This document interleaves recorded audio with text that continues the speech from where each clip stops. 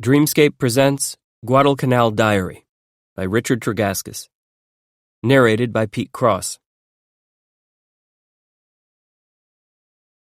Introduction by Mark Bowden. War makes for great stories. It by definition involves matters of historical importance, and it is rivaled by few events in life for drama. It sounds mercenary for a writer to say so, but it has always been true. Stories about battle have been popular and significant since before language was written.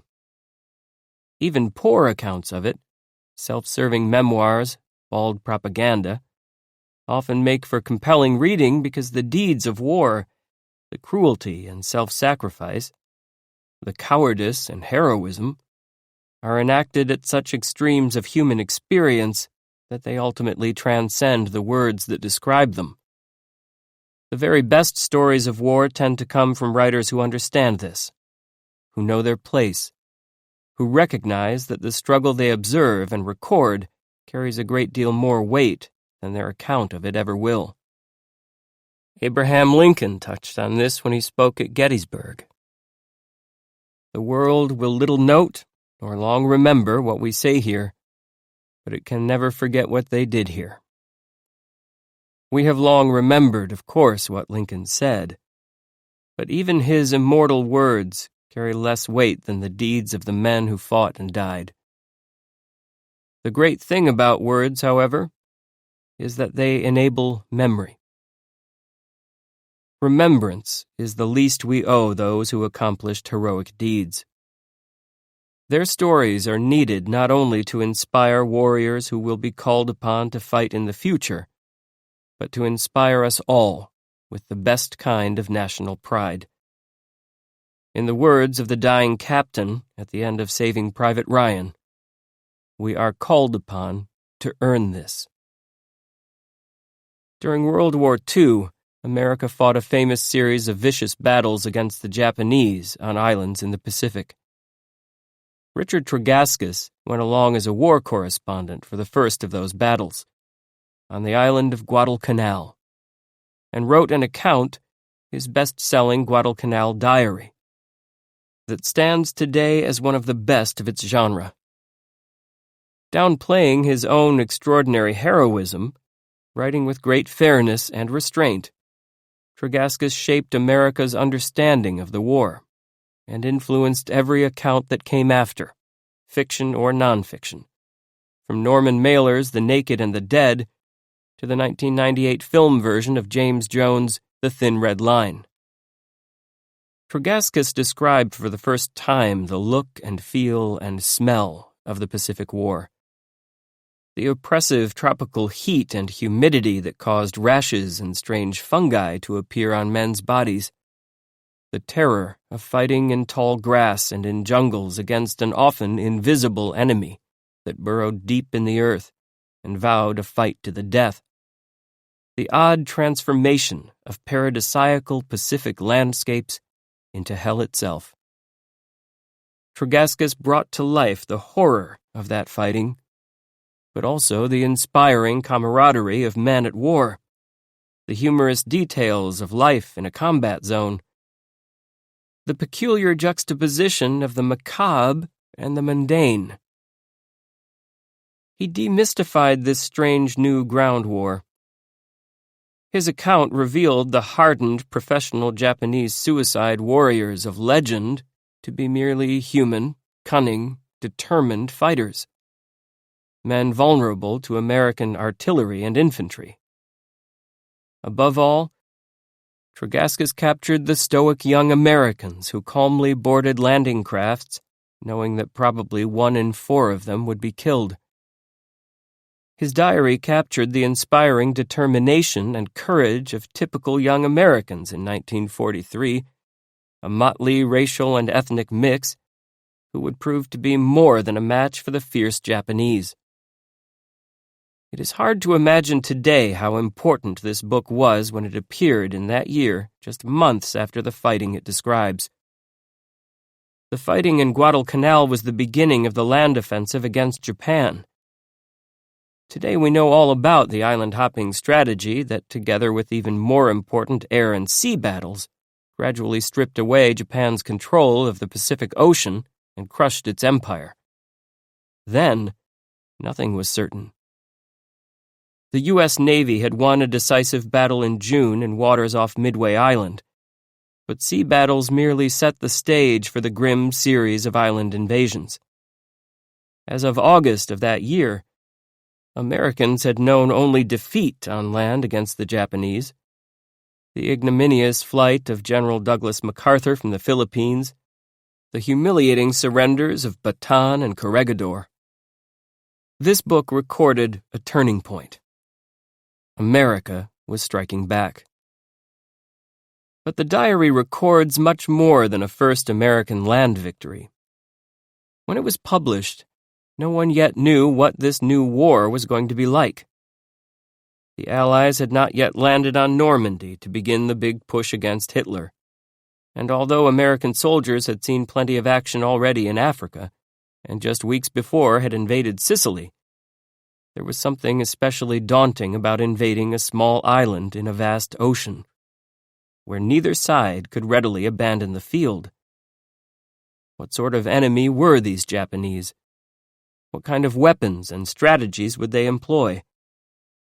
Why were these dangerous islands with strange names halfway around the world suddenly so important? What had we gotten into? From a purely military standpoint, the most important battle of Guadalcanal was not the one fought on land and described so vividly in this audiobook. It was fought at sea, miles away from the island, in November, months after Richard Tregaskis' diary ends, when a decisive naval victory prevented the Japanese from landing reinforcements. The United States lost 2 cruisers and 7 destroyers in that fight. The Japanese lost 2 battleships, 1 cruiser, 2 destroyers, and most important, 10 troop transports. Preventing the arrival of those troops enabled the Army and the stubborn, courageous Marines to finish mopping up Guadalcanal, securing their precious Henderson airfield, the first firm foothold on the long and bloody climb north toward Japan. Any doubts about how young Marines would fare in this new war were erased by their swift victory and stubborn defenses. Tregaskis rode in on one of the first landing crafts, sharing the profound chill of foreboding as the invading force approached the beaches, and the enormous relief when it was discovered that the Japanese had been taken completely by surprise. With the island's defenders fleeing into the jungle, the landing itself was happily anticlimactic. But in the weeks that followed, the fighting grew fierce. Tregaskis records the progress with calm daily entries in his diary, allowing the reader to experience the progress of the campaign just as the Marines did. There were so many acts of heroism, sacrifice, and survival to note that Tregaskis took to just listing them, encapsulating stories so remarkable that any one of them might have made a whole chapter. There's Lieutenant Richard R. Amorin of Lawrence, Kansas, a Marine flyer who came wandering into our lines today, thin as a ghost. To say he had been out in the jungles, dodging Japs and existing on red ants and snails for 7 days. Having once studied entomology, the science of bugs, he was able to subsist on selected ants and snails. He knew which ones were edible.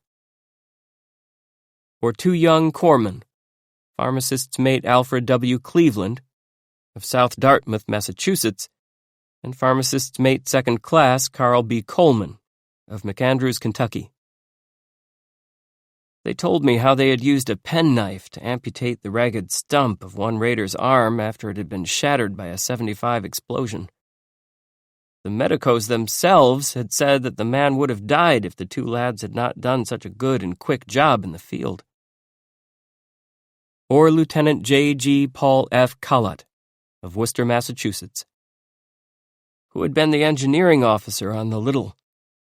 After his ship had sunk, he had spent some 8 hours in the water, and the Jap warships, he said, just missed me by a whisker, about 25 to 35 feet.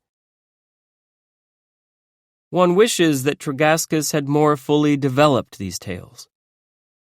But he was less concerned with the stories of individuals than with the fate of the entire effort, on which everyone's survival depended. Still, he refused to let these remarkable men and their deeds slip away unrecorded, and he always took care to note each man's hometown, knowing how important these small stories would be to those waiting for word of their sons, husbands, fathers, and brothers back home, and how much these particular men deserved to be remembered. Tregaskis saw his role more simply than do most war correspondents today, who feel the need to explain the sources of conflicts, critique the judgment of statesmen and generals, and who, in the process, sometimes forget to record the experience of war itself through the eyes of those living and dying in it. Guadalcanal Diary is war reporting before the relationship between journalism and the military acquired its modern edge in Vietnam, where reporters were compelled to record the growing disparity between what they observed and what the U.S. military said was true. Tregaskis lived to report from that war, too, and by then he was regarded as little more than an apologist for the military. His was a voice from a different era, one in which the government, and especially the military, was held in the highest regard, even if GIs did gripe about the food and baffling wartime bureaucracy. His war, the one this audiobook is about, and the one that made him famous, had swept up the hearts and minds of an entire generation to an extent far greater than those of the generation in the 60s that protested against the Vietnam War.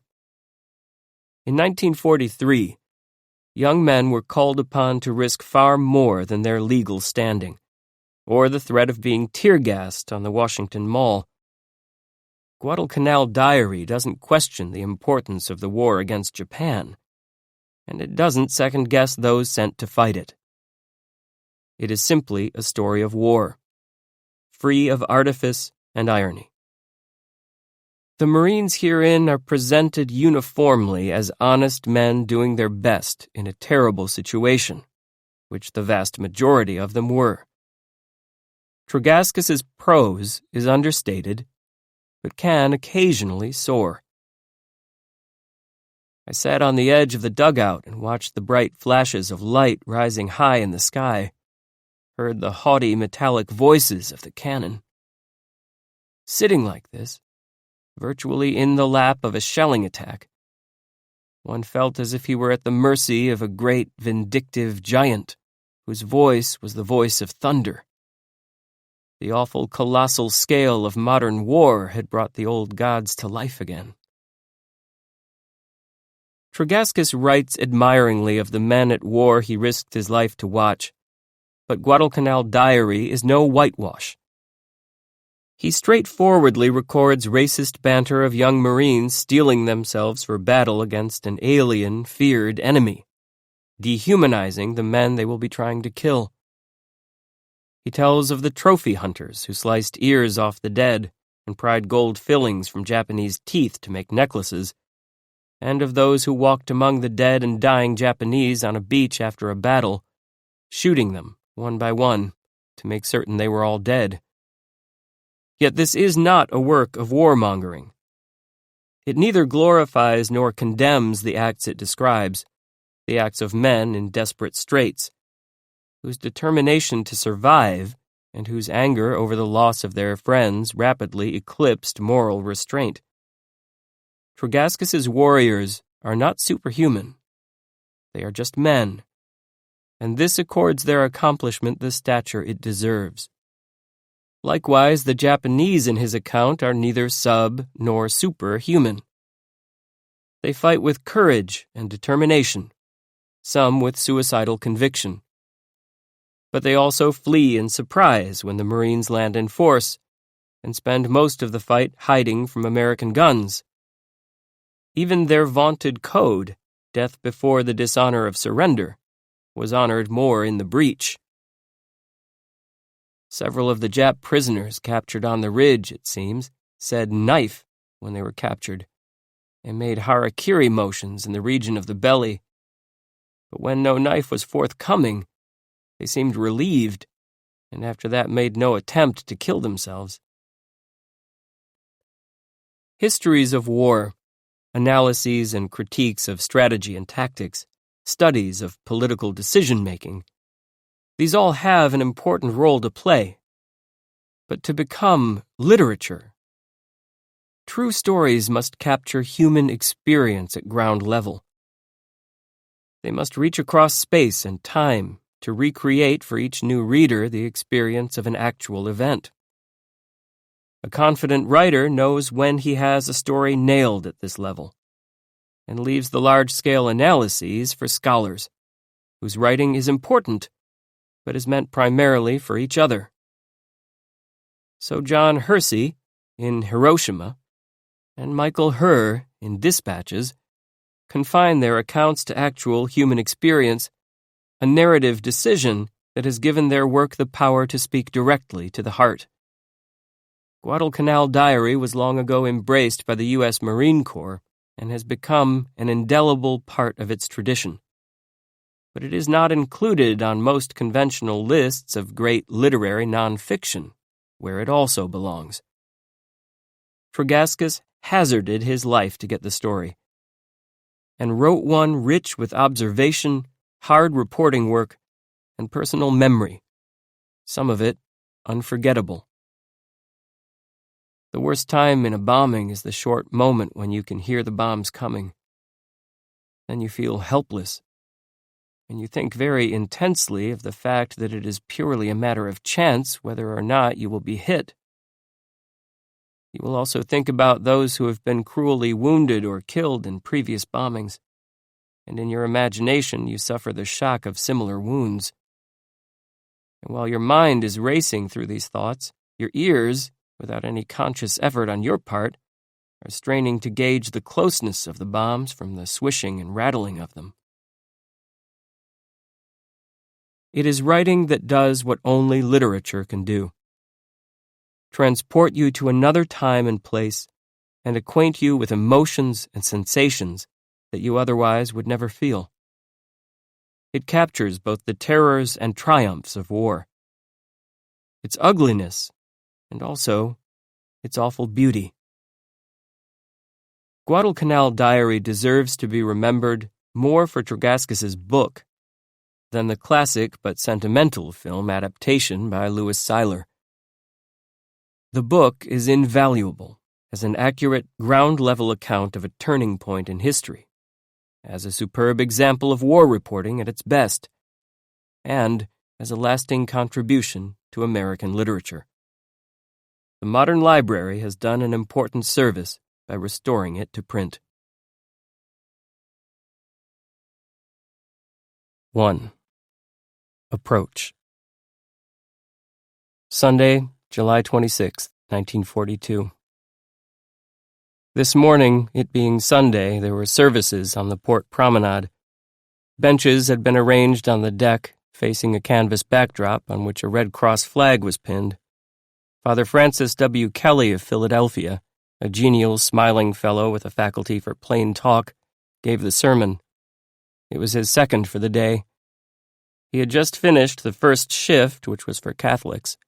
This one was for Protestants. It was pleasant to stand and sing on the rolling deck with the blue panel of the moving sea on our left to watch. There we could see two others of our fleet of transports rolling over the long swells, nosing into white surf. The sermon dealt with duty, and was obviously pointed toward our coming landing somewhere in Japanese-held territory.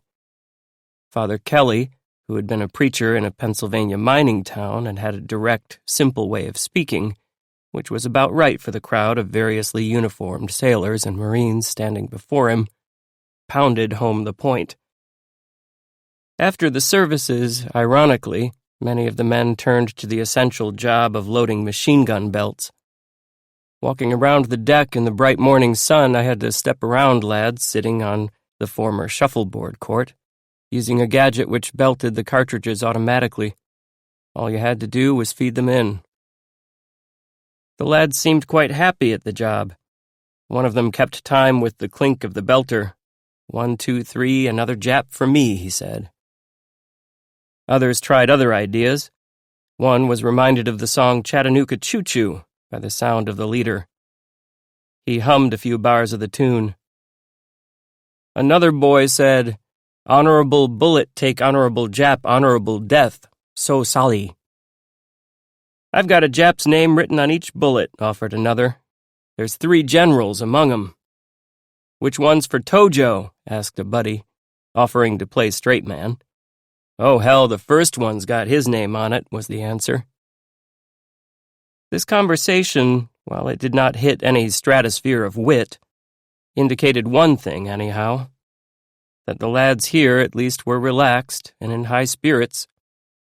Probably the facts of full stomachs and clear hot sunlight, with a pleasant breeze, contributed somewhat to the psychology of the situation. I thought I might as well do a roundup on the morale situation aboard the ship, and so wandered through her splendid innards and turned all the promenades. In the luxurious modern after-lounge, preserved much as it had been in the recent days when the ship was a passenger freight liner, I found things quiet. One officer was reading an Ellery Queen novel as he sat on a modernistic couch job done in red leather and chrome. A red-headed tank commander sat at one of the skinny black-topped tables where recently cocktails had been served to civilian passengers traveling between North and South America. He was writing an entry in his diary. The black and cream dance floor, a shiny affair of Congolium, was vacant. In the bar room at one edge of the salon, one of the leather-upholstered booths was filled with officers idly passing the time of day, content and happy, like the men, with full stomachs and pleasant weather. The bar itself, a semicircular slab of light wood, was vacant, with nobody to buy or sell the cigarettes, shaving cream, and porgy bait, naval marine slang for candy, which sparsely occupied the shelves where once a gleaming array of bottles must have stood. There was soft music coming from the salon's speaker system. That and the modern comfort and beauty of the place brought the thought that this is a pleasant ship on which to travel to war, a sort of streamlined approach to an old adventure, even if there is no liquor behind the bar. Leaving the pleasant lounge room to go out into the equally pleasant sunshine, I rounded another promenade and found at one corner of it a group of Marines, most of them squatting on the deck, gathered around a blackboard. A sergeant was holding forth as instructor, pointing to one after another of the interesting chalk symbols he had marked on the board. It was a course in map reading. The sergeant pointed to a chalk representation of a wagon, with a horseshoe alongside. "What would you say it was?" he asked one of the men. "It's a horse-drawn vehicle," said the Marine. "That's right," said the sergeant. I went from there to the forward deck of the ship. Here it seemed most of the troops had congregated. They crowded all available standing and sitting space. They were occupied, on this day of rest, principally with shooting the breeze. Some were leisurely turning over a hand of cards or two. A few worked among the complexity of steel cables, derricks, and hatches, busy with routine jobs. I climbed down a narrow ladder into the moldy semi-darkness, relieved only by bilious yellow lights of the number 2 hold. Here I first found myself in a wide room, the center of which was entirely filled with machinery, wooden boxes, and canvas duffel bags. Around the edge of the room were 4 level bunks of iron piping, with helmets, packs, and other gear dangling in clusters. But the place was deserted, except for 2 or 3 Marines busy sweeping the deck and swabbing the floor of the dank shower room. The rest of the inhabitants were obviously engaged with duties and pleasures in other parts of the ship. Most of the other holds, similarly, were occupied more by machinery and idle equipment than by people. Much more pleasant on topside. In one hold I found quite a few Marines sleeping on their standee bunks, while in the center of the room 2 Marines in stocking feet chased each other over piles of black ammunition boxes. They were given some encouragement by the few men around the edges who happened to be awake, sitting on boxes or duffel bags. I went back up on deck, satisfied that this was a peaceful, lazy day of rest almost everywhere on the ship. Everyone seemed relaxed, despite the fact that probably today or tomorrow we will know where we are headed, where, possibly, we may die or be wounded on a Japanese beachhead. But the pleasing state of relaxation this Sunday is understandable. We have been so long wondering where we are to go that we have long since exhausted all possible guesses. One figures one might as well amuse himself while waiting to find out. In the lounge again, I spotted Major Cornelius P. Van Ness, the graying, earnest planning officer of this group of troops, unfolding a message which had just been given to him by a young naval lieutenant. "Something to do with our destination?" I asked. He smiled. "No," he said. "But I wish it were. I'd like to know, too." "Even the colonel," said the major, "doesn't yet know where we are headed."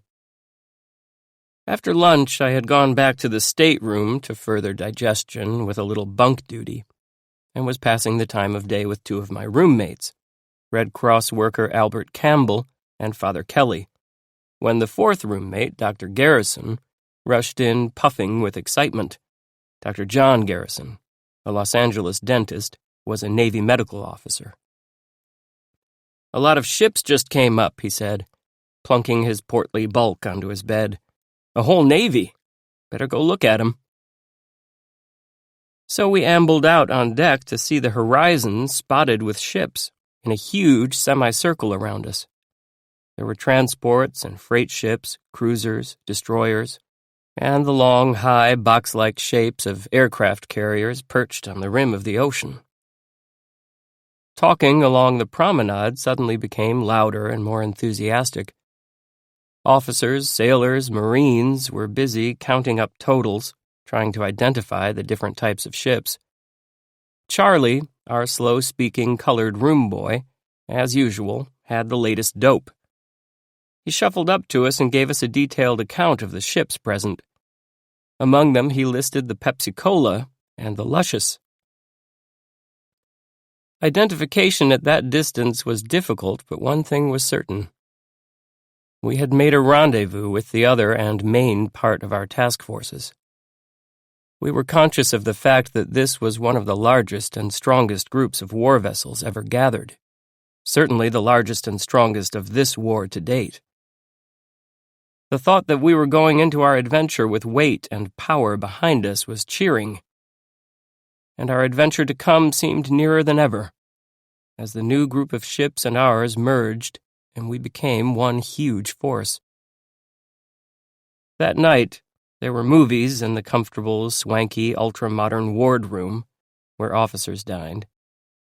It was a light thing called Our Wife, with Melvin Douglas and Ruth Hussey. The colonel, amiable, polite John M. Arthur of Union, North Carolina, called Doggy because of his fondness for the natty in clothes and grooming, sat next to me. Between reels, I suggested to the colonel that it was amazing that his people could relax and enjoy themselves like this, when they were heading for the unpleasant reality of danger, bloodshed, etc. He said yes, he thought so too. Monday, July 27th. This morning there was much ado in the map-plastered office which the colonel has set up at the edge of the after-lounge. A boat had come from one of the other ships, bringing dispatches, and the much-sought secret, it was whispered about, of our destination.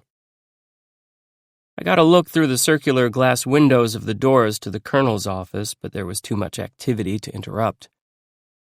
The colonel and his staff were bending over the table, which was laden with maps, overlays of tissue, etc. There was an abundance of dispatches piled on the metal desk in one corner of the room. It looked as if the news might soon be out. After lunch, Dr. French Moore, a naval medical commander from San Francisco, told me that I was invited to come to the colonel's cabin before dinner for a spot of tea. I surmised that at this impromptu function I would hear the news as to where we might be heading. That was the case. Major Van Ness, Dr. Moore, and Colonel Fellers, Lieutenant Colonel William S. Fellers of Atlanta, Georgia, were present as the colonel drew his blackout blinds, switched on the light over his desk, and set up to pour. When we had our beverage in hand, he said to me, "Well, it looks as if we're not going to have as much excitement as we first thought." His group of troops, the colonel explained, are not going to take part in the assault on Japanese-held territory. Only one group will be near the scene of action, he said, and that will be a support force. The remainder of his troops, said the colonel, are to go on a mission which is much less dramatic and will not involve contact with the enemy. Anyhow, it will be fine training for us, and I'm just as glad that it happened that way, he said. But I could see that it was a disappointment to him to forego the excitement he had planned. He shifted quickly to another subject.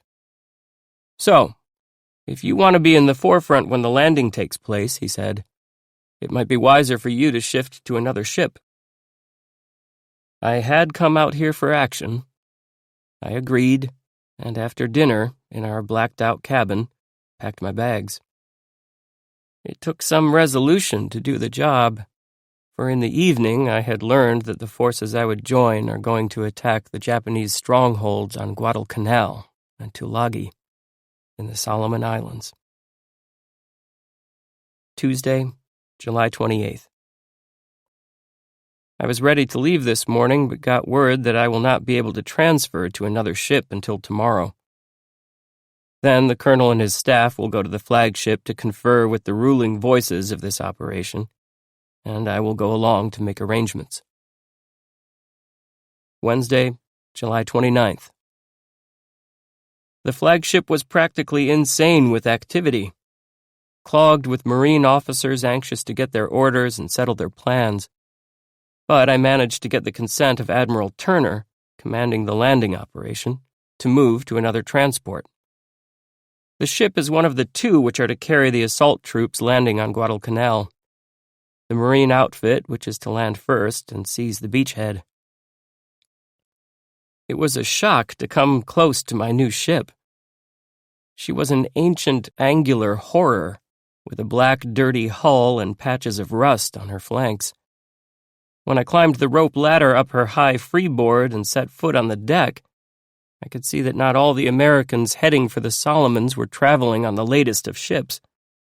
I had certainly come from the best and newest to one of the oldest and most decrepit.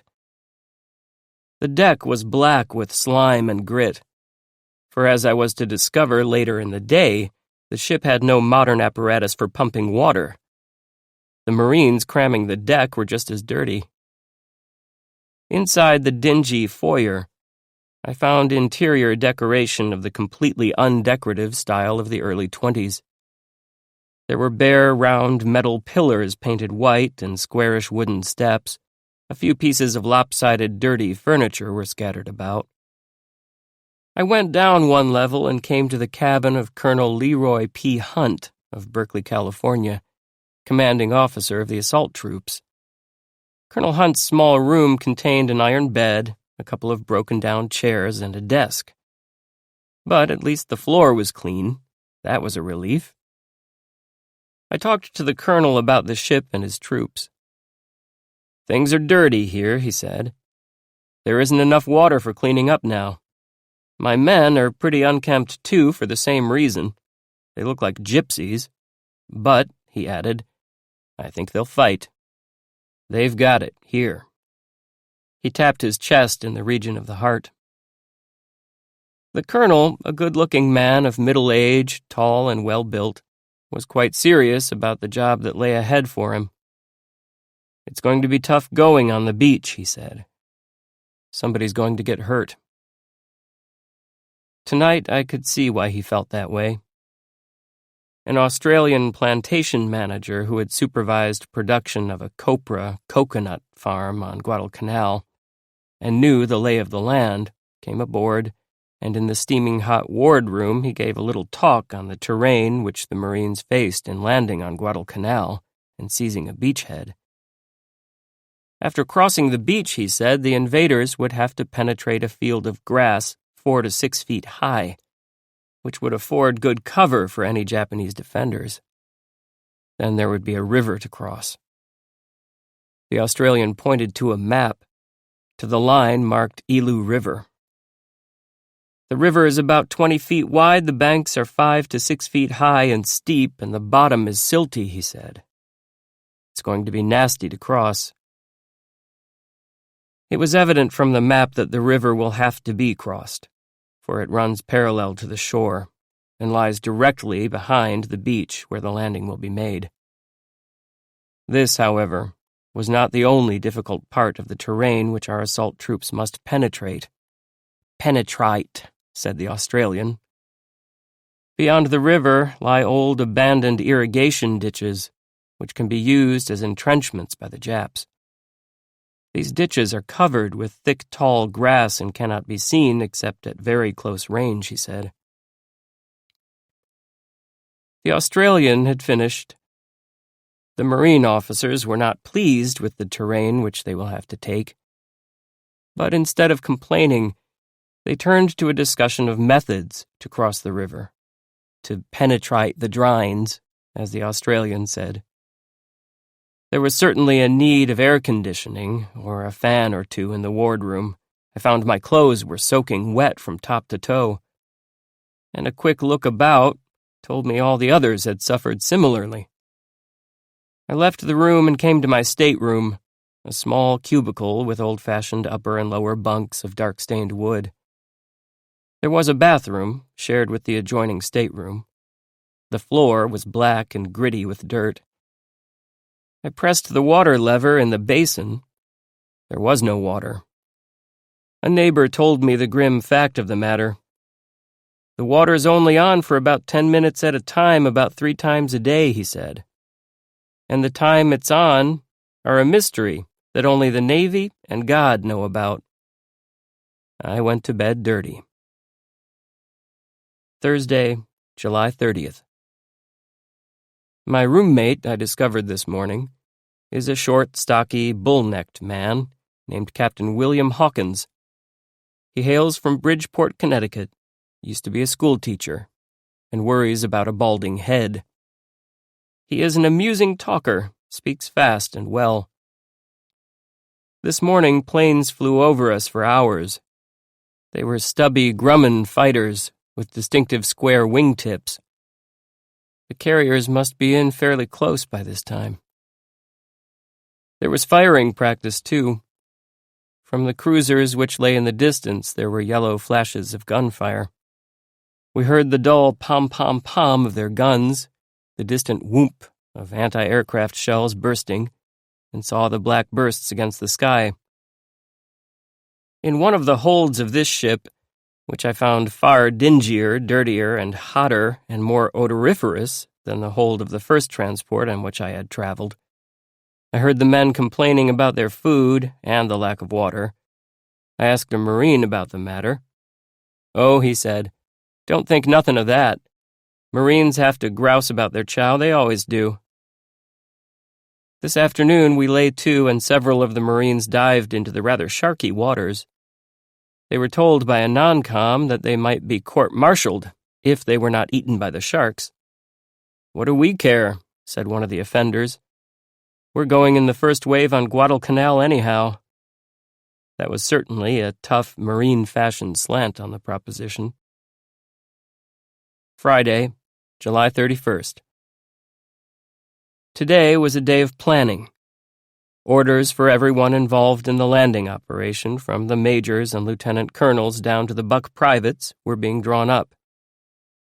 I heard the news that my roommate, Captain Hawkins, is to be one of the first Americans to land on Guadalcanal. He commands B Company, which is taking the left half of the beachhead assigned to troops from our ship. Captain William P. Kempfer of Syracuse, New York, is to take the right half, with A Company. On the left flank of the strip of land which will be seized by A and B companies, another outfit from another ship will take a strip about as long as that seized by A and B. Or in other words, the beachhead is to be divided into two halves. Of these, A and B companies of our ship will land on the right half, and a group from another ship on the left half. Through the strip of beach seized by these units, our following troops will penetrate. That's the plan, at least. Captain Gordon Gale, a brilliant young executive officer, talked about these plans to the officers before lunch in the furnace-like wardroom. There were maps on one wall of the wardroom, behind the blackboard, showing the coasts of Guadalcanal and the beachhead we are to take. There were none of Tulagi, the other first objective of the Marines. I inquired and found that Tulagi is to be taken by Marine raiders, with other troops in support.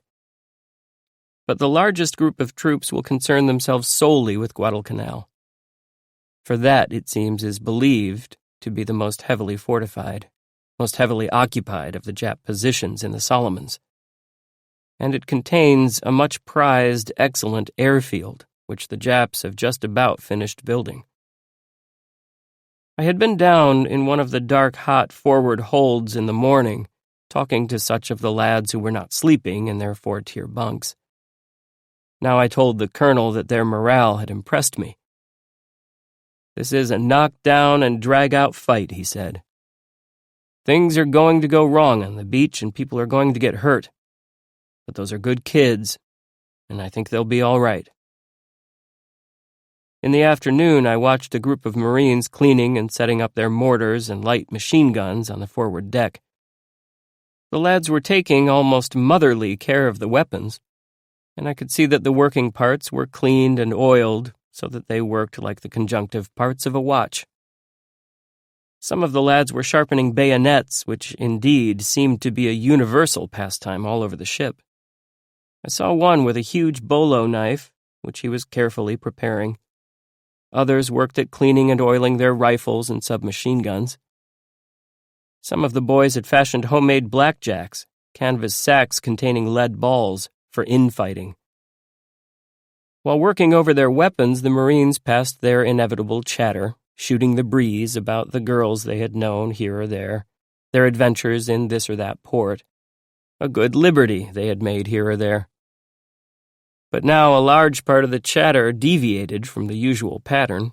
A lot of it was about the Japs. Is it true that the Japs put a gray paint on their faces, put some red stuff beside their mouths, and lie down and play dead until you pass them? One fellow asked me. I said I didn't know. "Well, if they do," he said, "I'll stick 'em first."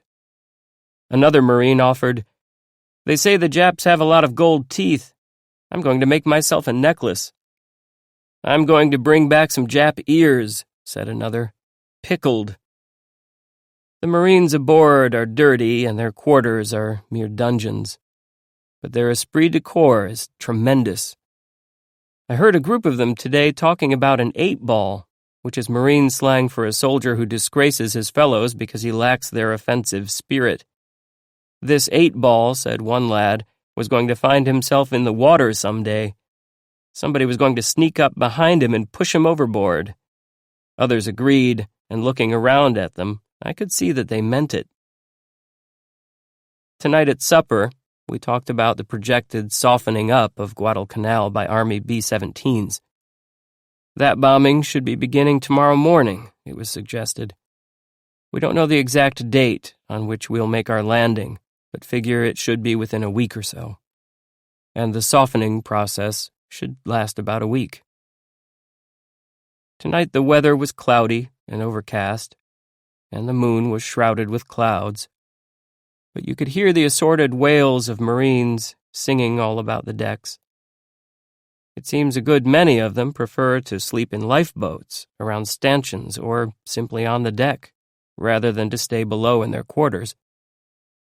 It is hard to walk about the blacked-out ships without falling over some of them. Blues in the Night, with a chorus about how "My mama done told me a woman was two-faced," seems to be the most popular song. There were also older favorites like Old Mill Stream with harmony, and Masses into Cold, Cold Ground. I heard the song at several parts of the ship. In the calm of the night, with only the sound of water rushing past the ship for accompaniment, there were the usual tales of this or that girl, this or that adventure, passed in the darkness. And I heard some more of the now familiar grousing about food, the marine tradition of complaining that the slum stew served was no good. Saturday, August 1st. At breakfast this morning, the conversation revolved about a favorite topic: home. We had beans for the meal, and this brought up the word Boston, which was enough to start a course of reminiscing about Boston, for the majority of those aboard are Easterners, about New York, Bayhead, New Jersey. Said Lieutenant Ralph Corey, a former diplomatic attaché who is now our Japanese interpreter, "I'd like to be back sailing a boat on Chesapeake Bay." Said Doc Stevenson, a Navy warrant officer in the Medical Corps, "Hell, if I was back there, I wouldn't be out in any boat." "That's right," said Corey. "I'd settle for the White Mountains or Cape Cod." Passing down a companionway to my room, I heard one Marine say to another, "What's on at the Regent tonight, Jack?" "Man, don't talk that way," said the other. "You make me feel bad." At 11:30, the beep, beep, beep of General Quarters call sounded, and there was a great rush along decks and up and down ladders as the speaker system barked, "Man all air defense stations." At 11:50, however, the stations were secured. The unidentified aircraft which had been spotted was identified as friendly. I saw the colonel on the wing of the bridge. "These boys are anxious to get into the scrap," he said. "They'll fight." "If it works out, I'll have a good story," I said. "You mustn't think of it any other way than it's got to work out," he said. I stopped to talk to Lieutenant Snell, Everett J. Snell of Vineland, New Jersey, who is in charge of much of the paperwork involved in this effort, and he estimated that probably 1 in 3 boats will reach the shore in our attack attempt, for he said we will probably be faced by very strong forces. Probably, he said, 3 out of 4 of us would survive the assault. That was his estimate. When I saw the memorandum which had been prepared on the terrain which we are to take, I could understand this high estimate of casualties. "From our landing point," said the memorandum, "our forces will have to cross a stream about 20 feet wide and 400 yards south of the beach. The name of the stream is the Elu, and it runs westward and parallel to the shore into the Tenarue River. Actually, it is backwater from the Tenarue, and except in the rainy season is still and stagnant. Its banks are steep, boggy, and from 5 to 6 feet high. The bottom is silty. One method of crossing would be to cut down the banks and throw the excavated ground into the stream, filling it up. If necessary, this crossing could be topped with trunks of coconut trees. On the south bank of the Elu," the memorandum went on, "is high grass, averaging 4 feet in height, which affords possible positions for machine guns, riflemen, etc., with a field of fire extending across the stream toward the beach. Another river which our forces will have to cross," said the memorandum, "is the Tenarue. The banks of the Tenarue average 8 to 10 feet in height and are covered with grass and thick brush, affording possible positions for riflemen and machine guns. Just beyond the west bank of the Tenarue are deep holes, about 6 feet deep and 100 feet long, which have been scooped out by the river during the floods, thus forming natural concealed positions. The Tenarue follows a serpentine course with a current averaging 4 knots. During the rainy season and floods, the water rushes at much greater speed. The river is full of deep holes, well over a man's head. After fording the Tenarue, our forces will advance across the Tenarue Plantation. This consists of coconut trees planted regularly in groups of 4 in a diamond formation, The result is that lanes of observation radiate in all directions. Most of these lanes are 27 feet wide. Others are of lesser widths. Now they are beginning to be overgrown, but nevertheless afford good observations and fields of fire. On leaving Tenaru Plantation, our forces will emerge onto a grassy plain. Here the grass, if it has not been burned out by the Japs, is about 4 feet high. Though the ground is mostly firm, after a half-mile it becomes swampy in patches and wooded at the headwaters of Alligator Creek. At this season, these headwaters are usually dried up and easily crossed. The woods, however, are dense, with a visibility of hardly 5 yards. There are no roads or paths. Between the trees are thorny vines and thick, low underbrush through which it is necessary to cut passage. That did not sound like an easy or safe terrain through which to advance. I suppose many others aboard shared my qualms about the approaching ordeal. However, we could not expect that it would be easy. There was a meeting for platoon leaders in the wardroom this afternoon. For 2 hours, the roomful of men sweated and steamed while orders were read. There were new, larger maps of the beachhead on the wall. Lieutenant Colonel Maxwell, commanding officer of a large group of assault troops, presided. It was 3 o'clock when the meeting began. General Rupertus, Brigadier General William H. Rupertus of Washington, D.C., is taking the other islands, said the colonel. We are going to capture Guadalcanal Island. When we land on this beach here, the colonel's southern background was noticeable in the way he pronounced here. The first thing we strike a few 100 yards from the beach is a creek. It's quite an obstacle. We didn't know about it until a few days ago. It's too late to change our plans, so we're going to land here.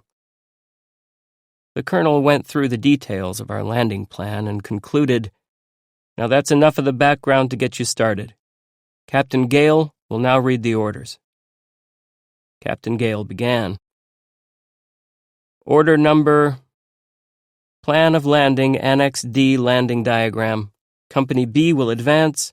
Fire on targets of opportunity. Everyone was waiting for the item which would name the day of landing, but we were disappointed. For finally, when Captain Gale reached it, he read, Paragraph X, Day and 0 hour, to be announced. Colonel Maxwell read an estimate of enemy strength, which placed their numbers at an ominously large figure. He spoke of the indications that the Japs are well equipped with machine guns and artillery. Then a lieutenant rose to read Annex E to General Order Number 3, which ended with Paragraph D, Burial. Graves will be suitably marked. All bodies will bear identification tags. The order Naval Gunfire and Air Support Annex, however, lent somewhat of a cheering note to the meeting. It told of a terrifically heavy concentration of fire and intensive dive-bombing attack to be directed against Japanese shore installations before our landing. There was a detailed account of the intensity and location of fire each participating war vessel was to deliver. The list ran on for half an hour, and the sum total was vastly impressive. There were other orders, and then Colonel Maxwell rose to deliver the final pep talk. This is going to be a difficult matter, he said. With the rivers to cross, the grass 4 to 5 feet tall, and the drainage ditches. But it can be done, and it must be done, and we've got to lead the way. There's only one thing to do, cautioned the colonel. Get out of the boat, say follow me, run like hell, and take these people with you. It's the first time in history we've ever had a huge expedition of this kind accompanied by transports. It's of worldwide importance. You'd be surprised if you knew how many people all over the world are following this. You cannot fail them. Sunday, August 2nd. Church services were crowded this morning. For the day of our landing is drawing close, and more of the men aboard, the padre, Father Reardon, told me, want to settle themselves in some sort of spiritual self-understanding and be prepared for at least the possibility of death. The general feeling is that our landing will take place sometime before next Sunday, that therefore this is the last Sunday for communion and the straightening of souls.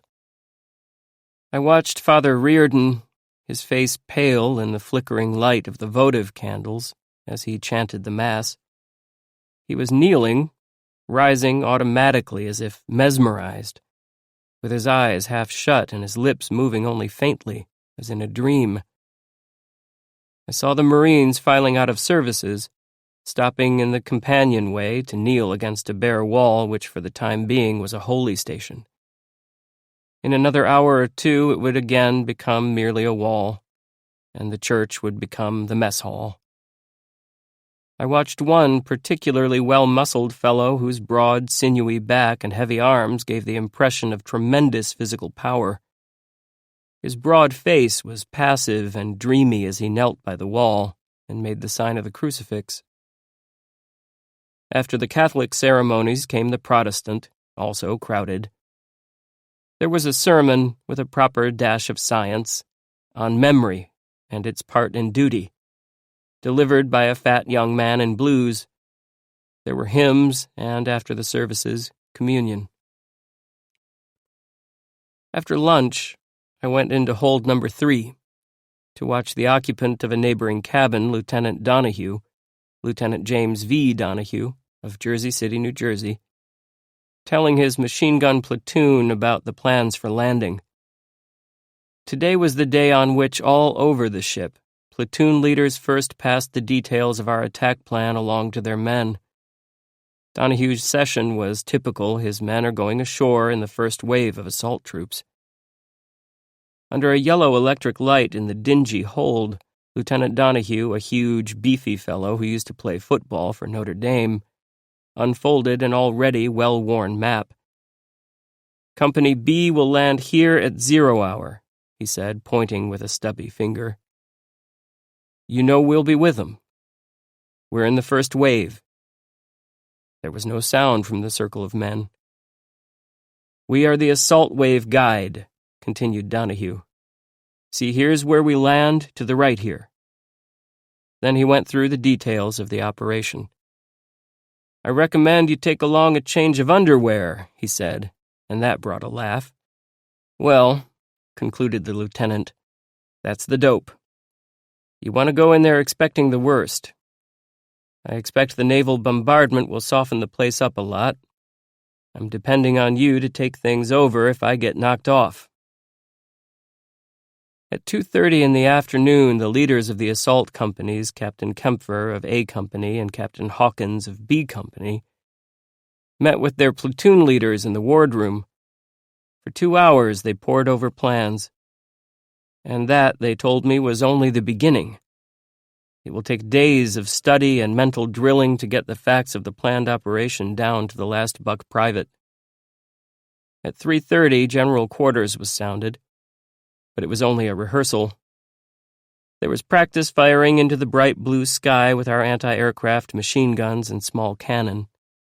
It was pleasant to watch the streaks of tracer bullets branching up into the blue, and then, as they burned out, shrinking into bright glowing spots clustering like stars for a moment, and then fading.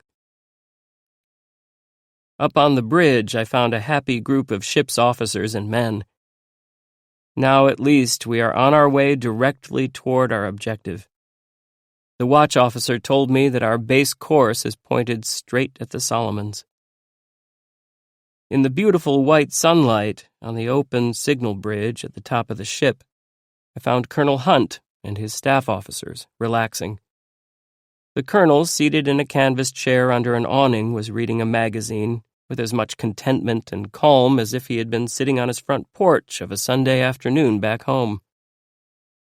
At supper tonight, it was made known that the day of our landing is to be Friday, August 7th, 5 days hence. The 0 hour is not yet known. but it will be in the early morning.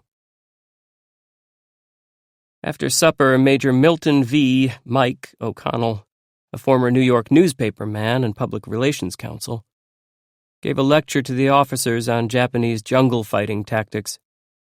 Genial, portly Mike drew a laugh when he warned the lads to be as silent as possible while advancing against the Japs. "We can beat the Japs at their own game of silence," he said, "if you don't yell back and forth. You know how the Marines are. Some Marine'll yell to his buddy, 'Hey, Bill, is that C Company over there?'" Major O'Connell waved his short arms wildly, mimicking the enthusiasm of his typical Marine. "Don't let your men get curious and run over to see if B Company is over there or what kind of chow, food, they've got. If your man gets too curious, he'll be chow himself." The major warned of the Jap sniper's trick of tying himself in a tree, waiting until you have passed by, and then shooting you. "Don't take any chances," said the major. "It's better to shoot a few coconuts than miss a Jap egghead." In our cabin tonight, Captain Hawkins and I talked over the coming offensive. He said the men were ready.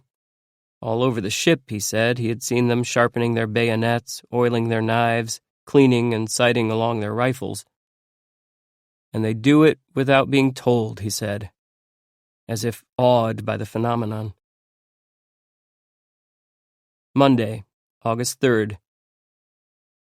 After lunch today, I walked out on the bow of the ship, where there were groups of Marines scattered over the piled gear, boats, ropes, hatch covers, ammunition boxes, and assorted machinery that filled the deck. The sunshine was bright, and there was a pleasant cool breeze. Some of the men were still whetting bayonets and knives, and others were cleaning and oiling their guns. Others were grouped around a four-handed game of cards. One little group of men lounged by the starboard rail, idly watching one of their number who was throwing $50 over the side. He had a big stack of them in his left hand. "He's trying to make 'em skip on the waves," one of the group explained to me. Now another Marine, armed with a pile of $50, also began to throw the money over the side. "I won't have no use for it anyhow," he explained. "I've seen many a guy make liberty on as much money as they're throwing away," suggested a sailor who was watching. "Oh, hell," said one of the Marines. "Money don't mean a thing out here anyhow. Even if you stay alive, you can't buy anything." Brownie, the sailor's dog, began to bark. On the bow, some of the men were hosing down the decks, and they had excited him. "Did you know Brownie got his tetanus shots just like us?" asked one of the Marines. "He's got a tag marked with his name and the date of his tetanus shot, and it says on there, Class Dog." By this time, the crowd of Marines and sailors in our particular group had increased in size. Spotting my C armband, they knew I was a news correspondent and had come up with the pleasingly straightforward idea of getting their names in the paper. I asked where the majority of the Marines aboard came from. "Boston and New York," said one of the boys. "We take a poll every day. Right now, Boston's leading." As we were talking, a short, chubby boy with a shaved head came up and stood at the edge of our circle. "There's the youngest guy on the ship," said one of the Marines. The lad told me he was just 17, and that his name was Sam Gerhardt, and he came from Allentown, Pennsylvania. "You must have joined up before you were 17, Sam," I said. "I did," he answered, "but they can't throw me out now." An even younger-looking lad ambled by on the deck. I asked him how old he was. 18, he said. He looked about 15 at the most. He said his name was Thomas H. Peelant, and his home was in Harlan, Kentucky. The other Marines told me a story about Private Peelant. "His face is so small," said one of them, "that he can't get into a regular gas mask. They won't let him go in with the assault wave." The other older Marines kidded Peelant about his fate. "That's all right," they said. "You'll go on galley duty." Colonel Hunt issued a mimeographed notice to his troops this afternoon. The coming offensive in the Guadalcanal area, he wrote, marks the first offensive of the war against the enemy, involving ground forces of the United States. The Marines have been selected to initiate this action, which will prove to be the forerunner of successive offensive actions that will end in ultimate victory for our cause. Our country expects nothing but victory from us, and it shall have just that. The word failure shall not even be considered as being in our vocabulary. We have worked hard and trained faithfully for this action, and I have every confidence in our ability and desire to force our will upon the enemy. We are meeting a tough and wily opponent, but he is not sufficiently tough or wily to overcome us because we are Marines. Our commanding general and staff are counting upon us and will give us wholehearted support and assistance. Our contemporaries of the other task organizations are red-blooded Marines like ourselves and are ably led. They, too, will be there at the final downfall of the enemy. Each of us has his assigned task. Let each vow to perform it to the utmost of his ability, with added effort for good measure. Good luck, and God bless you, and to hell with the Japs. In the late afternoon, I listened while Lieutenant Harold H. Babin of New York City, a swarthy, cheerful fellow with a good Bronx accent, passed on his instructions to his platoon. Most of his talk centered around the Japanese tactics of jungle fighting. The circle of tough lads, many of them with unshaven faces, listened good-naturedly, interrupting occasionally, but not too often, with remarks. Lieutenant Babin warned against booby traps, such as helmets, bayonets, or other items of interest which the Japs might leave about with a rig of wiring to cause an explosion when they were picked up. When you see a .45 or something with beautiful pearl, he pronounced it poil, on it, and beautiful engraving, don't pick it up, he said. It might blow up. The most beautiful poil in the world, one of the lads mimicked, but Babin was used to that. He smiled and went on. If a Jap jumped on you from a tree, he asked, what would you do? Kick him in the balls, answered a Marine. That's right, said Babin. You hit the nail on the head. You might see a Jap sniper hanging from the top of a tree looking dead, the lieutenant continued, because they tie themselves in with ropes. He might be playing possum, so don't hesitate to throw another 30 up there. Bounce him off the tree again. That's good stuff. Yeah, somebody piped up. It might hurt him. After the meeting was over, Babin said to me, they're a tough gang. One of the sergeants told me, that's a weapon platoon, and they've got to carry about 50 pounds of stuff each, a lot of them. But they'll keep up with anybody. Sometimes they get ahead of the infantry, even with receivers, guns, and all that. They don't give a shit for anybody. They say, fuck you, if you can do it, so can I. Tuesday, August 4th. This day went slowly. We are still plodding toward our goal, in the open sea, and there is little to do but recheck preparations already made. Captains Hawkins and Kempfer, leaders of the assault companies, were in a huddle with their NCOs for 3 hours this afternoon.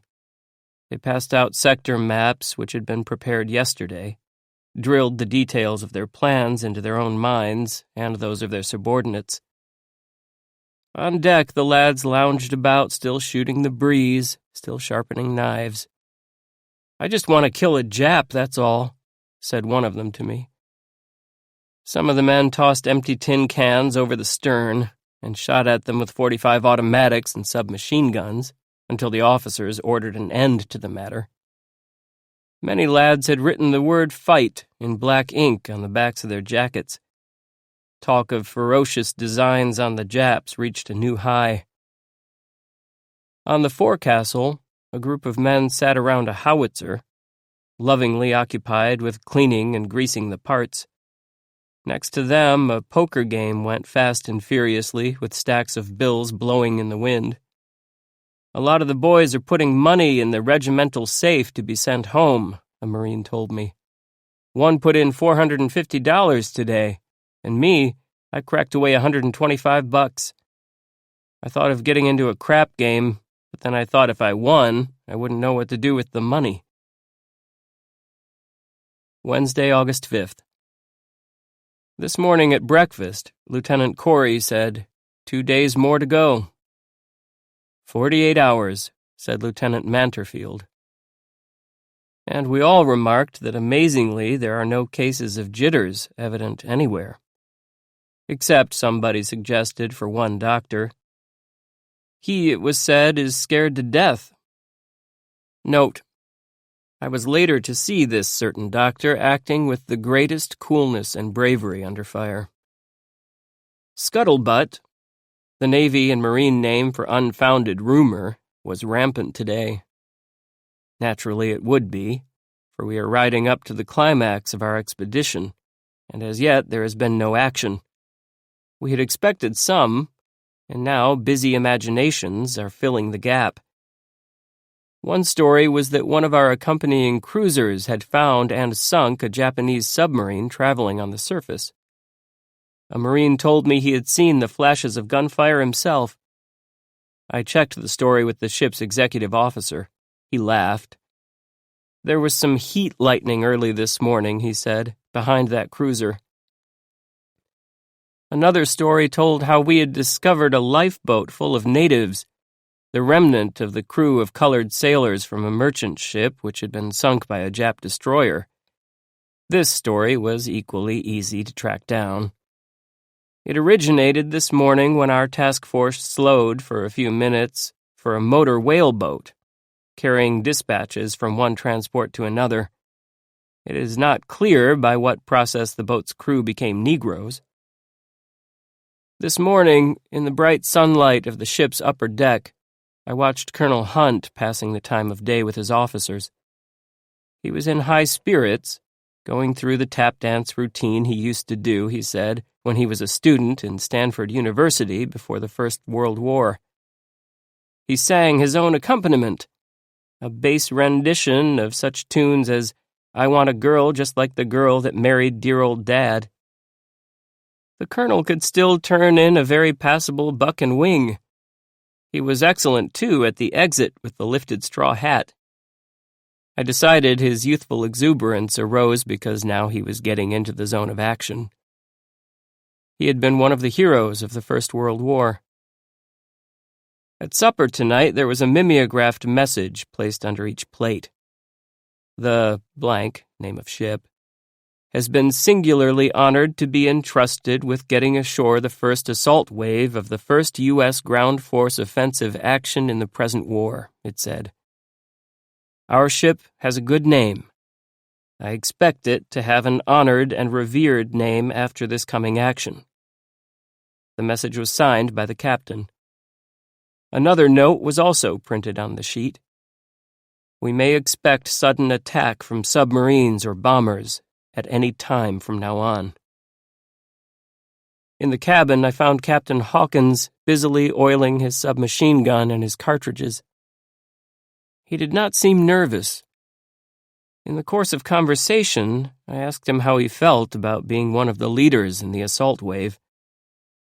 I don't feel funny about it, he said. I don't feel any more nervous than if I were being sent out to do a tough job in civilian life, like trying to sell a big order when there's a lot of sales resistance. The captain had once sold groceries, wholesale, in Boston. Thursday, August 6th. It was easy to see that this was the day before the big event. Sailors were busy rigging big booms to the heaviest of our landing lighters so that they could be quickly launched. At several parts of the ship, canned rations were being issued. Concentrated coffee and biscuits, meat and beans, vegetable stew, chocolate bars. Enough for 2 or 3 days' subsistence until field kitchens can be rigged on Guadalcanal. In the ship's armorer's shop, working single-mindedly at the benches, giving their weapons a last-minute check of adjustment, were a crowd of officers and men. At luncheon, one of my table mates, Lieutenant Patrick Jones of Kansas City, said that he expected to transfer to another ship tomorrow before going ashore. The ship, he said, is carrying our reserve of ammunition and gasoline. It would be too bad if she were hit by a bomb or shell. As I fly over Kansas City, said Lieutenant Jones, I'll drop off a souvenir saying, "From Pat." We all wondered at the fact that our task force, now well within range of the Japs, was not attacked by submarine, plane, or surface craft. But there was not even an alarm. The weather has been greatly in our favor. All day today, there was a heavy overcast, and visibility was very short. Unless the Japs had come very close, they could not have spotted us. But still, we were amazed, and I, for one, wondered if the Japs might have prepared a trap for us to walk into. Dr. Malcolm V. Pratt, the senior medical officer aboard, who won distinction in the First World War, told me an amusing story this afternoon. I went below to look around in the hold last night, he said, expecting to find the kids praying, and instead I found them doing a native war dance. One of them had a towel for a loincloth and a blacked face, and he was doing a can-can while another beat a tom-tom. In one corner of the room there were about 4 or 5 boys wrestling around, but no one paid any attention to them. As the afternoon wore on, I saw Marines tying up their packs, with blanket rolls neatly folded over the top, and standing the finished products in tidy rows along the bulkheads. Men carrying armfuls of black-cased hand grenades hurried up and down the companionways. On deck, working parties were breaking out medium-heavy artillery ammunition. Tonight at dinner, some of the officers betrayed signs of nerves. One was sure he heard the anti-aircraft machine guns firing on our upper deck. Another said he could hear it too, but it was merely the sound of heavy drums being moved about. It was announced tonight that breakfast will be served at 4:30 a.m. We will reach our launching point at about 6:20. The 0 hour has not yet been set, but it will be somewhere near 8:30. After dinner, I talked to Colonel Hunt, in whose assault boat I will be going ashore. He said that Colonel Maxwell and some of the other officers would be going in another boat. No use putting all your eggs in one basket, he said, and that had an uncomfortably hazardous sound. In the men's mess hall, center of most of their activities, including church, I found a close-packed crowd of Marines with a sprinkling of sailors. Most of them sat on the benches, talking loudly in order to be heard against the jazzy boom of a jukebox and filling the air with cigarette smoke. A Marine jitterbug, minus his shirt, his torso shiny with sweat, cut racy jive steps near the jukebox, while another Marine danced the part of the girl. After a few moments, 2 sailors joined in the fun, themselves cut a rug or two. In the officers' wardroom, 3 groups of officers entertained themselves with 3 separate polite games of hearts. I walked the deck in the dark, damp night.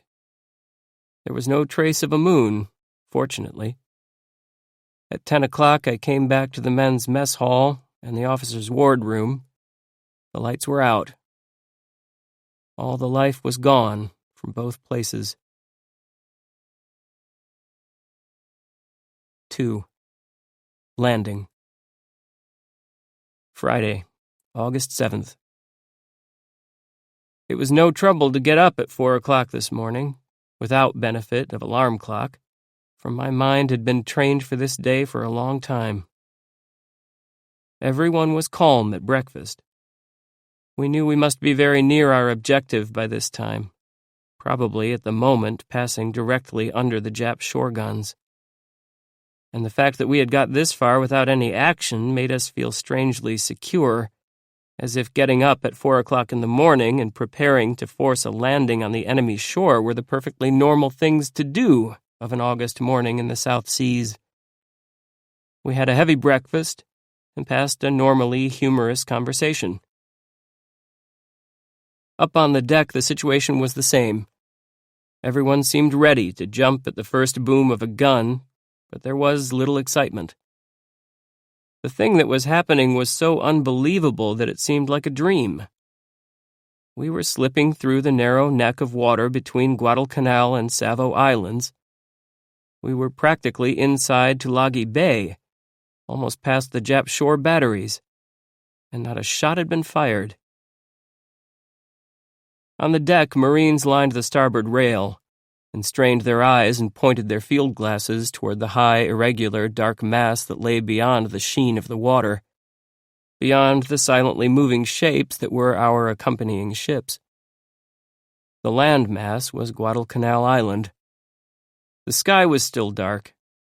There was yet no pre-dawn glow, but the rugged black mountains were quite distinct against the lighter sky. There was not much talking among the usually vivacious Marines. The only sounds were the swish of water around our ship, the slight noises of men moving about on the forward deck. Up on the bridge, I found the ship's officers less calm than the Marines. Theirs was the worry of getting the ship to anchorage without her being sunk, and they seemed high-strung and incredulous. "I can't believe it," one lieutenant said to me. "I wonder if the Japs can be that dumb. Either they're very dumb, or it's a trick."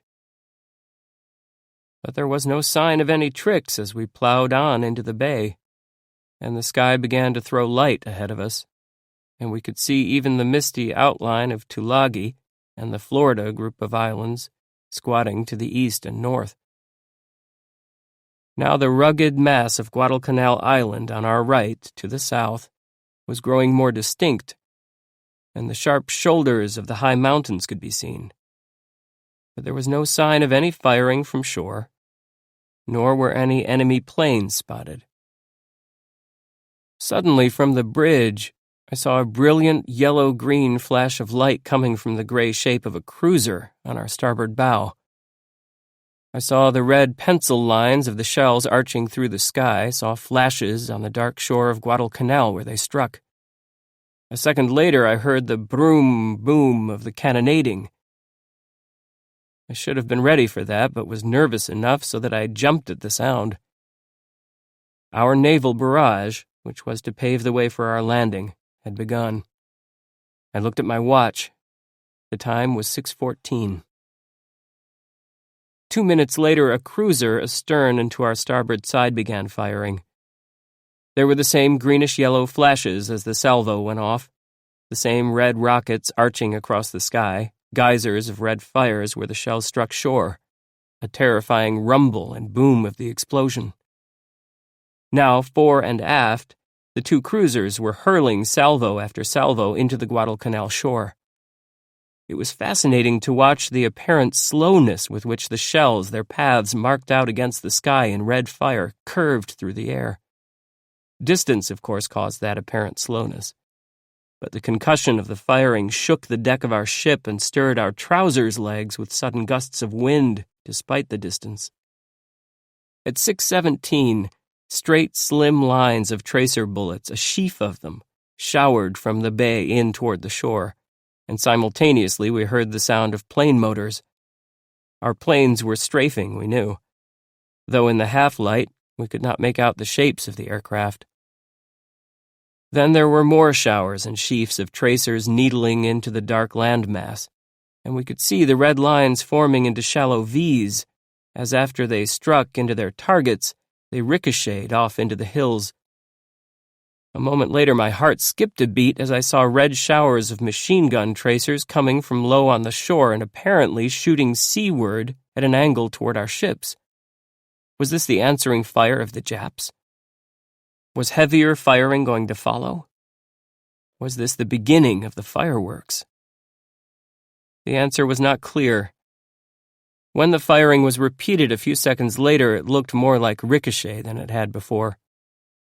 Whatever the firing was, it stopped shortly after that, and from then on, there was no visible Jap resistance. At 6:19, another cruiser, dead ahead of us, began firing. A moment later, other warships joined, and the flash of their firing and the arcs of their flying shells illumined the sky over a wide span ahead. Other ships of our force, the group under General Rupertus, had turned to the left toward Tulagi, and there were the heavy reports of cannonading coming from them now. At 6:28, I noticed a brilliant white spot of fire on the water ahead and watched, fascinated, wondering what it was, while it burgeoned into a spreading sheet of red flame. Planes were moving back and forth like flies over the spot. "It's a Jap ship," said the ship's officer standing next to me. His field glasses were leveled on the flames. "Planes did it," he said. "They were strafing." Now the sheet of red flame was creeping out into a long, thin line, and then it was mounting higher and higher into a sort of low-slung fiery pyramid. For long minutes we watched the flames while the din of our thundering naval guns increased and reached a climax around us. Ahead of us, to the left of the still brightly burning Jap ship, I saw a bright white pinpoint of light blink into existence. It was a masthead light, riding atop the Australian cruiser which had led our procession into the bay. The Canberra, sunk in subsequent naval action in the Solomon Islands area. Our ship was still moving forward, however, and the flaming ship ahead was growing nearer. In the light of the red-orange flames, we could see that it was not a large ship, and that it was low in the water. Possibly it was 120 feet long. "What kind of ship is it?" I asked the deck officer. "They say it's a torpedo boat," he said. But it was in fact a schooner, which had been carrying a load of oil and gasoline, whence the flames. Our dive bombers were swooping low over the beach. In the growing daylight, you could see the color of the explosions where bombs were landing. Some, which struck at the edge of the water, had a bluish tinge. Others, hitting farther back in the sand and earth, were darker. As the planes dived, they were strafing. The incandescent lines of their tracers struck into the ground, then bent back, ricocheting toward the sky to form the now familiar shallow V. Our ship and one other, the vanguard of the transport fleet, slowed and stopped. Immediately, the davits began to clank as the boats were lowered away. There were a hubbub of shouts and the sound of many men moving about the ship. On the forward deck, a donkey engine began to chuff and puff. It was time for the beginning of our landing adventure. It was daylight, but ahead the mass of flames that was the burning Jap boat glowed as brightly as in the dark of night. There were new explosions as we watched within the fire, probably gasoline tanks. A burning oil slick spread across the water astern of the boat, and the thought crossed my mind that if there had been anyone alive aboard that ship, he was certainly not alive now. Our ship and the other transports had swung bow in toward Guadalcanal, and landing boats were in the water. More were on the way down to the tune of clinking davits. All around us we could hear the muffled thrumming of engines. Boats were cutting in and out at every angle, circling, sliding close alongside. It was cheering to see that each boat carried a small American flag at the stern. Troops, a mass of moving green uniforms, jammed the forward deck. A sailor leaned over the rail with a signal flag, beckoning landing boats to come up beside the rope nets that served as dismounting ladders. There was something peaceful about the bustle of activity. For a moment one almost forgot about the Japs who might be waiting on shore with machine guns and artillery to blast us out of the water as we came in for a landing. Our accompanying cruisers, which had stopped firing for a few moments, were opening up again. One, lying astern and to our starboard side, was sending salvo after salvo into a dark point of land. A column of dense black smoke was rising from the spot where the shells were landing. And as we watched, the base of the column glowed red and orange, and the boom of a distant explosion came to us. We knew a gasoline or oil dump had been hit, because the red flames continued to soar at the base of the smoke column. and from time to time there were new explosions, so that the flames leaped momentarily higher into the sooty black smoke. I walked among the troops gathered on the forward deck and found them silent and nervous, a contrast to the gaiety and song which had filled the few preceding days. There did not seem to be much to say, although a few lads came up with the inevitable, "Well, this is it." The first of our Marines clambered over the rail and swung down the rope nets into the boats. The boats pulled away and more came up, and the seeping waterfall of Marines continued to slide over the side. I got word that it was time for me to debark. I took one last look around the ship. Toward Guadalcanal shore, I could see the cruisers still pasting shells into the landscape.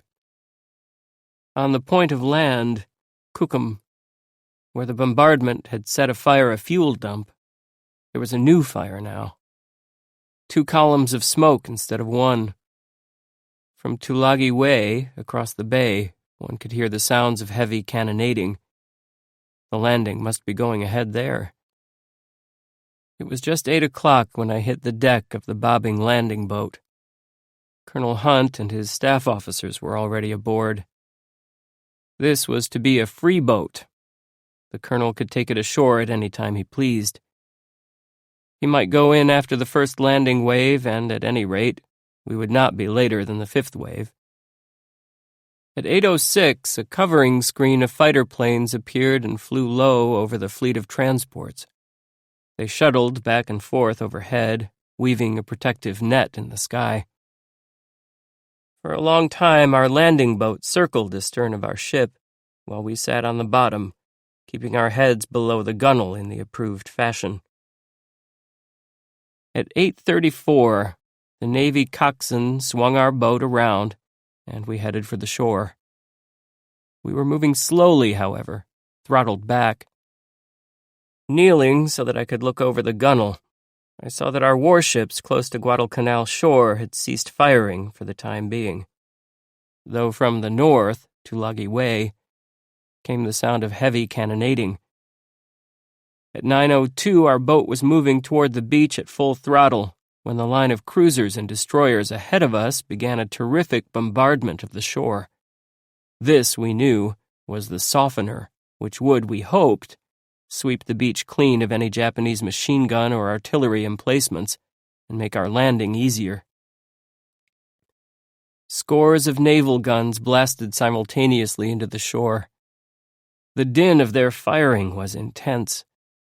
Sheets of yellow flame welled from the gun barrels up and down the line, and along the beach a line of blue and black geysers leaped up where the shells were striking.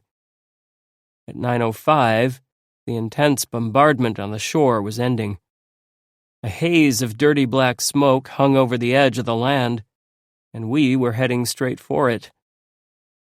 We followed not too distantly the first wave of landing boats, which we could see as an irregular line of moving white spots against the blue water, each spot dotted at the center with black. The white spots we knew were foam, the black, the boats themselves, making maximum speed toward shore. We could not see the boats strike shore, but signals rose ahead of us on the beach. The colonel turned to the rest of us in the boat and smiled. The agreed signal for a successful landing. A signalman stood on our motor hatch and wigwagged the good news back to our mothership. It was quickly acknowledged. The fact of a successful landing, however, did not mean that our effort to take the beachhead would be unopposed. We ducked well below the level of the gunwales as we reached a fixed line of departure, a certain number of yards from shore, and forged ahead. At 9:28, we passed the boats of the first wave, coming out from the beach to the ships to get another load of troops. We poked our heads up to see that they showed no signs of having been damaged by enemy fire. We gathered a little more courage now and raised our heads to see what was happening. Lieutenant Corey, squatting next to me, shouted to me over the rumble of the motor that perhaps there were no Japs. Still, It seemed that this would be too good to be true. Perhaps the Japs were merely drawing us into a trap. At 9:40, we were close enough to land to see isolated palm trees projecting above the shore, sign that we were coming close to whatever trap the enemy might have prepared. In our boat, there was no talking, despite the excitement of the moment. The motor was making too much noise at any rate. We sat and looked at each other, and occasionally peeped over the side to glimpse other boats plunging shoreward in showers of spray around us, or to cock an eye at the strangely silent beach. At 9:47, we were close enough to the shore to see a long line of our landing boats drawn up on the dun-colored sand, close enough to see a wallowing tank moving along the shoreline, tossing plumes of spray before and behind. We could make out throngs of our troops moving on the beach amongst a line of thatched roof huts. We then became very courageous, since it was apparent that there were no enemy troops in the vicinity. At 9:50, with a jolt, our boat grounded on the dun-colored sand. Our debarkation was leisurely. I jumped carefully from the bow and got only 1 foot wet, and that slightly. Hardly the hell-for-leather leap and dash through the surf with accompaniment of rattling machine guns which I had expected.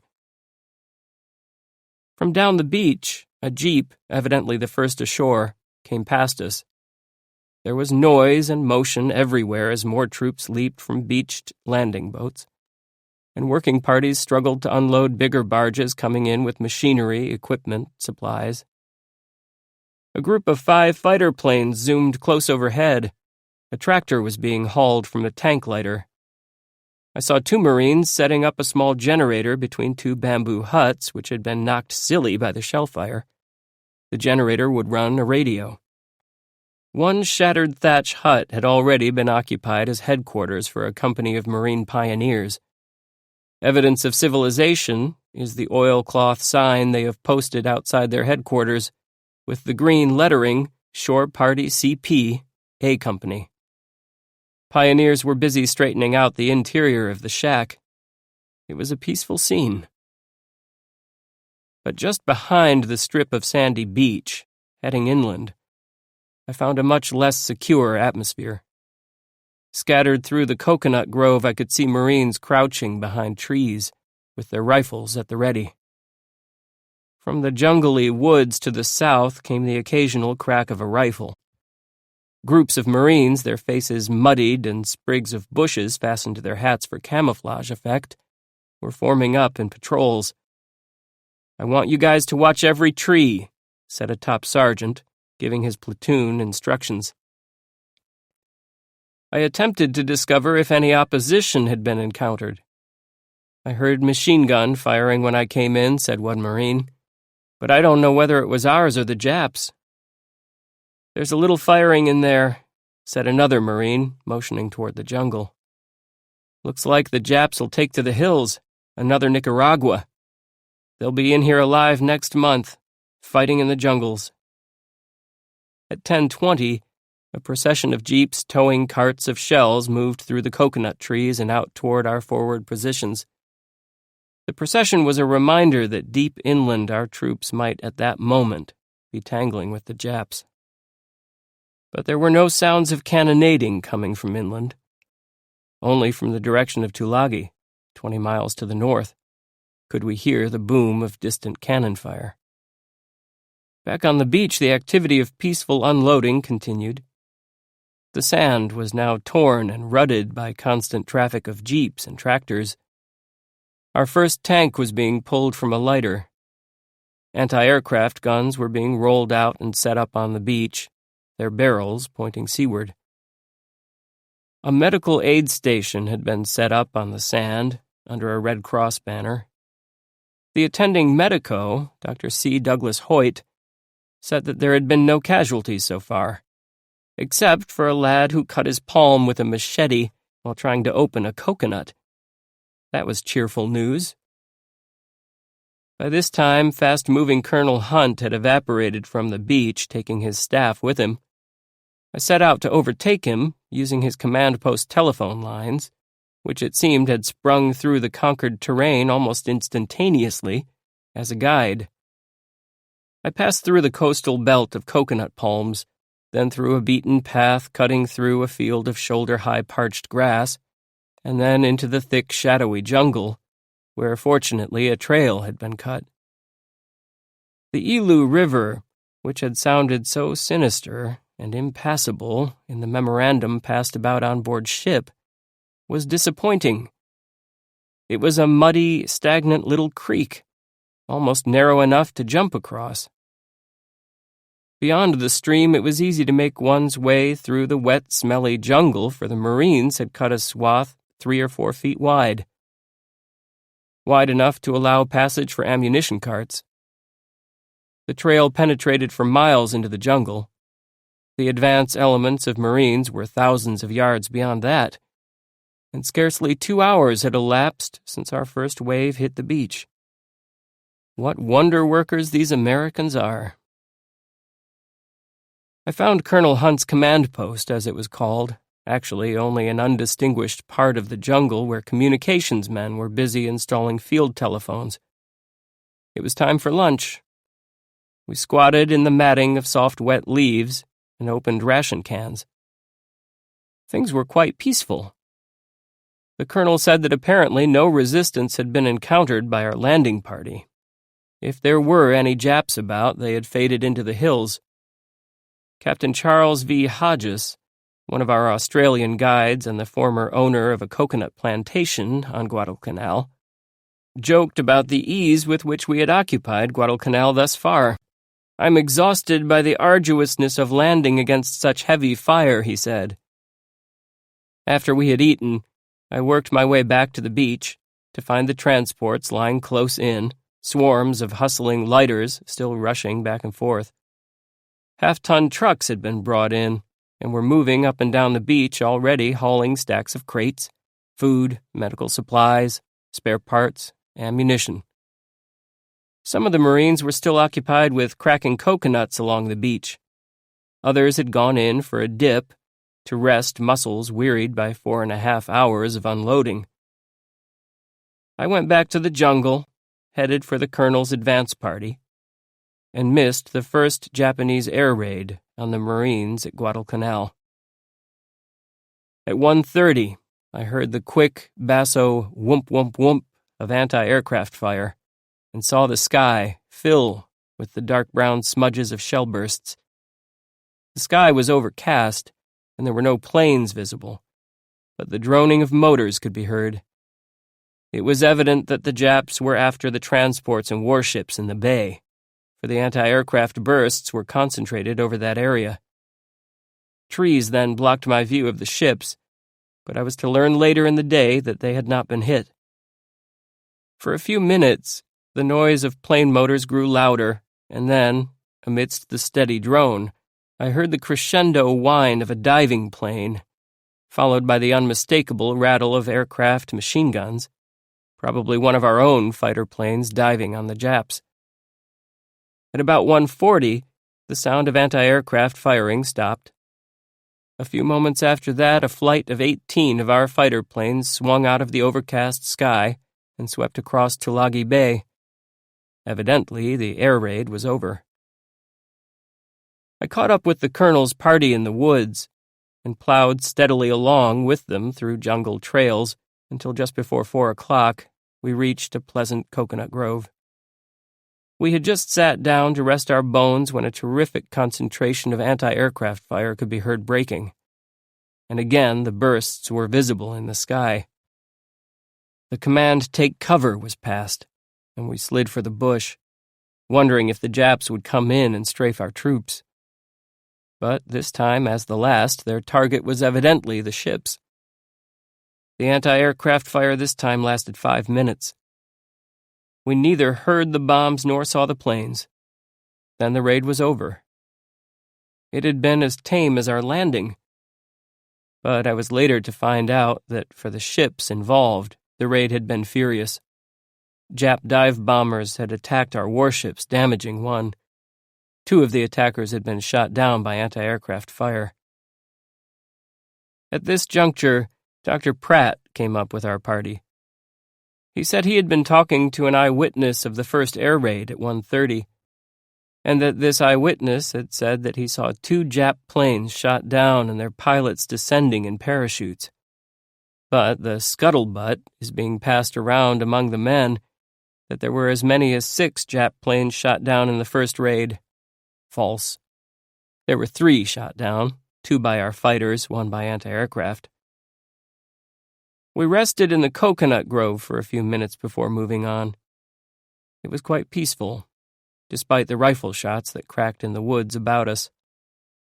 For it was now the general assumption amongst our group that there were no Japs in the vicinity.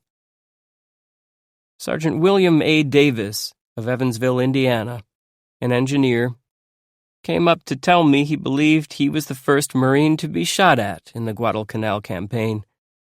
He made a wrong turn somewhere and got out ahead of the advanced troop elements shortly after the landing. 2 shots were fired at him, he said, and they came within a few inches. In the coconut grove, it was bizarre to see a Marine pick up a telephone and hear him say operator into the receiver. It seemed strange, too, to hear French horns, sounding exactly like those you might find on a fashionable roadster, tooting in the jungle. It happened they were attached to the tanks. "I'll be right out," said a Marine after one such toot, as if his girl were waiting outside with the top down. There was an end even to this amusement. We had to get up and march again for miles through the jungle, through coconut groves, across boggy streams and over steep little hills. At 4:30 we came out of the trees to an open field of tall grass. 2 Marines stood at the edge of the field. They had their .45 automatics in their hands and seemed a little nervous. One of them approached the colonel. "We found fresh chopped trees, which looked like they'd been cut about an hour ago, sir," he said. "We think it was a Japanese gun emplacement." But half an hour later, after some more painful trudging under heavy packs, we had not seen any signs of the enemy. We halted then in a grove of tall, slender white coconut palms, which must have been beautiful when it was well kept. Now there are piles of decaying palm fronds and aged, rotting coconuts on the ground. But we settled down to rest without a murmur of complaint. Anything would look like home after the day's hiking. We had a canned ration supper, and since there was no water, many of the lads busied themselves with knocking down green coconuts from the trees and cutting them open for milk. Some of the Marines had already learned the art of rapid coconut cracking. One such was PFC Albert C. Tardif, of Newark, New Jersey, who opened one for me in 2 minutes flat. Bedding down for the night under the tall palms and a panoply of soft stars would have been a beautiful experience, except for bugs, mosquitoes, and thirst, which unfortunately were all too present. With the coming of the dark, the macaws began to squeal in the treetops, and rifle shots became more numerous. The sentries were jittery on this, their first night on the island. I awoke from time to time to hear the call of halt, followed almost immediately by volleys of gunfire.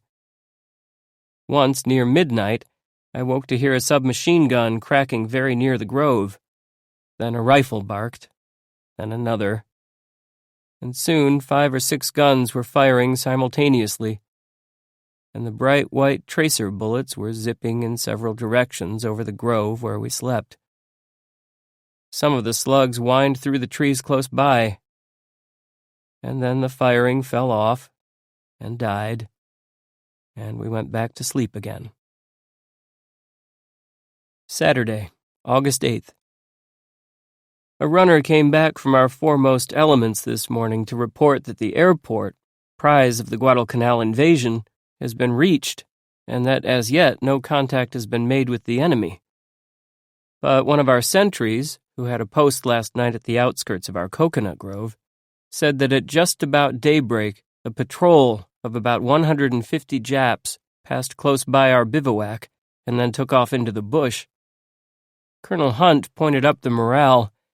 "This is no picnic," he said, obviously concerned over the fact that we have had an easy time of the campaign thus far. "We've got to be careful."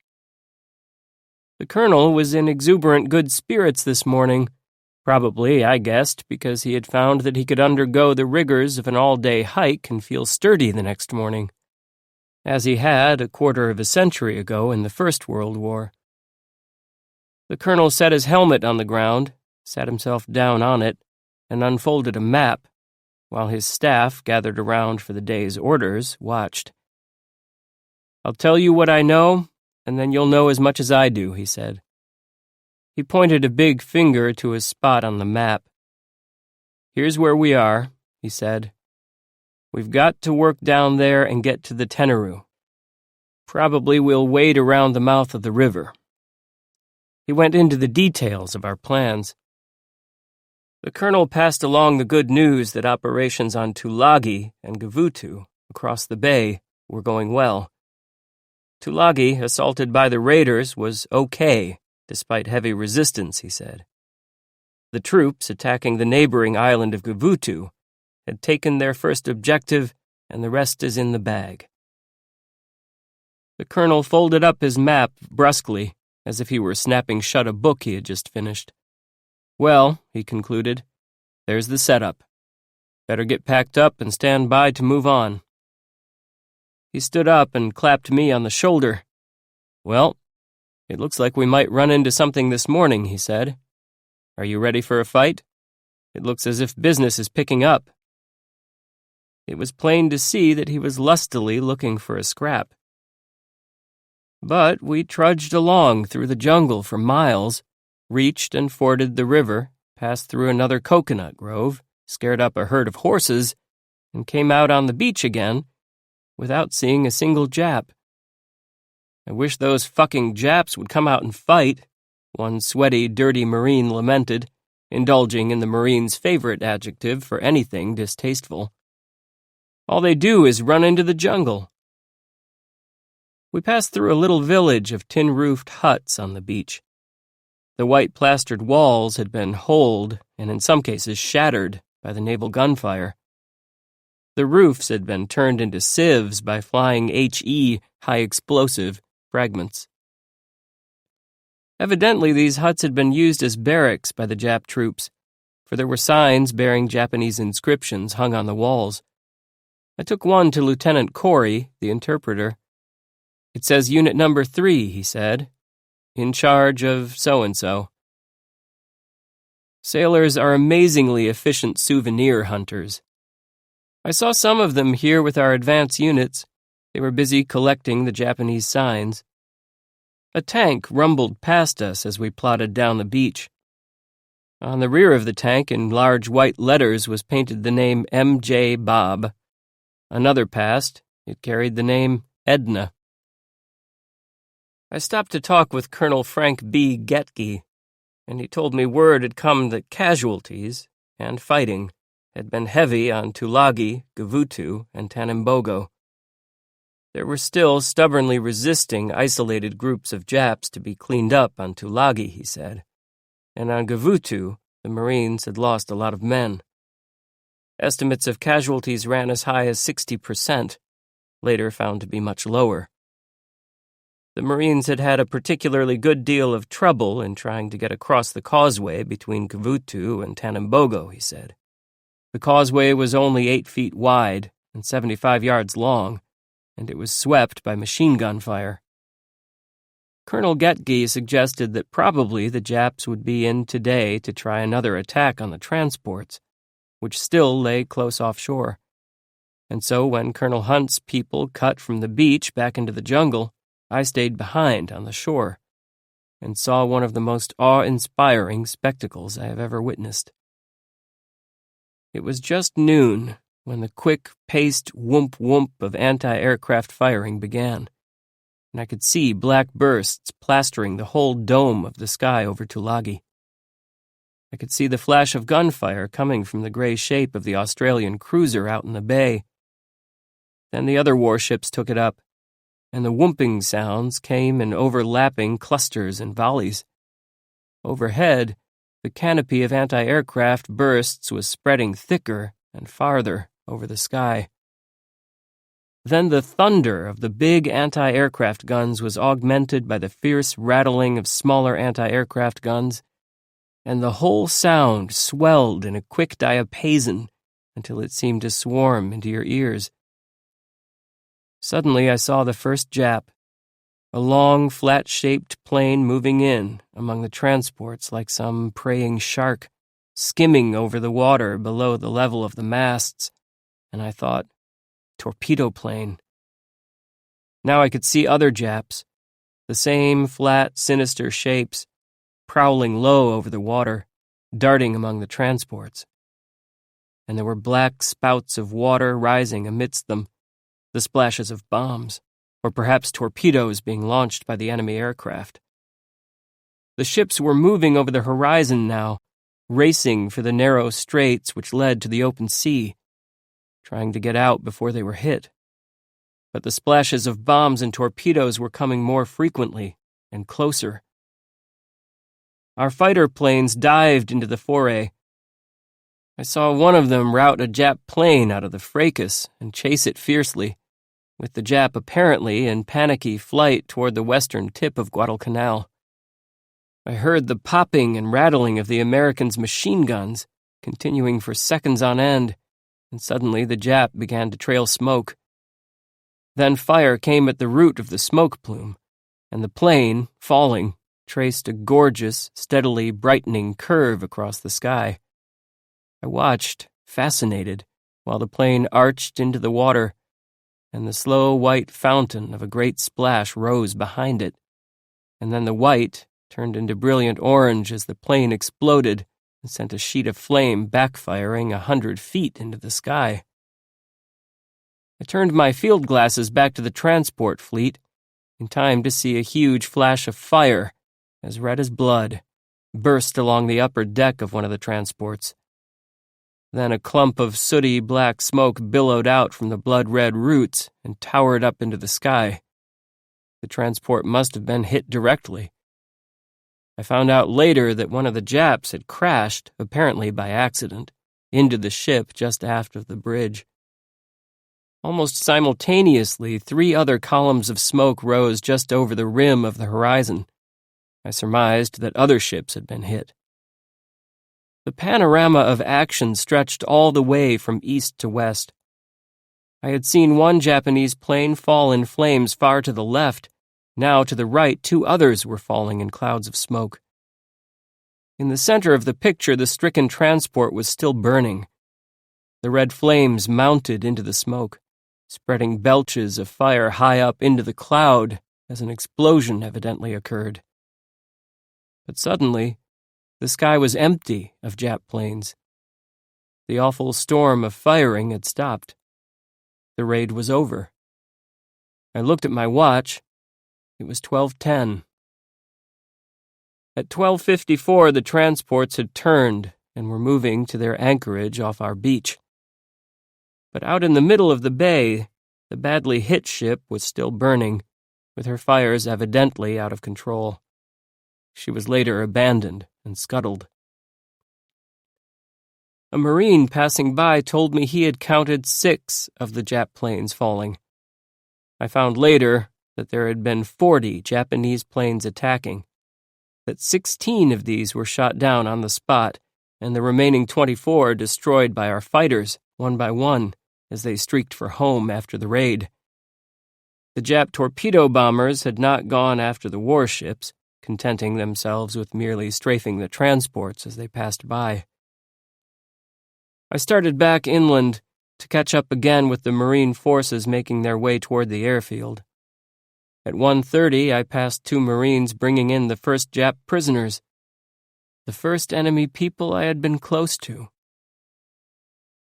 There were 3 of the Japs walking in single file, while the Marines, looking huge by comparison, shooed them along like pigeons.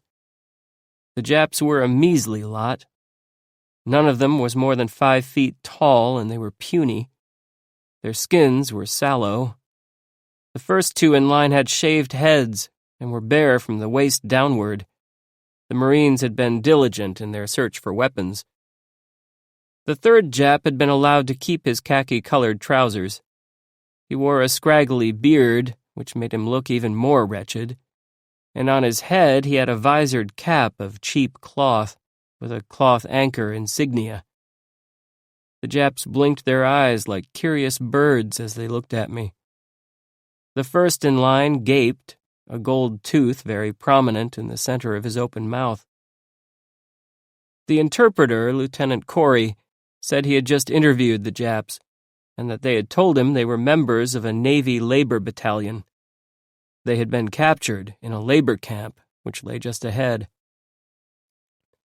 A few minutes later, I caught up with the temporary command post in a grove of trees. Major, now Lieutenant Colonel, Bill Phipps, William I. Phipps, of Omaha, Nebraska, was riding a captured Jap bicycle up and down a track road which cut through the woods. The bike was apparently brand new, a good-looking job, much like the typical English bicycle, with hand brakes and narrow tires. This was the first of a great stock of booty we were to capture. "There are lots more like this down the road," said Major Phipps, "and lots of other stuff, including trucks." Captain Ringer, Captain Wilfred Ringer of Brookline, Massachusetts, was about to lead a party to the camp. I went with them. Down the road, we passed a few more Marines riding shiny Jap bicycles. One careened amongst a group of marching troops, narrowly missing several. "No brakes!" he shouted. But finally he discovered the mechanism for bringing the machine to a stop. An American was being educated in foreign ways. To one side of the road rested 3 Jap trucks, with fresh gray paint and apparently in first-class condition. They looked like the latest American models, but carried a Jap trademark. Across the road sat a Ford V8 sedan, camouflaged in green and carrying the Jap Navy license plates with white anchor insignia, apparently an official's car. When we entered the Japanese tent camp, we knew why we had been able to sail into Tulagi Bay and under the Jap guns without being fired upon. The enemy had been caught completely unawares. In the first of the big tents, there were scores of them. We burst in upon a breakfast table, left completely in medias res. It looked as if the Japs had left by the back door as we came in the front. Serving dishes, set in the middle of the table, were filled with meat stew, rice, and cooked prunes. Bowls and saucers around the edge were mostly half full of food. Chopsticks had been left propped on the edges of the dishes, or dropped in haste on the floor mat. In other tents we found more signs that the Japs had run in panicky surprise when our assault began. Shoes, mosquito nets, toilet articles, soap, and other essentials had been left behind. Walking through the Jap tent camp, we could see the reason for their hasty withdrawal. Many of the tents had been ripped by HE fragments, and some knocked flat. Groups of coconut palms were shattered, their trunks rent and tops blown off by shell fire.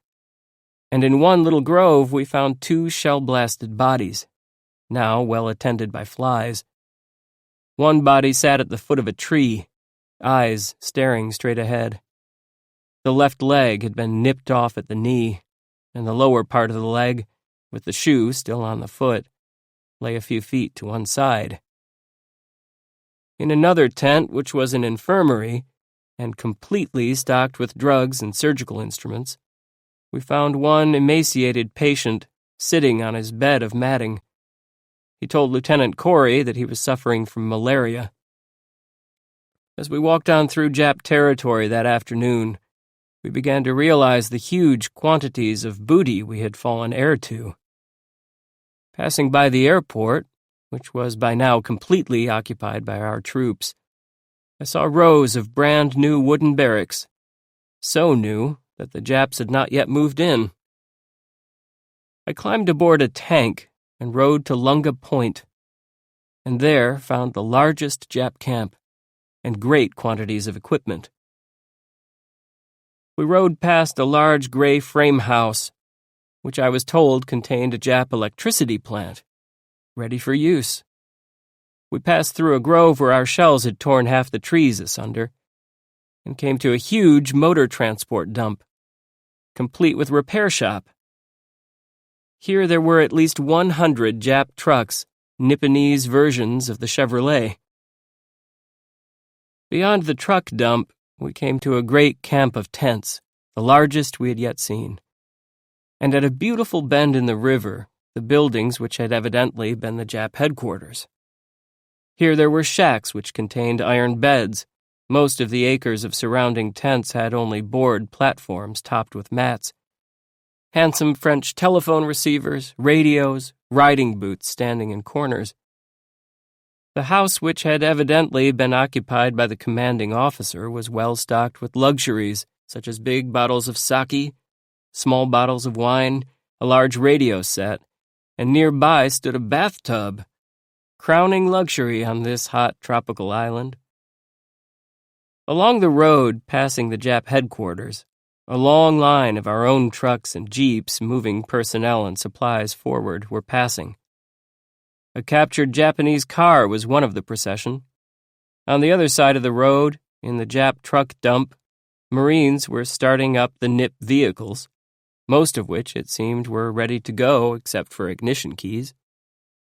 Few of our troops evidently had investigated one Jap house with open sidewalls. I wandered in and found a large drafting table, equipped with properly up-angled drawing boards in the center of the building, and a desk on a sort of porch at one end. Around the edge of the room were shelves filled with blueprints, drafting supplies, stocks of paper, record books. This had evidently been the headquarters office. One of the drafting boards had half-finished plans drawn on tissue paper, pinned to it. The drafting pen lay across the center of the drawing, evidence of a helter-skelter withdrawal. Nearby, a French phone lay beside its receiver, as if a conversation had been interrupted by our arrival. Around the headquarters buildings, I saw great stores of food. Stacks of crates filled with canned goods, cases of a soda pop labeled Mitsubishi Champagne Cider, and 2 varieties of Japanese beer. There were also large tins of hardtack and boxes of sweet biscuits. Some of the passers-by had already sampled the Jap canned goods. I saw that there were canned pears and peaches and pineapple, goulash, crab meat, shredded fish, and salmon, hardly the primitive diet on which the Japanese is traditionally supposed to subsist. I walked on down the road, seeking Colonel Hunt's command post, passed a Jap refrigeration plant, and came to a large warehouse full of food. Obligingly, the Nips had even left cooking kettles behind. Colonel Hunt told me that he had encountered no Japs all day, but as the afternoon sky grew darker and evening came closer, the feeling that we might have walked into a trap grew more pressing. To gain all this booty without a struggle seemed too good to be true. At 4:32 in the afternoon, we had our first alarm. We heard shots to our left and behind us, coming from deep in the woods. A few seconds passed in silence, and then, suddenly, I heard our men shouting loudly and violently. Saw them running for cover, flopping down in the brush to face our left rear. I thought, this is it. This is the trap. They've got us. I could see in the faces of the men around me that they thought this was the fight for their lives, which they had been expecting. But it was a false alarm. The colonel, afraid that in our nervousness we might fire on our own supporting troops coming up behind, walked boldly through our hasty skirmish lines and down into the woods whence the rifle shots had come. I followed to find the cause of the alarm. 3 Japs had bolted from one of the tents in the camp. Possibly they had been caught there by our advance as they tried to get some food, and they had been shot. 2 were dead. 1 lay on the ground, breathing hard. There was a small blood stain on the back of his shirt, the color of wine. A corpsman ripped off the shirt. There was a hole about the size of a dime in the man's back. "He won't last," said the colonel, looking at the wound. "That's an internal hemorrhage." Corpsman came up with a stretcher and carried the wounded man away, and he was given medical treatment, but he died soon after. It was 6:15, and we were back at the command post, when one of our officers was brought in on a stretcher. It was Lieutenant Snell, the colonel's aide. Lieutenant Snell was suffering from paralysis, although he could speak. A veteran of the World War, and in his middle years, accustomed to office work, he had been overcome by heat and exertion. An officer told me that Snell had lost consciousness 4 times earlier that day, but kept the matter quiet and attempted to stay with our moving column. The colonel wanted to do something to cheer his aide, so he took Snell's little pocket flag, an 8-inch by 12-inch star-spangled banner which the lieutenant had carried with him in China and the Philippines, and had it hoisted on the bare flagpole at the Japanese headquarters. It was touching to see the little flag, proud but pitifully small, ride up the mast, to see Snell's eyes watching it, and his mouth twisting and contorting as he tried to smile. Later, Lieutenant Snell recovered completely and rejoined the colonel. In the evening, I heard a story which Colonel Hunt had modestly not told me. That he had led the point of our troops crossing the Lunga River. Usually, it is a private's or a corporal's business to lead the point, the very forefront of an advance. But when the colonel reached the Lunga and found our troops holding back there and anxiously eyeing the forbidding dark woods across the bridge, he had led the way. Behind him went his staff, including the chaplain, Father Reardon, who was unarmed. When we bedded down for the night on the ground, I shared Father Reardon's poncho. We pulled it as closely as possible around us, for the sky looked dark and rainy. We were awakened by gunfire at about 11 o'clock. "There's something moving in the river," somebody said. People all around us were shooting with submachine guns, pistols, rifles. Again, the tracer bullets made dazzling patterns in the dark. After 10 minutes, the shooting stopped. If there had been any Japs in the river, they were certainly dead, or had retreated by that time. 3. Contact. Sunday, August 9th. A little after midnight this morning, the rain began to pour down on Guadalcanal. I withdrew myself from Padre Reardon's poncho and sought refuge in one of the Jap tents. It was fairly well filled already with Marines, but I found a place to lie down and slept until about 1 o'clock, when men all around me began to stir and talk, and coming half awake, I heard the sound of a plane buzzing overhead. It did not sound like one of our planes. The motor had a ragged, high-toned sound. We all stopped talking and listened. "It's a Jap," somebody said. A few minutes later, we had the proof. In the direction of the beach where we had landed, a greenish-white glow flickered in the sky. It was a flare.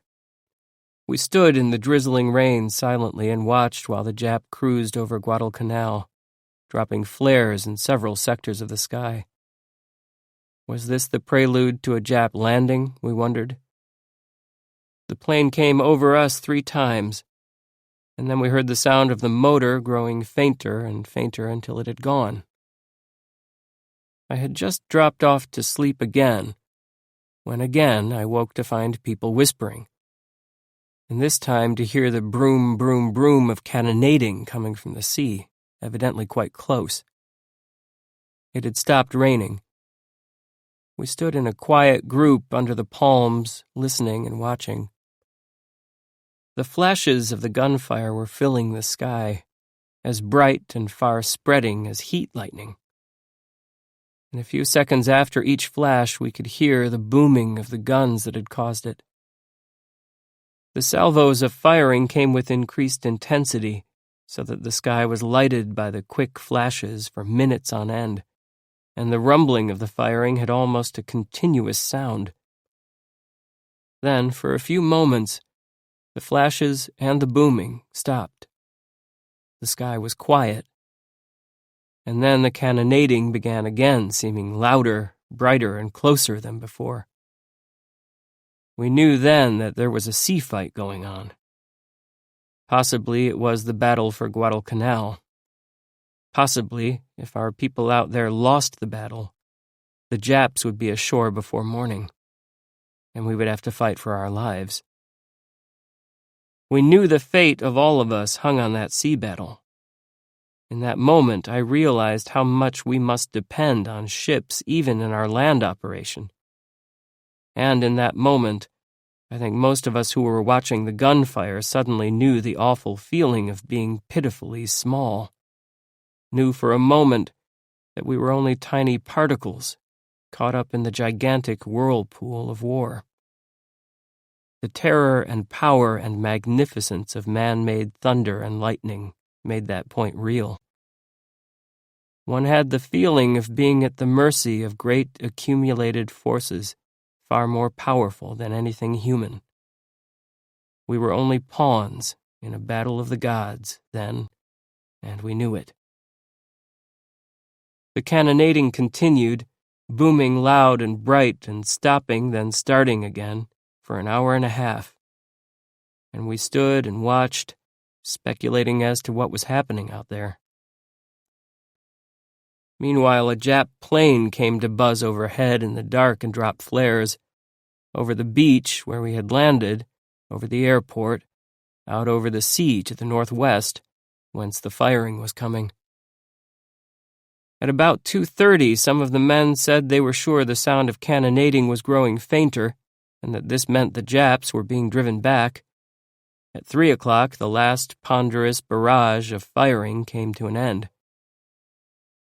I sought refuge this time in a Japanese sedan, probably the Jap commander's vehicle, which had been left at the side of the road.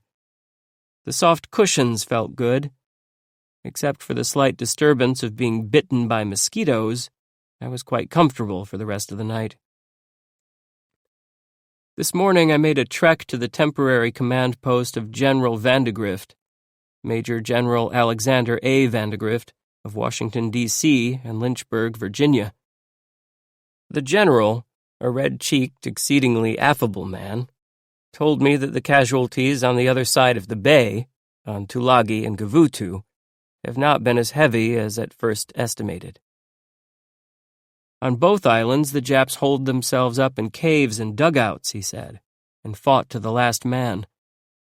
The conquest of Tanambogo was complete, he said, and today, the smaller island, Macambo, was being taken. The Marines also had a secure foothold on the largest island across the bay, called Florida, or Ingela. That was good news. But there was no news as yet about what happened in the sea battle to the northwest this morning. Back at Colonel Hunt's command post in the late afternoon, I heard an amusing story. Our forces reaching Kukum, which had been an enemy's strong point but was abandoned when we arrived, found many guns ready to fire, complete with ammunition, this morning. Among the guns was a 3-barreled pom-pom of about 1-inch bore.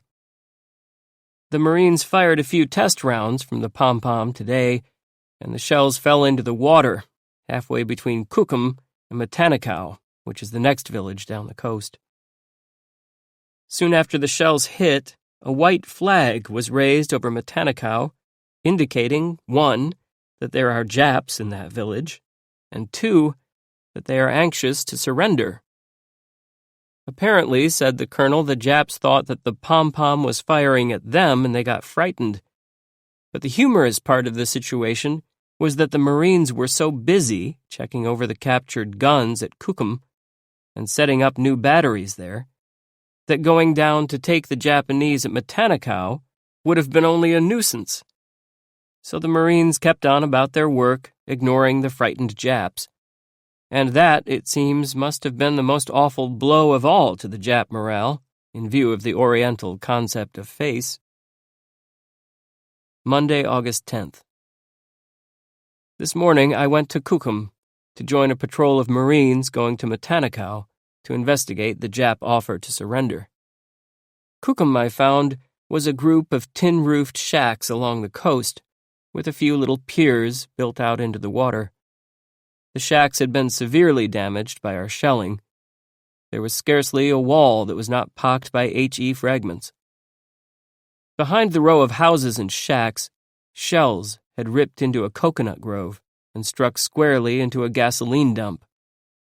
It was here that we had seen the great fire on the morning of our landing. Evidently, explosions had run through the fuel dump like wildfire, for the charred drums were puffed up like burned marshmallows, as if they had exploded from the inside outwards.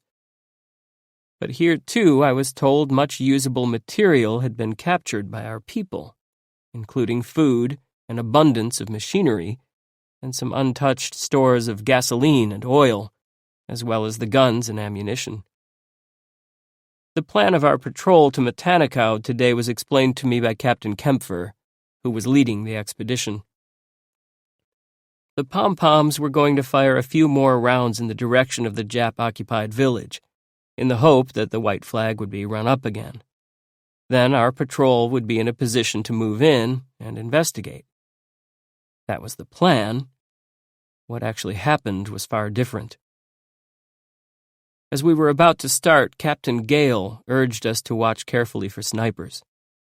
One of his men was shot in the stomach by a Jap last night, before the Jap was killed, he said. And another Marine was shot in the leg this morning, without ever seeing his assailant. I don't want to be an alarmist, said Captain Gale, but there might be snipers in any of these trees. It's best to keep a sharp lookout. We watched the trees carefully as we moved out of the bivouac area and started down the coast, keeping about a quarter of a mile inland so as to avoid being seen by the enemy during our approach to Matanikau. But we saw no Japs for some hours, though there were several false alarms. At about 9:30, a runner appeared from one of our flanking platoons as we halted for a rest. "Captain," he said to Captain Kempfer, "there are some Japs over to our left rear." At the word, our men scattered and took cover. But no Japs developed.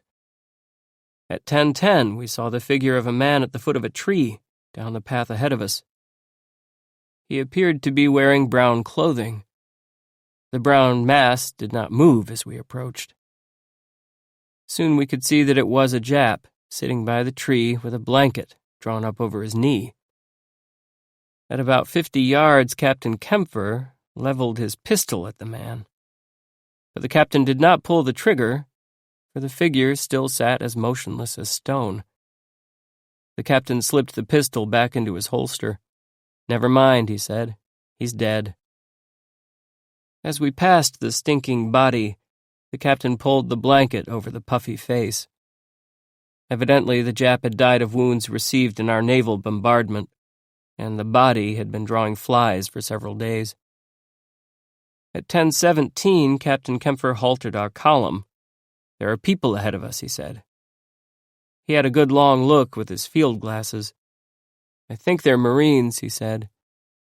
They were. A platoon which had gotten ahead of our advance. "We thought you were going to open fire on us," said one of the lads as we caught up with them. "We almost did," said Captain Kempfer with emotion. We had heard the pom-poms firing their scheduled rounds behind us, but when I peeped through the foliage along the shore and had a look in the direction of Matanikau, there was no white flag visible. Not today. We paused in a clearing where a few tall breadfruit trees stood, chalk white and stately, and a deserted thatch hut squatted in the grass. This clearing, we knew, was quite close to Matanikau. But after the long march without contacting any enemy, and the several false alarms of the morning, we were disinclined to believe we would run into any force of Japs. I talked with 2 Marines who told me with great gusto how they had fought and killed 2 Japs last night. "We were looking in some tents at Kukum," said Corporal Edward P. Antecchi of Detroit, "when I saw the Japs. I hollered, and we started after 'em. They ran and got in behind a bush and started shooting. We charged right at 'em," continued Corporal Antecchi. "I only had a pistol, so I had to get right on top of 'em before I could shoot. I fired 5 or 6 shots. Private Reynolds, PFC Terry Reynolds of Philadelphia, was eager to tell his story of the action. "There were 2 Japs, like stragglers," he said. "They got in a hole. We ran right in on 'em. I used up a whole clip of bullets while we were running up. I had to dive into a hole and get out another clip and load, so I could shoot some more." I asked Private Reynolds if charging the Japs in the open was not a dangerous procedure. "As long as they're trying to sight on you, you're all right," he said. "If they're aiming at you, they can't hit you." There was a little crack at the edge of the clearing where we had halted. A rickety bamboo bridge crossed the creek, and beyond it lay a thick tangle of jungle foliage. The trail which we had followed thus far, however, continued through the jungle, a good wide swath. I stood on our side of the bridge and looked down this trail with my field glasses and saw something that made me start. 3 or 4 tense figures of men stood in the center of the trail, several 100 yards away. They were looking in our direction. Others of our people had spotted the Japs, for Japs they were, but for the moment we were not sure. There were 3 or 4 of us standing in the path, looking at the Japs, and they were squinting at us, not yet sure that we were enemies. The Jap Navy field uniform looks much like our Marine utility suit. "Those are our men," said one Marine. "I don't think they are," said another. And in the quick flash of a moment we were sure, and the Japs were sure. "Take cover," someone shouted, and we hit the ground, while simultaneously the Japs vanished from the trail, disappearing as quickly as a frightened school of fish. After that, we formed up quickly and pushed across the bridge and down the trail. Now we kept cautiously to the sides of the trail, using the trees as protection. Squads spread out fan-like to the left in the jungle and to the right along the beach to protect our flanks. At 11:10, we heard the cry "halt" to our left and ahead, and there was a rifle shot, which was in turn answered by another shot of a peculiarly sharp, high pitch. Then there was a burst of machine gun fire. Then silence as we pushed forward along the trail. "What happened?" I asked a Marine who looked very nervous. "It sounded like a Jap .25 caliber to me," he said. At 11:20, a runner came in from our right flank to say that 2 Jap landing boats had been found on the beach. I worked my way to the beach, through a tangle of vines, ferns, and stunted pineapple plants, and had a good look at the boats. They were about 40 feet long, with gunnels ornamentally curved like a pagoda, not like the straight, powerful lines of our own landing boats. Each had a bin-like hold for troops and a movable ramp, which could be let down to allow the troops passage to a beach at the bow. There was a small wheelhouse with a shield of metal plate at the stern, but the shield was obviously ineffective, for on one of the boats it was punctured on both sides by bullet holes. The Japanese had evidently been living aboard this craft. In the little cramped cabin under the wheelhouse we found bottles of sake, cases of hardtack, and cans of meat. Also a small envelope containing a spent bullet, obviously one of those which had raked the wheelhouse and had been kept as a souvenir by one of the Japs. It was 11:40, and we were working our way down the beach at the fringe of the jungle when there came a sudden spattering of sharp rifle reports to our left and ahead. Deeper-toned rifles took up the chorus, machine guns joined in, and the shower of sound became a rainstorm. Jap riflemen and machine gunners had opened up on our left flank, and our own rifles, submachine and machine guns, were returning the fire. The sound of firing was coming from farther down the beach, too, and it took me only a second or two to flop amidst a row of Marines who had taken cover behind a long white log which lay athwart the strip of sand. We lay there a few minutes while the Marines fired down the beach and into the jungle on the left, and then I noticed all of a sudden that our lads had pulled their heads down, way down, and were lying extremely flat on the sand.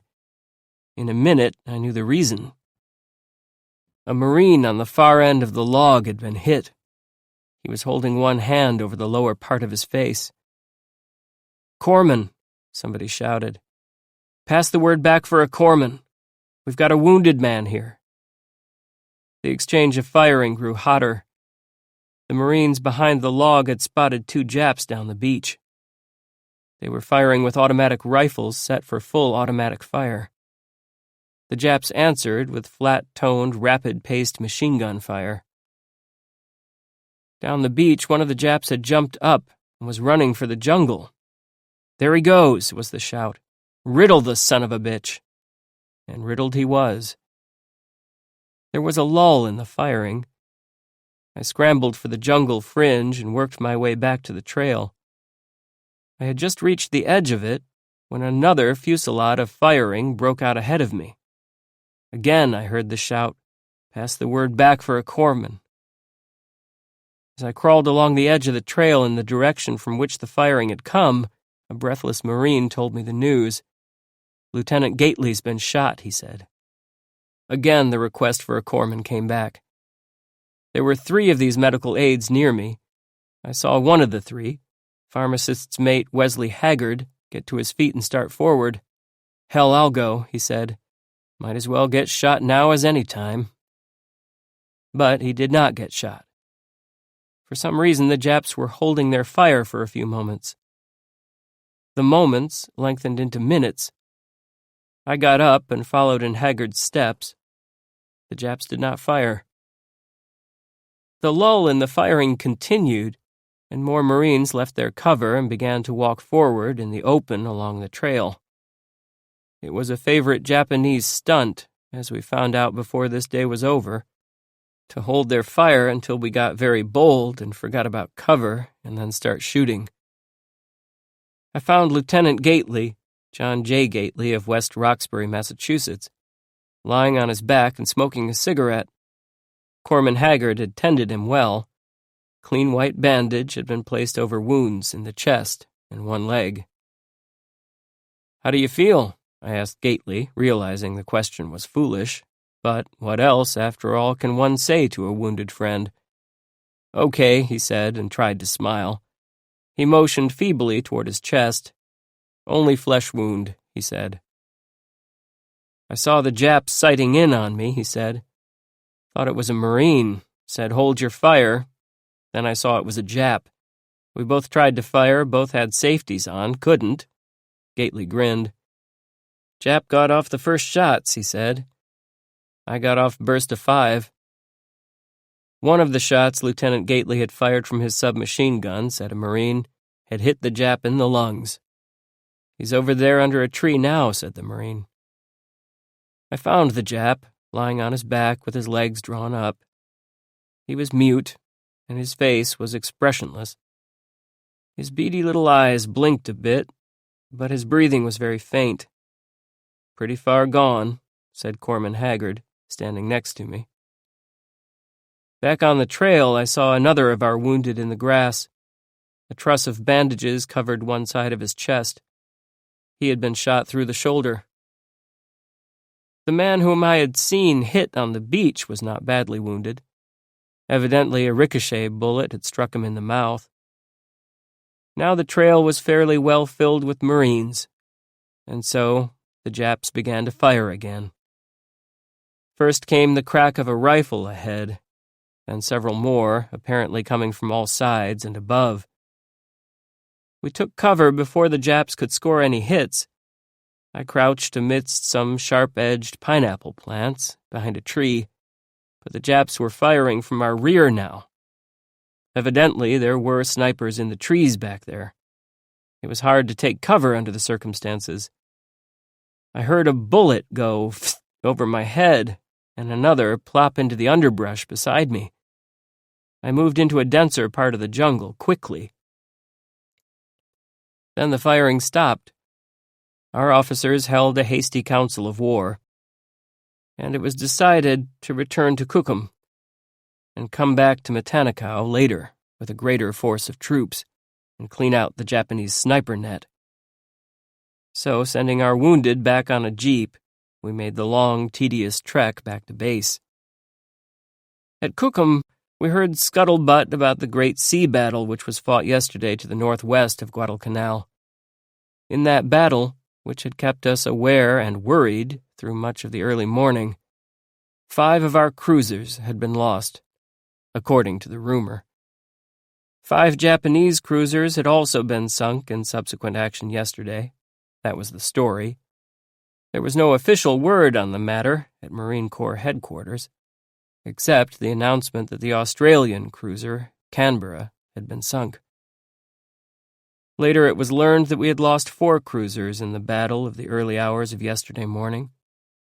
The ships were the Canberra, the Astoria, the Vincennes, and the Quincy. In the evening, I went to a tent camp near the seashore, the camp of Captain Hawkins, who had been my roommate aboard ship during the approach to Guadalcanal. Captain Hawkins told me his assault company, which with Captain Kempfer's troops had seized the beachhead on Guadalcanal, had encountered no resistance the first day. They had captured 5 Jap laborers, and that was all. Captain Hawkins, I found, had achieved the honor of being the first American invader to set foot on Guadalcanal. His boat had hit the shore first. Captain Kempfer's boat, the second to touch shore, had been about 75 yards behind. I decided to spend the night in Captain Hawkins' tent, and was weary enough after the long day's trek and excitement to settle down to a good sleep. But just as darkness was setting in, we got word that a submarine had been sighted offshore. That made the business of sleeping difficult, especially in view of the fact that our tent was only some 200 yards from the water's edge. Would the Jap counter-invasion come tonight? Would the submarine or submarines come in close and shell our camp? Whatever happened, we would bear the brunt of it. The other officers in the tent were jittery. They talked like magpies, without ever a breathing space, far into the night. The favorite topic was home. Fortunately, there was no landing attempt, no shelling by Japanese submarines that night. Tuesday, August 11th. It was a quiet day. At headquarters, I learned that the transport which I had seen burning so brightly after the air raid of August 8th had been the George F. Elliott, that when all efforts failed to bring her raging fires under control, she was torpedoed by one of our own destroyers. The USS Jarvis, a destroyer, was attacked that day and later listed as lost when the Navy could find no trace of her. But the fact that the Japs had lost all of the attacking planes more than evened the score. We heard the news from Tulagi that conquest of objectives in that area had been virtually completed, except for isolated snipers. Tulagi, Gavutu, Tanambogo were conquered and thoroughly occupied by our troops. We had a good foothold on Florida, Ngala Island. About 400 Japs had been killed on Tulagi, 800 on Gavutu and Tanambogo, we heard. Bob Miller, the only other news correspondent on the island, and I, made arrangements to go to Tulagi tomorrow. Our patrols failed to contact any concentrations of Japs on Guadalcanal today. Lookouts along the shore reported seeing several Jap submarines, but there was no shelling of our shore positions during the day or at night. The night's sleep was undisturbed, extremely welcome. Wednesday, August 12th.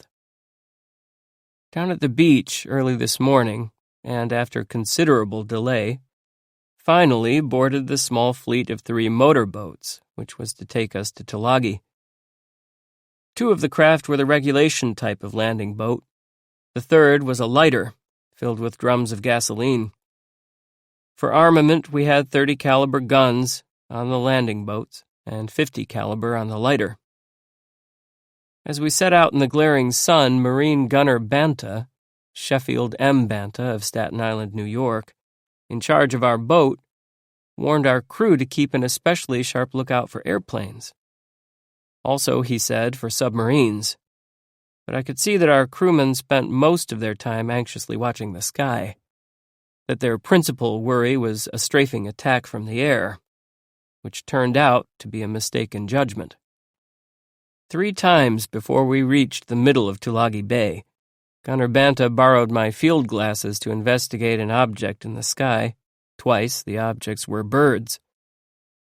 The 3rd time there had been an excited warning from Seaman John R. Tull of Wachapreague, Virginia, who manned one of our machine guns. Gunner Banta took the field glasses and focused them nervously. "It's a plane," he shouted, and our machine gun swung around and angled toward the sector of the sky where he had been looking. Then suddenly we could all see the plane. It was coming straight for us. I suppose in that moment we all realized how helpless is a small boat under the attack of a well-armed aircraft. One felt suddenly very much alone, out there in the middle of the bay, with at least 10 miles of water on every side. "Don't shoot until we've identified it," ordered Banta, as our gunners pulled back their bolts and charged their machine guns. "Remember, there's a PBY scheduled to come in today." So we waited, tensely, while the spot of the plane against the sky grew larger. And then, at last, we could see the distinct outline of a seaplane hull, the high wing and twin-motor nacelles of a P-boat. "It's ours," said Gunner Banta, and we began to breathe freely again.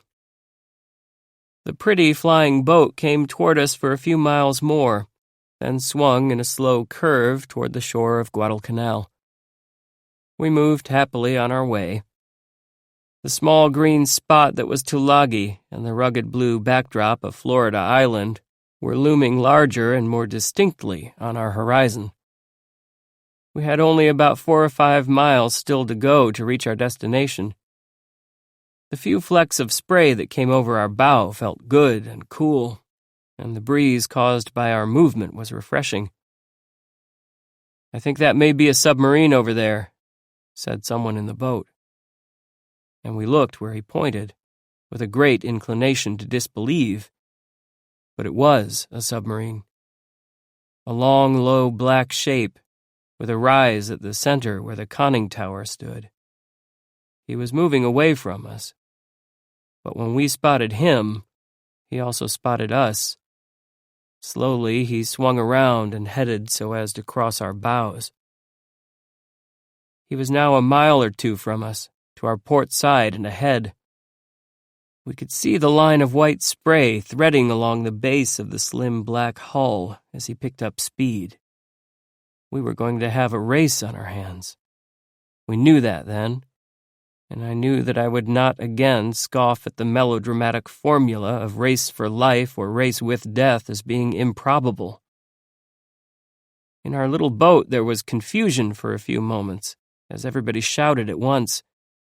There was some doubt as to what we should do. Should we run back for Guadalcanal, or head for the open sea, or cut for the eastern right-hand tip of Florida Island and try to reach it before the Jap cut us off? There was no time for debate. Gunner Banta gave the order to head for Florida, and Coxswain Charles N. Stickney, of Newberry, Michigan, swung our helm sharply to the right and opened the throttle. Our boat began to jar and pound against the choppy waves as we suddenly picked up speed, and sheets of spray bowled over the bow and drenched us. The other boats of our little fleet were also pounding along at full speed, tossing plumes of white spray over their cockpits. But the submarine was gaining. It was evident that he was moving swiftly, that our race with him was going to be close, and that we might have to swim for it, even if we won the race.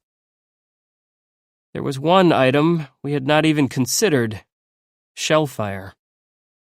It was a horrifying sight to see geysers of water leaping up between us and the submarine, for we knew then that he was ranging in on us. We heard the sharp bang of the shells exploding, and knew they would soon be coming dangerously close. Then there were more geysers, closer to the submarine, and we were mystified for a moment, until we heard the booming of gunfire coming from Tulagi shore.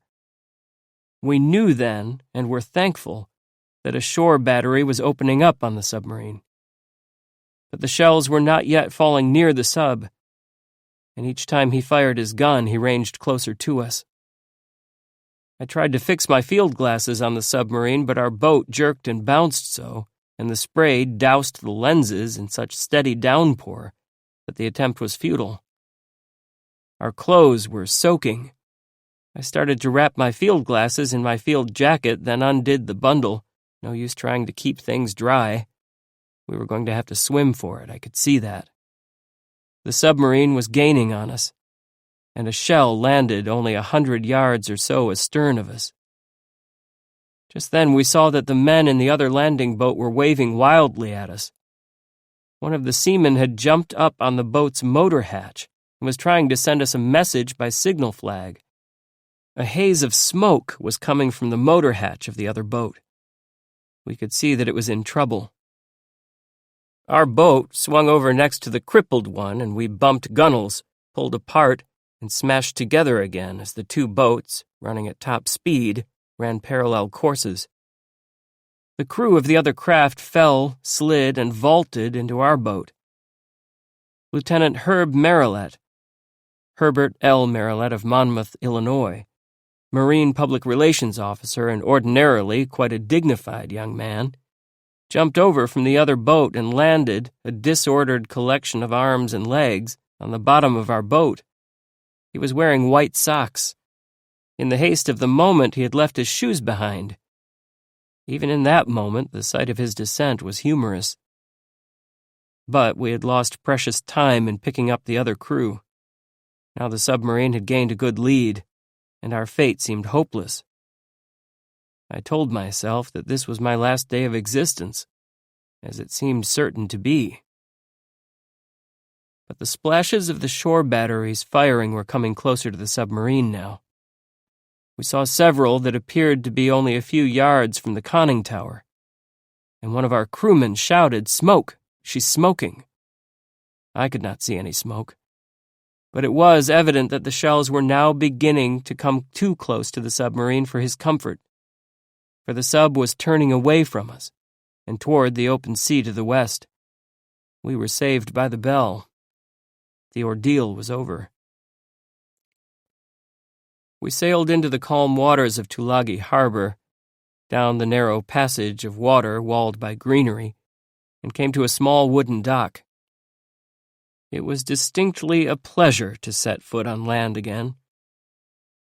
The buildings along the shore did not seem greatly damaged by shellfire, although some of the walls were pocked by bullet holes. We made our way to a frame house where we had been told we would find General Rupertus and the officers of his staff. General Rupertus was a dynamic type, younger than the average general. He showed us to a bare room where we sat on the edge of a table while we talked. This was his office. There had not been much time to set up the creature comforts on Tulagi. The general summarized the fighting on Tulagi, Gavutu, and Tanambogo. The toughest job, he said, had been to clean out scores of dugout caves filled with Japs. Each cave, he said, had been a fortress in itself, filled with Japs who were determined to resist until they were all killed. The only effective way to finish off these caves, he said, had been to take a charge of dynamite and thrust it down the narrow cave entrance. After that had been done, and the cave blasted, you could go in with a submachine gun and finish off the remaining Japs. The Jap dugouts, dungeons, the general called them. The Jap dugouts, dungeons, the general called them, had been found in great numbers on Tulagi and Gavutu. Exterminating them had been a tedious job, particularly on Tulagi, where only yesterday the last of them had been finished off. "You've never seen such caves and dungeons," said the general. "There would be 30 or 40 Japs in them, and they absolutely refused to come out, except in 1 or 2 isolated cases." The general was enthusiastic about the bravery the Marines had displayed in the fighting here. "There should be 40 or 50 congressional medals awarded to these people," he said. "I don't know how to express it," he said. And it was plain to see that he was having difficulty putting his admiration into words. "I think the United States should be just as proud of these people who gave their lives," he began and paused, groping for a sufficiently glorious phrase, but it would not come. He finished the sentence lamely. "Gave their lives in the most wonderful work in our history." He tried again. "I mean that when it comes to bravery, there isn't anybody in the world that can beat us," he said. "I don't think the United States has an episode in its history that can touch what's been done here."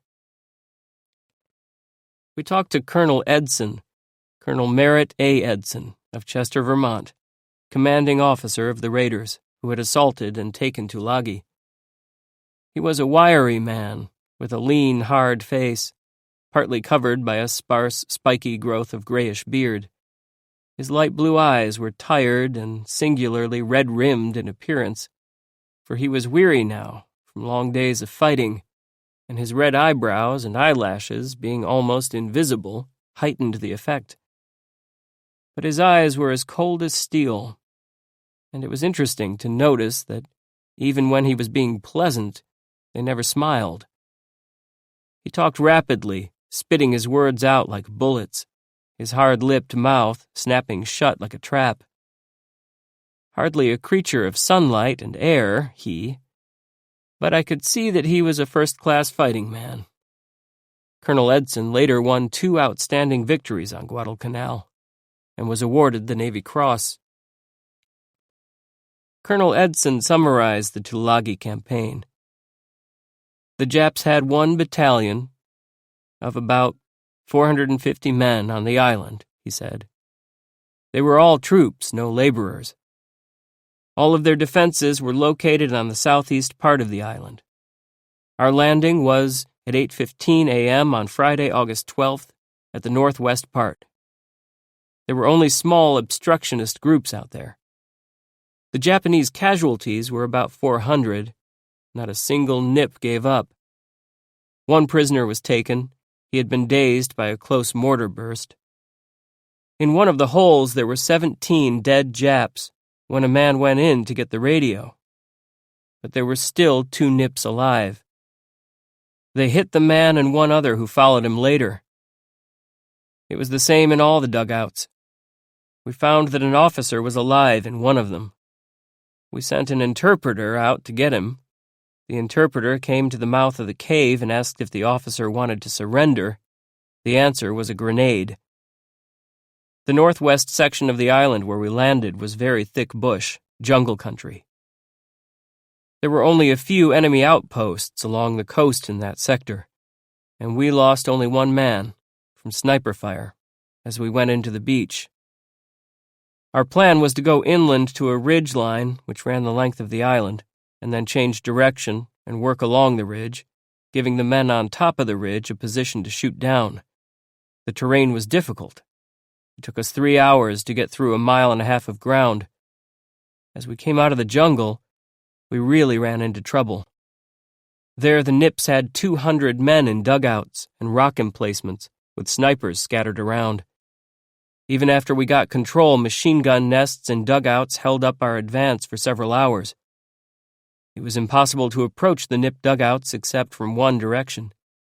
You had to crawl up on the cliffs and drop dynamite inside, while you were under fire all the time.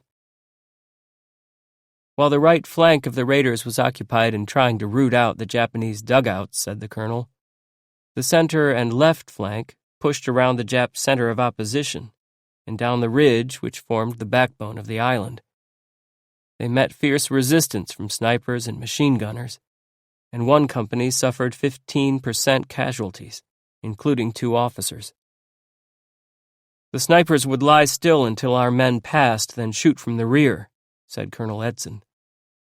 There were snipers everywhere, in trees or buildings behind rocks.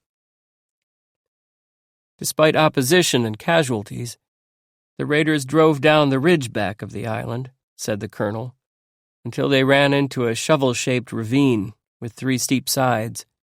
Here they met the stiffest Jap resistance. The walls of the ravine surrounded a flat space which the British had used as a cricket field. Now the Japs had dug innumerable large caves into the limestone walls of the ravine, and from the narrow mouths of these dugouts they fired rifles, automatic rifles, and machine guns. There was continuous crossfire across the ravine, said the colonel. By the time the Marines reached this area, it was dusk, and they halted for the night, but the Japs were organizing a counterattack. At 10:30 that night, the Japs counterattacked, said the colonel. They broke through between C and A companies, and C Company was temporarily cut off. The Japs worked their way along the ridge and came to within 50 to 75 yards of my command post. The Nips were using hand grenades, rifles, and machine guns. We suffered quite a few casualties, as our men fought hard to hold the Japs back. One machine gun company lost 50% of its non-commissioned officers. Finally, the enemy was thrown back. The next day, the raiders, aided by support troops under Colonel Rosecrans, Colonel Harold E. Rosecrans of Washington, D.C., cleaned up the southeastern end of the island. The Nips were still in the pocket in the cricket field area, but we had positions for machine guns and mortars on 3 sides of them. We closed in on the pocket and cleaned up some of the dugouts. By 3 o'clock that Sunday afternoon, we had complete physical control of the island. A few groups of snipers and machine gunners remained. It took days to finish them off. The Nip defense was apparently built around small groups in dugouts with no hope of escape. They would stay in there as long as there was one live Jap. There was a radio for communication in nearly every one of these holes. We pulled out 35 dead Japs from one dugout. In another, we took out 30. Some of these people had been dead for 3 days, but others were still in there shooting. In none of these places was there any water or food. The Nips had evidently made a dash for their dugouts when the naval bombardment came, without stopping for provisions. In one case, there were 3 Japs cornered. They had 1 pistol. They fired the pistol until they had 3 shots left. Then one Jap shot the 2 others and killed himself. Colonel Edson listed some of the outstanding heroes among his raider troops. Major Kenneth D. Bailey of Danville, Illinois, had acted with great bravery in trying to knock out a Jap dugout emplacement which was holding up our advance. The cave was dug in the ravine, said the colonel. The enemy fire was so severe that our men could not advance. Bailey got on top of the cave by crawling. He tried to kick a hole in the top. When that failed, he tried to kick the rocks away at the foot of the entrance. While he was attempting to do that, one of the Nips stuck out a rifle and shot him in the leg. Then there was Gunnery Sergeant Angus Goss, a one-man demolition squad. When one Japanese cave had resisted with particular stubbornness, Sergeant Goss had tried throwing in hand grenades, and these had been promptly returned by the Japs inside. The sergeant then tried holding the grenades for 3 seconds before hurling them, but even in this case the Japs caught the missiles and threw them back. The patient sergeant then got TNT and thrust it into the hold, but the Japs shoved the TNT out of the cave and the dynamite exploded outside, driving splinters into Goss's leg. He then got mad and went into the cave firing full tilt with his submachine gun. and killed the 4 Japs who remained alive. 8 other dead Japs were found in the dugout. We visited the Cricket Field Ravine where the toughest Jap resistance had been met. The stink of rotting bodies was very noticeable. We passed several piles of shattered rock lying against one of the limestone sides of the ravine. These were cave mouths, which had been blown in with dynamite. Some of the cave mouths were intact. Braving the odor of the dead inside, the raiders had not found time yet to bury their foes. One could see that the entrances to these Jap strongholds were long and narrow, affording very good defensive positions. We had to step over 6 or 7 bodies which lay in front of one of the cave mouths. They were bloated like overstuffed sausages. Other bodies were scattered over the floor of the ravine. We talked with several other staff officers before we shoved off in a landing boat for Gavutu. One was Lieutenant Commander Robert L. Strickland of Enid, Oklahoma, Director of Air Support Operations.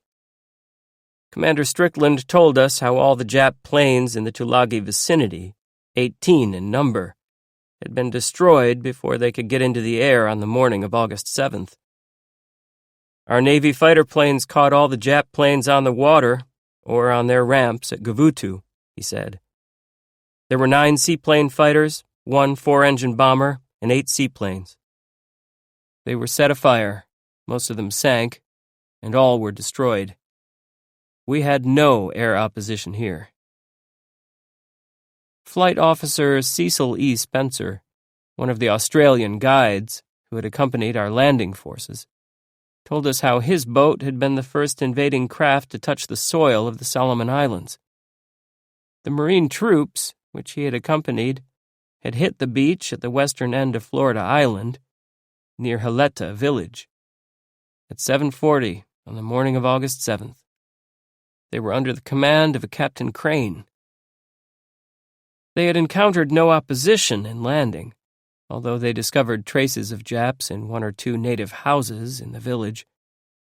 Leaving an outpost on a hill which commanded Haleta, Captain Crane, Flight Officer Spencer, and the larger part of these Marine troops had left the area.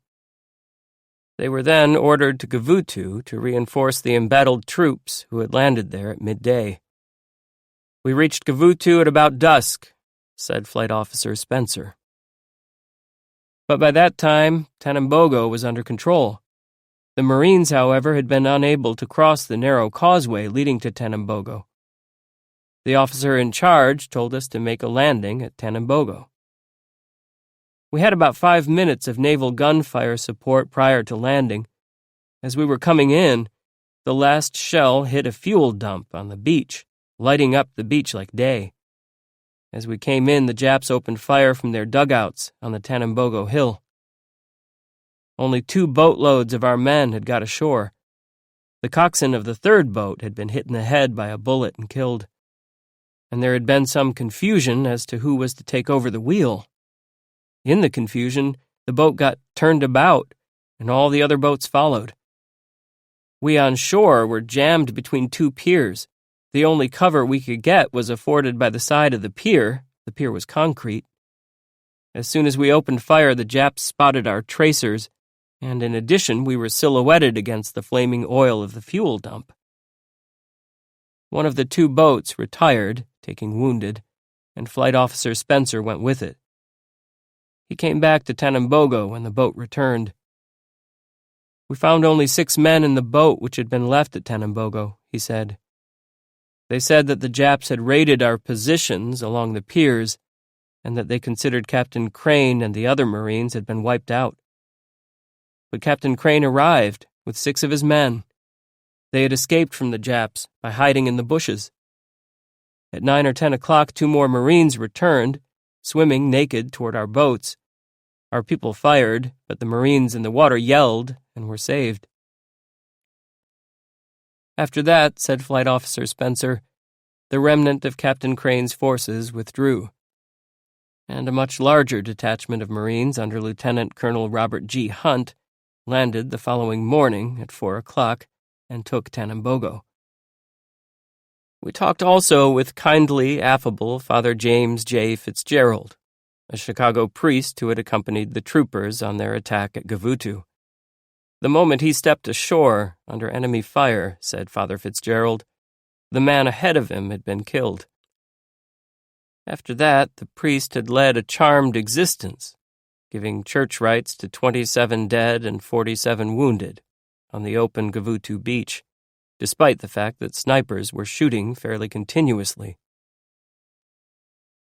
We were anxious to visit the Gavutu and Tanambogo battlegrounds and secured permission to go. We went by landing boat. Our guide was a sturdy young man in high boots, Captain Stallings, Captain George R. Stallings of Augusta, Georgia. He was the temporary commanding officer. I noticed that Captain Stallings' steady blue eyes looked weary, almost to the point of being haunted. He spoke in a very low voice, as if he were still under fire and did not want to give away his position through loud talking. We sat on the floor of our boat en route from Tulagi to Gavutu, for we had to pass on the way through a narrow strait where, said Captain Stallings, there were still snipers. When we landed at the shattered concrete docks on Gavutu, Captain Stallings gave us a concise outline of the attack there. Only a few hundred troops had come in on the assault against Gavutu, said Captain Stallings, because it was expected that Jap opposition would be small. By far the heaviest opposition had been expected on Guadalcanal. But it had turned out that there were an estimated 1,370 Japs on Gavutu, and the secondary objective, Tanambogo. Here, as everywhere, the Japs had been caught by surprise, said Captain Stallings. The first company of the troops had landed with only sniper fire to harass them. The second company had met heavy fire from a distance 500 to 600 yards from shore, all the way to the beach. The third company had suffered heavy casualties while approaching the shore and landing. The troopers planned to take Gavutu first, then move on to Tanambogo, said Captain Stallings. This meant they first had to storm a steep hill, 148 feet high, on Gavutu. This hill, and another 120 feet high on Tanambogo, commanded the docks where the assault troops landed. The hills, and particularly Gavutu Hill, were honeycombed with dugout fortresses, like those which had been encountered on Tulagi.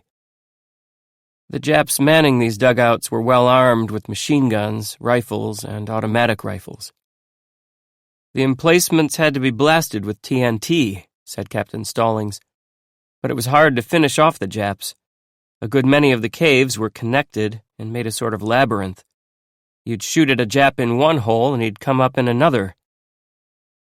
From the dock we had a good view of the two hills, for in fact they seemed to occupy practically all of the land space on the two small islands. It was as if an overgrown beehive or anthill had been planted on each island. The two land bodies are connected by a long, narrow causeway apparently built of seashells. We passed several concrete-walled, metal-roofed buildings as we left the dock. They had evidently been storehouses for a certain large soap company. Now the walls and roofs had been riddled by bullets and shell fragments. One of the larger buildings along the shore had been a company store. The Marines had used it as a hospital. Dr. Burke, Dr. Eisenberg, and Dr. Thorne worked here continuously for 3 days, said Captain Stallings, under heavy fire. The Japs took special pains to throw a lot of fire into the place. Incidentally, said Captain Stallings, our casualties in the Gavutu-Tanambogo campaign were 77. 27 killed and 50 wounded. The Japs had probably lost more than 800 troops.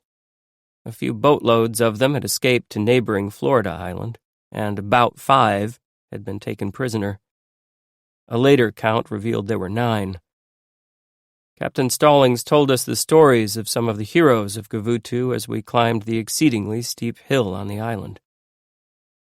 One of the first Marine casualties, he said, had been Major Robert H. Williams of New Bern, North Carolina, who had led the first wave of troops trying to storm this very hill. But the outstanding hero had been Captain, now Major, Harold L. Torgerson of Valley Stream, Long Island, who had blasted more than 50 Jap caves with homemade dynamite bombs. His method was to tie 30 sticks of dynamite together, run to the cave mouth while 4 of his men covered it with rifles and submachine guns, light the fuse, shove the TNT in amongst the Japs, and run like hell. In his day's work, Captain Torgerson had used 20 cases of dynamite and all the available matches. His wristwatch strap had been broken by a bullet which creased his wrist. Another grazing bullet had struck his rear end. But that did not stop his pyrotechnic campaign. On one occasion, said Captain Stallings, the wild and woolly Torgerson had attached a 5-gallon can of gasoline to one of his homemade bombs to make it better. That bomb went off with a great roar, knocked Torgerson down, and blasted away most of his pants, as well as blowing in the roof of a Jap dugout. Torgerson's only comment, said Captain Stallings, was, "Boy, that was a pisser, wasn't it?" 2 other troops had distinguished themselves in disposing of Japanese dugouts, said Captain Stallings. Corporal Ralph W. Fordyce, of Conneaut Lake, Pennsylvania, had cleaned up 6 Jap emplacements in each of which there had been at least 6 Japs. In one case, he had dragged 8 Jap bodies from a dugout which he had just entered with his submachine gun. Corporal Johnny Blackman had blown in 5 dugouts with TNT. Sergeant Max Koplow of Toledo, Ohio, had disposed of the Japs in 2 dugouts connected by tunnels. He had earlier killed 3 Japanese who were playing dead amongst the corpses on Gavutu Beach. Platoon Sergeant Harry M. Tully of Hastings, Nebraska, had picked off 3 members of a Japanese machine gun crew at an extraordinarily long range. The Japs had fought with almost unbelievable stubbornness. Some of them cached their rifles, then swam out into the water and returned at night to pick up their arms and snipe at our troops. But the Marines had fought with the greatest ferocity. Corporal George F. Grady of New York City had charged a group of 8 Japs on Gavutu Hill by himself. He had killed 2 with his submachine gun. When the gun jammed, he used it as a club to kill 1 more Jap, and then, dropping his gun, had drawn the sheath knife he carried on his belt and stabbed 2 more of the enemy, before he was himself killed by the 3 Japs who remained unharmed. PFC Ronald A. Burdo of Detroit, Michigan, had charged the hilltop, firing his automatic rifle from his hip, and had killed 8 Japs. There were others in the long chronicle of heroism recited by Captain Stallings as we climbed and paused at the top of Gavutu Hill, but these were outstanding. I should have liked to hunt up and talk to some of the surviving heroes of the Gavutu campaign, but our coxswain was anxious to be on the move back to Tulagi before sunset. "The Marines shoot anything that moves after dark," he said. We had only a little time left then, so we decided to round up our excursion with a quick trip to Tanambogo. Climbing down the steep Gavutu Hill, I wondered how the troops had ever succeeded in taking this island. Looking down from that precipitous hill to the strip of docks where the Marines had landed gave one the commanding feeling of looking into the palm of one's own hand. I thought then, if I did not know that the Marines had taken this island hill, I would have said that the job, especially against a well-armed, numerically superior force, was impossible. We rowed in a boat from Gavutu to Tanambogo, bypassing the long connecting causeway, where the Marines had tried without success to effect a crossing. We landed on the Tanambogo docks, where other Marine troops had finally come ashore. We passed 2 burned-out American tanks. These, said Captain Stallings, were the vanguard of the American landing.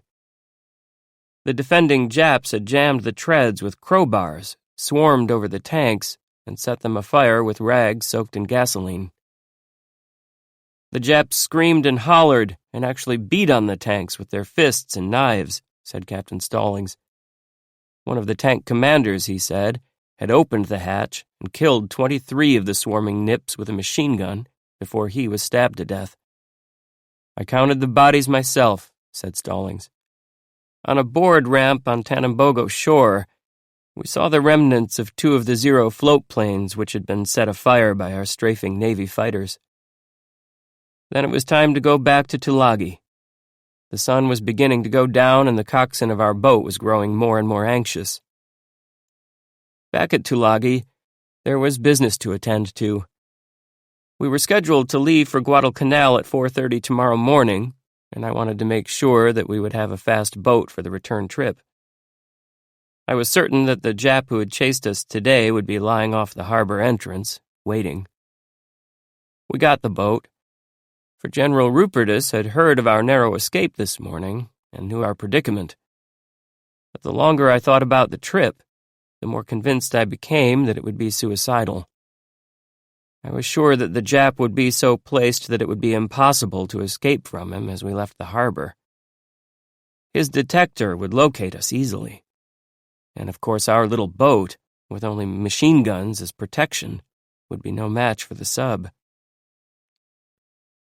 We bedded down on the floor of a shack very near the Tulagi dock, so that when we moved in the morning, we would not have to pass a line of sentries. I lay awake for hours, tortured by the thought that if we were not fools, we would wait until we could make the trip by air. How about the PBY which had flown into Guadalcanal this morning, was the thought that suddenly occurred to me. I stepped over the sleeping officers in the shack, waked one who would know, and asked if the PBY could be called on to ferry us back. He said no, that the PBY had already left Guadalcanal and returned to base. I suggested that we might wait until air support arrived at Guadalcanal Airport. That would make our trip safe. But we were carrying dispatches back to Guadalcanal and could not wait an indefinite period of time until our aircraft showed up. We would have to take our chances. I felt better then, knowing that we had no alternative except to run for it. But it seemed to me inevitable that we would be caught and sunk, for the sub had obviously decided this morning that we were some sort of official boat worth chasing and worth waiting for. I sat on the front steps of the shack, under the soft white stars, and thought that this would be my last night of life. I thought that, all in all, it had been a good life, although it seemed to be ending a little early. Thursday, August 13th. We were up at 4 this morning, and down to the dock in the dark. The night had turned cold, as is usual in this climate. The sky had been blacked out by a low overcast. There were to be 2 boats in our fleet. One was our own landing boat, the other a small 80, which was to carry Jap prisoners back to Guadalcanal. Now the prisoners, their hands up, were being led into the small hold of the lighter. There were 10 prisoners, 3 of them Navy troops, the other 7 uniformed laborers. They took their places silently, obediently, as if they expected to be taken out into the bay and drowned, and were resigned to their fate. 2 of them later told an interpreter that they had expected to be killed when captured. And so we started out, showing a prearranged signal to warn outposts against shooting at us. And once past the line of sentries, we crept along at a low speed, hugging the cover of the shoreline. The water was rough, and despite our low speed, we were drenched by spray. At about 5 o'clock, we thought the jig was up.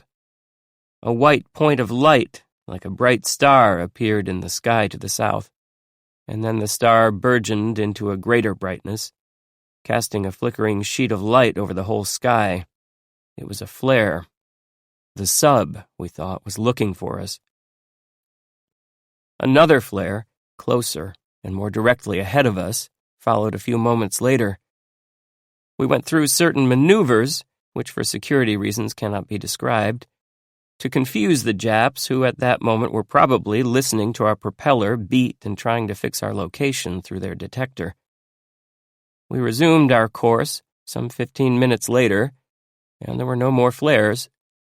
But several times more we went through maneuvers designed to throw off the enemy. It was 6 o'clock in the morning, and the sky was growing uncomfortably light when we passed the last protecting shoulder of land and headed out into the open bay. There would be no land within easy swimming distance now until we had nearly finished our trip. This was our dash for life. The coxswain opened the throttle wide and we pounded hard into the short, high, choppy waves. Solid water began to sluice over the bow in sheets.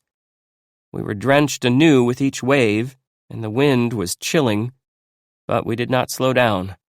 This was no time for comfort. Somewhere we had lost a lot of time, fallen far behind our schedule. We had planned to be out in the middle of the bay by 6:30, but at that time we were only a few hundred yards away from the shores of the Tulagi group of islands. But the submarine, we thank our stars, did not appear. We found later that he had been sighted across the bay, along the Guadalcanal shore, at about that time. Halfway across the bay, the coxswain turned to me and said, "Our chances are about 1 in 3 of getting there now." But whatever our chances at that moment, they had certainly improved greatly. The high, cloud-girdled mountains of Guadalcanal were becoming more and more distinct ahead of us. We would be there soon, if we did not spot a sub. Then we were close enough to Guadalcanal to see isolated palm trees clearly against the skyline and rows of bamboo shacks. We knew we were going to make it. Back at Colonel Leroy Hunt's command post, where I am billeted, I heard some bad news. That Colonel Getke, Lieutenant Corey, Captain Ringer, and several others of our personnel are missing on an excursion to Matanikau. Also old Dr. Pratt, the incorrigible adventurer, who went along with the expedition for the fun of it. The story is that a Japanese prisoner, there are more than 100 on Guadalcanal by this time, mostly labor troops, offered to take Colonel Getke to the village with the contention that the Japs were willing to surrender. So Colonel Getke took a party of 26 officers and men and set out in a landing boat for Matanikau. The party made a night landing, ran smack into the middle of a Jap ambush. Colonel Getke was the first man hit. Only 3 of the party escaped by swimming down the coast to Kukum. They were Corporal Joseph Spaulding of New York City, Sergeant Charles C. Arndt of Okolona, Mississippi, and Sergeant Frank L. Few of Buckeye, Arizona. Few and Arndt killed 3 Japs each in the course of the fight. Sergeant Few is a swarthy 22-year-old half-Indian, vastly respected by the men because he is, as the Marines say, really rugged. This means he is a tough hombre, and Few certainly looks the part. He has fierce dark eyes, a wiry muscular body, and he moves with the swift ease of a cat. A flashing white smile, sideburns, and scraggly black beard and mustache only intensify the effect. Sergeant Few told me the story of the ill-fated expedition to Matanikau. He was still a little shaky from the experience. They got Colonel Getke in the chest right quick. Spaulding and I went up to him, but when I put a hand on him, I knew he was dead. Just then I saw somebody close by. I challenged him, and he let out a war whoop and came at me. My submachine gun jammed. I was struck in the arm and chest with his bayonet, but I knocked his rifle away. I choked him and stabbed him with his own bayonet. Knowing Colonel Getke was dead, said Few, he started back to join our other Marines who had landed. Then he suddenly spotted a Jap in the fork of the 2 trees. My own gun was still jammed, he said, so I borrowed Arndt's pistol and shot the Jap 7 times. I got my gun to working after that, but I couldn't use the magazine. I had to stick a cartridge in the chamber each time I wanted to shoot. I could only fire 1 shot at a time. Just then I saw another Jap. I let one go, and it hit him in the face. Then I bashed him with the butt of my gun. When he got back to the main body of Marines, few found they were dug in for a fight. He dug in too, using his helmet and hands, and there followed a long exchange of shooting. Several other Americans had been hit, notably Lieutenant Corey, the interpreter, with a bullet in the stomach, and Captain Ringer. The Japs were closing in for the kill when the sky began to grow light with a pre-dawn glow. Spaulding had earlier made a break for the beach, started to swim for Kukum. Arndt followed, and then Few, stripping down to his underclothes, made a dash for the water. It was the end of the rest on the beach, said Few. The Japs closed in and hacked up our people. I could see swords flashing in the sun. Few had to swim 4.5 miles to reach Kukum, and there are sharks in that water. But he made it. When I talked to him only a few hours later, he did not seem physically tired at all. I went to General Vandegrift's headquarters, where a table, an unusual luxury on Guadalcanal, was available for typing. But it was difficult to do any work. There were 3 air raid alarms, which kept us on the run, although no Japs materialized. Guadalcanal Airport, I find, has turned out to be quite a prize. The runways, it is said at headquarters, are excellent. One huge runway is 3,778 feet long and 160 feet wide, and was surfaced with coral gravel and cement, except for a strip 197 feet long, when we arrived. Shelters for planes had also been set up by the Japs, and they had left behind 5 steamrollers, 2 tractors, a large cache of first-quality cement, and a system of electric lights running the length of the runway. Back at my tent tonight, I felt a loneliness which could not be gainsaid.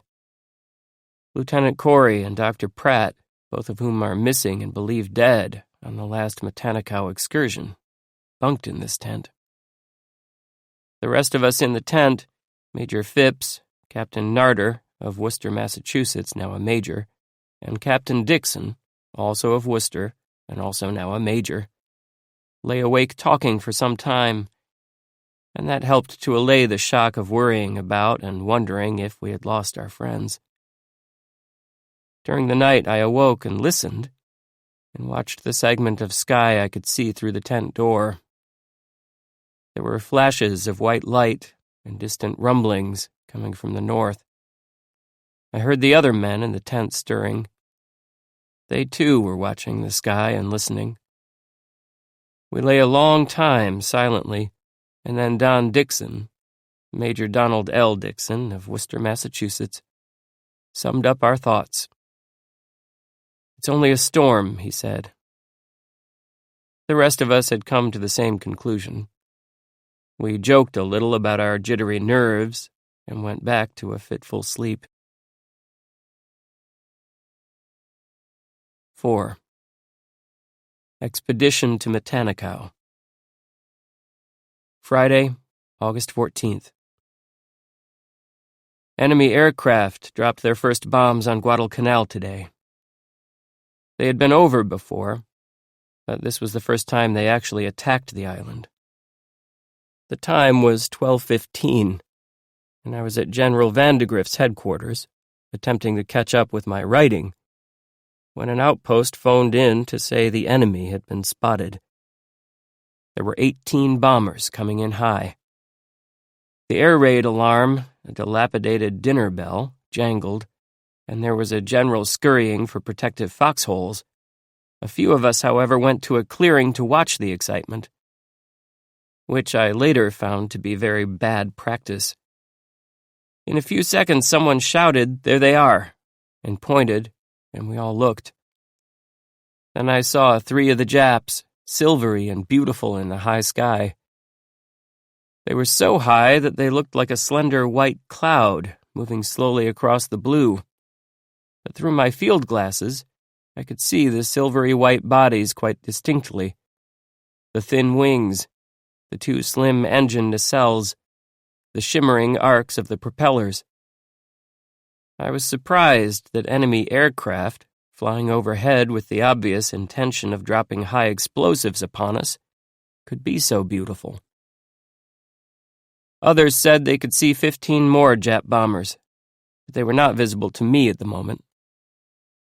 I watched, my glasses frozen on the flight of 3 planes, while they cruised slowly, leisurely, over the airport. Suddenly, from directly in front of us came a swift sequence of explosions, and in an instantaneous reaction we hit the deck. But it was one of our own anti-aircraft batteries which we had heard. They were firing fast now.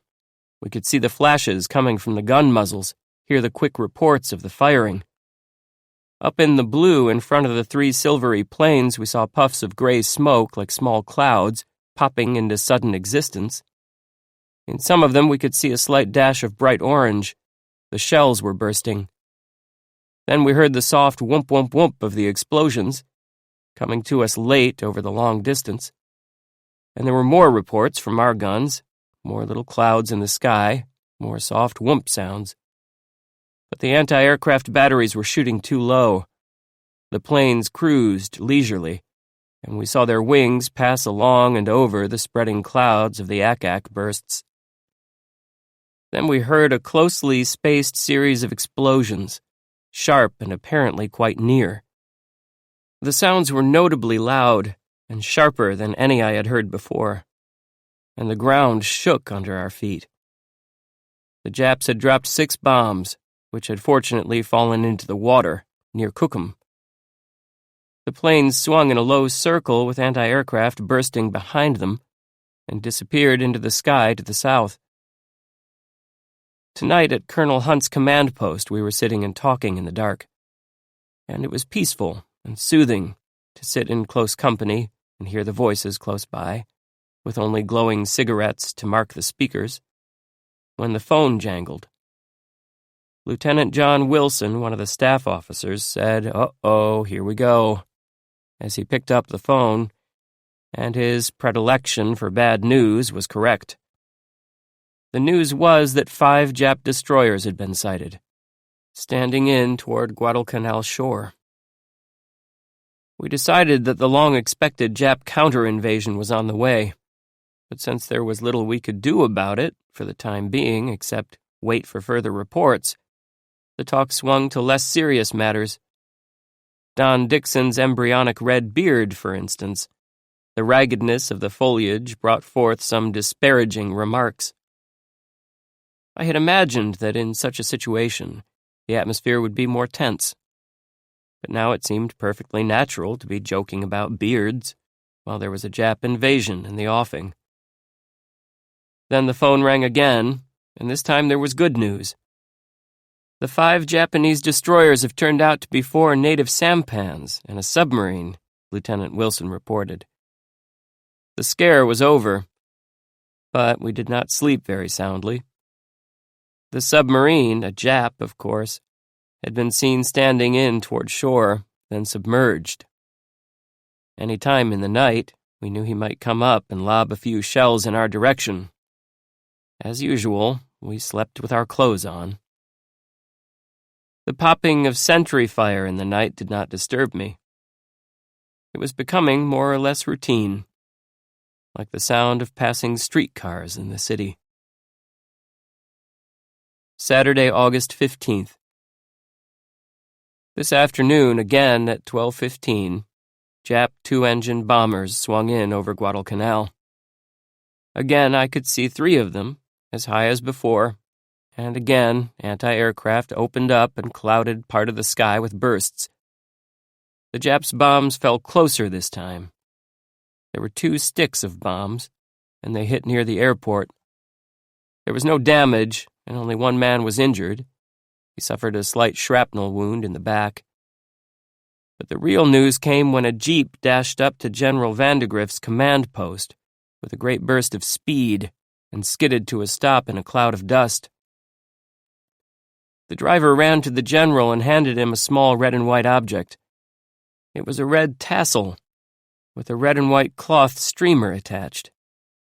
It had been dropped by a Jap plane, said the breathless driver, and it contained a map giving directions to NIP troops on Guadalcanal. The enemy planes had also dropped supplies in parachutes, said the driver. Our men were setting out to retrieve some of the bundles, he said. The map, a mimeograph drawn on cheap paper, was most interesting. It showed the beach and the airport, with an arrow pointing inland to a spot marked in Japanese, Broad Place. From Broad Place, where a cache of food was indicated, a dotted line ran to the airport. The line was marked 6 kilometers. Later in the afternoon, 2 Marines brought in 2 of the packages of supplies which the Japanese had dropped from their planes today. Also, the news that there had been about 14 dropped in all. Of these, our forces had recovered more than half. The packages, wicker containers with cushions on the bottom to break the impact of the landing, contained food and ammunition. There were cans of goulash, bags of biscuits, little boxes of Japanese candy, and .25 caliber ammunition in clips. There were also more mimeographed sheets, obviously designed to cheer the desperate Japs on Guadalcanal.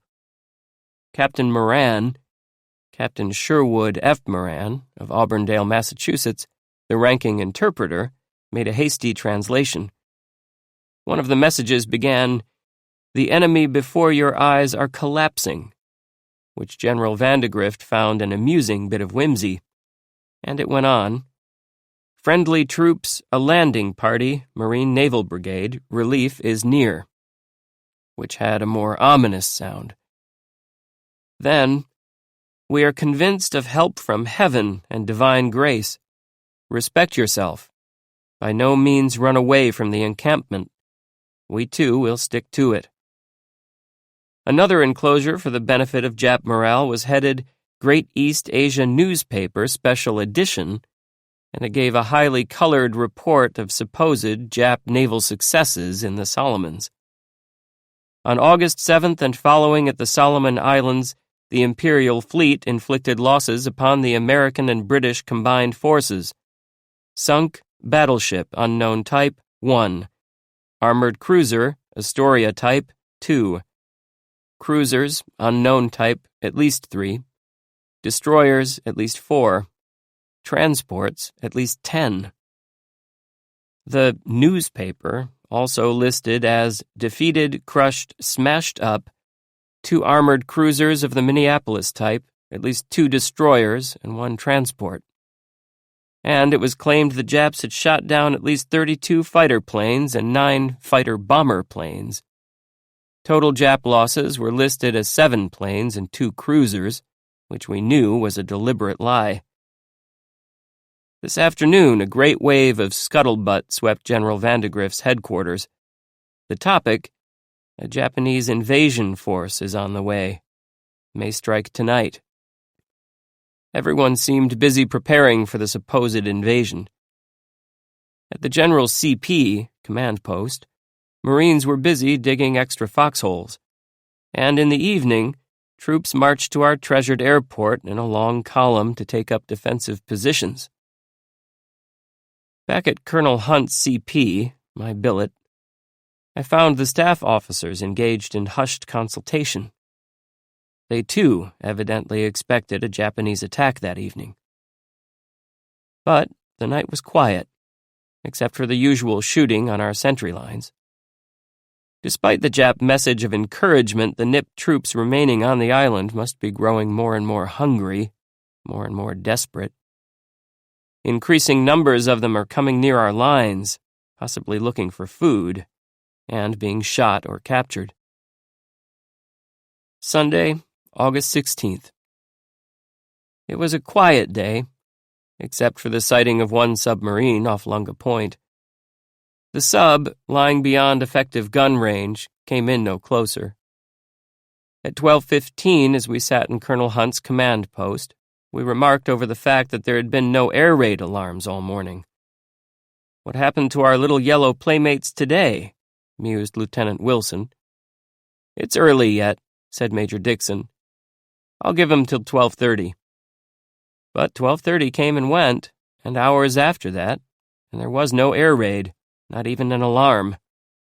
We were mystified, but highly pleased.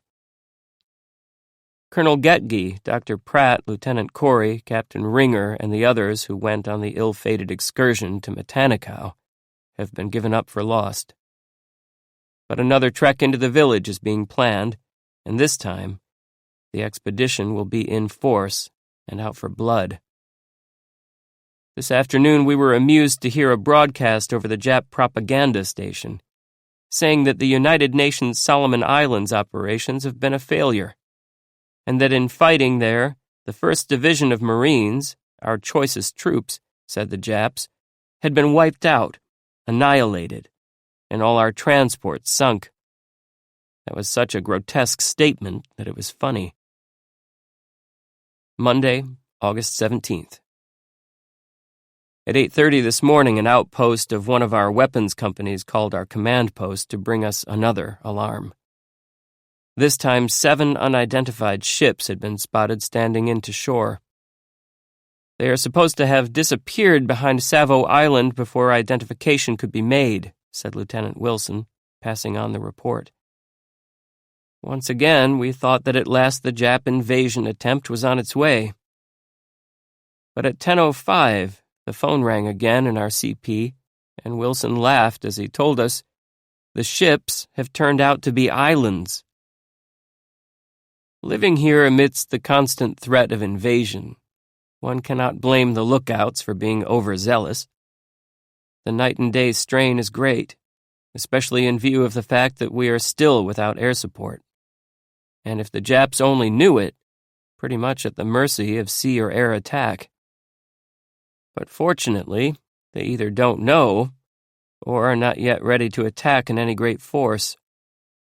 We are hoping very hard that our planes will arrive before the Japs do.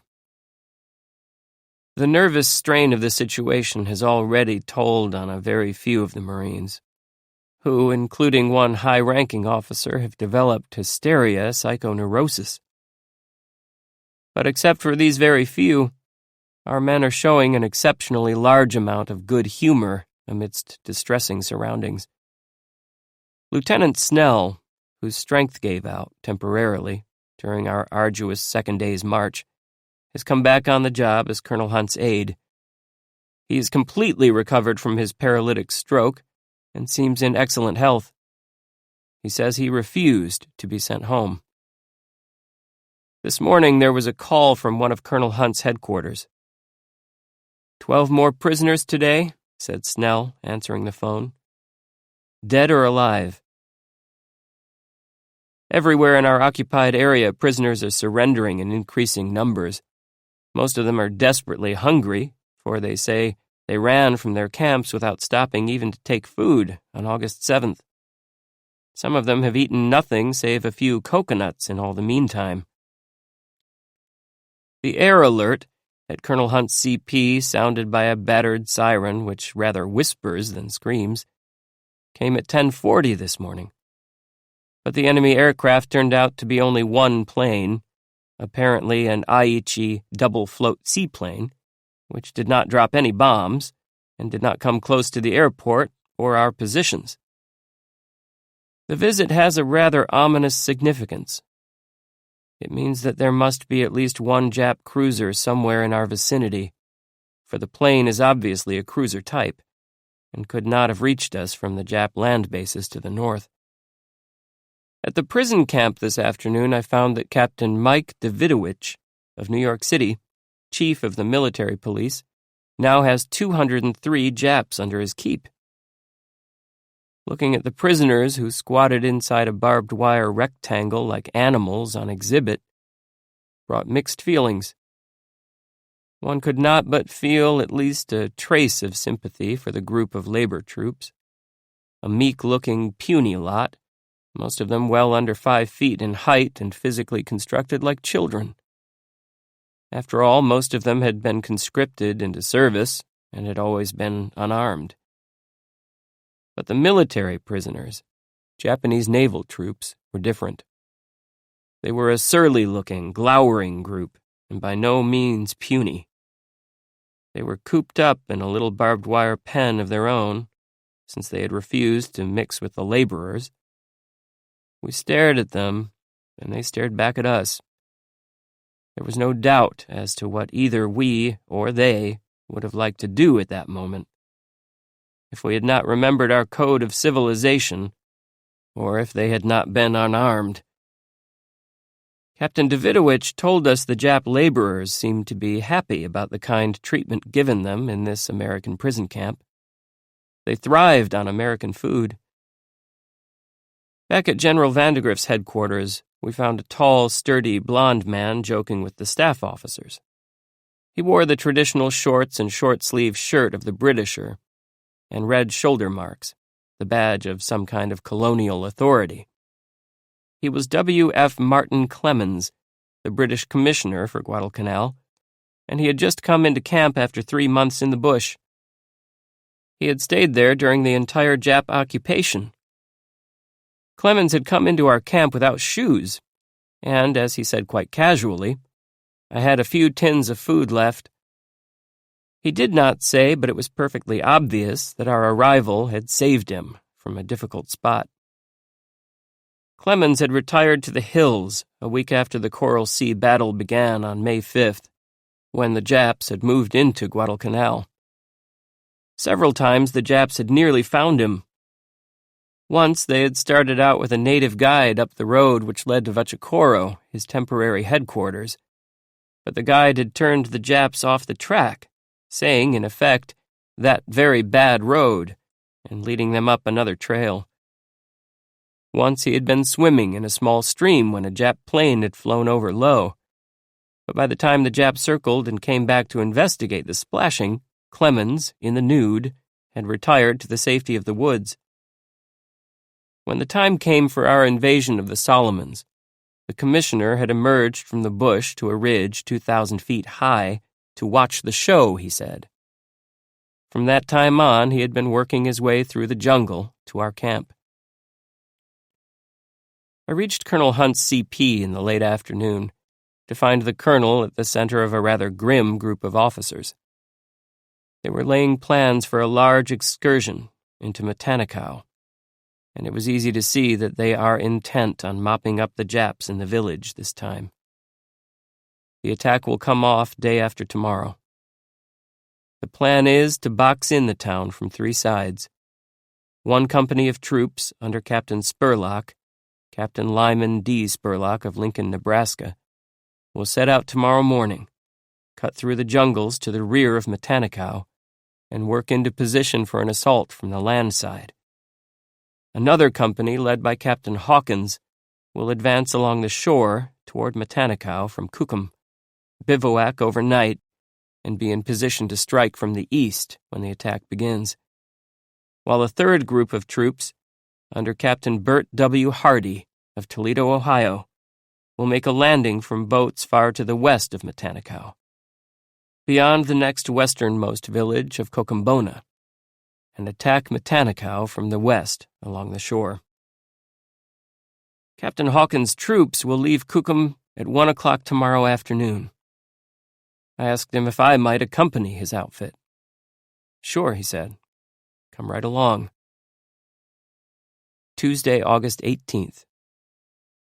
The time was about 12:45 this afternoon, and I was preparing to go to Kukum to join Captain Hawkins' troops for the excursion to Matanikau, when the air raid alarm sounded. We took cover, and at about 1 o'clock the anti-aircraft guns on the airfield began firing.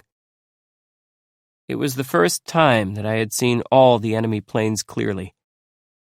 They came in 2 shallow V's of 4 each, forming 2 silvery white lines against the cloudless sky, and it was a sort of shock to see them coming so deliberately and steadily in the open. But our anti-aircraft fire was coming close.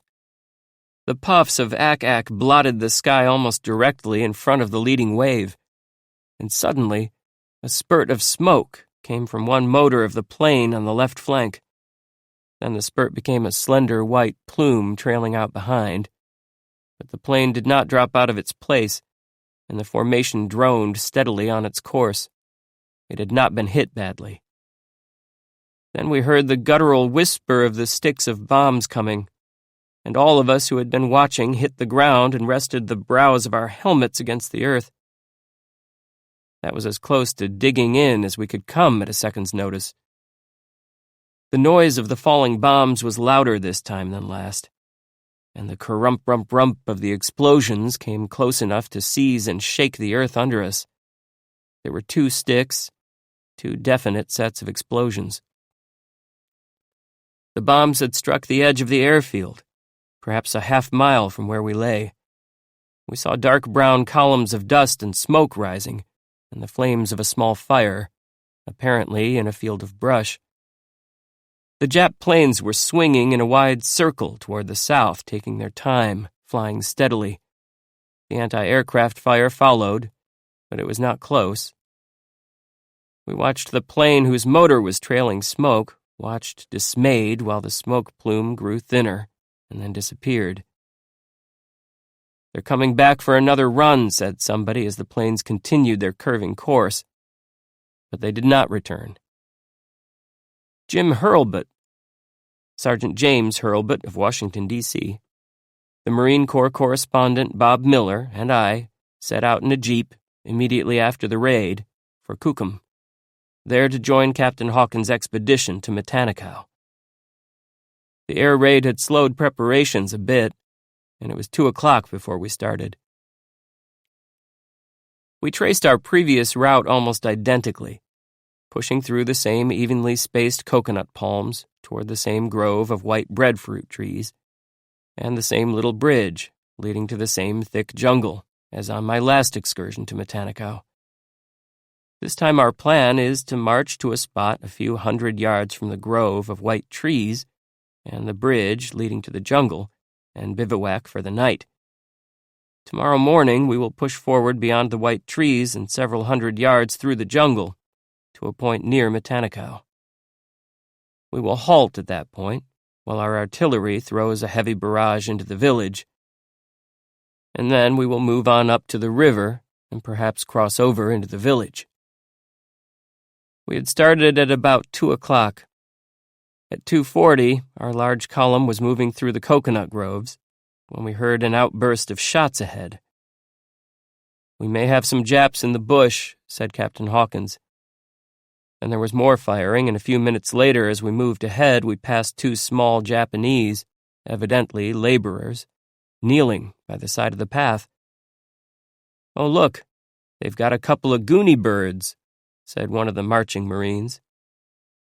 The Japs looked particularly abject. "They look like they're praying," said a Marine. "They probably are," said another. The lads were in high spirits as we shoved along the trail. By this time, they had done enough marching on Guadalcanal to get toughened up a bit, and now the sense of strength and fitness apparently made them extremely good-natured. Some of them sang "The Band Played On" and other ditties. At 3:30, we passed the same Jap corpse which we had seen on the last excursion along this trail. Still the corpse sat, bloated and big and motionless, under the tree. Fortunately, a blanket covered the face. "So that's what's the matter with your chow, Rebel," said one of the lads to Sergeant Rebel Holmes, Sergeant Alton B. Holmes of Oak Park, Georgia. Sergeant Holmes was the company cook, and the remark was a slighting allusion to the quality of the food he prepared. "That Jap's been there so long he doesn't even smell anymore," said another Marine humorist. The lads were still in good spirits when at 4 o'clock, sweaty but not tired, they bivouacked under the coconuts.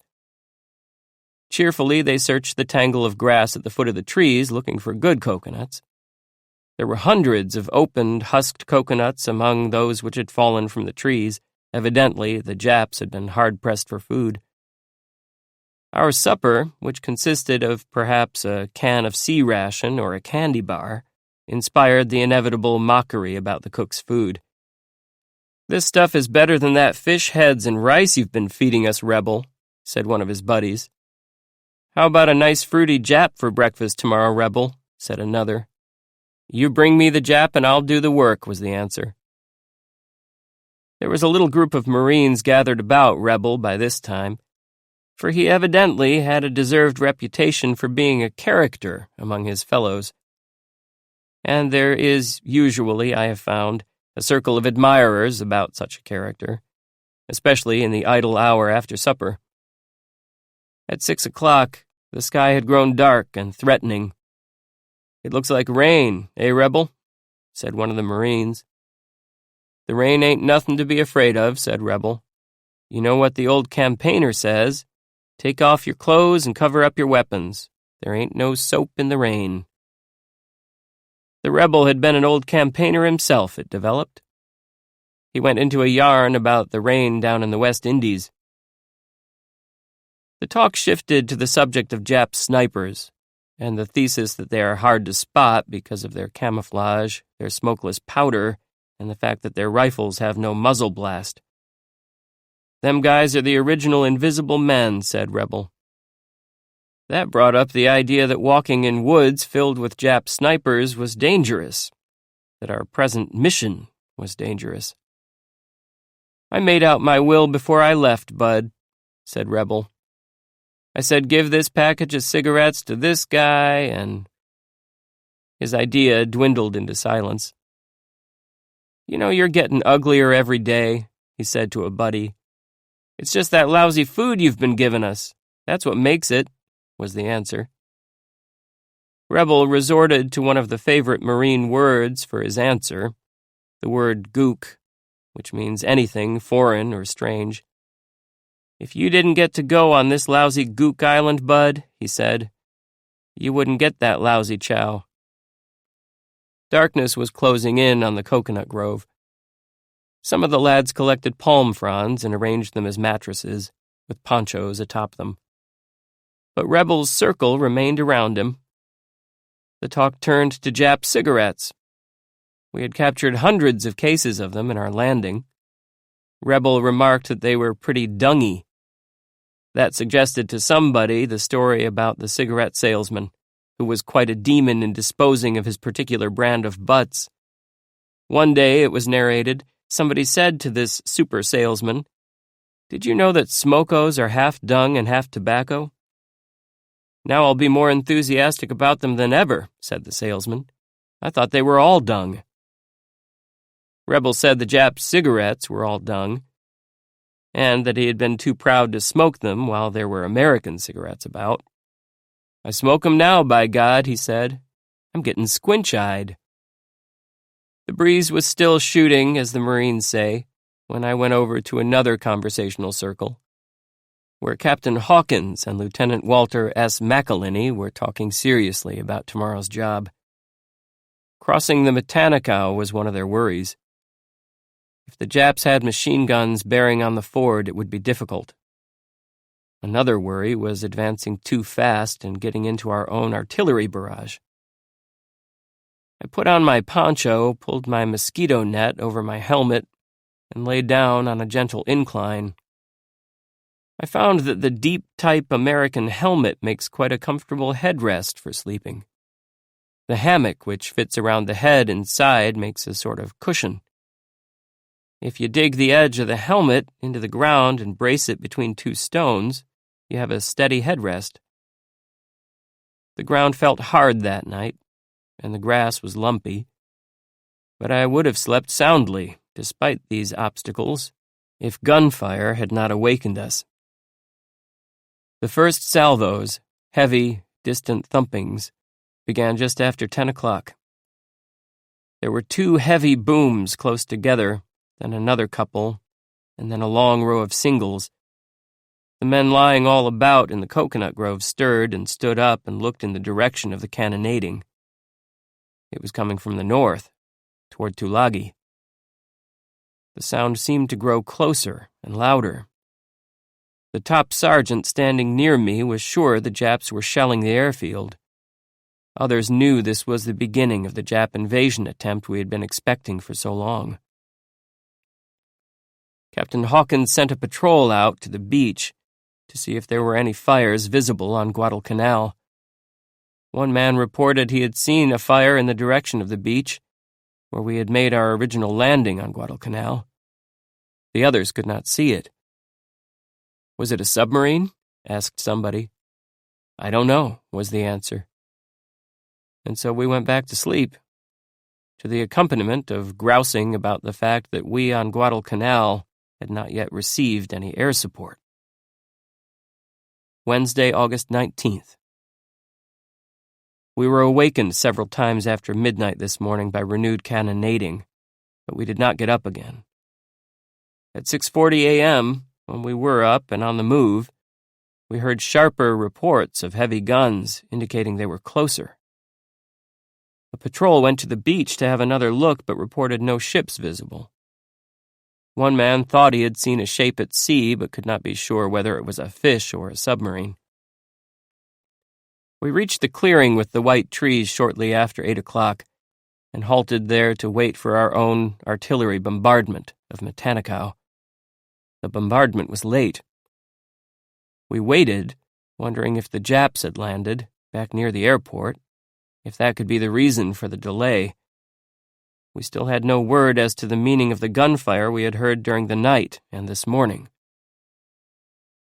Lieutenant McElhinney looked down the trail that led to the airport to the rear. "I believe we'd better query by TBY and see what happened," he said. He called a runner. "Go up and request permission from Captain Hawkins to radio and find out what happened to our barrage," he directed. An affirmative answer came, and in a few moments the tall antennae of the field radio had been set up at the trailside, a generator tied to a tree, and we could hear the steady grinding noise as electric current was wound up.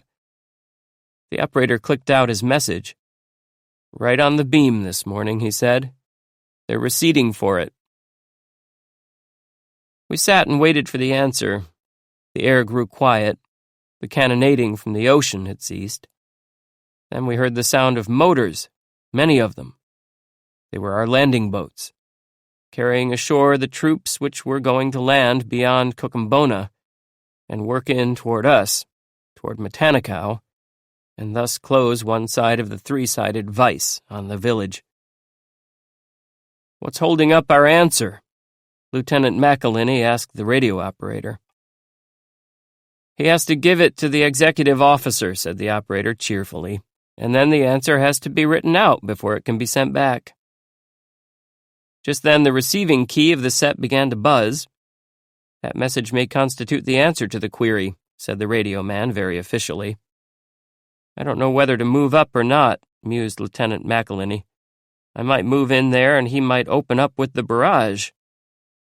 But the answer was reassuring.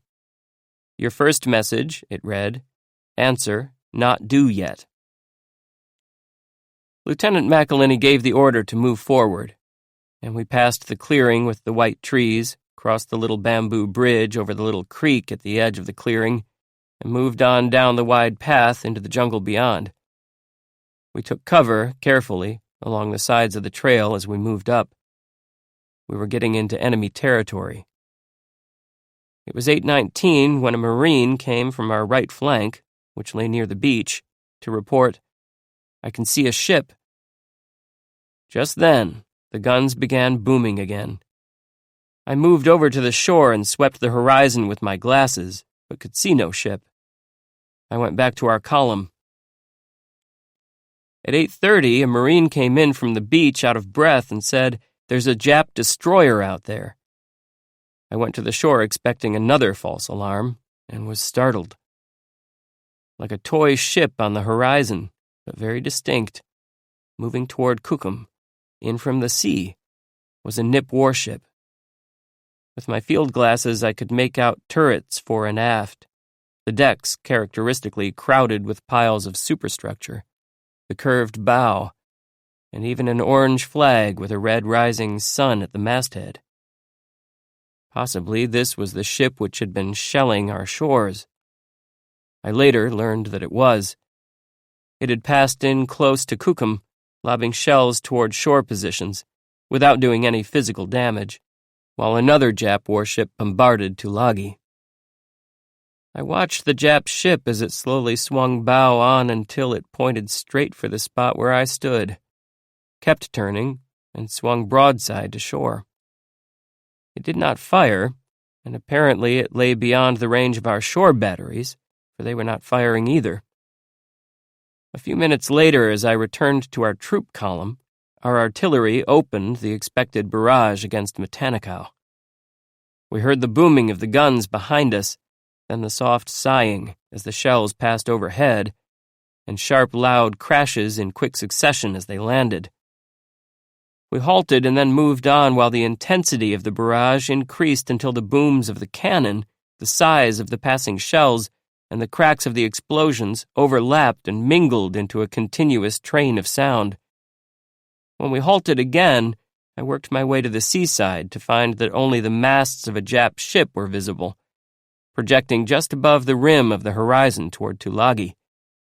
The ship was firing, I knew. A thin, dirty cloud of smoke, brownish-yellow in color, floated over her masts. It was the unmistakable smoke that comes with gunfire.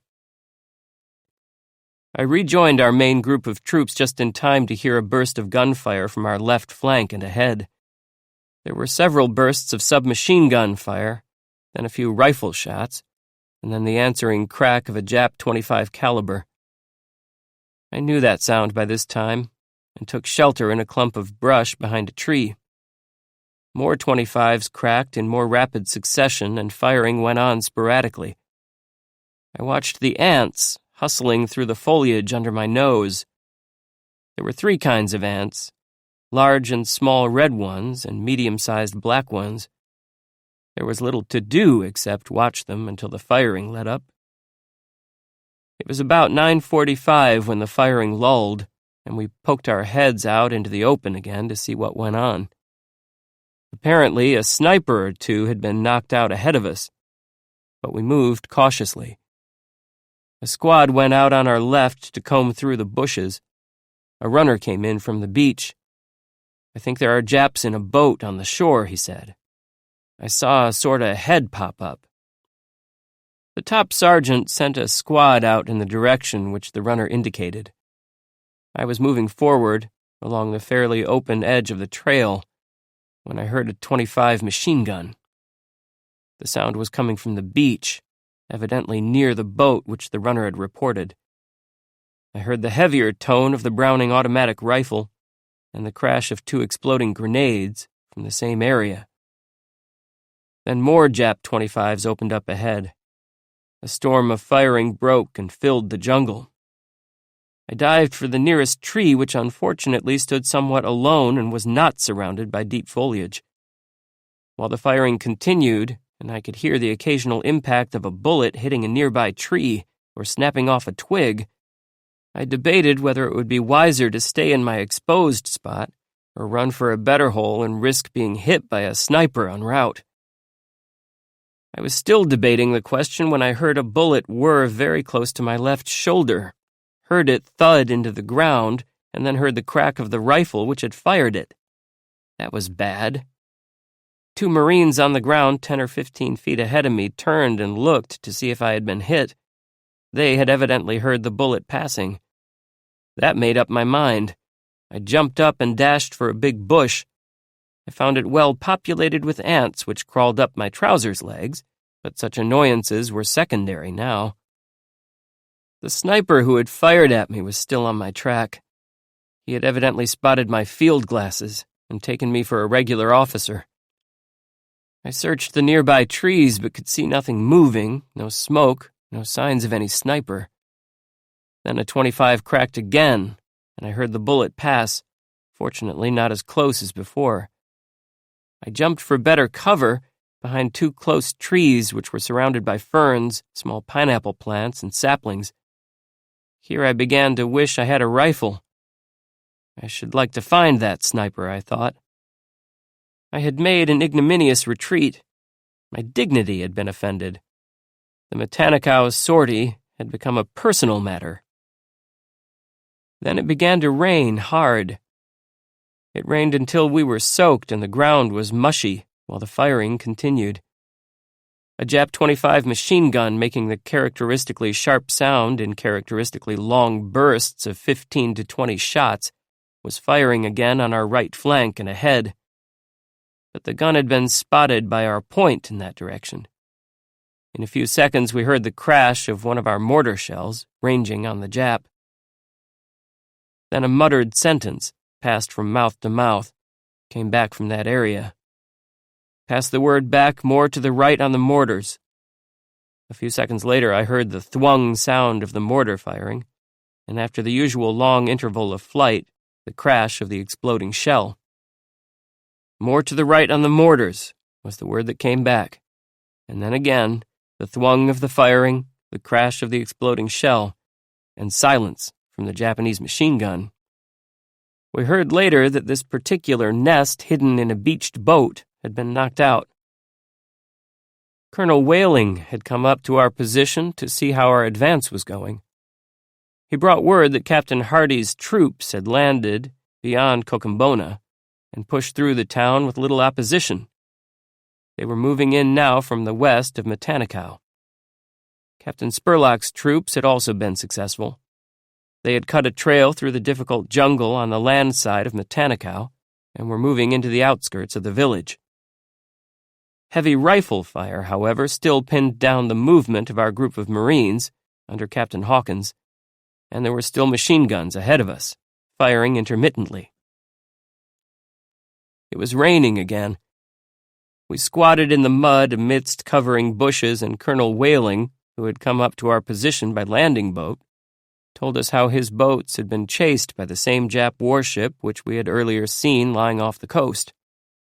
The ship had fired a few shells at the boats, but fortunately hurt no one.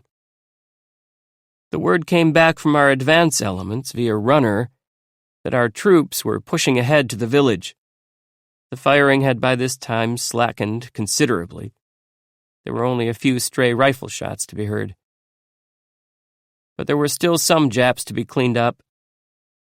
Suddenly we heard a terrific burst of automatic rifle fire mixed with the reports of rifles and submachine guns to our left. Then silence. And a few minutes later, a Marine walked down to the trail with a small, uniformed Jap in tow. As the Jap came toward us, there were angry shouts from the Marines. "Kill the bastard," they yelled. "Kick him in the balls." This Jap did not have an inscrutable face. Now it was marked by signs of terror, obvious even to the Occidental eye. The Marine Guard explained the reason. There were 4 of them, he said. His 3 pals were cut in pieces. Sergeant Hurlbut, Miller, and I had agreed by this time to return to headquarters, so it was decided that we should accompany the prisoner to the rear, with Sergeant Hurlbut acting as guard. It was 11:30 when we started, keeping to the edge of the trail. The jungle around us was silent, and we 4, 3 Americans and the Jap pygmy, were alone. We wondered if we would run into a net of snipers lying in wait for stragglers. There was one sniper waiting for us. As we came to a bend in the trail, he fired from behind us. We heard the crack of the rifle and the whiz of the bullet, but it did not sound very close. However, we broke into a run, while Hurlbut goaded the Jap along with his .45. The Jap was very obliging. He ran faster than we did. Probably he was thinking how happy one of his own people would be to kill him, now that he had disgraced himself by being captured. We got around the bend in the trail before the sniper could fire again, and we met no more of his disagreeable ilk. But the excitement of the day was not yet over. As we neared Kukum, we saw a group of landing boats moving in toward shore. They were far enough from the beach so that it was hard to tell whether they were American craft. And just then we heard the sound of an approaching plane, and a B-17 came in over the water and swooped low over the landing boats. The combination was too much for some of the jittery shore outposts. To them, the B-17 appeared to be strafing, and that positively identified the boats as Japanese. "A Jap landing party," they shouted, and the handful of Marines standing about ran madly for cover. For a second, we were swept by the feeling of excitement that filled the air. But I stopped to fix my field glasses on the supposed enemy landing boats They were our own. Miller, Hurlbut, and I were not yet sure. The Japs might have captured our boats or manufactured some like them. This might actually be a landing party, and the B-17 might have been strafing. "If it is a landing party, what shall I do with the prisoner?" said Hurlbut, motioning toward the Jap with his gun. The Jap now looked utterly disconsolate. It was plain that he understood our alarm and expected to be dispatched immediately. But we had been watching the landing boats with our glasses, and now we could make out that there were several figures of men visible in each boat. If the boats had been carrying Japs, they would have appeared to be empty, save perhaps for the coxswain, for the Japs would have been crouching below gunwale level. Thus we reasoned, at any rate. And we were right. The B-17 had passed on toward Tulagi, and now we saw her turning. Through glasses, one could make out the masts of a ship projecting above the horizon, directly below the bomber. We knew the aircraft had dropped bombs, for we saw a mushroom of dark brown smoke rising from a point just aft of the rear mast, and a steady torrent of smoke followed. The masts came up higher on the horizon, and we could see the stack of the ship and the superstructure. It was a Jap heavy cruiser, and her fantail was afire. The B-17 had scored a direct hit. We could hear the sound of heavy anti-aircraft firing coming from the Jap, see bursts in the sky. But the bomber had done his job.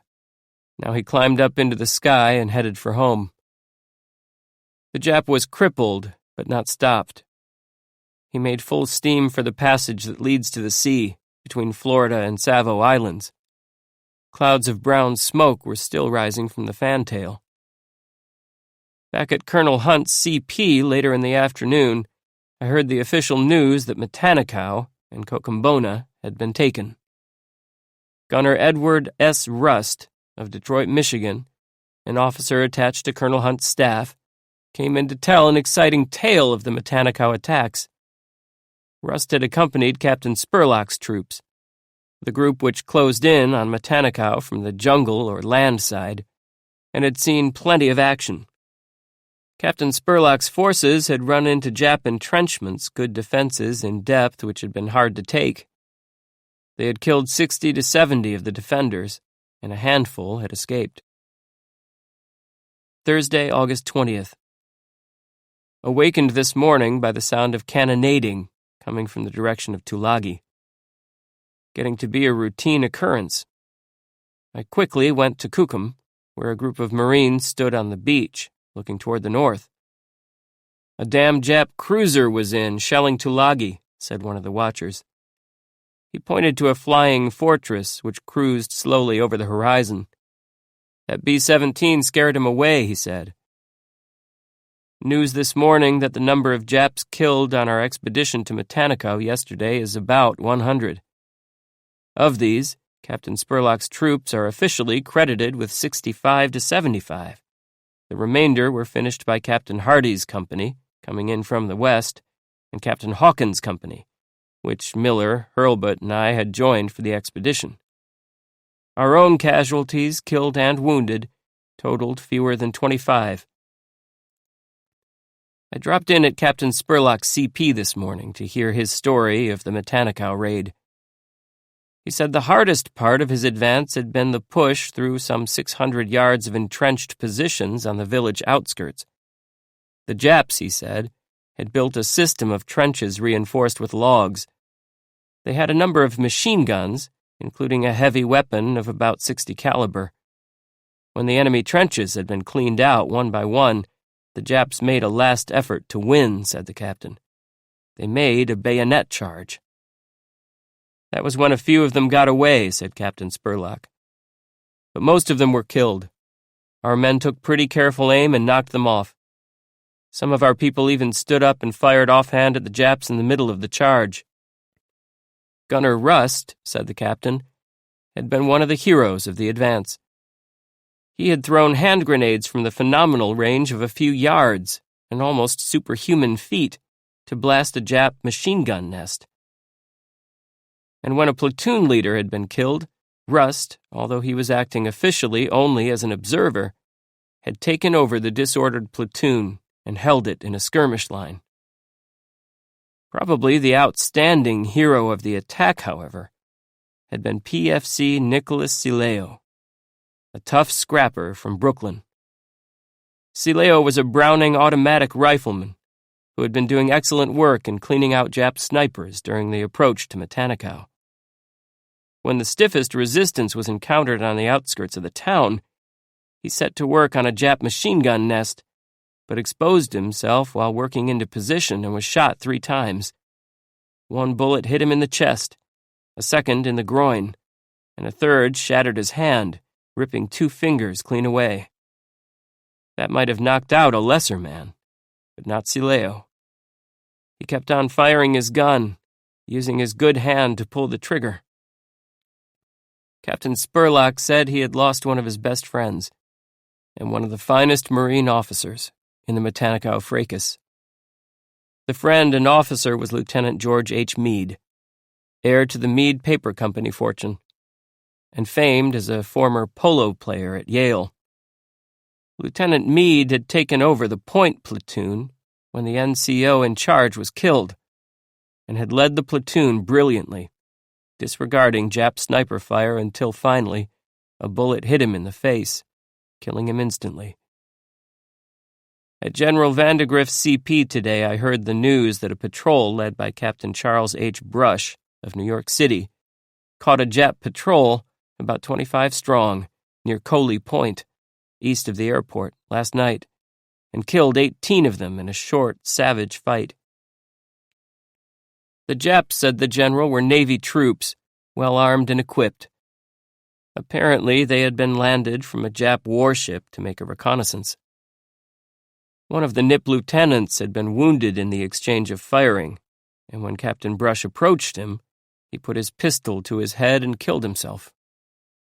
Here was one Jap who had lived up to the Harikiri tradition of death before dishonor, in contrast to our Jap prisoners who apparently enjoyed American hospitality without thought of suicide.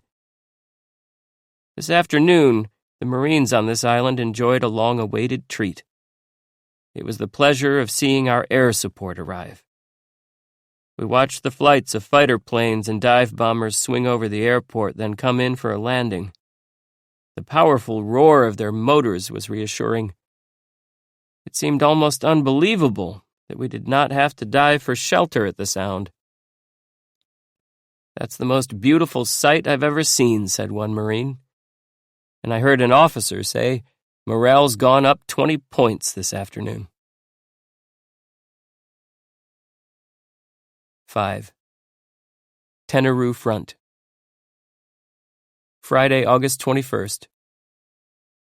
At about 2:30 this morning, we were awakened by the sound of heavy machine gun fire coming from the east. There were several long bursts, and then rifle fire joining to form a waterfall of sound.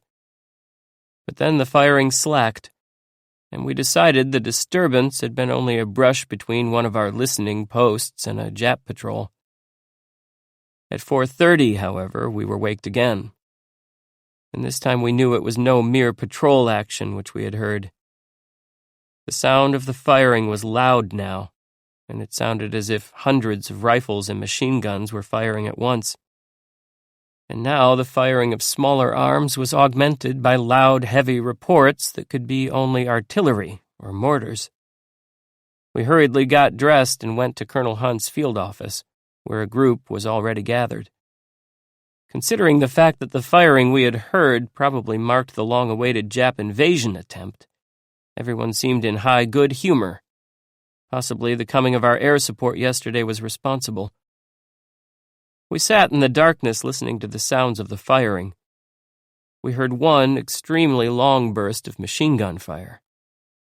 "That fellow's finger must have stuck to the trigger," said one of the voices in the dark.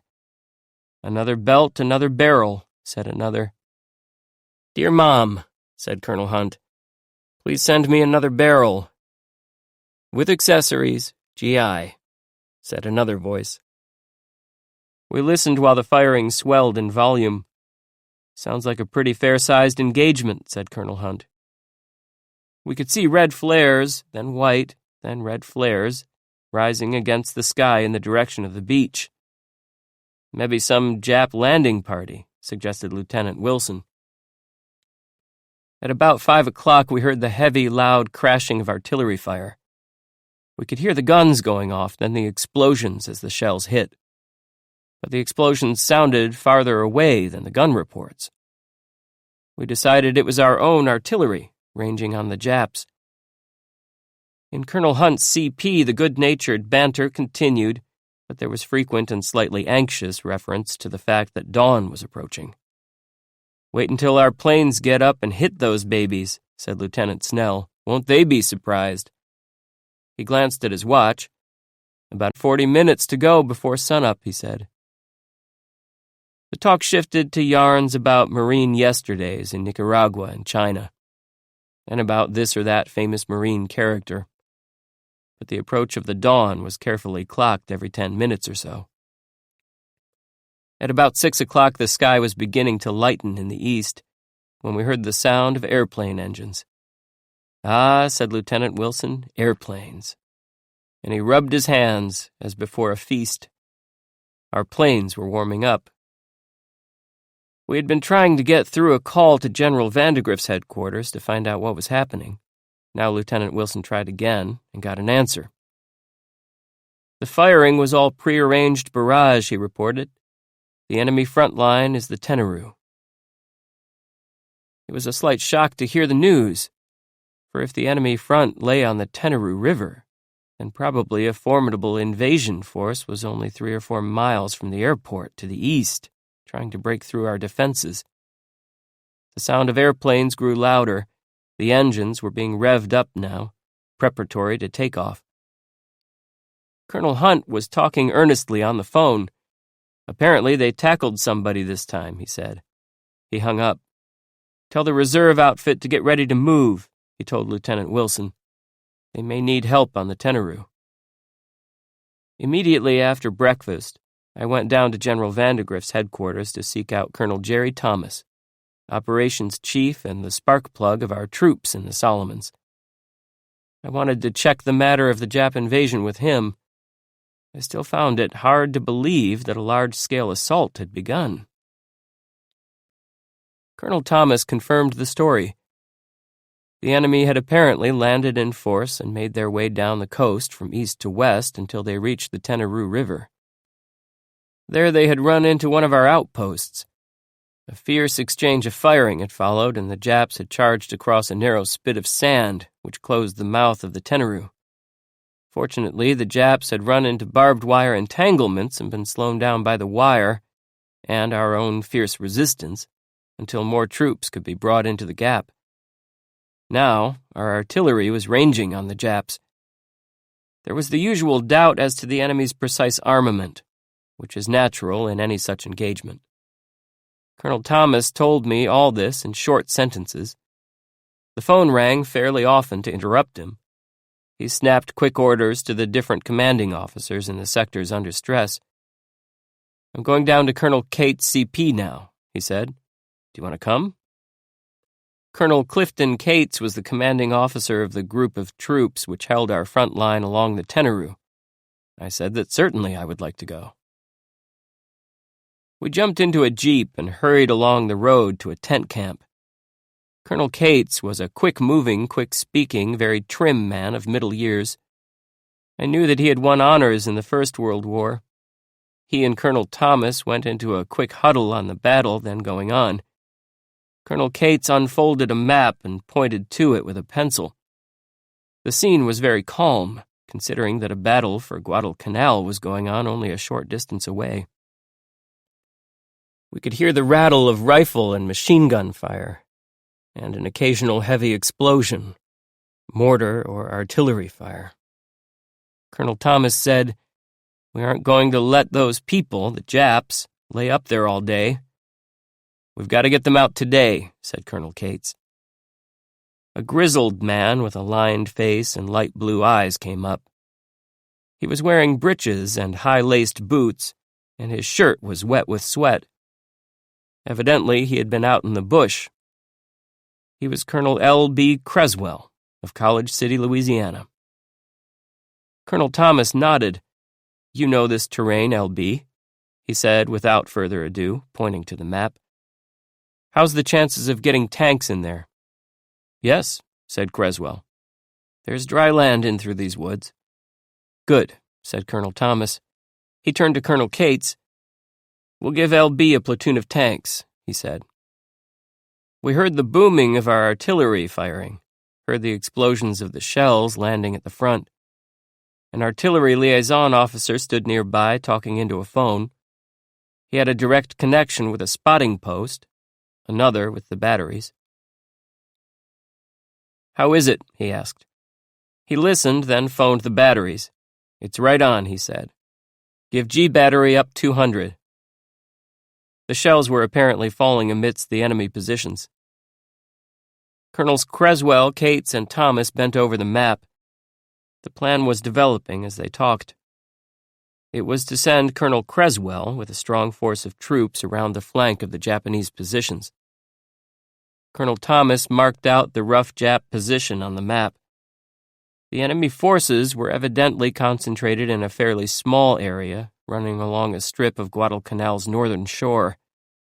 Their front was the Tenarue River, which runs roughly north and south in Guadalcanal. The shoreline runs east and west. Colonel Creswell would take his troops, and tanks if he could get them through, and move around the southern flank of the enemy position. Then he would drive northward, pushing the enemy toward the sea. Meanwhile, the American Marines who held the line of the Tenarue River, they were under the command of Lieutenant Colonel Alvin Pollock, would prevent any further enemy advance. The enemy would be boxed in from two sides. "I want you to get in there and pin these people down," said Colonel Thomas to Colonel Creswell. "It's between you and Al, Colonel Pollock. Once in there, don't hold back. Drive in there like Brush, Captain Brush, whose men wiped out the Jap patrol the night before last, did." Colonel Creswell began moving immediately. He shouted to an aide who stood nearby, "Tell B Company to move right down there and wait for the rest." And he was gone. "How many casualties?" Colonel Thomas asked Colonel Cates. "Hard to tell," said Colonel Cates. "There were 2 ambulances came back loaded and a third being loaded. They have to load between bursts." The artillery liaison officer was talking on the phone. 5 volleys per battery. We heard a series of explosions, sounding like bursting mortar shells coming from the direction of the Tenarue riverfront. Colonel Thomas and Colonel Cates stopped talking for a moment to listen. "Ours or theirs?" said Colonel Thomas. "I don't know," said Colonel Cates, taking a puff from his long cigarette holder. "That's the trouble with this war," he said with a smile. "You never know." "In the last war, we used to know where the enemy was," he said. Colonel Thomas laughed and started for his jeep, but a Marine came out to the car and said an air raid warning had gone up. "There's a large number of enemy planes on the way," he said. Our own Grumman fighters were taking off. We could see them, swinging up into the sky, reaching for altitude. A few minutes later, the warning changed to urgent. "All right," shouted Colonel Cates to all and sundry around his CP. "Stand by your holes." But the Japs did not show up. At 11:12, the all-clear signal came. We heard later that the Japs had been Zero fighters who were driven off. We could hear another long series of loud bump-bump sounds, like mortar shells exploding in the direction of the Tenarue. Colonel Cates explained it. "The damn Japs are throwing rifle grenades into our positions," he said. It was 11:15 when Colonel Cates got a radio message from Colonel Creswell. "Colonel Creswell says he is beginning to attack," he said. "His right flank is on the Elu River. The Elu is east of the Tenarue and runs roughly parallel to it. There are no tanks. Evidently, the tanks had been held up by some obstacle in terrain. Colonel Thomas had climbed into his jeep again and was starting back to the general's headquarters. Did I want to go back? Colonel Cates had just taken a telephone call. Good work, he was saying. A white flag, eh? He turned to me. The Japs are coming across with a white flag, he said. I'll stay here a while, and maybe go up to the front, I told Colonel Thomas. Okay, he said. Good luck. His jeep ground into high speed. Hold your fire and tell the men to take them prisoner, Colonel Cates was saying into the phone. He hung up. It's just one man coming over with a white flag, he said. He called Captain Wolfe, the interpreter attached to his troops. He instructed the captain to go up to the Tenaroo front and talk to the prisoner who was wounded. I started out for the front with Wolfe. We walked several hundred yards through a former coconut grove until we came to an advanced command post. The firing sounded quite loud here, and the men of the command post were stretched out flat on the ground. Better get down, said one of them. We squatted in the dirt. One of the officers was talking on the phone. All right, he said. We'll send a couple of men out to check it. Our line to Colonel Pollock is out, he said. Probably mortar fire clipped it. Who'll go? 2 Marines, looking scared but resolute, offered their services. We'll show you the way to where Colonel Pollock is if you'll follow us, they said. So we started out, moving fast, keeping low, halting behind trees to look ahead. The Marines found the break in the line and set to work to repair it. Colonel Pollock is up that way, they said, pointing toward the Tenaroo. He's right out on the point. Now we moved with even more caution than before, running bent from the waist as we made our way from tree to tree. Snipers were firing occasionally. We heard the crack of their guns and bullets ricocheting among the trees. Our artillery was still ranging on the Jap positions on the far side of the Tenaroo, and the Japs were throwing rifle grenades over to our side. We could see one of the bursts ahead, a spray of dirt rising where the explosive hit. Occasionally we heard the bursts of sharp-sounding Jap machine gun fire, the light .25 calibers. We pushed ahead, moving between bursts of firing, until we could see the river, and the long curving spit of gray sand which closed its outlet into the sea, and the shadowy coconut grove across the river where the Japs were. We were crouching behind a tree when Colonel Pollock, looking quite calm and walking erect, came over. The prisoner's up there, he said. He pointed to a group of 3 or 4 men lying prone around a foxhole about 50 feet away. We made a dash for the foxhole and flopped beside it. In the foxhole on his back, with one of his arms wrapped in a red-stained swath of bandage, lay the Jap prisoner. He looked dazed and unhappy.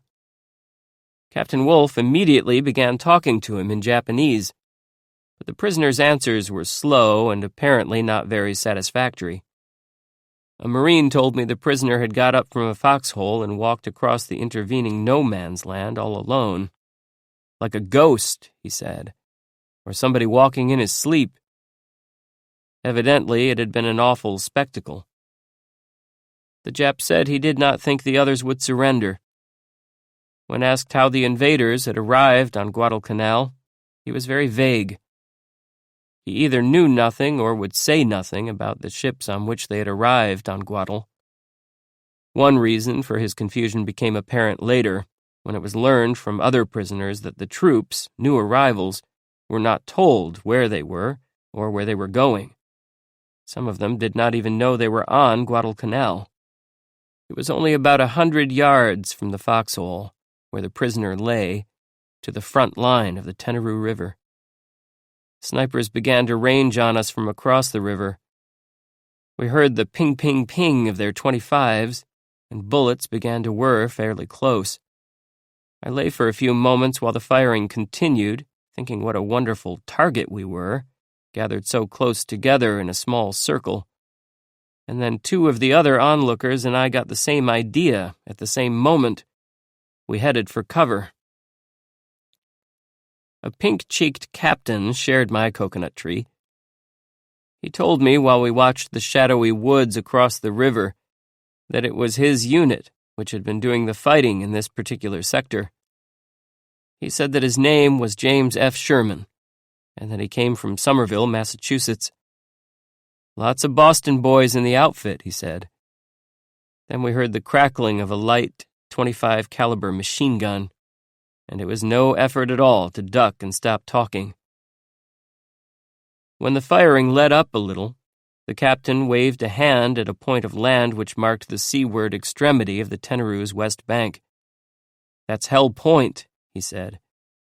"That's where the Japs tried their crossing. Some of our men moved up onto the point to get a better field of fire, and the Japs put up flares that were as bright as daylight.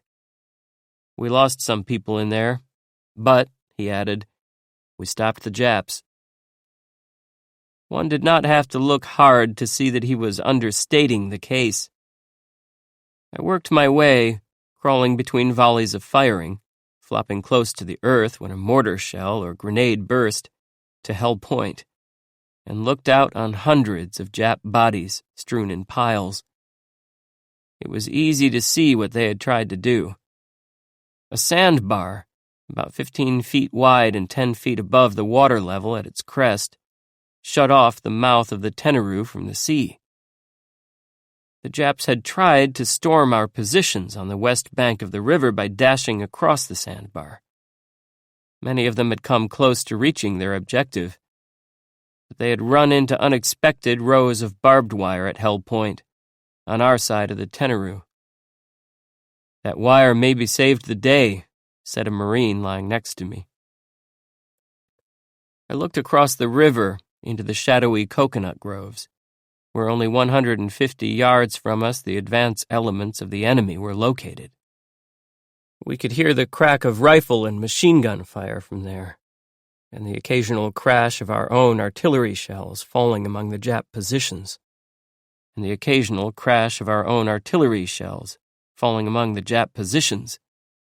but no Japs were visible. And that, I had learned, was a perfectly normal condition in this jungle warfare.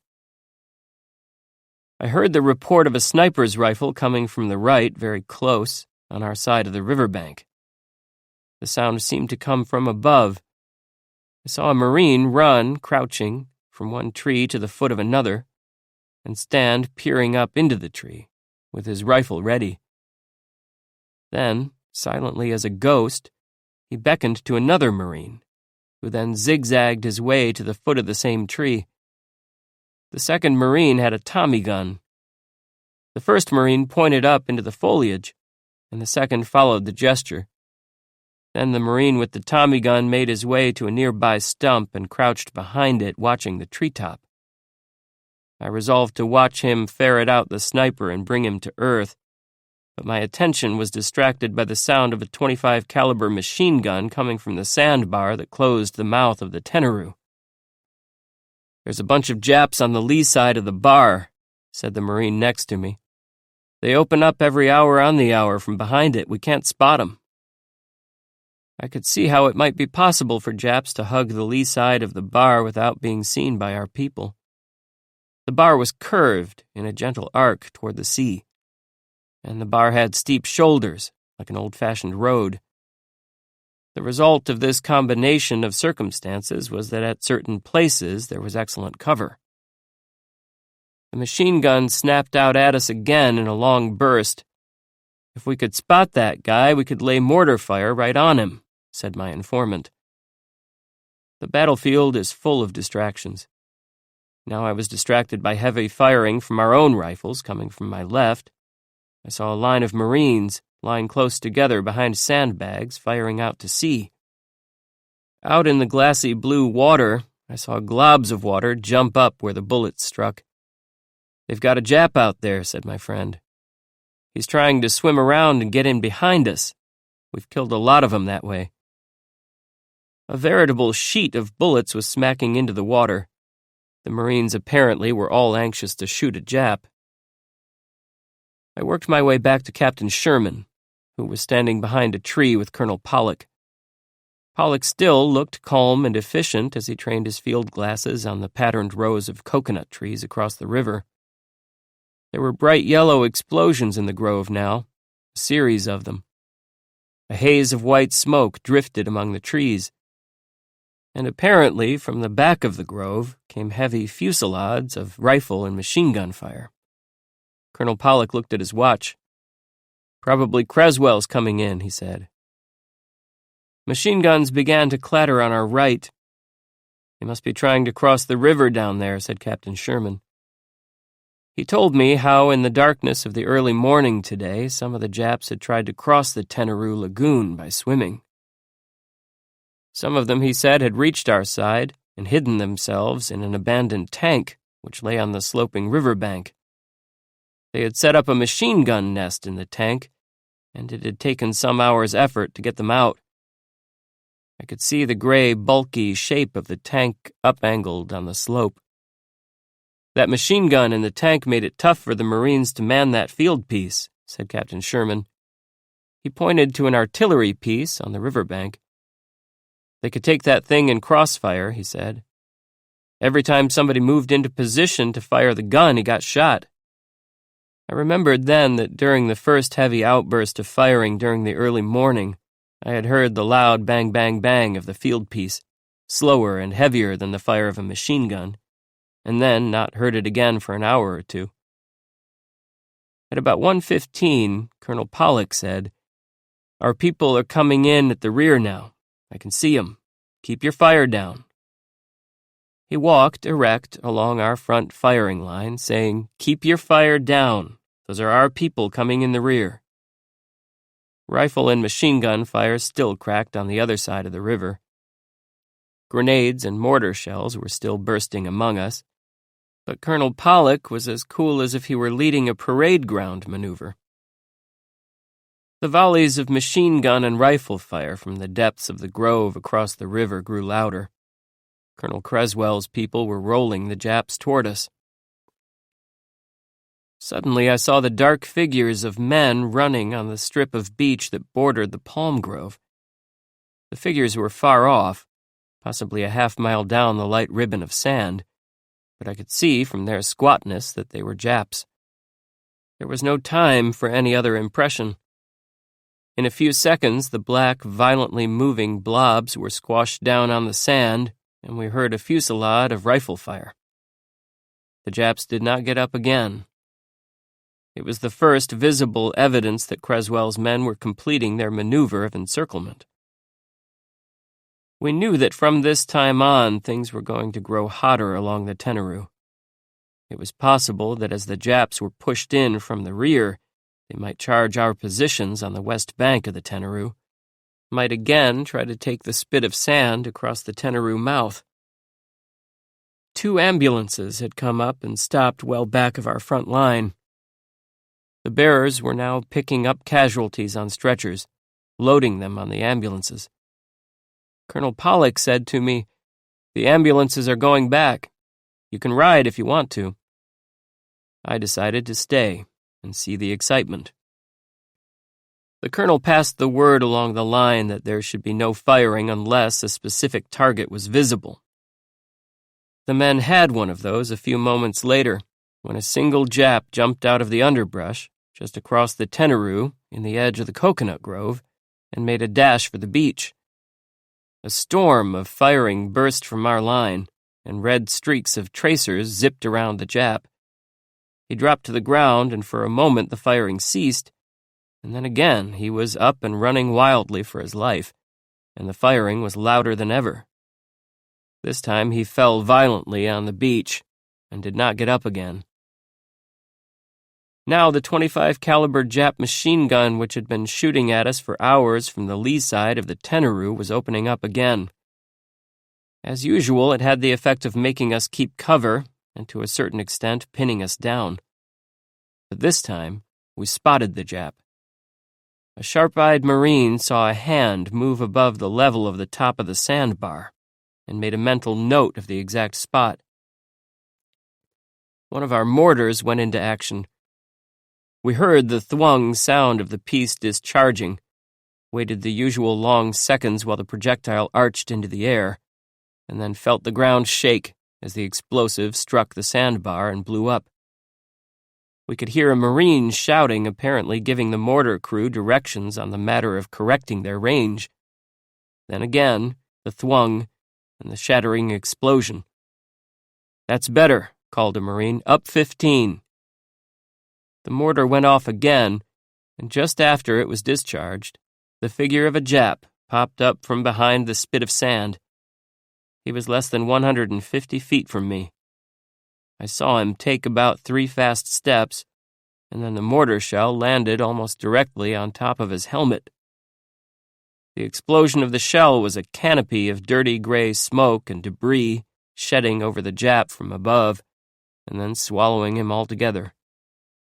The puff of the explosion expanded over the ground, and as it spread and thinned, we saw 3 more Japs, evidently members of the same machine gun crew, leap up and start to run for the far end of the Tenaru sandspit.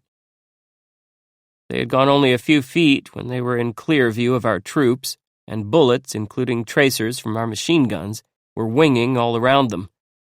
2 of them fell as the fusillades of firing rang out, and one kept running, then dived for cover. But when he jumped up again, our men were waiting for him. Apparently he sensed this, for he ran desperately, turning in a fast 100 yards in his dash for the far end of the spit. Before he reached it, however, the bullets caught him and knocked him down. I was not sorry to see the end of the last of this machine gun crew. War takes on a very personal flavor when other men are shooting at you, and you feel little sympathy at seeing them killed.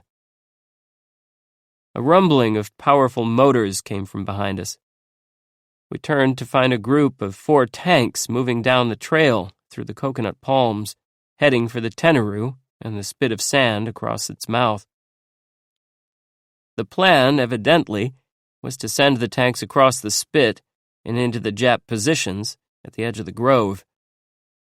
On our west bank of the Tenaru, the tanks halted for a few moments, then plunged on across the sandspit, their treads rattling industriously. We watched these awful machines as they plunged across the spit and into the edge of the grove. It was fascinating to see them bustling amongst the trees, pivoting, turning, spitting sheets of yellow flame. It was like a comedy of toys, something unbelievable, to see them knocking over palm trees which fell slowly, flushing the running figures of men from underneath their treads, following and firing at the fugitives. It was unbelievable to see men falling and being killed so close, to see the explosions of Jap grenades and mortars, black fountains and showers of dirt near the tanks, and see the flashes of explosions under their very treads. We had not realized there were so many Japs in the grove. Group after group was flushed out and shot down by the tank's canister shells. Several times we could see our tanks firing into clumps of underbrush, where evidently Japanese machine gun nests were located, for we could hear the rattling of the guns in answer to the heavier banging of the tank's cannon. I saw a bright orange flash amidst a cloud of black smoke bursting directly under the treads of one of the tanks. Saw the tank stop suddenly. It was crippled. The other tanks moved in protectively toward it. I learned later that they were taking off the crew, who escaped uninjured. The 3 remaining tanks continued to roar and rattle amidst the palm grove for a time that seemed hours long. Everywhere they turned in their swiveling course, their cannons spewing sheets of orange flame. It seemed improbable that any life could exist under their assault.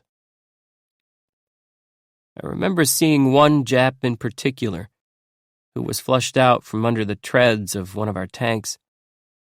I saw him jump up and run hard toward the beach, with the tank following. I thought the tank would run him down or hit him with machine gun fire, but it turned off quickly and headed back into the heart of the grove. The Jap, however, continued to run. He was heading for the beach. All along our front line, rifle fire banged and machine guns clattered. The tracers arched around the running Jap. Then the Jap sank into the underbrush, took cover, and Colonel Pollock shouted, "Don't shoot, you might hit our own tanks." The Jap jumped up and ran another 40 or 50 feet toward the shore, then sank down into cover again. Despite the warning, several rifle shots were fired at him. As usual, each Marine was eager to kill his Jap. "One-man fire," shouted Captain Sherman. He designated a grizzled, leather-faced Marine to do the shooting.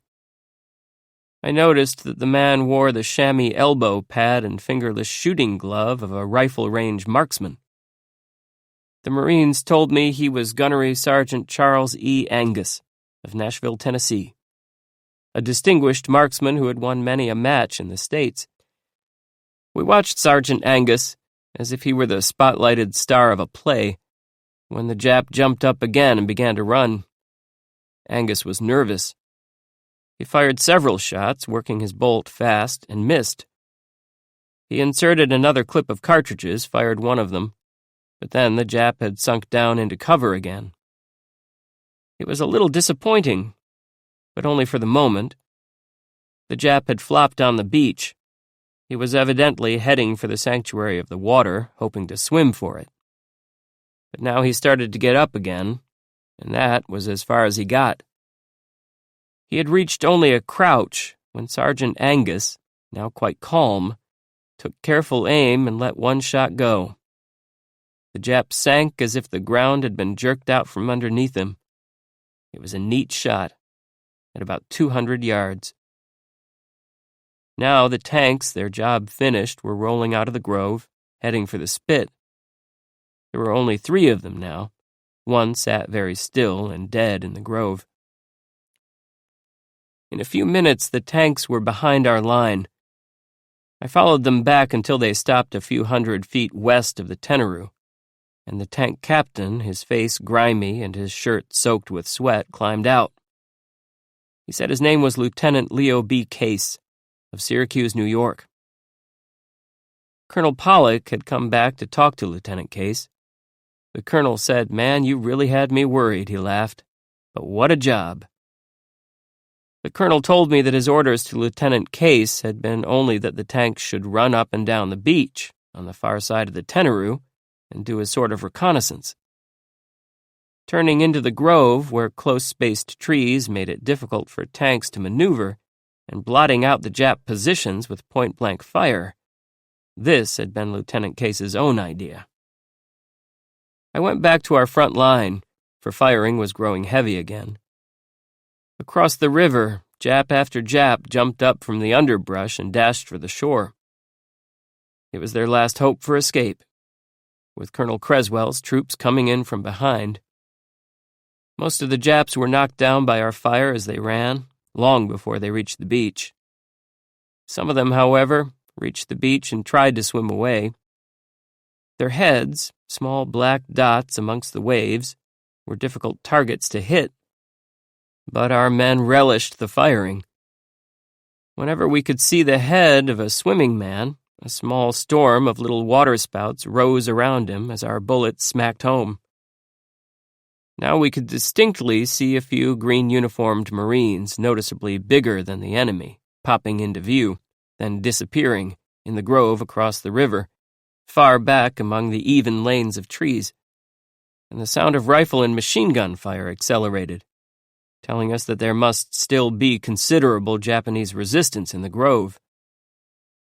There were more of our troops on the beach at the edge of the grove, far down across the Tenaroo. They were visible for a few seconds at a time as they moved forward, then took cover, then repeated the process. Our artillery fire, which had been pounding into the grove constantly in the earlier part of the day, had now halted. But Colonel Creswell's people were using mortars to finish off the Japs. The flashes of the explosions were like huge orange flowers scattered through the edge of the grove, just across the Tenaroo. We simply kept our heads low and watched the excitement. There was no firing from our side of the river, for we were afraid of hitting our own men, and the Japs were too occupied with fighting our people closing in the rear to bother with those of us on the west bank of the Tenaroo. From time to time, a live Jap stirred from among the dead piled on the Tenaru River spit and dived into the water. But at such point-blank range, these would-be escapers did not get far. From Hell Point, on Colonel Pollock's end of the spit, volleys of firing sprang out and the Jap was killed as he swam. Even the kindliest Marine could not let the swimming Jap escape, for he would be apt then to swim around our rear and throw grenades, as several Japs had done earlier in the day. There was bitter fighting now in the grove across the Tenaru. We realized that the tanks had not mopped up completely, for we could still hear the snapping of Jap machine gun and rifle fire. But Colonel Creswell's people were closing in fast. A large group of them advanced steadily but cautiously down the beach bordering the grove. Several groups moved simultaneously among the rows of palms, scarcely 300 yards beyond the Tenaru. We kept our heads low, for the bullets of Creswell's Marines might accidentally strike among us. And then the fighting, suddenly, seemed to have ended. We saw Marines at the opposite end of the Tenaru spit, 3 of them, swiveling their heads about, stepping tensely with rifles at the ready, all set to kill any Japs who might try one last stealthy act of resistance. Several times, as these 3 leaders moved across the spit, live Japs stirred among the piles of dead. I was told later that some of them tried to throw grenades at our people, and were killed for their trouble. Jap dead are dangerous, for there are usually some among them alive enough to wait until you pass and stab or shoot you. Our Marines had by this time learned to take no chances. The dead were shot again, with rifles and pistols to make sure. More Marines trickled out of the coconut grove from the other side of the Tenaru, following the 3 leaders, advancing just as cautiously. More of our men moved out from our Pollock's side of the Tenaru to move across the spit and help in the brutal but necessary re-butchery of the dead. I watched our men, standing in a shooting gallery line, thumping bullets into the piles of Jap carcasses. The edge of the water grew brown and muddy. Some said the blood of the Jap carcasses was staining the ocean. I followed our men out onto the Tenaru spit. At the far end, I talked to some of Creswell's men. They told me there were hundreds of Jap dead in the grove and beyond, and some wounded prisoners, a few. Just then came a recrudescence of rifle fire, rattling in the coconut grove. Then a few of the unmistakable sharp cracks of a Jap 25. Snipers were still operating in the grove. We spread out a little on the spit. The strip of sand was not yet a safe meeting ground. But the Battle of the Tenaru was, to all intents and purposes, at an end. The detailed sequence of the fighting was not yet clear, but we knew that a major Japanese attempt to break through our lines and seize the airport had been stopped. And we knew, too, that this must have been one of the most crushing defeats the Japs had yet suffered. Our own casualties, I found, were only 100, 28 killed and 72 wounded, whereas the Japs had lost an estimated 700 killed. I found later that the actual account of the Jap bodies in the Tenaru battle area was 871. Saturday, August 22nd. This morning I went down to the Tenaru with Lieutenant Colonel Buckley and Captain Moran, the interpreter. The stench of bodies strewn along Hell Point and across the Tenaru spit was strong. Many of them lay at the water's edge, and already were puffed and glossy, like shiny sausages. Some of the bodies had been partially buried by wave-washed sand. You might see a grotesque bloated head or a twisted torso sprouting from the beach. It was not pleasant to look at the piles of bodies on the spit, but that carnage was a pale painting compared to the scene in the grove across the spit. That was a macabre nightmare. We saw groups of Jap bodies torn apart by our artillery fire, their remains fried by the blast of the shells. We saw machine gun nests, which had been blasted, and their crews shredded by canister fire from our tanks. The tread tracks of one of our tanks ran directly over 5 squashed bodies, in the center of which was a broken machine gun on a flattened bipod.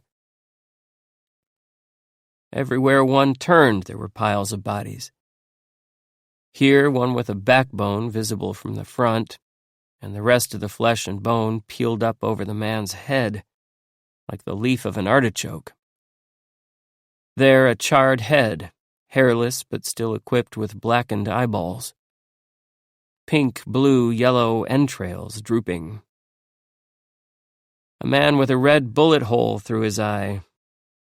A dead Jap private wearing dark tortoiseshell glasses, his buck teeth bared in a humorless grin, lying on his back with his chest a mess of ground meat. There is no horror to these things. The first one you see is the only shock. The rest are simple repetition. Walking among the clustered dead of the grove, we could see why it had been difficult to spot the Japs from across the river. They had been well dug in, with excellent foxholes. It had taken our tanks to flush many of them from their holes. We found some interesting Jap equipment, several flamethrowers, which evidently had not been used, a small Jap field piece on a little cart, Bangalore torpedoes, long pipe-like bombs used to blow up barbed wire impediments.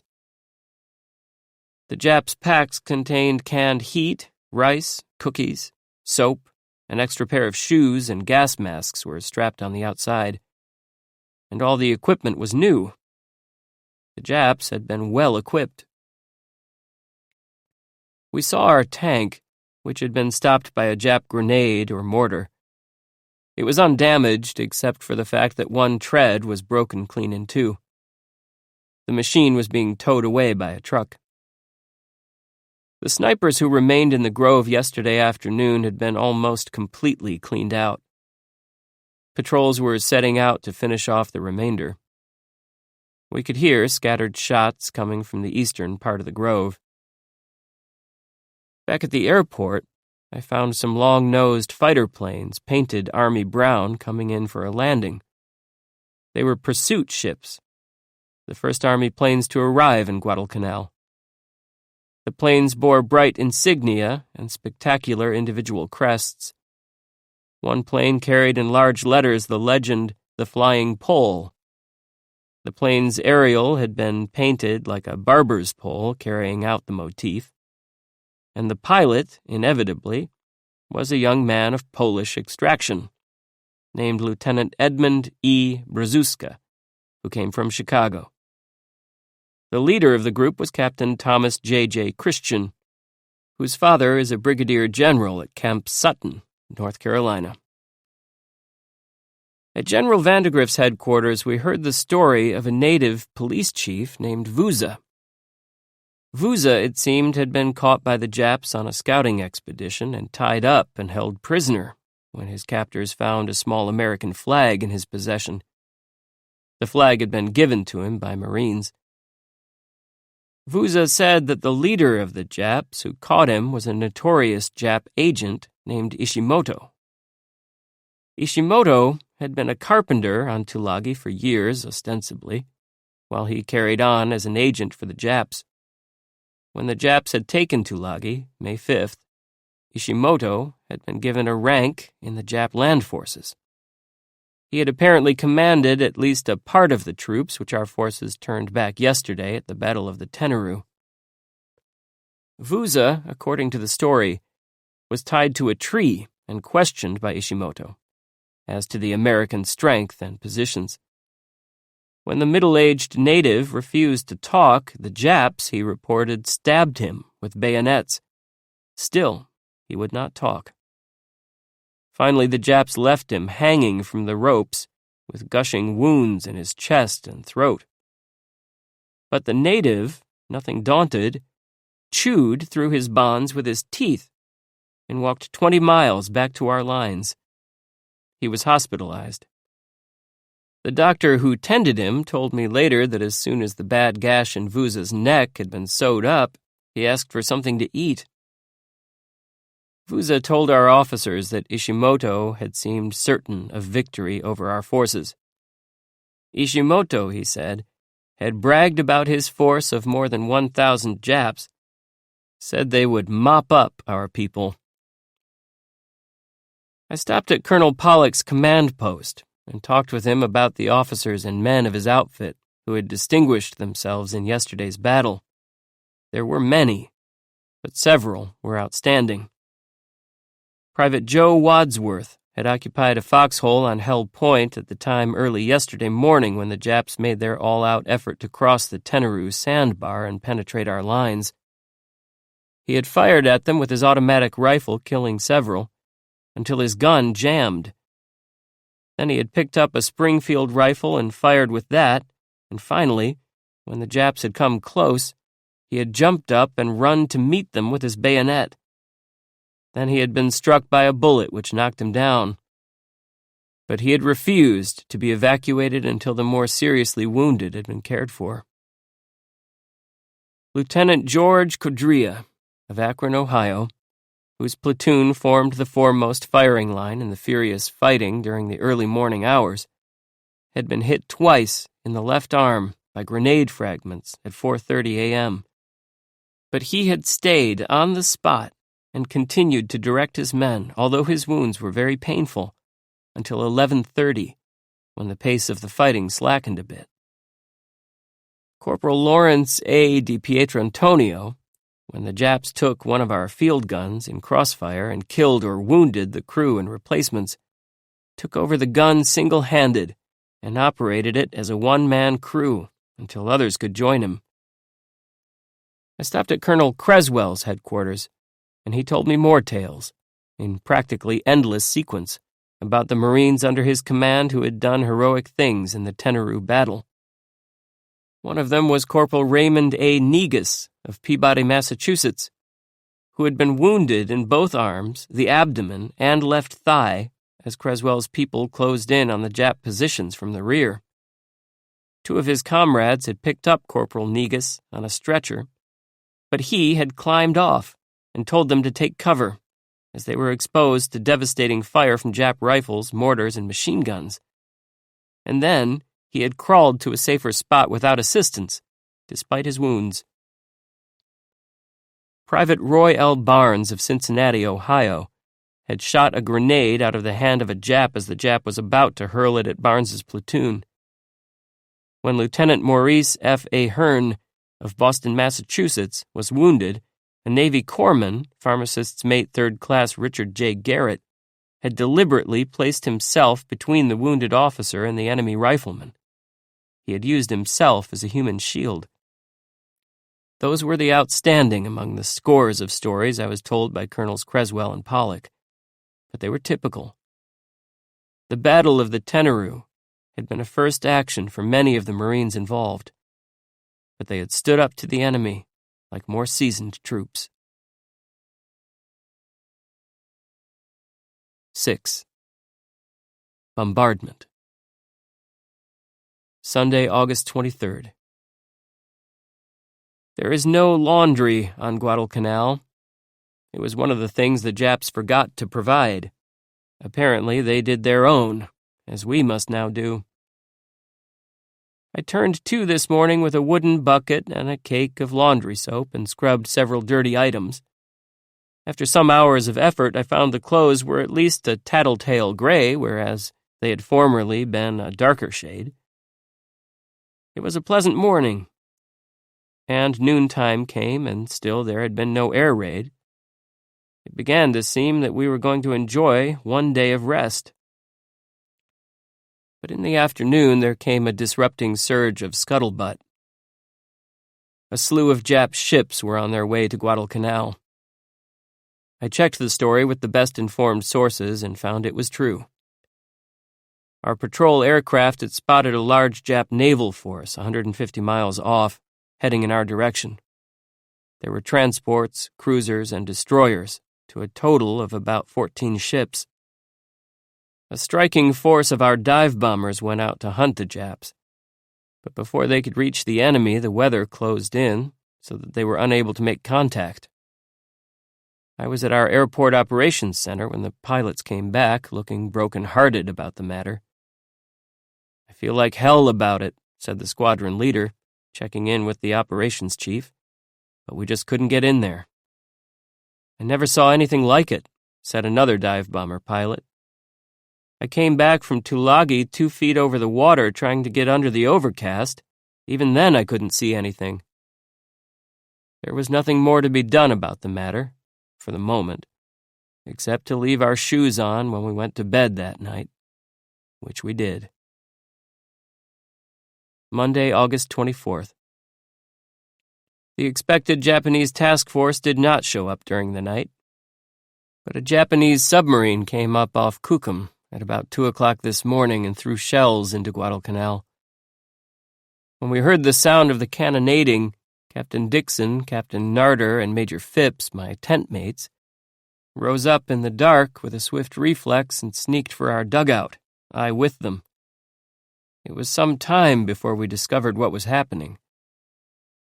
We could see that the sky over Kukum was illuminated by white light while the shelling went on, and judging from the suddenness with which the light snapped off and on, we estimated it was a searchlight.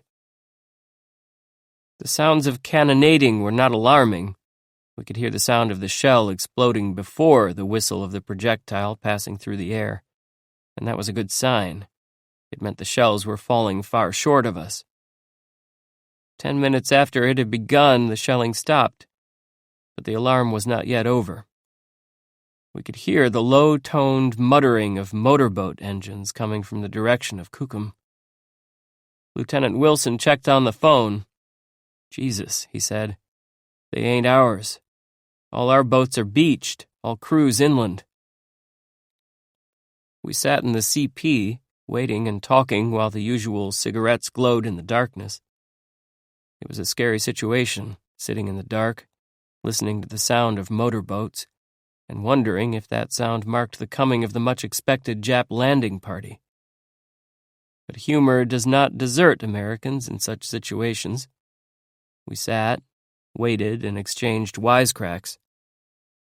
Major Gannon, James J. Gannon of Philadelphia, Pennsylvania, however, brought news which dampened our spirits for a few minutes. "Number 4 gun had almost a direct hit," he said tragically. "I lost 2 men and 2 wounded." Our spirits sank. "It's too bad," he said, "but there it is." But later it developed that this first estimate, like a good deal of first news about casualties, was overly gloomy. We heard the verified fact in the morning, that only 1 man had been seriously wounded in the shelling. I visited the spot in the morning with Colonel Phipps. 3 of those who had been slightly wounded were still on duty at the scene. They told me they still carried pieces of shrapnel in various parts of their arms and legs. I asked one of the wounded, a husky lad named Cagle, Private George R. Cagle of Abilene, Texas, if his wounds did not hurt. "Sure they hurt some," he said cheerfully, "like a bee sting, but outside of that they're okay." I looked at the spot where the 1 Marine who had been seriously injured had been lying asleep at the time of the shelling. It was a squat shelter constructed of wooden boxes which were now partially splintered. There was a small oval-shaped hole in the sand less than 10 feet away. Here the shell had struck, sending a shower of fragments into the Marine's shelter. "If he didn't have the little house, he'd have been a dead duck," said Private Cagle. At about 2:30 in the afternoon, our air raid siren sounded, and we watched our swift fighter planes zooming into the overcast sky. They were straining to get upstairs before the Japs arrived. I went to an open spot at a bend in the Lunga River to watch the fighting. I could see no planes for a few minutes, ours or theirs. but I distinctly heard the tat-tat-tat of machine guns, the tortured sound of zooming motors. A plane swooped suddenly out of the sky, streaked over the treetops to my right, and another behind it. The second was one of our Grumman Wildcats. His guns rattled and stopped, then rattled and kept rattling. The first plane, I realized, must be a Jap fighter. Was he strafing the airport? I had time to think only that, and then both planes were gone. Then we heard the swishing sound of bombs falling and a sharp ground-shaking crack, crack, crack as they struck. From somewhere up in the gray continent of sky, the Jap bombers had dropped their sticks. I went to the airport immediately after the all-clear and waited for our fighters to come down. Most of them seemed almost hilariously elated as they taxied in one by one and jumped down from their cockpits. For most of them, it was a first victory over the enemy, although a few had made contact with some Zeros on the 21st. A smiling, handsome lieutenant told me how he and another fighter pilot had knocked down 2 enemy bombers apiece. The pilot was Lieutenant Ken Frazier of Burlington, New Jersey. I took the left side of the formation, and Carl, Lieutenant Marion E. Carl of Hubbard, Oregon, took the right. I let one have all my guns and he exploded. Then I moved my sights up a little and let go at the second guy. A sheet of flame came out of one of his motors. Lieutenant Frazier had, quite naturally, been excited by the experience. He could not say surely how many enemy bombers there had been, or whether they were 1 or 2 motored craft. A blond lad with very white teeth laughed as gaily as if he had been given a much-desired present as he told his story. He was Lieutenant J.H. King of Brookline, Massachusetts.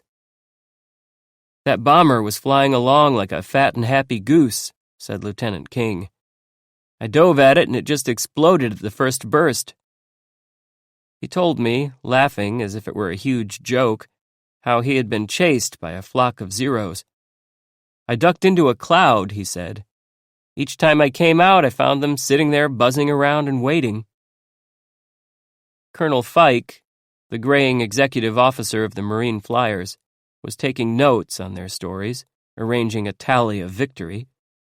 The memo on his notebook pad showed a total of 10 bombers and 11 Zeros shot down in the fight. 2 of our fighter planes were still unreported when we left the airport. Another pilot had been seen to bail out over Tulagi Bay. The rest had returned. It was not a bad score at all. 3 of our men missing, in exchange for 21 Japs shot down. We drove across the airfield on the way back to our camp. The Japs had missed it completely, although the runways were obviously their target. In a neighboring meadow, we saw 2 fairly regular lines of large craters churned into the black earth, where sticks of bombs had struck. A large trailer truck lay on its side, apparently overturned by the bomb blast, and the cab had been riddled, windshield shattered, by bomb fragments. But it was a captured Jap vehicle, and no one, said bystanders, had been in the cab at the time. There were the usual rumors this afternoon that a large force of Japs were on their way in to attack Guadalcanal, and most of us went to bed again with our shoes on and our helmets within easy reach. But I decided to be comfortable for once, despite the rumors, and took off pants, shirt, shoes, and socks. Tuesday, August 25th. My taking off my clothes last night with a view to sleeping more comfortably turned out to be a great mistake. Just after midnight this morning, my sleep was shattered by explosions coming very close. The instant reflex action took me out of bed and onto the ground, flat. I knew that the others were leaving our tent, dashing for the dugout. I fumbled for my helmet and couldn't find it. I could hear heavy gunfire in a sequence that I knew instantly was ominous. The metallic, loud broom-broom of the guns going off, then the whistle of the approaching shells, then the crash of the explosions. So near that one felt a blast of air from the concussion. I ran for the dugout, not stopping even for slippers, but hit the deck and stopped dead still just inside the tent flap when I heard more shells on the way. The crash of the explosions dented in my eardrums, and I could hear the confused sounds of debris falling. Colonel Hunt and I arrived at the dugout at the same moment. We bumped into each other at the entrance and then backed away, and I said, "You go first, Colonel." He said politely, with a slight bow, "No, after you." And we stood there for a few moments, arguing the matter, while the shells continued to fall. The colonel, too, had decided to sleep comfortably last night and now wore only his skivvy drawers and shirt. We must have made a comical couple, for I took a riding for the rest of the day about the Alphonse and Gaston act performed in underwear and under fire. But the humor of that moment was soon gone. When the barrage halted, we could hear a blubbering, sobbing cry that was more animal than human. A Marine came running to the dugout entrance to say that several men had been badly wounded and needed a corpsman. And the crying man kept on, his gurgling rising and falling in regular waves like the sound of some strange machine. I edged around a smashed tent toward the sound and found myself amidst a scene of frightfulness. One gray-green body lay on its back. There was a small, irregular red hole in the middle of the chest. Nearby lay the wounded man who had been crying in the night. A big, muscular fellow, he lay on his right side while a doctor bandaged the shredded remains of one leg, and a corpsman worked on the twisted, gaping mouth of a wound which bared the other leg to the bone.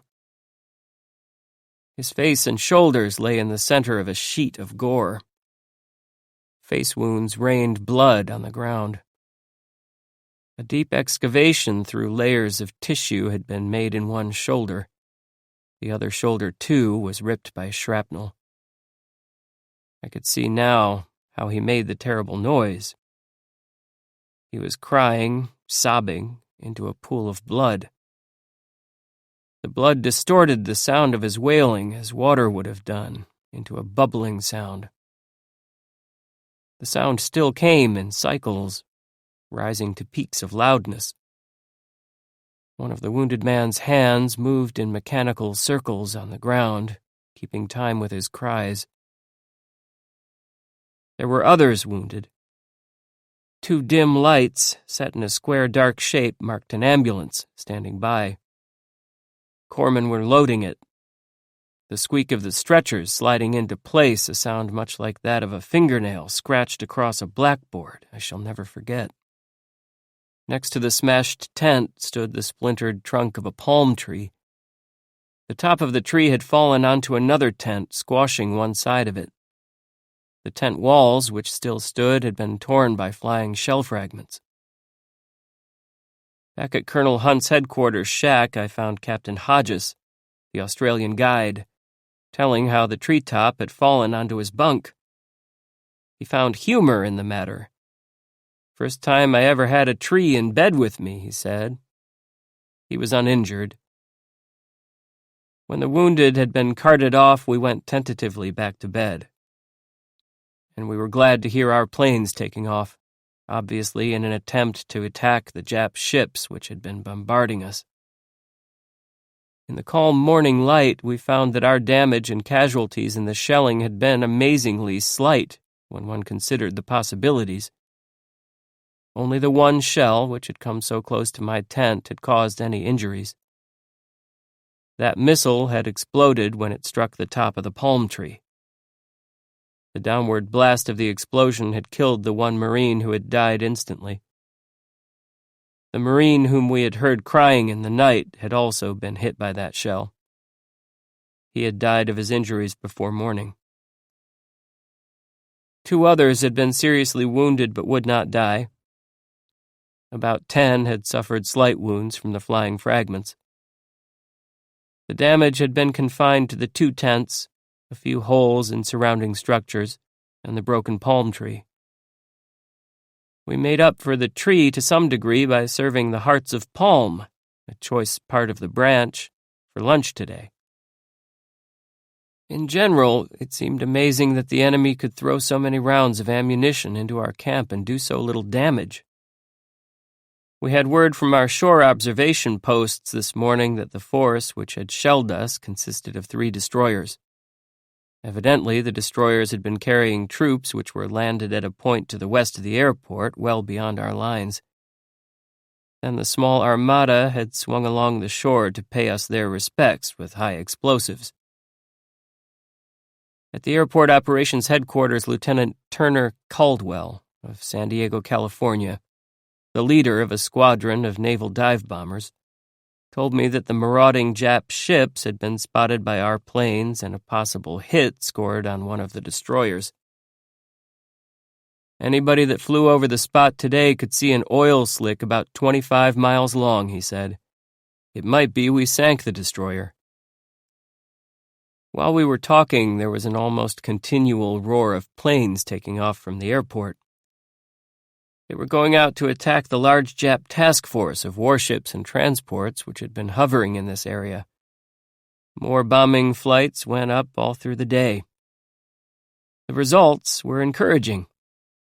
The Jap forces had been turned back and dispersed in one of their cruisers and 2 transports badly damaged.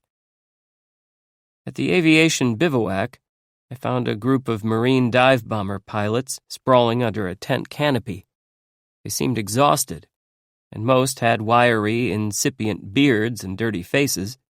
They had been flying since midnight this morning. Some of them told me they had slept in their planes. They told their stories cheerfully.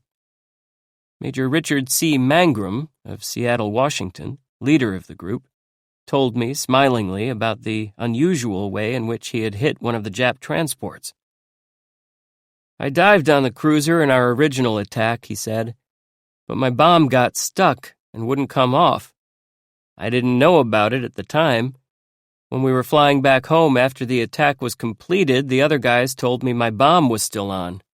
So I left the formation and went back. I saw a transport then that we hadn't even seen before. I guess it had been under a cloud. Major Mangrum's radio man and rear gunner, Corporal Dennis Bird, described the hit the Major had scored. The bomb seemed to hit near the fantail, he said. A big column of smoke and water went up. Bird said he was sure the steering apparatus of the ship must have been damaged. The pilots said it is always hard to see your own hit if you are a dive bomber, because by the time the bomb strikes, you are too busy pulling out of your dive and dodging anti-aircraft to take time to look behind you. A radio man, rear gunner who faces the rear, or a squadron mate, however, often has an excellent view. Lieutenant Lawrence Baldinis, of Yuma, Michigan, had not been able to see the hit he scored directly amidships on the largest Jap transport, which incidentally carried the large red flag of a Jap general or admiral, and might have been a flagship. But Lieutenant Don E. McCafferty, of Hempstead, Long Island, said he had enjoyed a fascinating view of Baldinis's bombing. The bomb hit right by the bridge, he said, and everything went up as if it was made of wood, like a model in the movies. I veered over to watch it. I was so fascinated, just everything spraying up and coming down. Major Mangrum said he had seen Baldinis's transport, which was a big ship of about 14,000 tons, burning fiercely, and seen indications that the crew were abandoning ship. There were small boats all over the water, he said. I found Lieutenant Fink, Chris Fink of Graybull, Wyoming, the naval dive bomber who had hit the enemy cruiser, a new vessel of the Jinsu class. He was a slow-speaking Westerner and said, as the other pilots had said, that he had not had a chance to watch his bomb hit. But his radio man, Milo L. Kimberlin of Spokane, Washington, told the story. The bomb hit right on the bridge, and a sheet of flame and smoke went right up to the clouds. I could see the stack and bridge lift out of the ship and go kerplunk into the ocean. She was still burning when we left. You could see the smoke and flames for about 40 miles. I was skirting the airfield en route to Colonel Hunt's CP this afternoon when the air raid alert sounded, and a few moments later we heard the impressive sound of many powerful engines and saw the usual thin silver line of Japanese bombers spanning the sky. There were 21 of them this time. I counted them. Then, as they were almost overhead, I dashed for shelter behind a huge limestone rock. I heard the bombs coming down, and the swishing sound of their descent was louder than I had ever heard it before. I forgot technique, forgot the approved method of taking bomb cover, which is to support yourself a little on elbows to avoid concussion, and instead burrowed as deeply as possible into the ground. The crash of the stick of bombs was loud, and I felt the earth jerk with the impact. Clods of dirt came showering down. When the last kerrump had sounded, I waited a few seconds, then got up a bit shaken and looked across the grassy field at a row of fresh, clean-cut black bomb craters. The ground everywhere around was strewn with small, cube-shaped clods of earth. I measured off the distance between me and the nearest crater. It was not much more than 200 yards. Tonight I heard cheerful reports of an action between our naval forces and the Japs, somewhere near Guadalcanal. Our torpedo bombers from a carrier had attacked the Jap carrier, Dyuzyo, and probably sunk it. At the same time, 81 Jap planes had attacked one of our carriers, and 71 had been shot down. Our bombers had scored hits on other Jap warships of unspecified number and type. Wednesday, August 26th. Bob Miller and I were standing at the edge of the airfield today when the now routine Jap air raid occurred. We now have the timing of these matters pretty well organized. We know about how long we can afford to watch the bombers coming before taking cover. Today we heard the bombs screeching down as loud and close as they were yesterday. Then we piled into a small foxhole. This time I remembered to support myself slightly on my elbows to avoid concussion, in case one came too close. Some of our people have been so badly shaken by close ones that they have suffered shock and prolonged bleeding from the nose. The worst time in a bombing is the short moment when you can hear the bombs coming. Then you feel helpless. And you think very intensely of the fact that it is purely a matter of chance whether or not you will be hit. The chances vary with your location. The Japs are bombing such and such an area, so many acres. The circles of fragments from their bombs will cover a certain proportion of the total acreage. You wonder if your portion of the acreage will be overlapped by the acreage of the bombs. If you are caught on the airport by a bombing, you can figure your chances for escaping injury are much fewer than elsewhere, for the airport always seems to be the Japs' target. But even in other parts of the island where odds may be greater, say 9 out of 10 that you won't be hit, you wonder if you will be the unlucky 10th case. You will also think about those who have been cruelly wounded or killed by previous bombings, and in your imagination you suffer the shock of similar wounds. You also wonder why, instead of getting into a shelter which has a sandbagged roof, you stayed around to gawk and left yourself only time to get to an open foxhole or nothing at all for protection except the flatness of the earth. When you have nothing but the earth and your lack of altitude to protect you, you feel singularly naked and at the mercy of the bombs. These thoughts pass very swiftly through your head during the short time that seems so long, the time when you hear the bombs swishing and rattling through the air on their way down to you. And while your mind is racing through these thoughts, your ears, without any conscious effort on your part, are straining to gauge the closeness of the bombs from the swishing and the rattling of them. After the sticks have hit, you wait a few more minutes, suffering from a disinclination to get up immediately. You watch the ground, close in front of your eyes, very patiently, and wait to see if there will be another stick or more sticks. Usually here on Guadalcanal, there are no more sticks after the bombers have made one run. They do not come back then because they are too busy trying to fend off our fighters. When you finally get up to look around, you have butterflies in your chest and your breath is noticeably short and your hands feel a bit shaky. Those feelings do not seem to be avoidable by any conscious effort. This morning, Miller and I jumped up rather quickly after the sticks had cracked down, and before the dust columns of the explosions had settled, saw reddish flames leaping into spreading brown smoke at the far edge of the field. Some of the bombs had hit one of our oil dispersal dumps, but there did not seem to be any other damage. General Vandegrift passed us in his jeep. He was anxious to see what damage, if any, the bombs had done to the airfield. Miller and I hitched a ride with him, and we dashed over toward the fires. But as we came close, we could see that only a few barrels had been hit. I can see those Jap pilots turning in a report about how they turned the airport into a holocaust, said Miller. How they could see the flames for 40 miles, etc. We laughed because undoubtedly that was just what the Japs did, those who got back.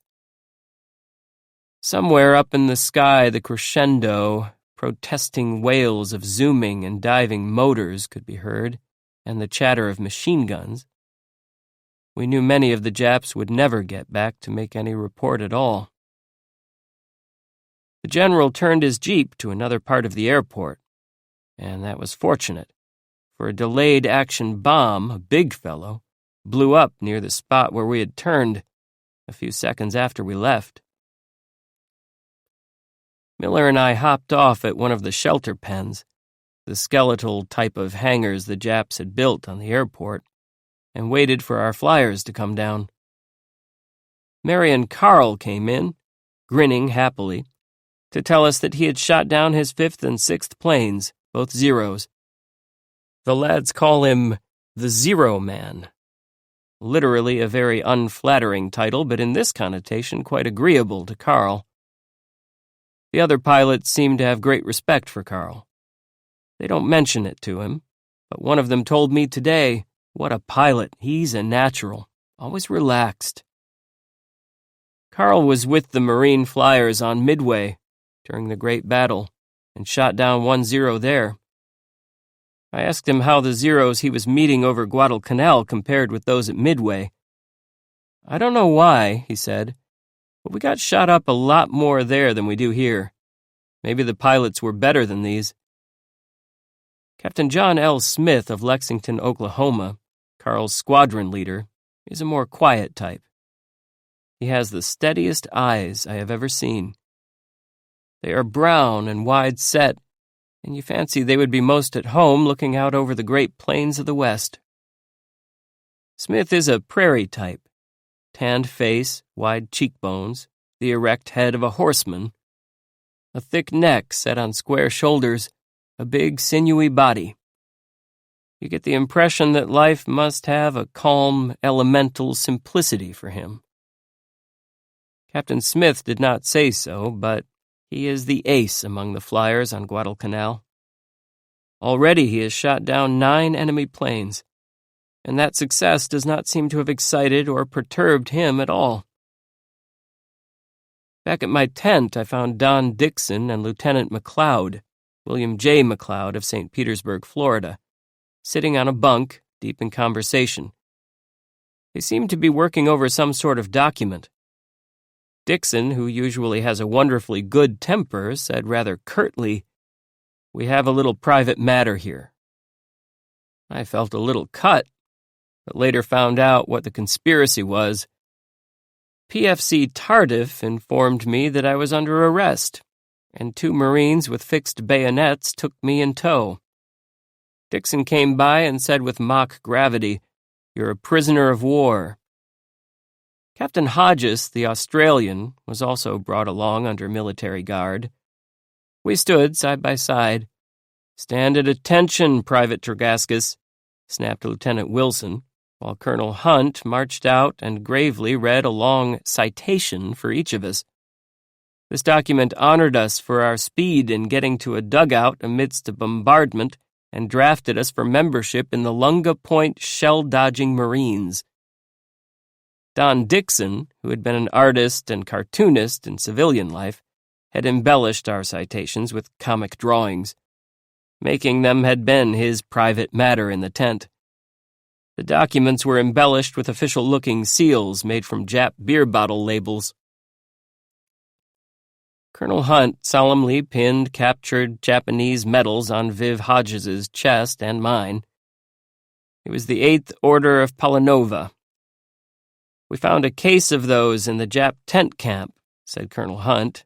Later he told me, "We had to put on some kind of show for the boys. They were getting a little bit glum." Tonight was quiet.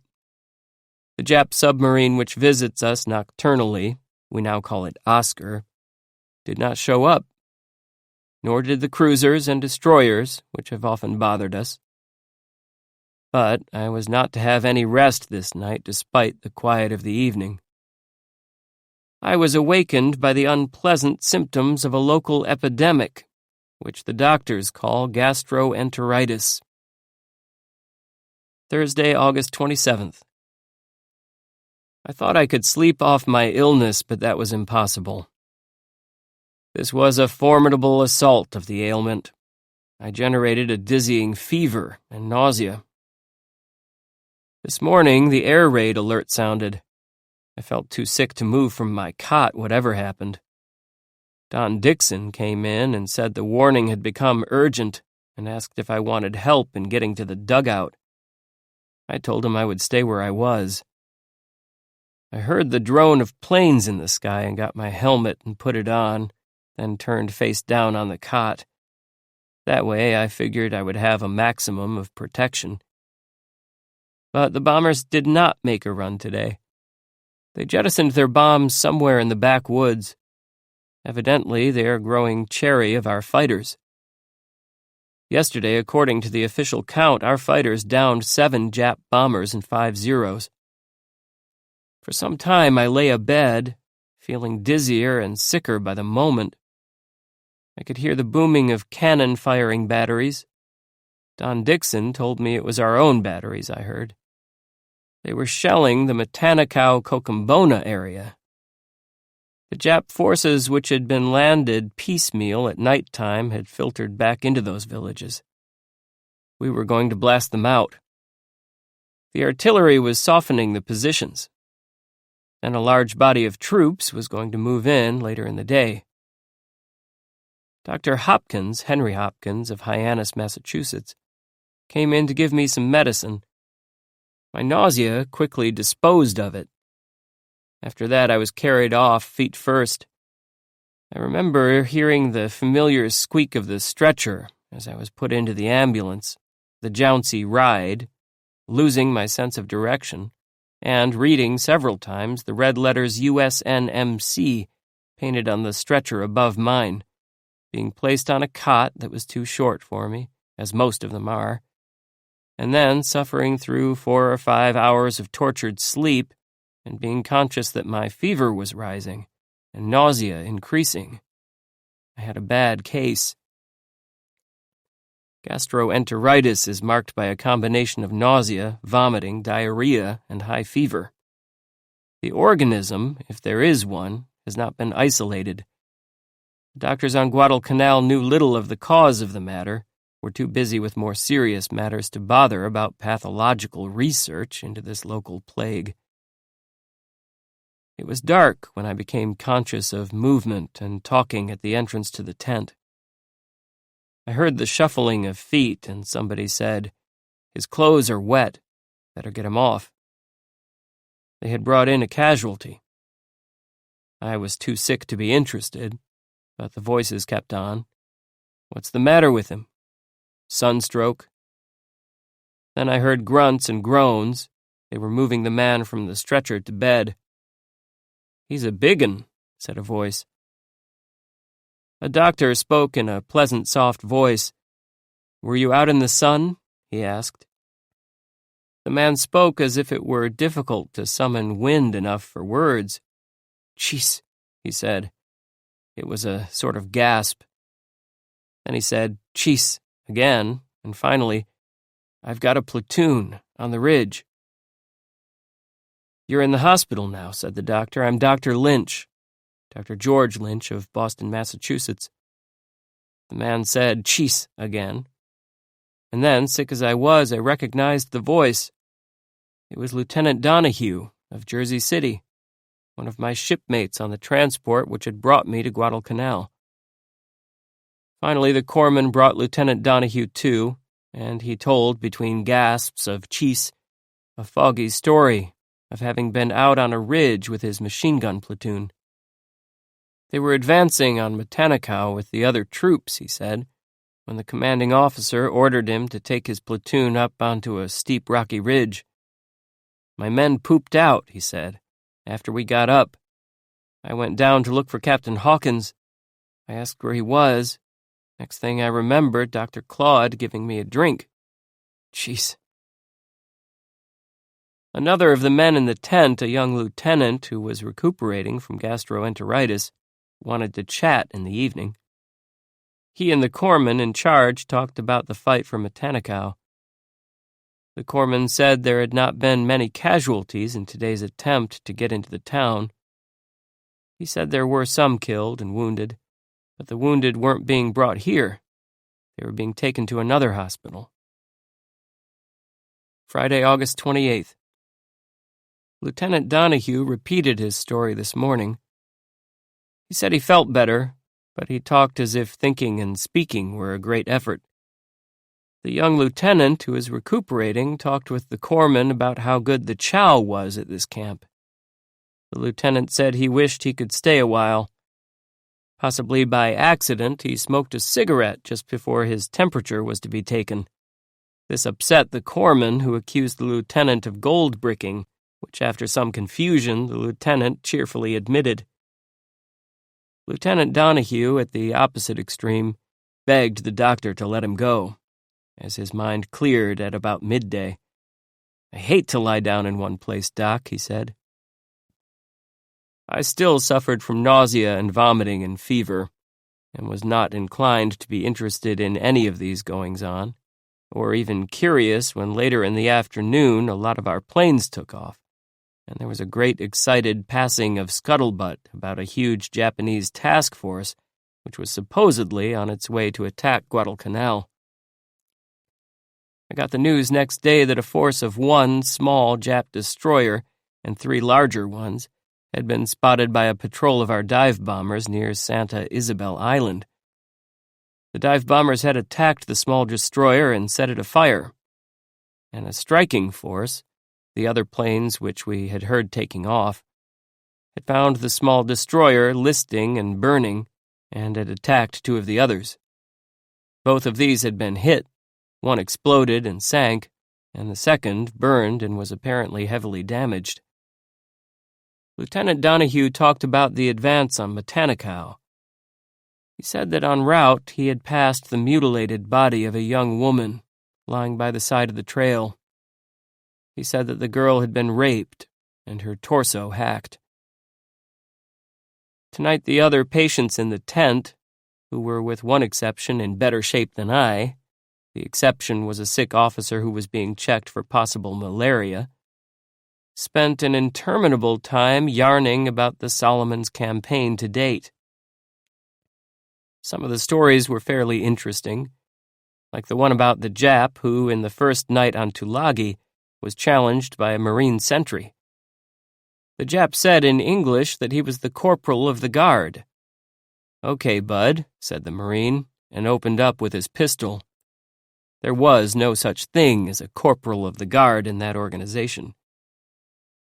Another story which I had heard before was about the Japs in one of the dugout caves on Tulagi. An interpreter went out to ask them in Japanese to surrender. One of the Japs had stuck his head out of the entrance and answered in colloquial English. That led to other yarns about the Japs' ability to speak English. and the alleged fact that many of the dead wore American high school rings. Then there were stories about the American mementos that had been found on Jap bodies, American cigarette cases, etc. Then the yarning turned to our first days on Guadalcanal, the large amount of shooting at shadows during the first few nights ashore, and how allegedly the general had issued an order that no shots should be fired, that only the bayonet should be used, and that this measure had cut down the unnecessary firing. That was the story. And so the yarning went on, and finally somebody told the classic story about the 2 Marine Jeep drivers on Guadalcanal. Supposedly a true story, very true, anyhow, in its essential American psychology. It was about 2 Jeeps passing in the night, one with proper dim-out headlights, the other with glaring bright lights. So the driver of the dim-light car leans out as they pass and shouts to the other driver, "Hey, put your fucking lights out." To which the other replies, "I can't. I've got a fucking colonel with me." Saturday, August 29th. This morning at about 4 o'clock I heard somebody shout air raid and slid out of bed and through the folds of my mosquito net and onto the floor, just as the bombs came swishing down. The crack of their explosions, however, was not loud, and I surmised they were small ones. We found after the excitement was over that some Jap float planes had made a sneak attack. The bombs had fallen far from the airfield and caused only a few casualties. From 9:30 on, we spent the morning dragging ourselves to a dugout and back. There were 3 air raid alarms. The shelter was crammed with sick people. The feverish, emaciated wrecks, most of them suffering from gastroenteritis, were a pitiful sight. The Japs did not show up until noontime. Then there were 24 bombers with an escort of 22 Zeros. I climbed out of the murky air of the dugout. I was feeling well enough to haul myself around without help by this time, and watched our anti-aircraft bursting in the sky.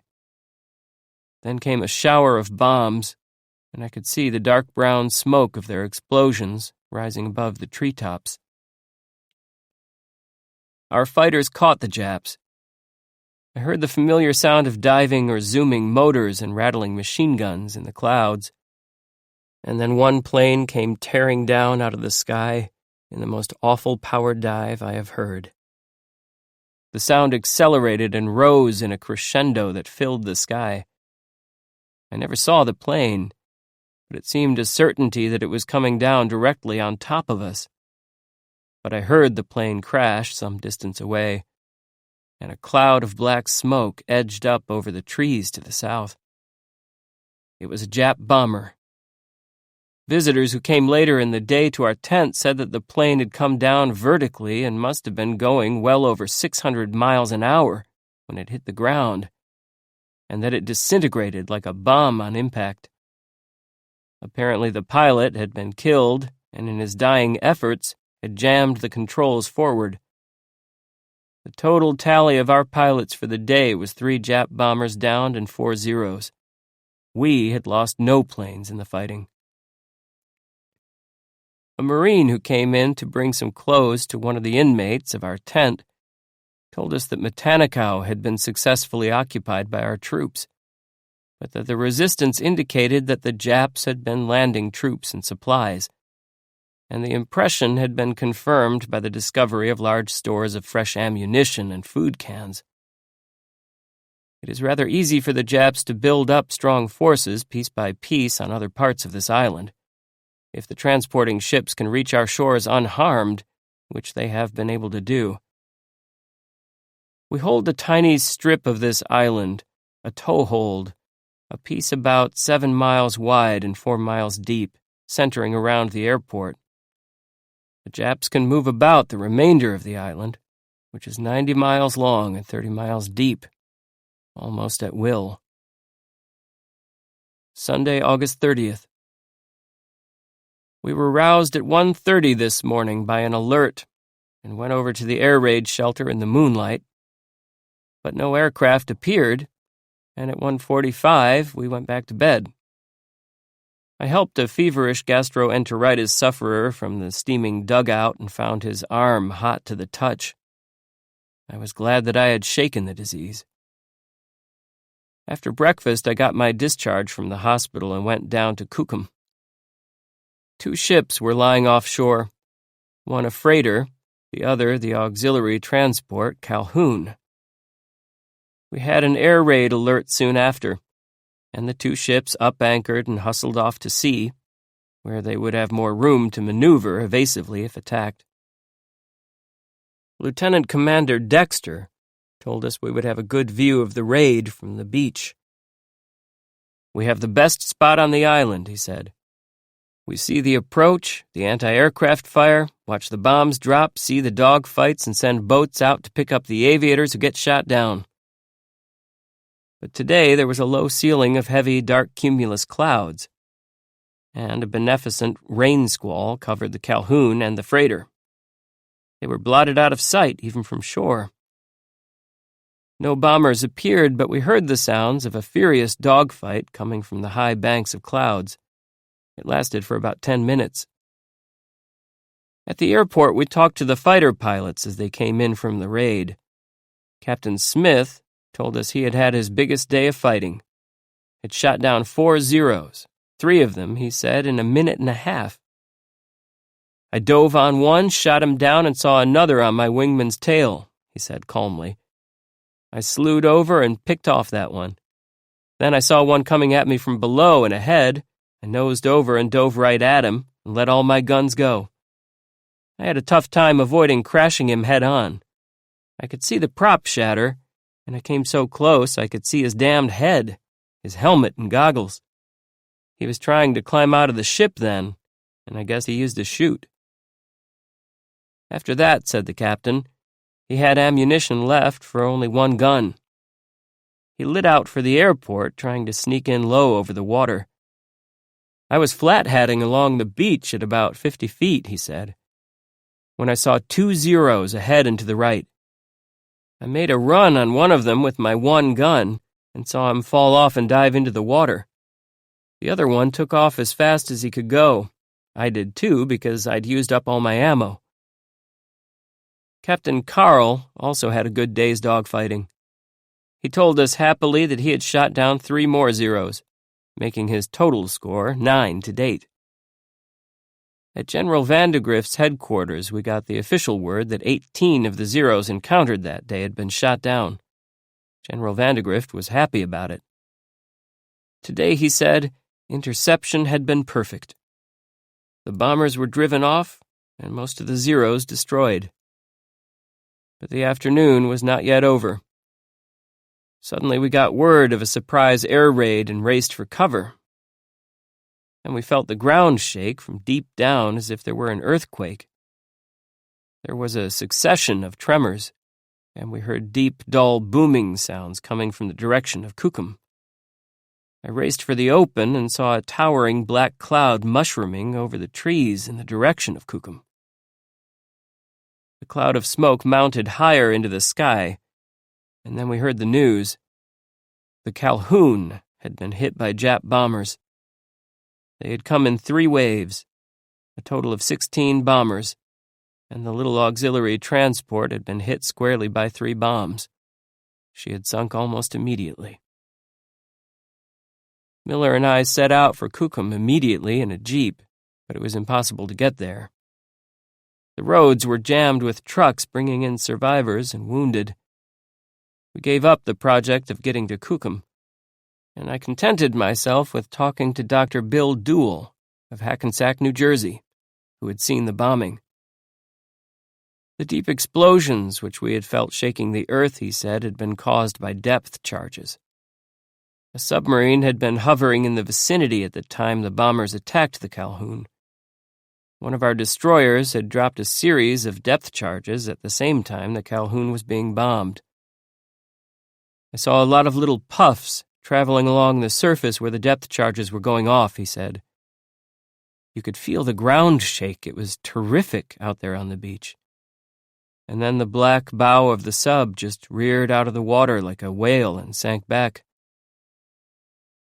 Losing the Calhoun seemed like a terrible tragedy at the moment. But later in the evening, we heard that the loss of life aboard the ship had been slight. We had recovered about 100 of the crew, lost only about 38. Tonight there was none of the usual scuttlebutt about an enemy task force being on its way into our island, but late in the evening we heard the sounds of many of our planes taking off and surmised that some sort of contact had been made. Sunday, August 31st.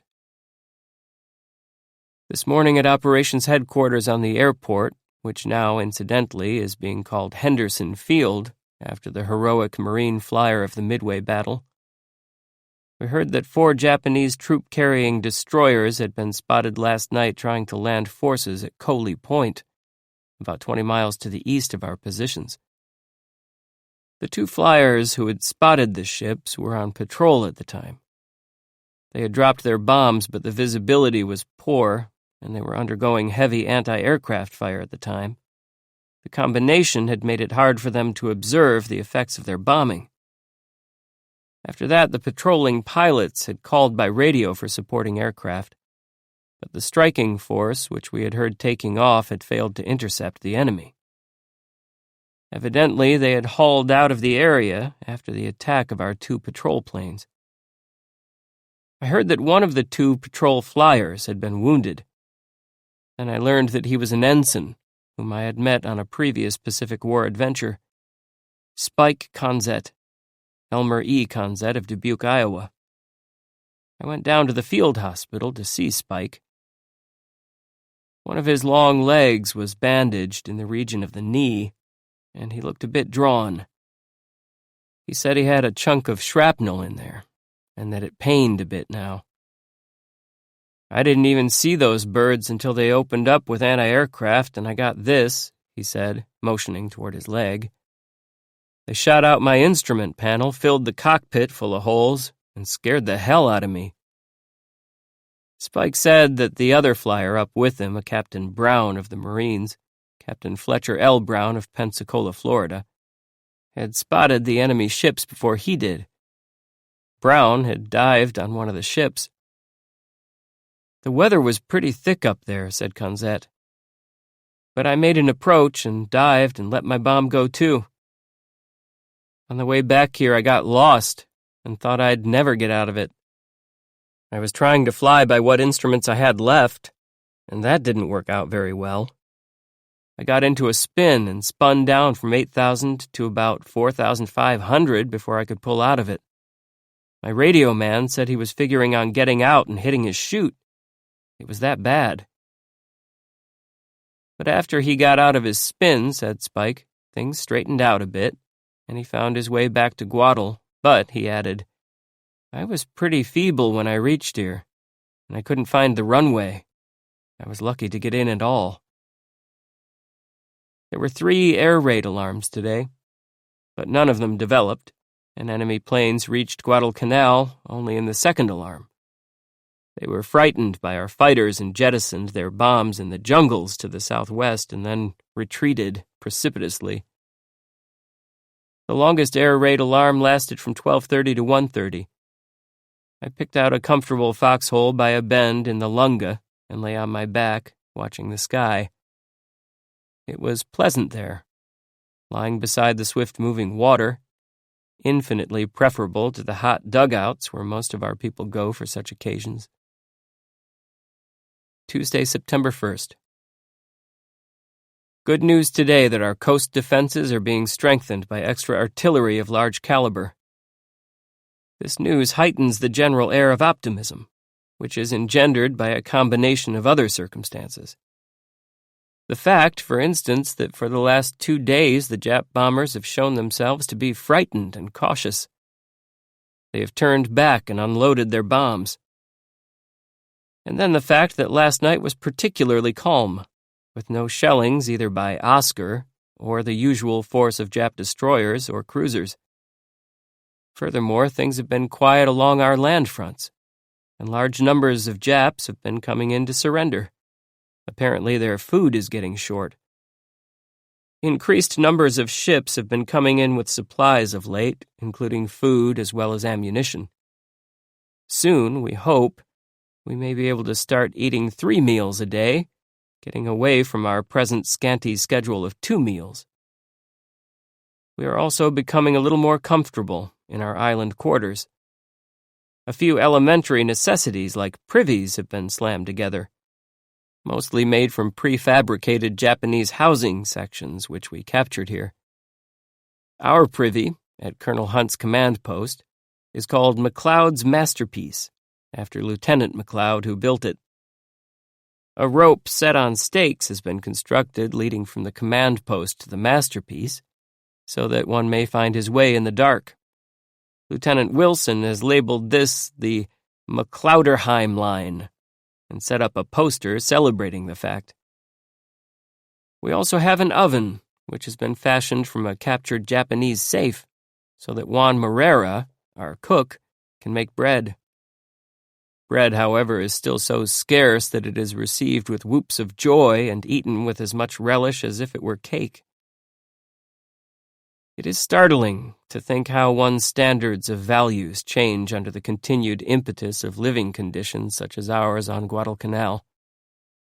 Things like bread and privies, considered the barest necessities at home, become luxuries.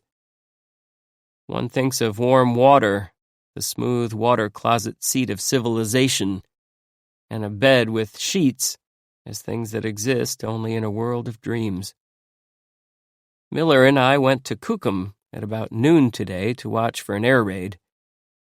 There was an urgent alert, but again the Japs did not appear. We went for a swim in the beautiful clear water along Kukum Beach. The swimming was superb, but would have been more enjoyable if we had not found it necessary to look out for sharks. Sharks are the principal hazard of swimming in salt water hereabouts. That and the hazard of getting fungus infections in the ear, just as crocodiles impinge on one's contentment while swimming in the Lunga River. This afternoon, trucks came to dump a pile of gray canvas sacks at Colonel Hunt's CP. It was mail. The first to reach the troops since we landed on Guadalcanal. Each man seemed as happy as if you had given him a $100 bill at the mere thought of getting mail. And that evening was an orgy of reading. Most of the men had 3 or 4 letters each. They sat about in circles and read them several times, and read pieces of them to each other. Guy Narder dashed into our tent with a letter in his hand and shouted, "I'm a mother!" The girl's name, he said, was Geraldine, and she had been born on the 27th of June. Don Dixon stood at the tent door watching more mail being sorted out for delivery. Mail should have priority before food, he said. Colonel Hunt had 3 letters. They're from Dear Mom, he said, and no bills. Sergeant Charlie Morris had a bill, however.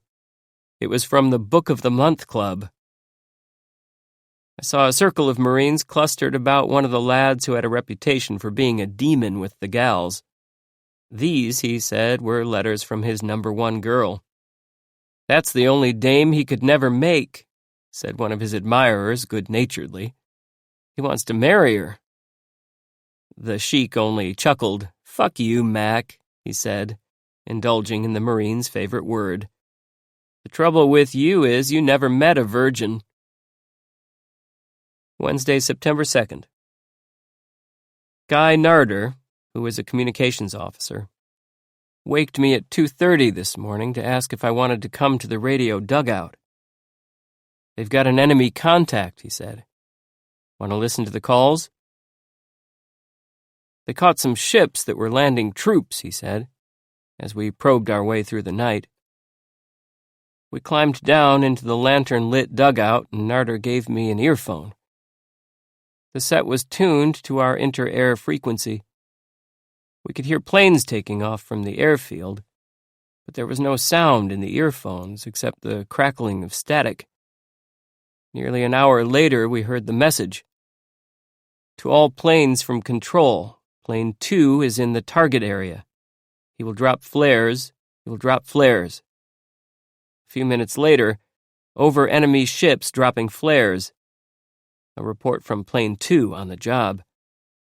But the other planes were having trouble trying to spot the enemy. I am down to 1,000 feet trying to pick up enemy, visibility very poor. I had begun to realize before this how difficult are flying weather conditions around Guadalcanal. How hard it is for our planes to spot enemy ships at night unless the moon is very bright. Now we heard some of the planes having difficulty in the thick overcast calling control in an attempt to find out the exact enemy position. One pilot heard the calls and reported, "During initial dive on the cruiser, it was heading due east. That was 15 minutes ago. She was making 20 knots. I haven't located them since." "How many miles east of the field?" asked Control. 20 miles was the answer. "The enemy is landing troops at Taivu Bay, 20 miles east of the airport," reported Control to all planes. A few minutes later, we heard inter-air conversations of pilots who were evidently on the scene but could not locate the enemy. "Let's go down to 500 feet, said one voice. "They should be directly under us around here." But there was no contact.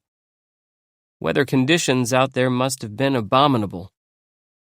I took off the earphone and looked out the dugout door. The night was black. There was no trace of a moon. It was after 4 o'clock when we heard the news of a contact relayed to headquarters. "Control from Plane 3, 3 large landing boats sighted east of Taivu Point." Plane 27 corrected, 1 mile west of Taivu Point. But the weather was evidently too thick for interception. I gave up the long night watch at about 5 and went back to bed. I was just getting to sleep when I heard the sudden rattle of bombs on their way down. I shouted, "Hit the deck!" and the others in the tent were so well trained that we all landed on the tent floor at about the same moment, the moment that we heard the crack of the bombs exploding. Fortunately, they were not close to our camp, and fortunately the Jap attackers did not make another run on our positions. But there came salvos of gunfire a few minutes later, which apparently landed far down our shores to the east. Miller and I hustled to the headquarters building at the airport to find out whether any damage had been done to the Jap ships, which were apparently landing troops at Taivu last night. Colonel Fike said misty weather had interfered with the contact, but added that 3 large Jap landing boats had been strafed by our Navy and Marine flyers. An Army captain came in to report that his flight of pursuits, which had just returned from a patrol, had found 6 large Jap landing boats on the beach near Taivu. The pursuits went back later in the day to strafe the boats. He reported there was no activity in the area, no people visible, and no sign of the Jap ships which had launched the boats. Colonel Fike said there was no definite information as to the number or type of ships, but probably they were several of the now familiar troop-carrying type of destroyer, and probably at least 1 cruiser, for the 2 planes which had come over and dropped bombs just before daylight this morning had been cruiser-type aircraft. At Colonel Cates' CP, we heard that there had been only 1 casualty in this morning's early raid, and that casualty had been a man who lost his leg in the explosion of a delayed action bomb. Our people are becoming more expert at taking cover. With the exception of those who stay out to watch the show, few are being injured or killed. 2 more correspondents have come in to Guadalcanal. They are Tom Yarborough and Tillman Durden. They have glamorous, fresh uniforms and make Miller and me feel like street urchins, for our hand-washed clothes are scarcely clean and our faces stand in need of a good scrubbing with hot water. This afternoon we had 2 air raid alerts, and after the second, 18 Jap bombers appeared and dropped their sticks. 3 bombers and 5 fighters were shot down in the melee that followed. For a few minutes after the bombers had dropped their sticks, we heard the rattle of small arms fire and heavier explosions, sounding like mortar or artillery shells, coming from the direction of the Tenaru. We wondered if the Japs were making another attempt to break through our lines, but Lieutenant Wilson checked by phone and looked contented as he reported, "It's only a small ammo dump. Bombs set it afire." Colonel Hunt has one of the few desks in the Solomons, an item captured from the Japs. Some of the officers of the raiders came into the CP this afternoon and asked if they might use the desk. Then they spread out maps and started a deep discussion. I found they were laying plans for an expedition to Taivu, where the Jap ships last night apparently landed troops and supplies, and where, according to our scouts, there is now a good-sized task force. That should be an interesting excursion. I may go along. Thursday, September 3rd. We were awakened at 15 minutes after midnight this morning by guns booming offshore from the direction of Kukum.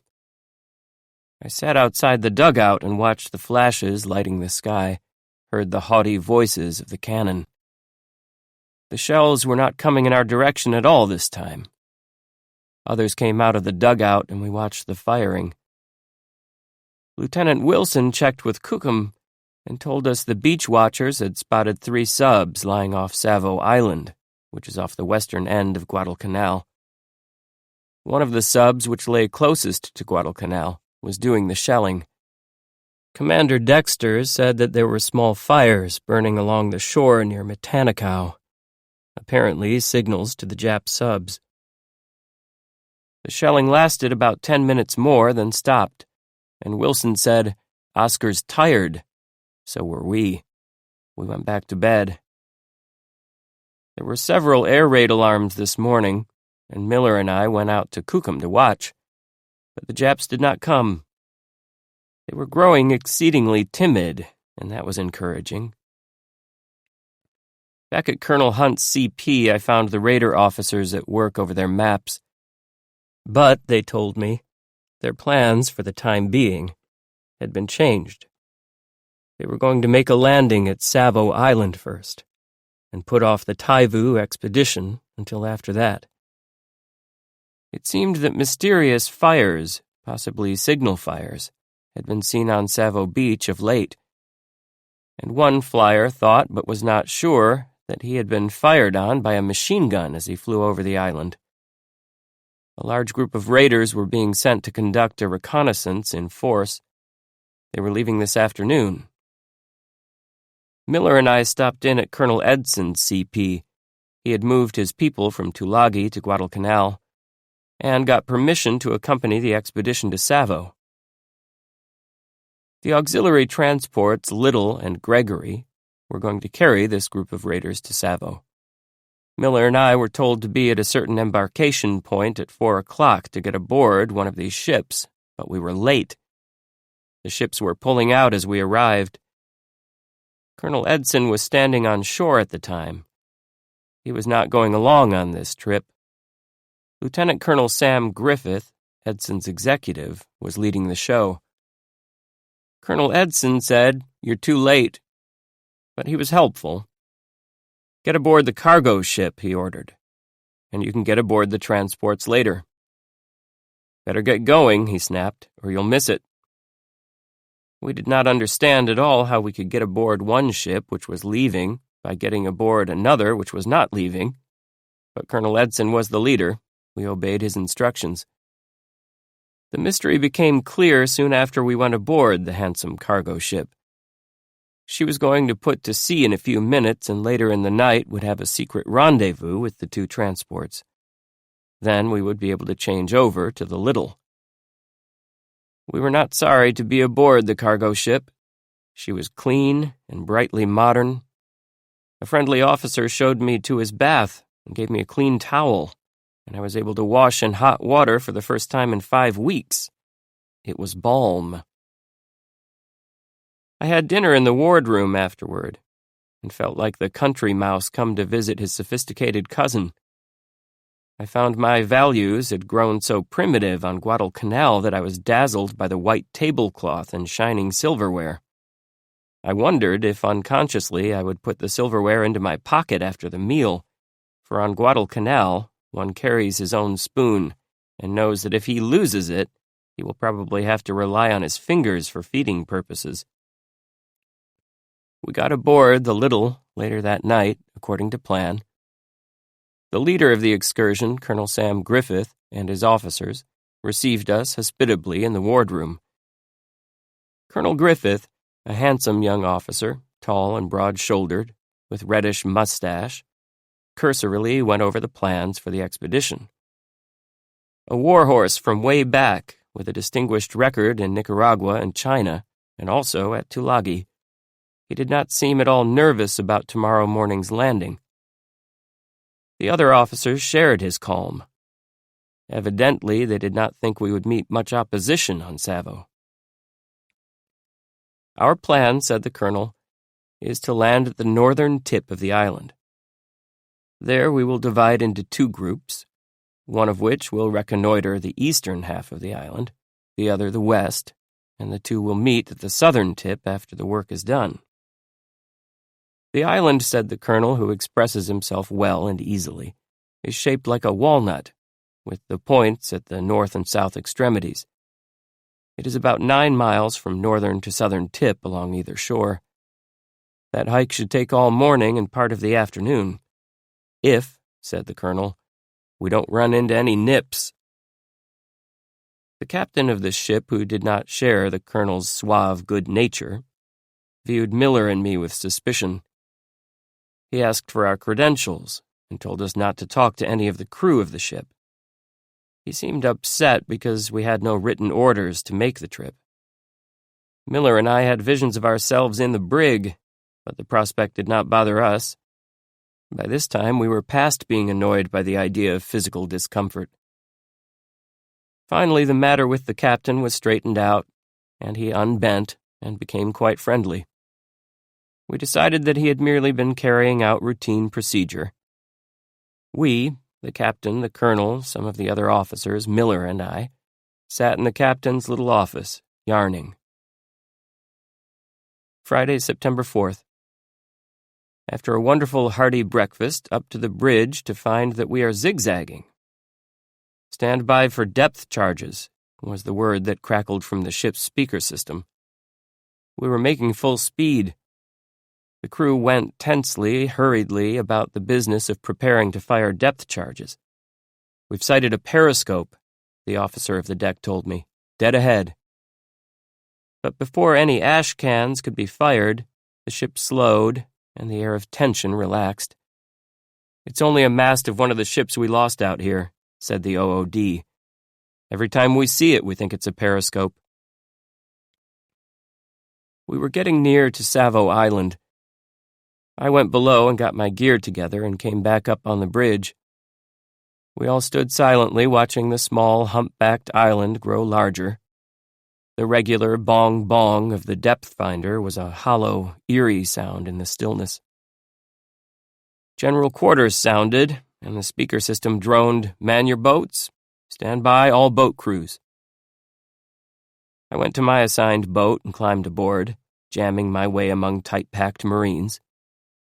Our engines rumbled and coughed, then started, and we were off for shore. It seemed odd to be going through the same experience of landing on a strange shore again, as I had done at Guadalcanal. The movements were the same, our sitting low in the boat, our strung-out lines of landing craft streaking in toward the beach, and even the growing distinctness of the island, as palms began to stand out against the sky and thatch huts became visible, seemed something like routine. But there remained the breathless suspense, wondering when and if machine guns would open up on us from the shore. And in those moments of wondering, as usual, one imagined the arrival of bullets and the prospect of men being hit in the boat. But none of these things happened, and we came to shore and made our landing without having been fired on. We advanced cautiously up the beach, but there were no Japs and no shots fired. We came almost immediately to a row of bamboo and thatch huts, which constituted a village. The houses sat amidst wide-spaced palms, and in the grove black natives stood and watched us as we advanced. Most of them wore only bright-colored loincloths. An Australian guide who accompanied us set to work to secure some native boys who would lead us through the trails around the island. The big chief of the island was not in the vicinity, but one black man who spoke the Solomon Islands pidgin English was soon located. Like the rest, he wore a bright flannel loincloth, and his hair was crinkly and red. I found later that native dandies dye their hair with lime juice. The native's manners were mild. He raised his hand in greeting and smiled, showing stumpy teeth, thickly covered with tartar and stained reddish-brown by betel nut. While the Australian and the native talked, Marines crept out into the surrounding woods with guns at the ready. We did not want to be ambushed in the village by the Japanese. A line of 5 or 6 natives stood behind the black man who spoke English. They smiled, childishly. Some of their black bodies were tattooed. One of them wore a necklace of bright-colored beads. "Me fella lookum Japanese man," began the Australian. But the native shook his head and smiled benignly.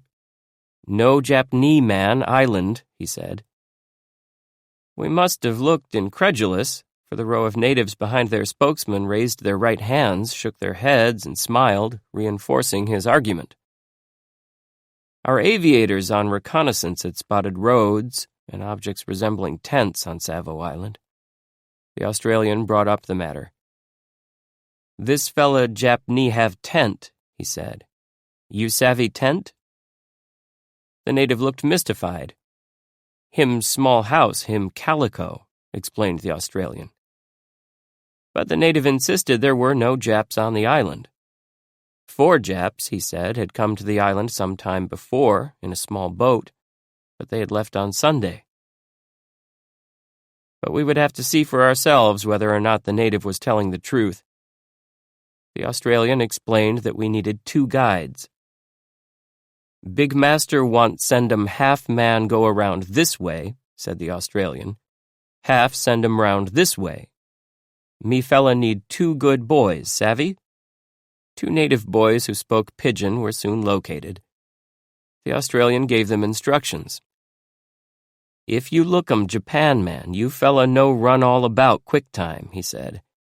"But all same stop, and we fella kill 'em." The 2 natives nodded enthusiastically. "Biumbi, you fella getting good chow long government," he promised. I chose to go with the group of raiders who were covering the east coast of the island. They were being led by Captain John W. Antonelli of Lawrence, Massachusetts.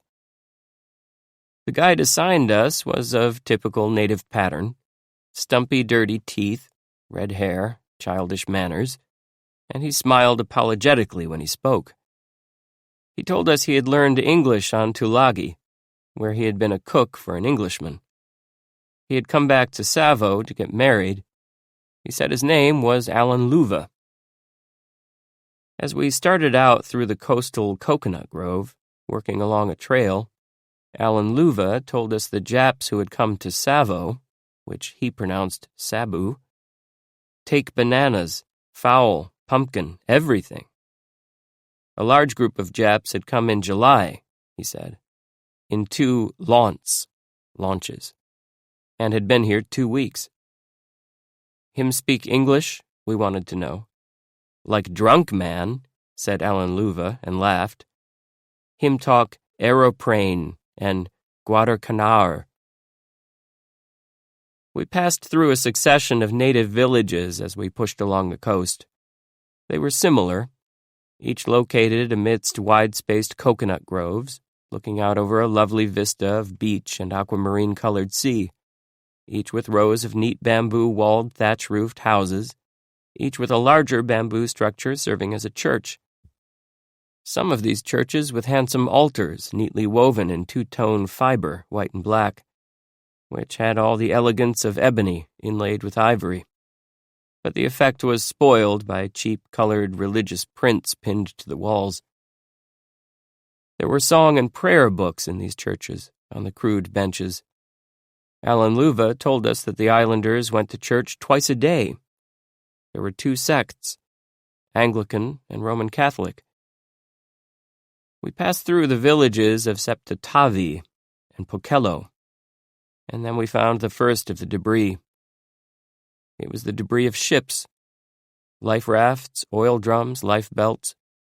Our ships, which had been sunk in the great battle of the night of August 8th to 9th, now called the Battle of Savo Island. The debris was washed up on the beach, and even now, nearly a month after the battle, the water's edge was still stained with oil. Stones and branches farther up the beach were still coated with oil, some of it a 1/4 or 1/2 inch thick. Alan Luva said the battle had occurred close to shore. Evidently, he had been greatly frightened by it, for he looked scared as he mentioned it now, and all he would say was, "Fires, great fires." Farther to the south, we found debris strewn more thickly along the shore. An oil-coated rubber life raft from the Quincy, a soggy notebook kept by an officer on the Astoria, the propeller of one of the catapult planes which the Canberra had carried, crates marked Australia, more pieces of wooden life rafts, more life belts, inflated and uninflated. But there were no Japs, although our men were constantly on the lookout for them. At about noon, we had traversed about half the distance from north to south. We halted for a short rest. The jungle had grown thicker as we progressed south, and the trail ran up and down many steep hills.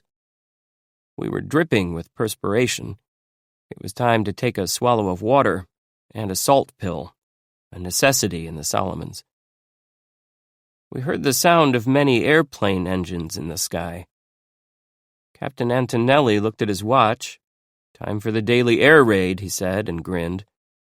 "It's going to be good to watch one from a distance for a change." But the planes were ours. Soon we saw them swinging north past Savo Island, a large formation of our dive bombers, probably heading for Bougainville or Rakata Bay or Gizo, Japanese bases. In mid-afternoon, we met the other group of troops, who had traversed the other side of the island. We had reached the southern tip, walked our 9 miles. Colonel Griffith, who had led the other group, said they had run into no nips anywhere.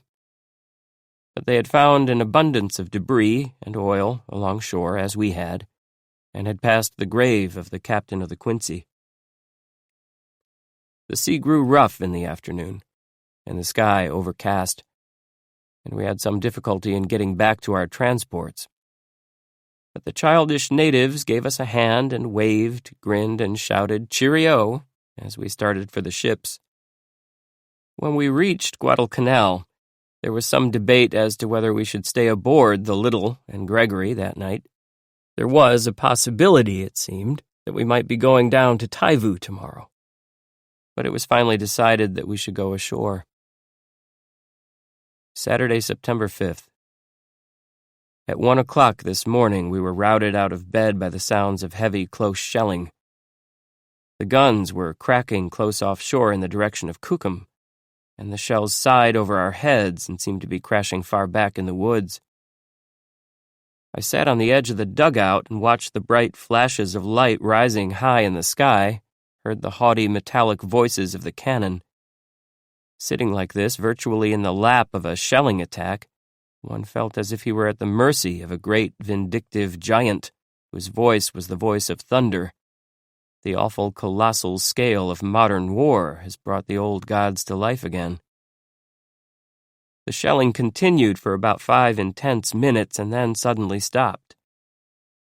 A few seconds' pause, and the sounds and flashes of cannonading began again, doubled and redoubled in volume. But the shells were no longer passing over our heads, no longer directed against Guadalcanal. We surmised then that a naval engagement must have begun. 10 minutes later, the cannonading continuing at a furious pace, we heard the sound of an airplane motor. Then a pinpoint of green light appeared over the beach to the east. The light grew brighter, then became a bright sheet of green-white, flickering over the whole side of the sky. It was a flare. More flares followed, east and west, while the blasting of the guns continued, and then a white light snapped the sky over Kukum suddenly into illumination. It was a searchlight glare, probably from naval vessels, ours or theirs, illuminating the opponents. The gunfire kept on, and the searchlight went out as suddenly as it had come on, and it started again, and there was more cannonading. These wonders continued until 2:08, when they ceased sharply, and there were no more sounds, no more flares, no more searchlights. From Kukum by phone we heard the dope, that there had been a furious naval engagement off Savo Island, with about 5 ships participating. That 2 ships had been hit and were still afire, but we did not then know whether they were ours or theirs. With daylight I hurried to Kukum to see what had happened. En route, I passed several ambulances going the other way. They were loaded. Commander Dexter told me the Little and Gregory had been sunk. Boats were out now, bringing in survivors. I found survivors scattered all over the beach, some on stretchers with doctors working busily over them, some with lesser wounds, sitting dejectedly on the sand, waiting treatment. Others in scant, torn clothing, many of them still smudged with oil, standing in silent groups. Boats lined the shore, and wounded were being taken from these on stretchers. Other boats dotted the water a few hundred yards offshore, moving like busy water bugs. At the back of the beach, they were still loading ambulances. Some stretcher-bearers passed me with inert, white-bandaged wounded. I talked with one of the walking wounded, who sat in his underwear on a pile of gear, while a gash in his lower leg trailed a small trickle of blood on the sand. He had been hit by a chunk of HE. A corpsman came up and said to the sailor, "You better get that fixed." "I'll wait until the sailor motioned toward a badly wounded man on a stretcher now being tended by a doctor, "get through." The sailor told me he had been on the Little and was a chief boatswain's mate. His name was Ralph G. Andre, and he came from Wheelersburg, Ohio. He spoke dully, stoically, about the action in which his ship had been sunk. "We only got about 3 or 4 rounds out of each gun," he said, "and the Japs shot through us like paper. They couldn't have been more than a couple of 1,000 yards away. The first shot they fired hit a fuel tank and set us afire. Then they turned the searchlights on and kept on firing until they had us afire all over. Then they went over and sank the Gregory, and it looked like they came back and gave it to us again after that." A young lieutenant, wrapped in a blanket, a little blue from the cold but otherwise unharmed, told me he had been officer of the deck aboard the Gregory at the time of the sinking. He was Lieutenant J. G. Heinrich Heine, Jr., of San Diego, California. "Judging from the searchlights and the gunfire," he said, "I'd think there were about 5 Jap ships. There was at least 1 cruiser because they were firing 3 at a time, salvos. It was like about 40 kinds of hell breaking loose. Put them together and you get the picture." Lieutenant Heine gave a very coherent account of the events of the fight as he had seen them. "We were patrolling offshore and about to make a turn," he said, "when somebody dropped flares. Then there were searchlights, and then hell. The Japs opened fire with the Little as a target until we opened fire. Then the Japs shifted to both ships. One of our 4-inch guns and 2 smaller caliber guns fired on the Jap astern. We put out the searchlights, but they came on again, and by that time we were ready to abandon ship. I was stationed at boat number 3. I tried to get one of our machine guns to bear on the Jap searchlights, then realized that was foolish. I saw several hits on the bridge and went there to see if there were any wounded. I found only 1 officer. Then I went to the well deck to see what could be done about extinguishing the fires. I then went back to the boat stations and lowered number 2 and number 3 into the water. Lieutenant Heine talked as formally as if he were writing an official report. I collected approximately 20 men, he said, and we launched a life raft. I had all hands in the water swim to the raft. The Jap continued to fire. He was at the time about 100 yards from the Gregory, on the side opposite from ours. Several shells came over the ship and landed 20 to 25 yards from the raft. The ship was burning amidships.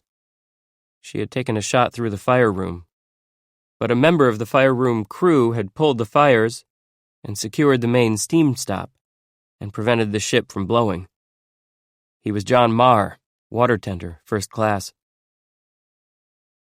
One of the few survivors who appeared energetic and chipper was Lieutenant J.G. Paul F. Collett of Worcester, Massachusetts, who had been the engineering officer on the Little. After his ship had sunk, he had spent some 8 hours in the water, and the Jap warships, he said, just missed me by a whisker, about 25 to 30 feet. Lieutenant Collett said he believed the Jap ships were cruisers, and that they were new vessels. Ensign William M. Newton of Gastonia, North Carolina, said there were 2 cruisers and a destroyer at least. We went back to General Vandegrift's CP, and from there to airfield headquarters to see what damage the dive bombers, which we spotted yesterday, heading north, had done. We found they had bombed and strafed 36 landing boats which had been spotted bringing Jap troops into Cape Esperance. Dive bombers and Army and Marine fighters had gone out this morning to strafe 15 Jap landing boats trying to get ashore at dawn. Apparently, both groups of boats, those at Cape Esperance and those at Taivu, were badly damaged, and many Japs killed in the attack. But the discouraging fact remains that some Japs are getting through our cordon and landing. Later, we found that the Japs were using small boats to transport troops all the way from Bougainville to Guadalcanal, nearly 500 miles.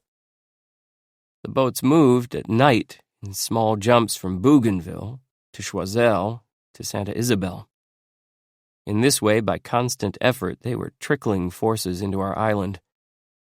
Eventually, those landings, coupled with the landings being made from larger ships, would mount up, unless we could find some way to stop them. But in any case, our air activities did have the effect of making such landings difficult. We were still at headquarters on the airfield when an air alert was sent out. So we of the Guadalcanal Press Club, Miller and I plus the 2 new members, Yarborough and Durden, climbed into a jeep and sped down to Lunga Point to watch the show. There was a radio available here. Miller clamped on the headphones and listened in on the interplane messages, calling them aloud so that we had a blow-by-blow description of the fighting. The first exciting call came at 12:32. Planes off the starboard bow. Then, Morrell, a call to Lieutenant Rivers J. Morrell of San Diego, California. Have you sighted the enemy? And Morrell's answer, they are up on the left side above you, see 'em? I'm going in, called Morrell, signaling his attack. Then other groups of fighters spotted the enemy in quick succession. There are 26 bombers coming in from the south. I'm going over there where the mess is going on. I'm starting to go in. There are zeros with those bombers, watch out. Watch it, there, watch it. 6 zeros just passed over us, look out for 'em. We heard the sounds of dogfighting in the sky, but the planes were too high in the clouds to be seen. We also heard booming explosions, which we at first took for anti-aircraft but later realized were bombs. We found out later the Japs had jettisoned their bombs after interception and fled without making a run. We got 1 bomber, called one pilot. Bracket. Then one of our casualties called in. I'm in trouble, and I don't mean maybe, I'm going down. A few moments later, we saw him coming in, his motor streaming smoke and his propeller sitting still on the nose of his plane. A dead stick landing. "Hope he makes it," shouted Miller. Back at the airport, we found that this flyer had made it, and that our fighters had shot down 2 of the Jap bombers and 1 0. This afternoon, at about 4 o'clock, we heard scary news on the scuttlebutt circuit that 33 Jap ships were on their way toward Guadalcanal, off Lord Howe Island, and at their present rate of speed would be here at 4 o'clock tomorrow morning. Before we went to bed, however, we heard that the alarm was another false one. The root of the report had been a radio message from a B-17, which had spotted 3 Jap ships, heading north near Lord Howe Island. The message had simply been misunderstood. Still, the night was not to be calm. At 9 o'clock, I woke up to find my cot shaking, as if someone had a grip on one end and was trying to jostle me. It was an earthquake, which they say is a fairly common occurrence hereabouts. Later, we were awakened by the sounds of machine gun and rifle fire, and there were 2 louder explosions which sounded like mortar shells. Had the Japs broken through, I wondered. But after a while, one grows bored with the incessant repetition, even of thoughts like these. I went back to sleep. Sunday, September 6th. This morning we heard at Colonel Hunt's CP that the Japs had fired mortar shells into the tractor camp last night. But when our men had answered with heavy fire, the Japs had withdrawn. Apparently, they were a small patrol trying to feel out our positions. We arrived at the airport this morning just in time to hear the tail end of an address by a general to the pilots. They were gathered in a circle around him, and the general was saying, "And I don't want you to think that those people back there at home don't appreciate what you are doing. They do appreciate it." "What was the rest of the speech about?" I asked one of the fighters. "You heard it," he said disconsolately. "It was that last sentence, repeated a few times." What the fighters would like to hear, obviously, is news of some relief. Some of them have been flying 8 to 10 hours almost every day under combat conditions for the last 3 weeks. And their rest is disturbed by the Japs practically every night. They would like a little rest in some relatively peaceful country. Colonel Fike gave us the results of today's raid by our dive bombers. The target for today was the Jap base on Gizo. The dive bombers found no aircraft or ships there, but bombed a group of buildings and probably destroyed a radio station. Some of our pilots lost their way in the soup.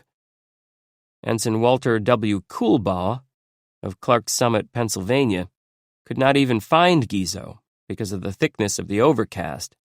But, nothing daunted, he did find Santa Isabel and bombed that.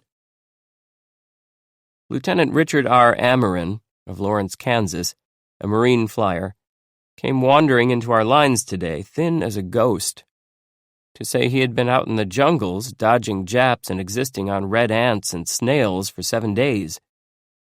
He had parachuted from a fighter plane when his oxygen apparatus went out a week ago, and had landed at Cape Esperance on the northwest corner of the island. Trying to find his way back, he had run into a large group of Japs. He had found one Jap asleep by the side of a trail, killed the Jap by beating his head with a boulder, taken the Jap's pistol and shoes, killed 2 more Japs with the butt and 1 with a bullet, and finally reached our lines safely. Having once studied entomology, the science of bugs, he was able to subsist on selected ants and snails. He knew which were edible. There's a tide of scuttlebutt tonight, that relief is on the way for the Marines here on Guadal, that a huge convoy of ships is en route, carrying enough Army troops so that the Marines will be able to ship out and perhaps go home. There is also a less credible rumor that President Roosevelt has promised in a fireside chat, which nobody heard, that the Marines on Guadal will be back home in the United States by Christmas. The fact of the matter seems to be that Walter Winchell said something to that effect on one of his broadcasts, but he did not mention the president or link him to the tip in any way. So scuttlebutt groweth.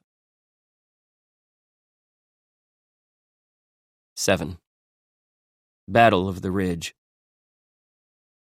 Monday, September 7th. This morning, Colonel Edson told me he is planning to make an attack on the Jap positions in the Taivu Point area tomorrow. If I wanted to go along, I was to be at a certain embarkation point at 3:45 this afternoon. It was pelting rain when I arrived, but the raiders, who seemed to love a fight, were in high spirits. I had been assigned by Colonel Edson to go with Colonel Griffith aboard a tiny diesel-engined ship which was acting as an auxiliary transport for the occasion. As we stepped aboard, one happy Marine said, "This is the battleship Oregon, I presume?" The captain of the little craft was a jovial Portuguese who had formerly been a tuna captain on the American West Coast. His name, Joaquin S. Theodore. He still spoke in interesting Portuguese constructions, despite his rank as captain of a naval ship.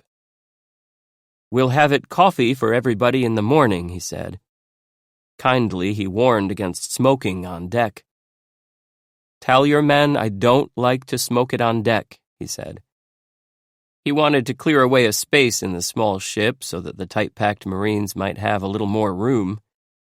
He pointed to a clothesline and said to his first officer, "Whoever this clothes belongs to, I want it out of the lines." The ship was a tiny thing, with only limited supplies of stores, but Captain Theodore passed out grub and all available cigarettes to the raiders and shared his little cabin with Colonel Griffith. As we put out onto a rough sea, the pink-cheeked, hearty Portuguese told me proudly about his 2 little kids back home and about the exploits of his ship. Colonel Griffith later went over the plans for our expedition. We are to land our troops to the east of a small village called Tasimboko, in the Taivu Point area, and advance from that direction on the town. Tasimboko is supposed to be the bivouac of a large group of Jap troops, estimated to number from 1,000 to 3,000, but the Japs are supposed to be lightly armed. A bombing and strafing attack on Tasimboko, and shelling from the sea, will be timed to fit in with our attack. Getting to sleep was a terrible job.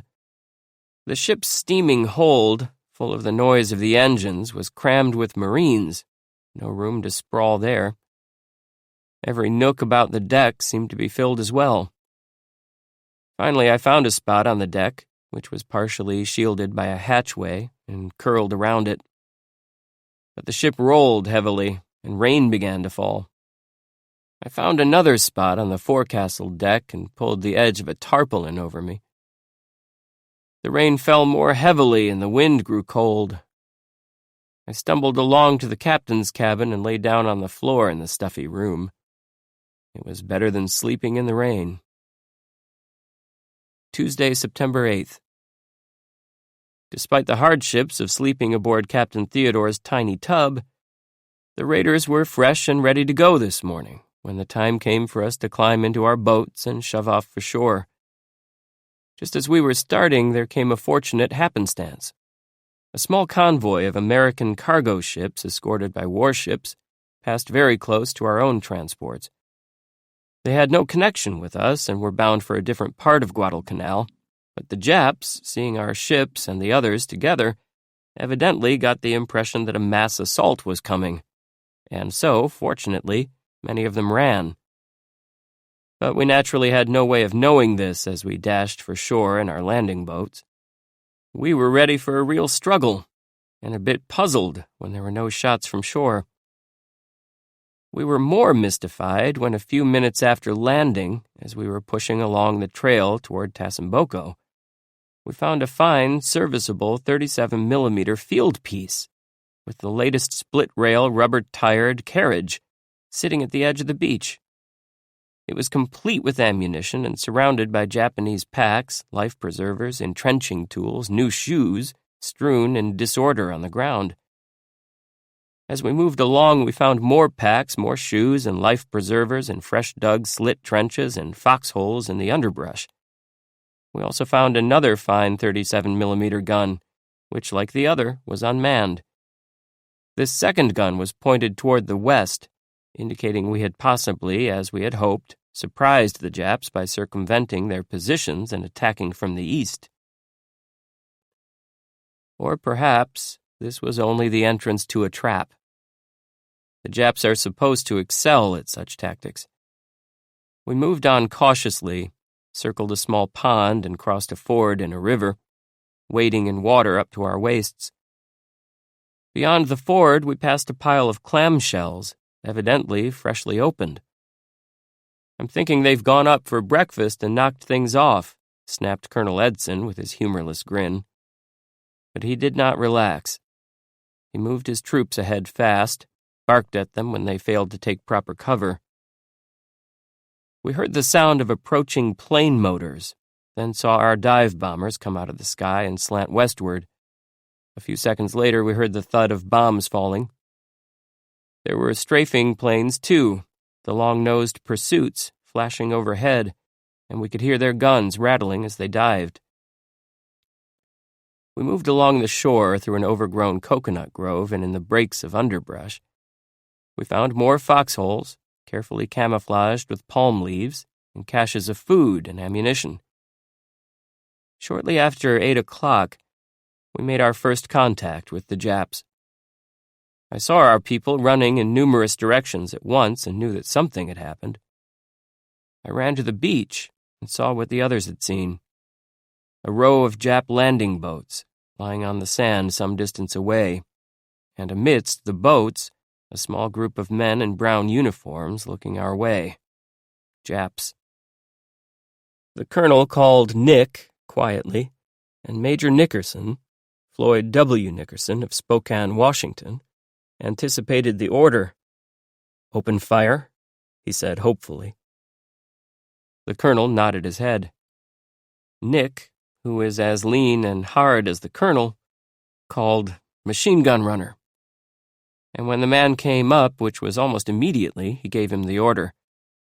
Within 2 minutes, our machine guns were firing. Red Mike, as the raiders call their colonel for the obvious reason that he has red hair, is most taciturn. I asked him at this juncture what was happening. "I think we might have caught a few," he snapped. And that was all he said. Now the Japs were answering our fire. I heard the familiar flat crack of the .25 rifle and the repetition of the sound in long bursts of light machine gun fire. Others of our men joined in the firing, and it swelled in volume. In the midst of the outburst, we heard the crash of a heavy explosion. I was lying on the ground, under a bush near Red Mike, taking thorough cover. "Sounds like mortar fire," he said concisely. The burst of firing stopped, and there was a lull for a few moments. Red Mike was on his feet immediately, moving ahead. He sent a message up to Major Nickerson, who was leading the advance elements of our troops. "Nick's got to push right on up," he said, low-voiced. Then he was gone, tending to some military business in the rear. A few moments later, he was back again, still moving fast. I had found the colonel to be one of the quickest human beings I had ever known. Rifle and machine gun fire burst out again, the Jap guns standing out in the chorus like a tenor in a quartet. The bullets were closer this time. I crawled under a wet bush and kept my head down. A man was hit over to our left. I heard the cry, "Pass the word back for a corpsman." Felt the sickening excitement of the moment in the air. Our first casualty. Then there came another loud crash from ahead, close and loud enough so that the earth shook under us. I was lying next to a private. "Sounds like a 90mm mortar," he said. Now the blasting concussion of the explosion was repeated, and we heard the furry whistle of a shell passing over our heads, heard it explode well to the rear. Was it a mortar or a field piece ahead of us? There was more than a possibility, it seemed, that we had run into a heavy Jap force equipped with batteries of artillery. I was more certain of it when the explosion was repeated. Again, we heard a second crash a fraction of a moment later well behind us. Now it seemed evident that these were artillery pieces firing, probably several of them. The Jap artillery was answered by the lighter-toned firing of our own mortars, and another chorus of rifles and machine guns. The Jap guns crashed again, and then the firing stopped. A runner came to Colonel Red Mike, who was sitting for a brief second in a clump of underbrush.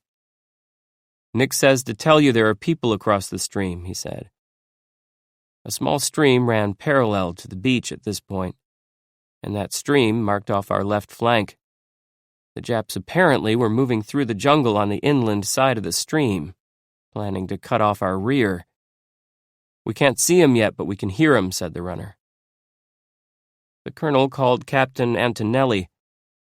"Tony," he said, "Nick says there's somebody working back across the stream. Take a patrol. Flank 'em if you possibly can." There was other business for Red Mike. He wanted to check on the exact location of our companies. He got the walkie-talkie into action, sent runners out. He checked on the wounded by making a personal tour. Then he was back in time to get a report from Colonel Griffith that a Jap field piece had been captured, unmanned. "Shall I go with Tony or get the gun?" asked Colonel Griffith. "Go get it. Take it down to the water and shoot it," said Red Mike. Next, Red Mike disappeared into the foliage ahead. Now we were out of the coconuts, getting into thicker growth, but the colonel still moved like the wind. I followed and after a struggle found him at our foremost position talking to Major Nickerson. "I'm trying to locate that firing up ahead," said Nick. "Our planes came in again and dived and strafed the Jap village ahead of us. The Japs were not firing. We moved ahead. We passed through a jungle break which looked just like any other from the outside, but inside we found stacks of cases filled with medical supplies. "Opium," said a Marine, but I made note of the labels on some of the boxes and checked later. Most of the boxes contained sapo medicatus, which is a blood coagulating agent. The foxholes were growing more numerous as we progressed. They were everywhere, carefully camouflaged with leaves, and caches of supplies were also more numerous. Crates of canned meat, sacks of crackers. There were more groups of new field knapsacks with shoes strapped to them, and scores of gray life preservers indicating the Jap troops who had been here were probably freshly landed from boats. Something moved in the bush ahead and to our left. "There are troops going through there," said the colonel. "Find out who they are." 7 minutes later, firing burst out again. I flopped into thick cover and none too soon. A bullet snapped into the underbrush very close behind me. I picked out the sounds of Jap 25s, our automatic rifles, and our machine guns.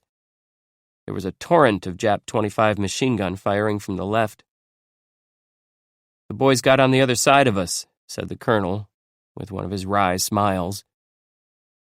Now came a terrific blast from only a few yards ahead.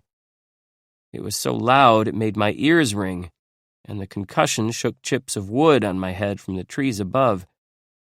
We heard the shell whiz just over our heads and burst a few hundred yards to the rear. We knew then that we must be right smack up against the muzzle of a Jap field piece. The piece fired again and again, and there was another outburst of machine gun fire, ours heavy-toned against the Japs' cracking 25s. Then silence. Major Nickerson came back to tell the colonel that our men had killed the gunners on a Jap 75. "It's only 150 yards ahead," said Nick. "It was covered by machine gun fire. We got the gun." But the Japs had more guns. We advanced only a slight distance, and another opened on us, as close as the last had been. At the time, I was squatting in a thick jungle break, a tangle of vines and dwarf trees, but the crash of the firing so close was scary despite the good cover.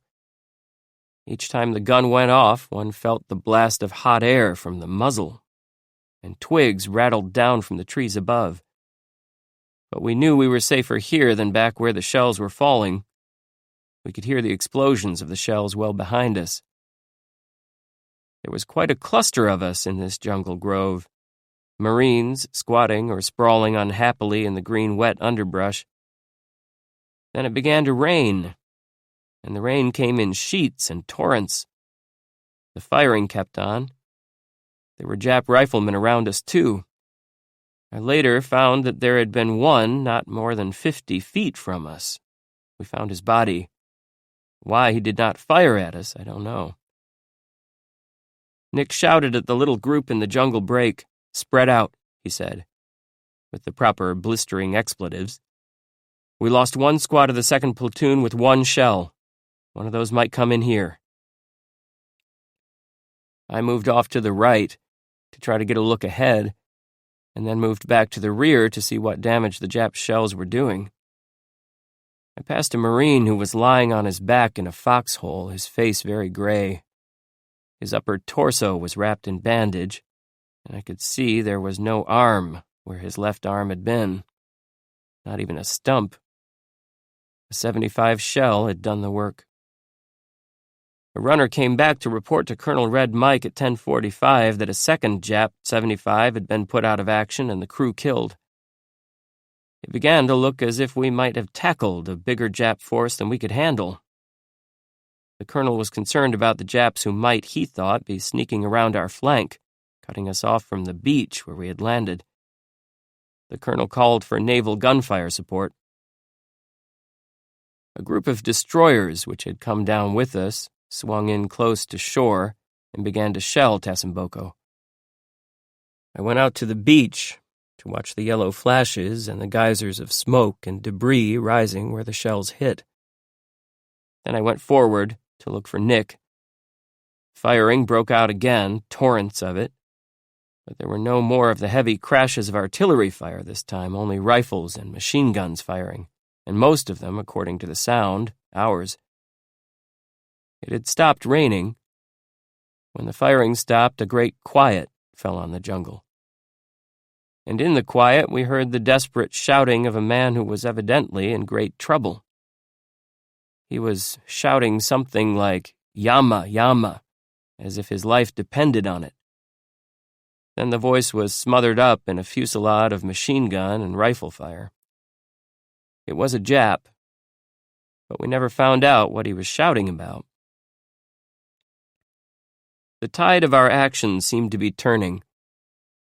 We heard no more artillery, and a runner came back from Captain Antonelli's troops with the happy word, "We solved the problem, took the village." Nick's men sent back word that more Jap 75s had been captured, unmanned. Appropriately, the clouds were clearing and the sun was coming out. Fresh reinforcements for our troops were landing, but now we did not need them. We marched on into Tasamboko without any further resistance. We found many more cases of Japanese food and sacks of rice, and ammunition for Jap machine guns, rifles, and artillery pieces, totaling more than 500,000 rounds, Colonel Griffith estimated. We burned the ammunition and destroyed the village of Tasamboko, including a radio station which the Japs had established there. Looking over the bodies of the Japs who had been killed, about 30, we found some interesting items. Pictures of Javanese women, American ammunition with labels printed in Dutch. And we found that the gun sights with the 75s were of English manufacture, and that some of the Japs had been armed with Tommy guns. It seemed that some of these soldiers who had run so fast had been veterans of the Jap campaigns in the East Indies, and possibly Malaya, too. Perhaps this was the first time they had been surprised. Or perhaps they had heard too much about what happened to the Japs who tried to cross the Tenaru. Most of the loot we had captured was destroyed, but we transported the medical supplies back to headquarters, and our men helped themselves to large stocks of British cigarettes bearing a Netherlands East Indies tax stamp. The sun had set, and there was only a faint reddish glow on the clouds over the horizon to light the darkening sky. When, in our transport ships, we reached a point offshore from the Tenaru River. We were heading toward home. But the day's excitement was not yet over. We got word that 12 Jap aircraft had been spotted. Our fighter planes were rising into the twilight sky. The transports went into evasive maneuvers, and fortunately the sky grew quickly darker and was black, except for high streaks of silver gray, when the Japs arrived. They did not come to Guadalcanal. For once, they picked Tulagi as their target, and we saw cup-shaped bursts of bright white light rising from the direction of the island, just over the horizon rim. We heard the distant thudding of the bombs a few seconds later, and wondered if the Japs would spot our wakes in the dark. But they did not. Wednesday, September 9th. Shortly after 12:30 this morning, I heard the others in my tent dashing for the shelter. Major Phipps shouted to me to come along, and I heard cannonading coming from the north, but I was too tired to move. At breakfast this morning, I heard that a small group of Jap destroyers or light cruisers had shelled Tulagi and hit Captain Theodore's little ship and set it afire. Later in the day, I heard that Captain Theodore had been wounded through the chest in the course of the engagement. But he had beached his little craft and saved it from sinking despite his wounds. I am glad to hear that he is expected to live. This is the second time that I have left a ship in the evening and it has been attacked and lost before morning. This fact gives rise to the thought that my luck has been good so far.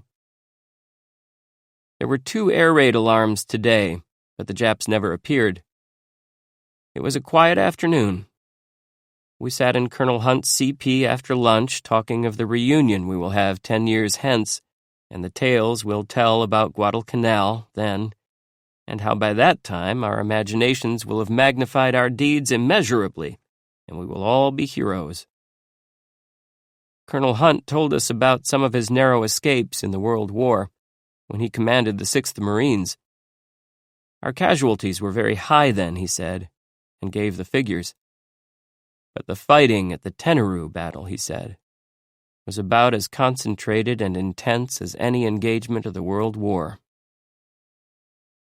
Tonight we were awakened just before midnight by the sound of heavy firing in the jungles. There were machine guns, rifles, and occasionally the crash of a mortar. We lay awake and listened, and then cannonading started to the north.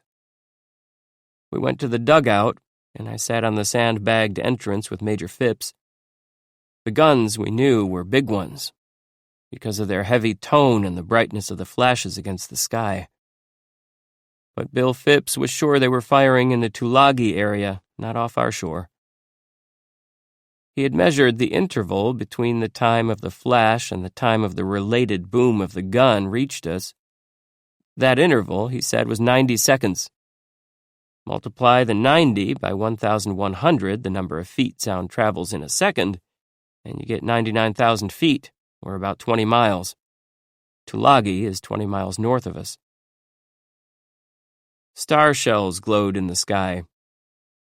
The Japs were illuminating the Tulagi shore. One of our observation posts phoned in the report that there were 3 Jap ships, probably cruisers, and that they were firing salvos. Thursday, September 10th. This morning we heard that the Japs had shelled Tulagi Harbor last night, and again hit Captain Theodore's ship, which was still beached. I went to the CP of Major Nickerson, the raider officer, and talked to some of the men who did outstanding work on the excursion to Tessamboko, day before yesterday.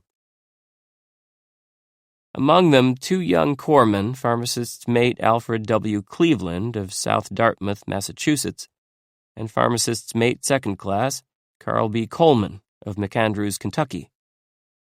They told me how they had used a penknife to amputate the ragged stump of one raider's arm after it had been shattered by a .75 explosion. The wounded man had been the one whom I had seen, lying in a foxhole, just after he had been treated and bandaged. These 2 lads, Nick told me, had saved the wounded man's life by amputating the remnants of his arm. The medicos themselves had said that the man would have died if the 2 lads had not done such a good and quick job in the field. Private Andrew J. Claynott of Fort Wayne, Indiana, told me how he had picked off one of the crew of one of the Jap 75s. There were only 2 men on the gun, he said. I picked off one and the other went and hid behind some boxes in a little ammunition dump. I fired into the dump and set it afire. I moved my worldly possessions from Colonel Hunt's CP out to General Vandegrift's headquarters today. The general has moved into the boondocks, as the Marines call the jungles, and the new spot is too much of a trek from Colonel Hunt's headquarters. A tent has been put up for us correspondents near the general's headquarters. The members of our press club now are Bob Miller, Till Durden, Tom Yarborough, and there is a new arrival, Carlton Kent. The Japs air-raided us at about noontime. 27 of the usual silver-colored 2-engine type, flying lower than usual today. But the sticks of bombs fell a long distance from our location at the time. The general's new CP is located in the thick of the jungle.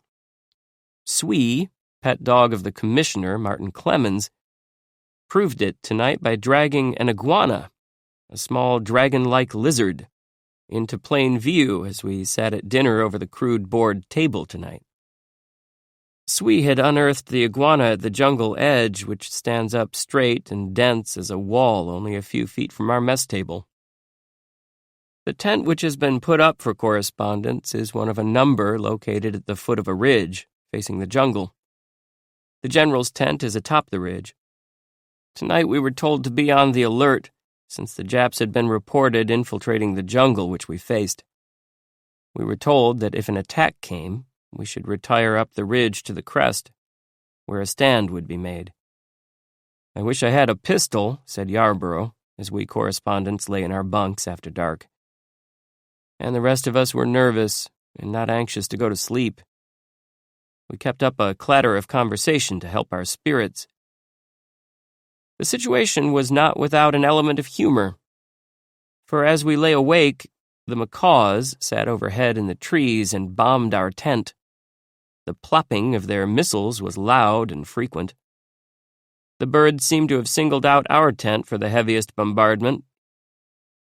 Major Jim Murray, the general's adjutant, chided us about the fact. "Those birds have got the correspondent's number all right," he said. Friday, September 11th. The Japs who were supposed to be investing the jungle in front of our tent did not put in an appearance last night. There was not even any firing out in the boondocks. In today's air raid by 26 Jap 2-engined bombers, I had my closest escape from a bomb explosion. When the air raid alert came in, Miller, Durden, and I went to the top of the ridge and walked down it, looking for a good high spot from which we could watch the bombers. We found 3 or 4 men at work building a shelter at a spot several hundred yards away, where the ridge was bare of any foliage except grass, and one had a wonderful view of the sky. The incipient shelter, now only a pit, was just what we wanted in the way of a box seat for the show. It was deep and wide. We could sit on the edge until the bombers were just overhead, then still have plenty of time to dive for cover. We did just that. The planes came as usual in a wide line that was a very shallow V, stretching across the sky. As usual, the anti-aircraft guns put up bursts in the vicinity, and as usual, the bombers plowed on steadily, holding their formation and course. Then the bombs came. When we heard them rattling down, we piled into the pit, layer upon layer of humanity, and waited. The bombs made a slightly different sound this time, perhaps because they were closer than before. Their sound was louder and more of a whistle, and the explosions were deafening. You could hear fragments skittering through the air over the top of the pit, and in that second, all of us must have known that if we had been lying on the bare ridge, we would have been hit and hurt. Till Durden said, "Hot." I saw that he was touching the sole of his shoe. He pulled a piece of metal out of the leather and held it gingerly between two fingers. It was a bomb fragment, still warm from the explosion. Miller and I were anxious to see how close the craters had been this time. We spotted a small crater about 40 yards from our pit. It was this missile, probably, that had thrown the fragments over our heads. Beyond the small crater were other, larger holes. One of them must have been 30 feet across. That one lay about 300 yards from our pit, fortunately beyond effective range. It was one of an irregularly spaced line of craters that led into the jungle beyond the grass. Now, from the jungle, we heard excited shouting and cries for a corpsman. We knew that meant that there had been some people hurt down there. We saw several being brought out on stretchers. Our fighter planes were already avenging the casualties. We heard the sounds of a dogfight in the sky, and later came word that they had knocked down 6 of the bombers and 1 0. Later this afternoon, our dive bombers came in from a trip to Gizo. This time they had found a small ship, a patrol boat type of craft, lying off the base and had sunk it. They had also bombed the buildings of the base again. At Air Operations Headquarters, I found a box which had been sent me by plane from my shipmates on a former task force excursion. It included cans of beans, brown bread, salmon, peaches. Miller, Private Frank Schultz, who drives our Jeep, Jim Hurlbut, the Marine Corps correspondent, and I went down to the Lunga, taking the box along, and had a swim in the swift, clear water. Then we opened the cans and had a feast. Saturday, September 12th. This morning, as an urgent air alert was flashed, we of the press club decided to go down to Lunga Point to watch the show for today. So we piled into a Jeep, and our driver turned out one of the fastest cross-country records such a vehicle has ever achieved. He was not inclined to be caught on the road when the bombers arrived. At the point, Miller put on the headphones of the radio set and began calling out the interplane conversations of our fighters, who were by that time rising to search for the foe. At 11:42, Major Smith called, "Control from Smith. They're coming in from the south, a big squadron of them." And then we saw them. The usual impressive span of 2-motored silver bombers, Mitsubishi 96s, moving like a slender white line of cloud across the blue sky. This time the planes were set against an almost cloudless sky, and had a long course of blue to traverse before they reached dropping point over the airport. That chance gave the anti-aircraft an unusually good opportunity to range on them. At first, the puffs of ack-ack fire were too high and ahead of the Japs. We saw the silver-bodied planes pass under the spotty cloud formed as the burst spread out and merged. And then the AA began to come on the range. The flashes of the bursts came just in front of the silver-bodied planes. Then one bomber in the left side of the formation was hit. We saw the orange flash of the explosion just under his wing, under the starboard motor nacelle. And then the motor began to trail a pennant of white smoke, and the plane pulled off and downward and left the formation. Just as the plane pulled clear of the formation, another anti-aircraft shell burst directly under the belly of one of the planes at the center of the formation. A tongue of flame spread across the middle of the plane, then receded and was swallowed in a torrent of black smoke, and in an instant the plane was nosing straight down toward the ground. Now I saw one wing shear off as if it were paper, and flutter after the more swiftly falling fuselage. Then the plane simply disintegrated, chunks fluttering away and falling while the center part of the plane plunged at ever-accelerating speed toward the ground. By this time, the remainder of the Jap bomber formation had passed on out to sea. But one of the planes, possibly crippled by anti-aircraft fire, had become separated from the rest. One of our fighters was quick to pounce on him. There was quite a group of us on the point this day watching the show. Now they were cheering like a crowd at a football game, "Woo-wee!" shouted someone. "Look at that fighter. He's got him." The tiny speck of the fighter, looking like a bumblebee in comparison to the bigger, clumsier bomber, was diving now, and we heard the rattlesnake sound of his guns. The bomber slewed, came up in a whip stall, and fell off in a steep dive toward the ocean. The other bombers had disappeared somewhere in the blue, but we could hear our fighters going after them. In the beautiful amphitheater of the sky, the kill of the isolated bomber by the fighter was continuing.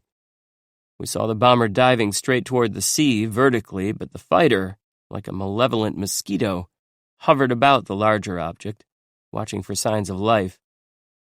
The bomber dived a few thousand feet and then suddenly pulled out of the dive and climbed straight up into the sky, up and up, like an animal gasping for air in its death struggle.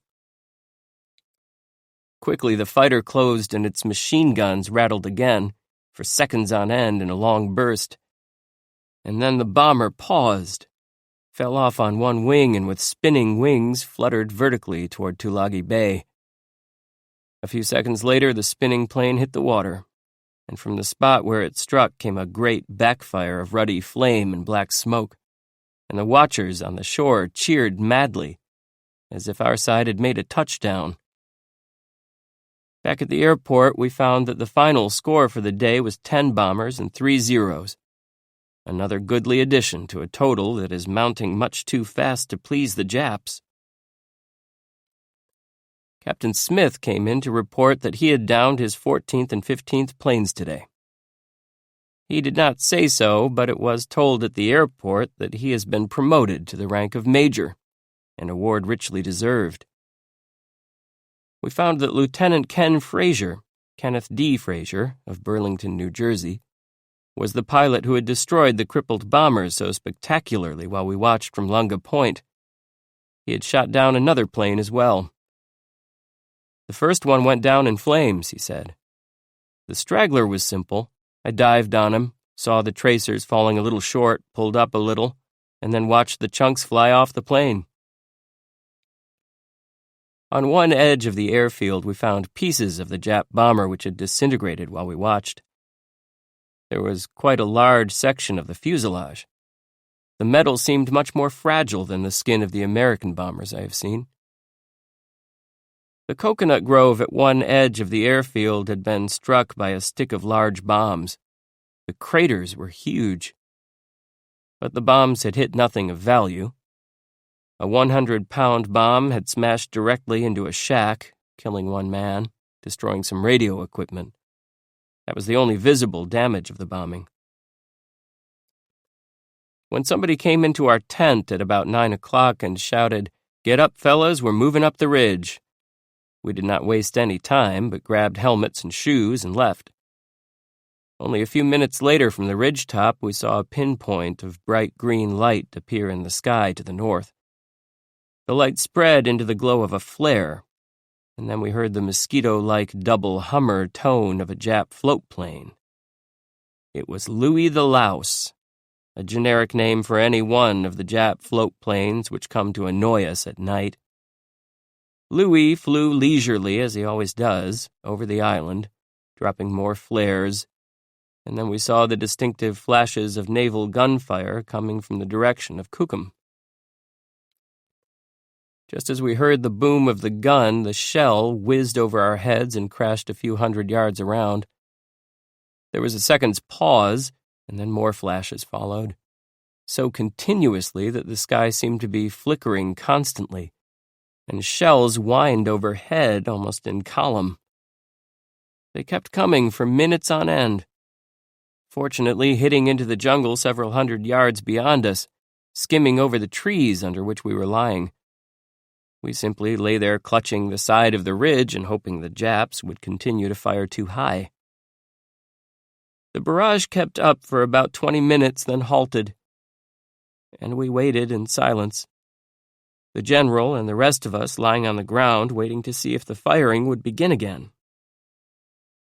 We had just got to our feet when an outburst of rifle and machine gun fire came from the south, apparently only a few hundred yards away. We wondered then if another big Jap effort to break through our lines had begun. The firing continued and the noise was augmented by mortar explosions. Then there came the flash of naval gunfire again, this time from the direction of the Tenaru. We hit the deck pronto, but the shells were not coming in our direction. The sound of the explosions indicated they were falling along shore.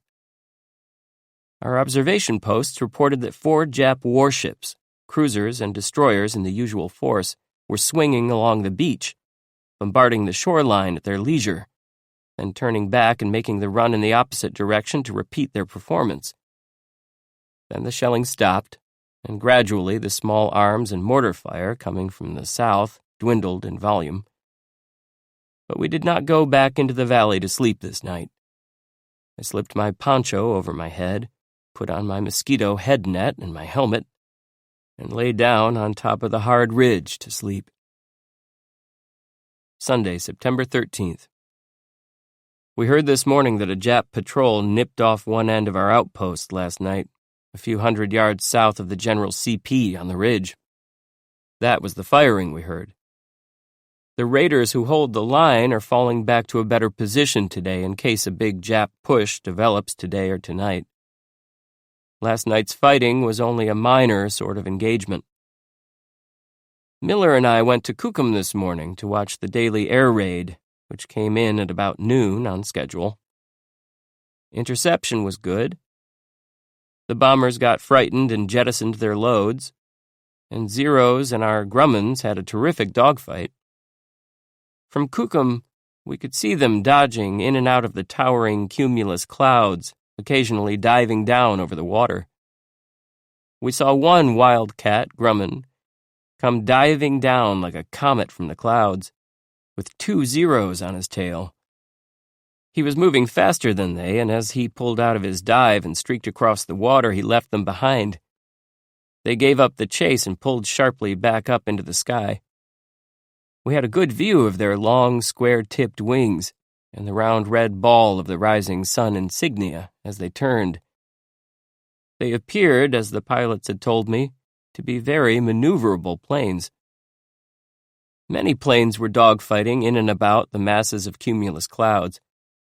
I watched 2 planes, one chasing the other, pop out of the tower of cloud, describe a small, precise semicircle, and go back in again.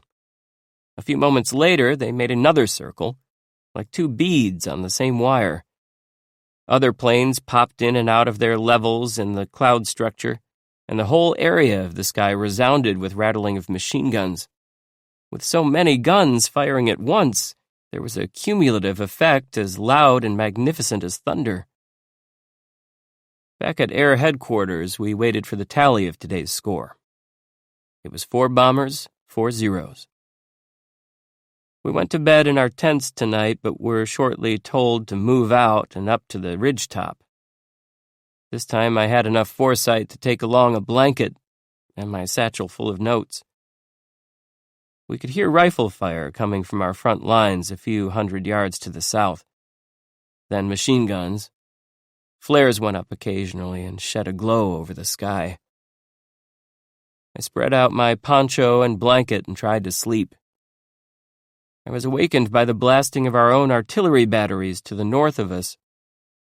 The shells were whirring just over our position in the ridgetop, skimming over the trees, then hitting and exploding a few hundred yards to the south, apparently in the area where the fighting was going on. Monday, September 14th.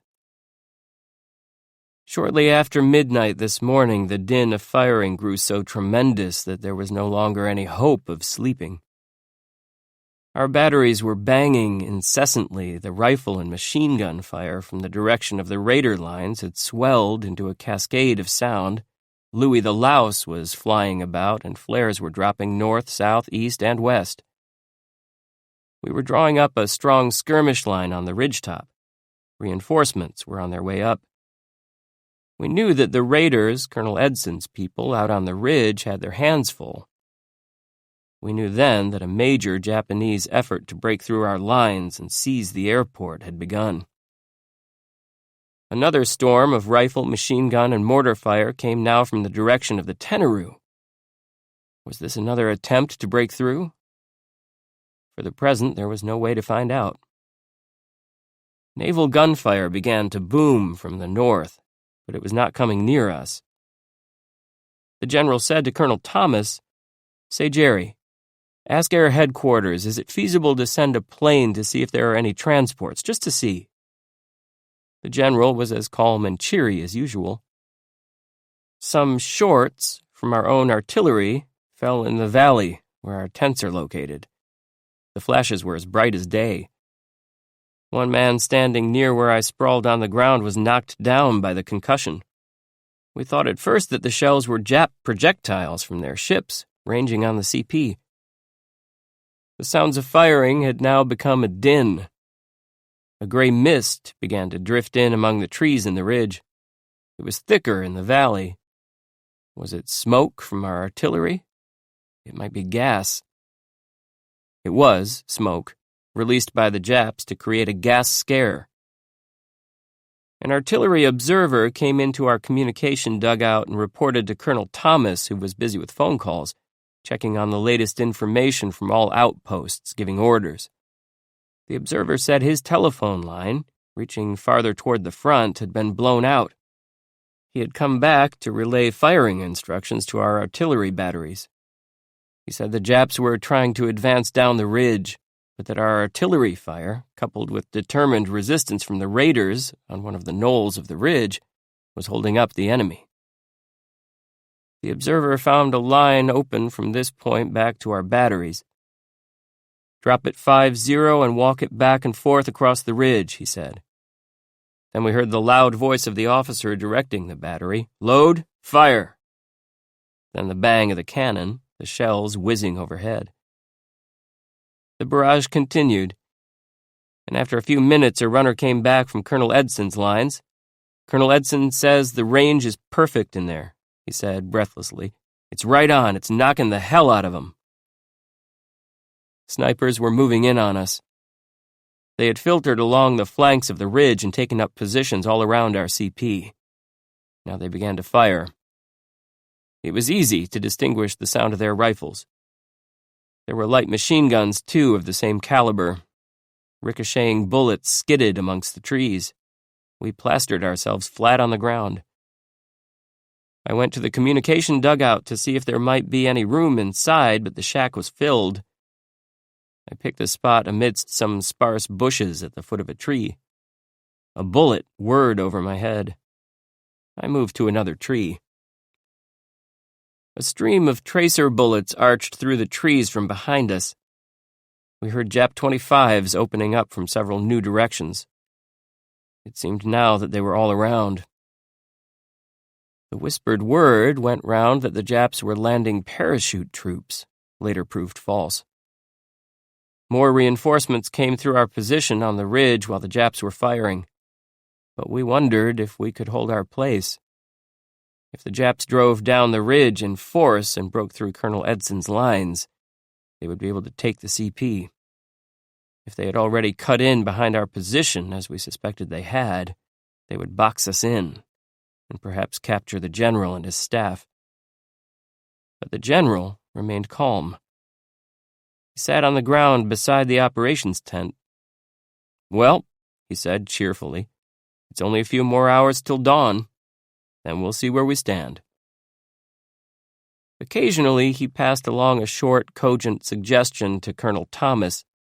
He was amused at my efforts to take notes in the dark.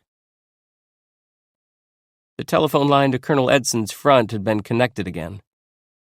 The colonel called Colonel Thomas to say that the raiders' ammunition was running low.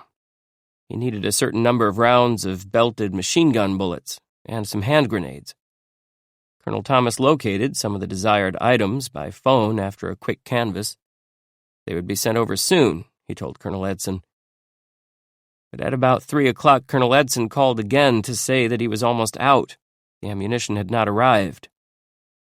We were wondering if the raider line was going to cave in when more Jap planes came over. There were probably 2 of them. They dropped more flares. The sounds of heavy firing to our left rear had broken out again. Colonel Thomas checked by phone.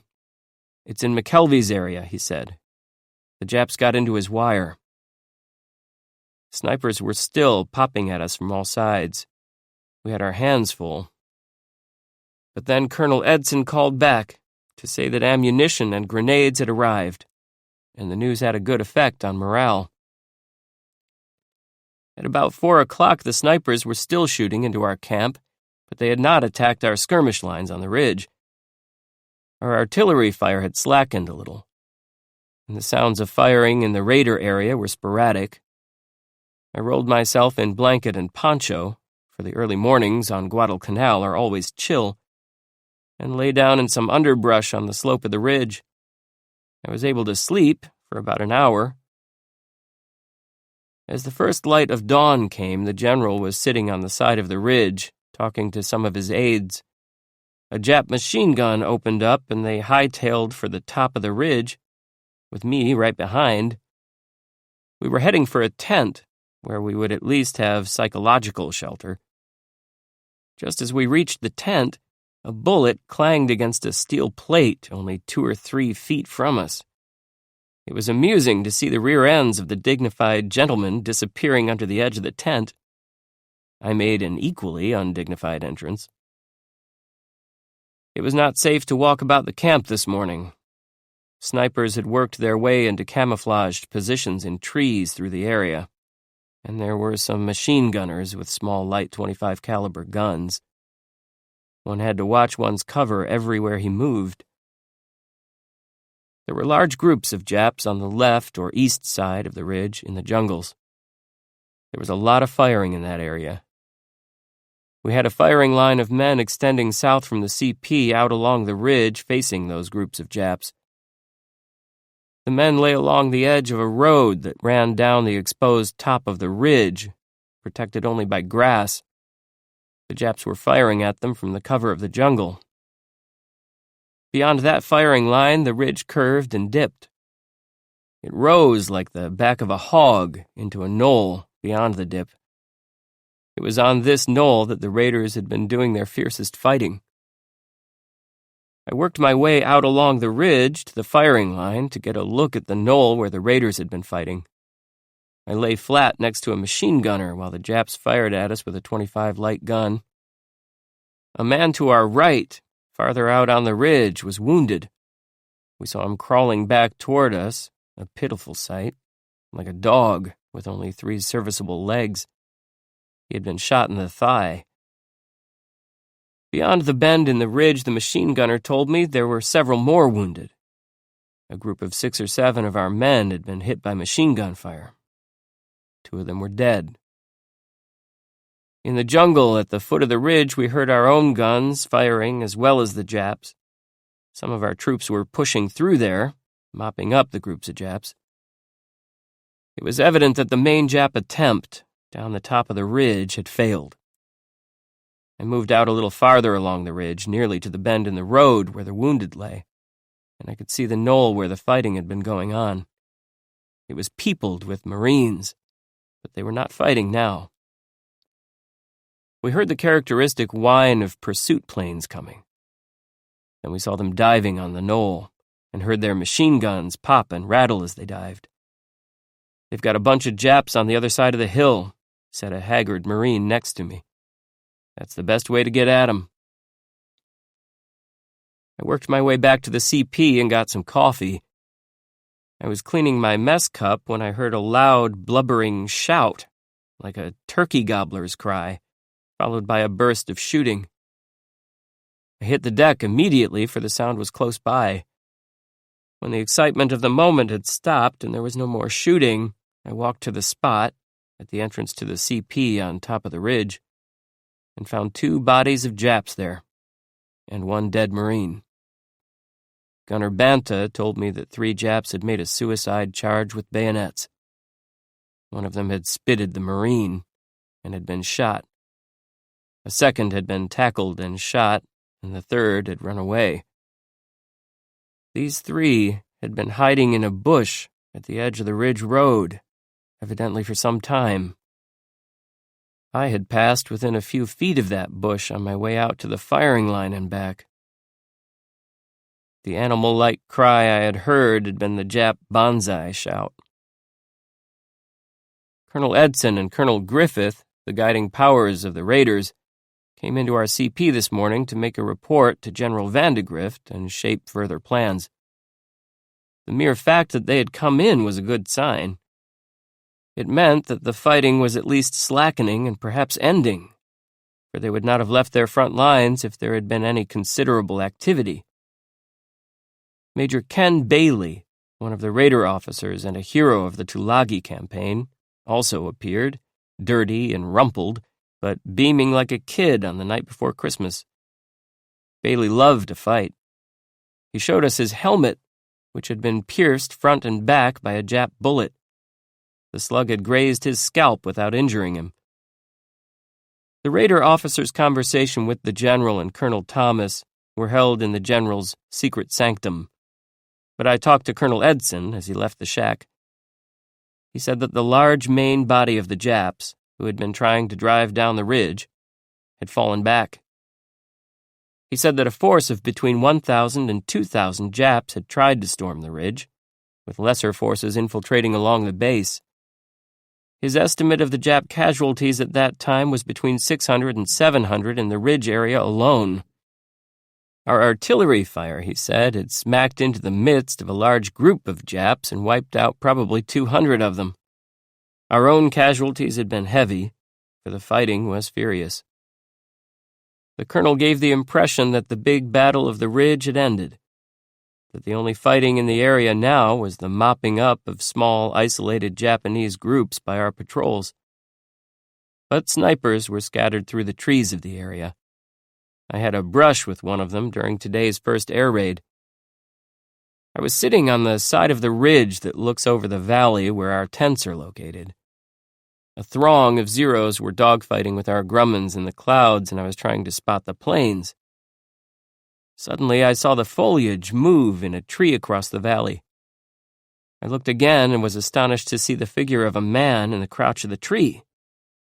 He seemed to be moving his arms and upper body. I was so amazed at seeing him so clearly that I might have sat there and reflected on the matter if my reflexes had not been functioning, which they fortunately were. I flopped flat on the ground just as I heard the sniper's gun go off and the bullet whirred over my head. I then knew that his movement had been the raising of his gun. But there was no time to reflect on that fact either. I retreated behind a tent. And then anger caught up with me. Again, the war had suddenly become a personal matter. I wanted to get a rifle and fire at the sniper. Correspondents, in theory at least, are non-combatants. Several of our men, however, fired into the crotch of the tree where the sniper was located. Miller had come in from Kukum, where he spent last night. He and I went out on the ridge later in the day to have a look at the battleground.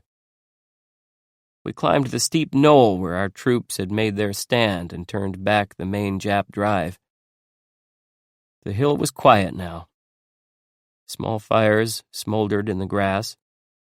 There were black burned patches where Jap grenades had burst. Everywhere on the hill were strewn hand grenade cartons, empty rifle shells, ammunition boxes with ragged, hasty rips in their metal tops. The Marines along the slope of the hill sat and watched us quietly as we passed. They looked dirty and worn. Along the flank of the hill, where a path led, we passed strewn bodies of Marines and Japs, sometimes tangled, as they had fallen in a death struggle. At the top of the knoll, the dead Marines lay close together. Here they had been most exposed to Jap rifle and machine gun fire, and grenades. At the crest of the knoll, we looked down the steep south slope, where the ridge descended into a low saddle. On this steep slope, there were about 200 Jap bodies, many of them torn and shattered by grenades or artillery bursts, some ripped, a Marine told us, by the strafing planes which we had seen this morning. It was up this slope that the Japs had sent their heaviest assaults many times during the night, and each time they tried, they had been repulsed. Beyond the saddle of the ridge rose another knoll, and there we could see more bodies and the pockmarks of shelling. The whole top of this knoll had been burned off, and wisps of smoke still rose from the smoldering grass. Miller and I stood on the open crest of the knoll. "Better watch it," a Marine said. "There's a sniper in the jungle over there." We moved away from the hill crest and had walked about 50 feet when we heard a shout behind us. A man had been hit at the spot where we had been standing. He had a bad wound in the leg. Our luck was holding. We went to Kukum to watch for further air raids, but no more planes appeared until late in the afternoon. In the meantime, we heard heavy artillery pounding into the jungle near Matanikau and saw smoke rising in great clouds above the trees. We heard that a large body of Japs were trying to make a breakthrough in that area.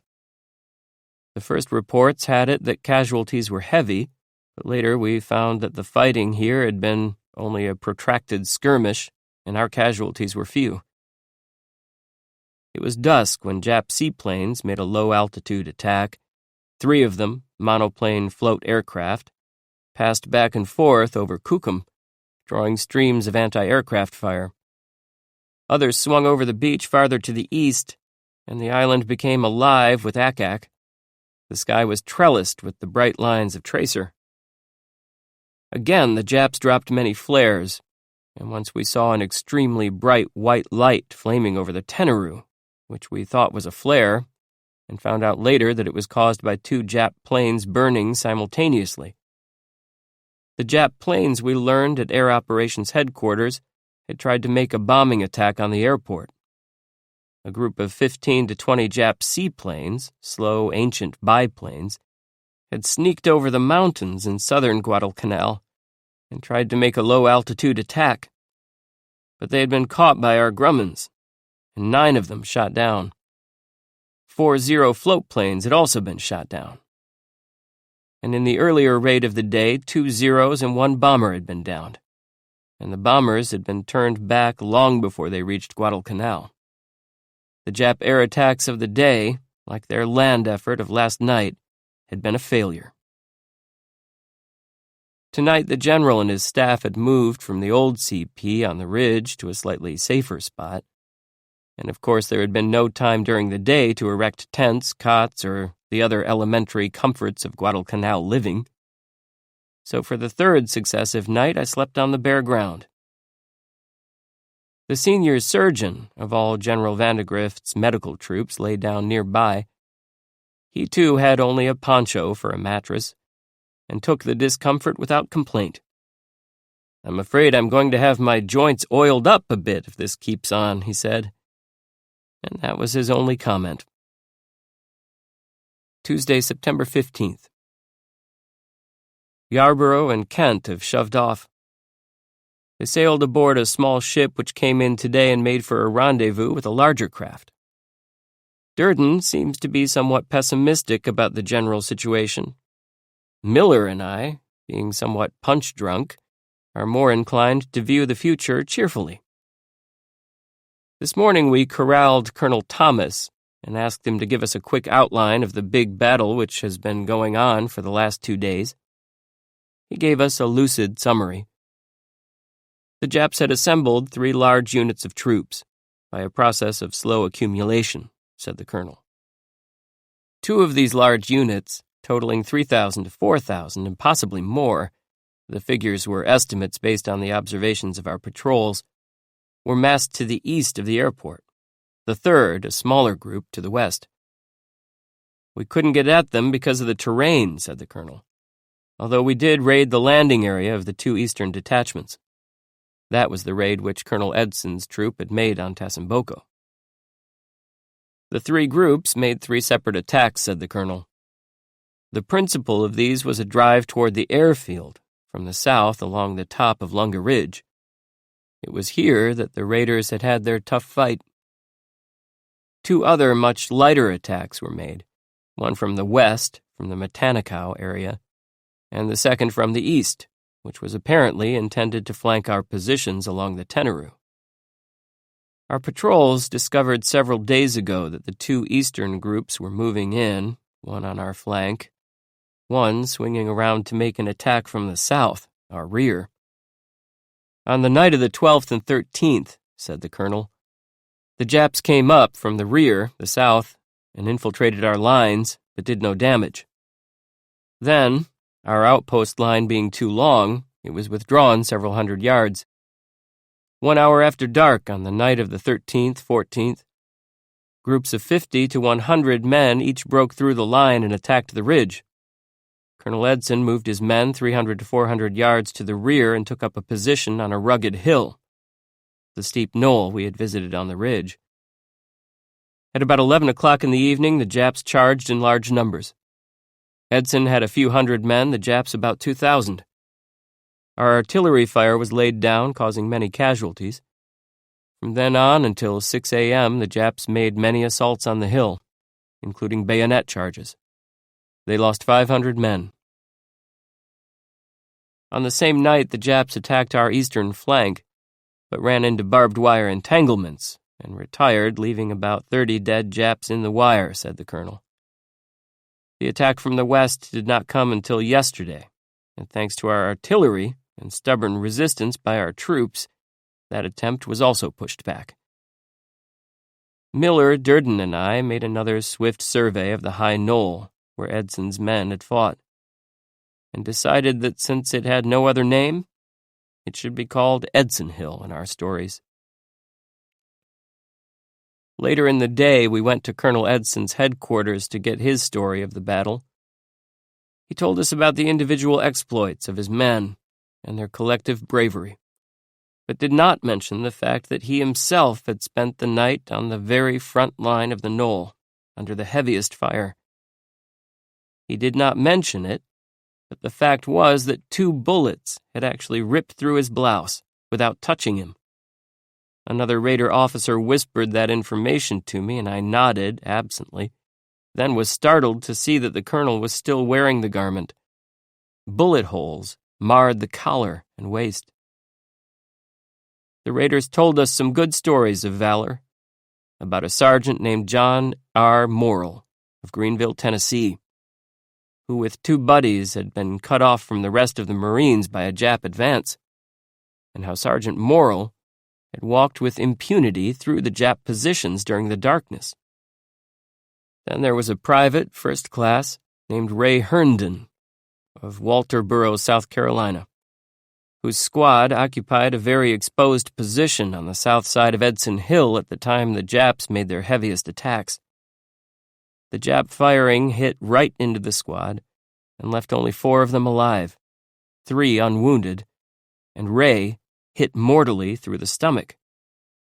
And then Ray, knowing he was hit badly, had asked one of his buddies to give him a .45 automatic and said, "You guys better move out. I'm done for anyhow. With that automatic, I can get 3 or 4 of the bastards before I kick off." Then there was a young, round-faced lad from Greensburg, Pennsylvania, named Corporal Walter J. Burrick, the colonel's runner, who had twice during the night traversed the exposed crest of the ridge the whole distance from the knoll to the General CP under the heaviest fire. He had made the first trip with a telephone wire when the line had been blown out, and the second trip toting a 40-pound case of hand grenades when in the early hours of the morning the shortage of that item became pressing. But the outstanding story was Lewis E. Johnson's, of DeBeck, Colorado. Lewis was wounded 3 times in the leg by fragments of a grenade, and at daybreak placed in the rear of a truck with about a dozen other wounded for evacuation. But as the truck moved down the ridge road, a Jap machine gunner opened up and wounded the driver severely. The truck stopped. Then Johnson painfully crawled from the rear of the vehicle, dragged himself to the cab, got into the driver's seat, and tried to start the motor. When it would not start, he put the car in gear and, using the starter for traction, pulled the truck a distance of about 300 yards over the crest of the ridge. Then he got the engine going and drove to the hospital. By that time, he was feeling so refreshed that he drove the truck back to the front and got another load of wounded. To get the story of the attacks on the other two fronts, we went first to Colonel Cates' headquarters to cover the attack that had come from the east, and then to Colonel Hunt's for news on the attack which had come from the west, the direction of Matanicow. Colonel Cates referred us to Lieutenant Colonel McKelvey, William N. McKelvey of Washington, D.C., the immediate commander of the troops who had held back the Japs attacking from the east. The entire attack was delivered against a road called the Overland Trail, he began. On the night of the 13th, 14th, at about 10:15, I heard shooting. At 10:30, Captain Putnam, Robert J. Putnam of Denver, Colorado, called to say that one of his listening posts had been jumped. He said that a man came into his CP, and as he arrived, he said, "They got 'em all," and fainted. At about 11 o'clock, Captain Putnam called and said the Japs had put out a few bands of fire, a few rifle shots, but that there was nothing serious yet.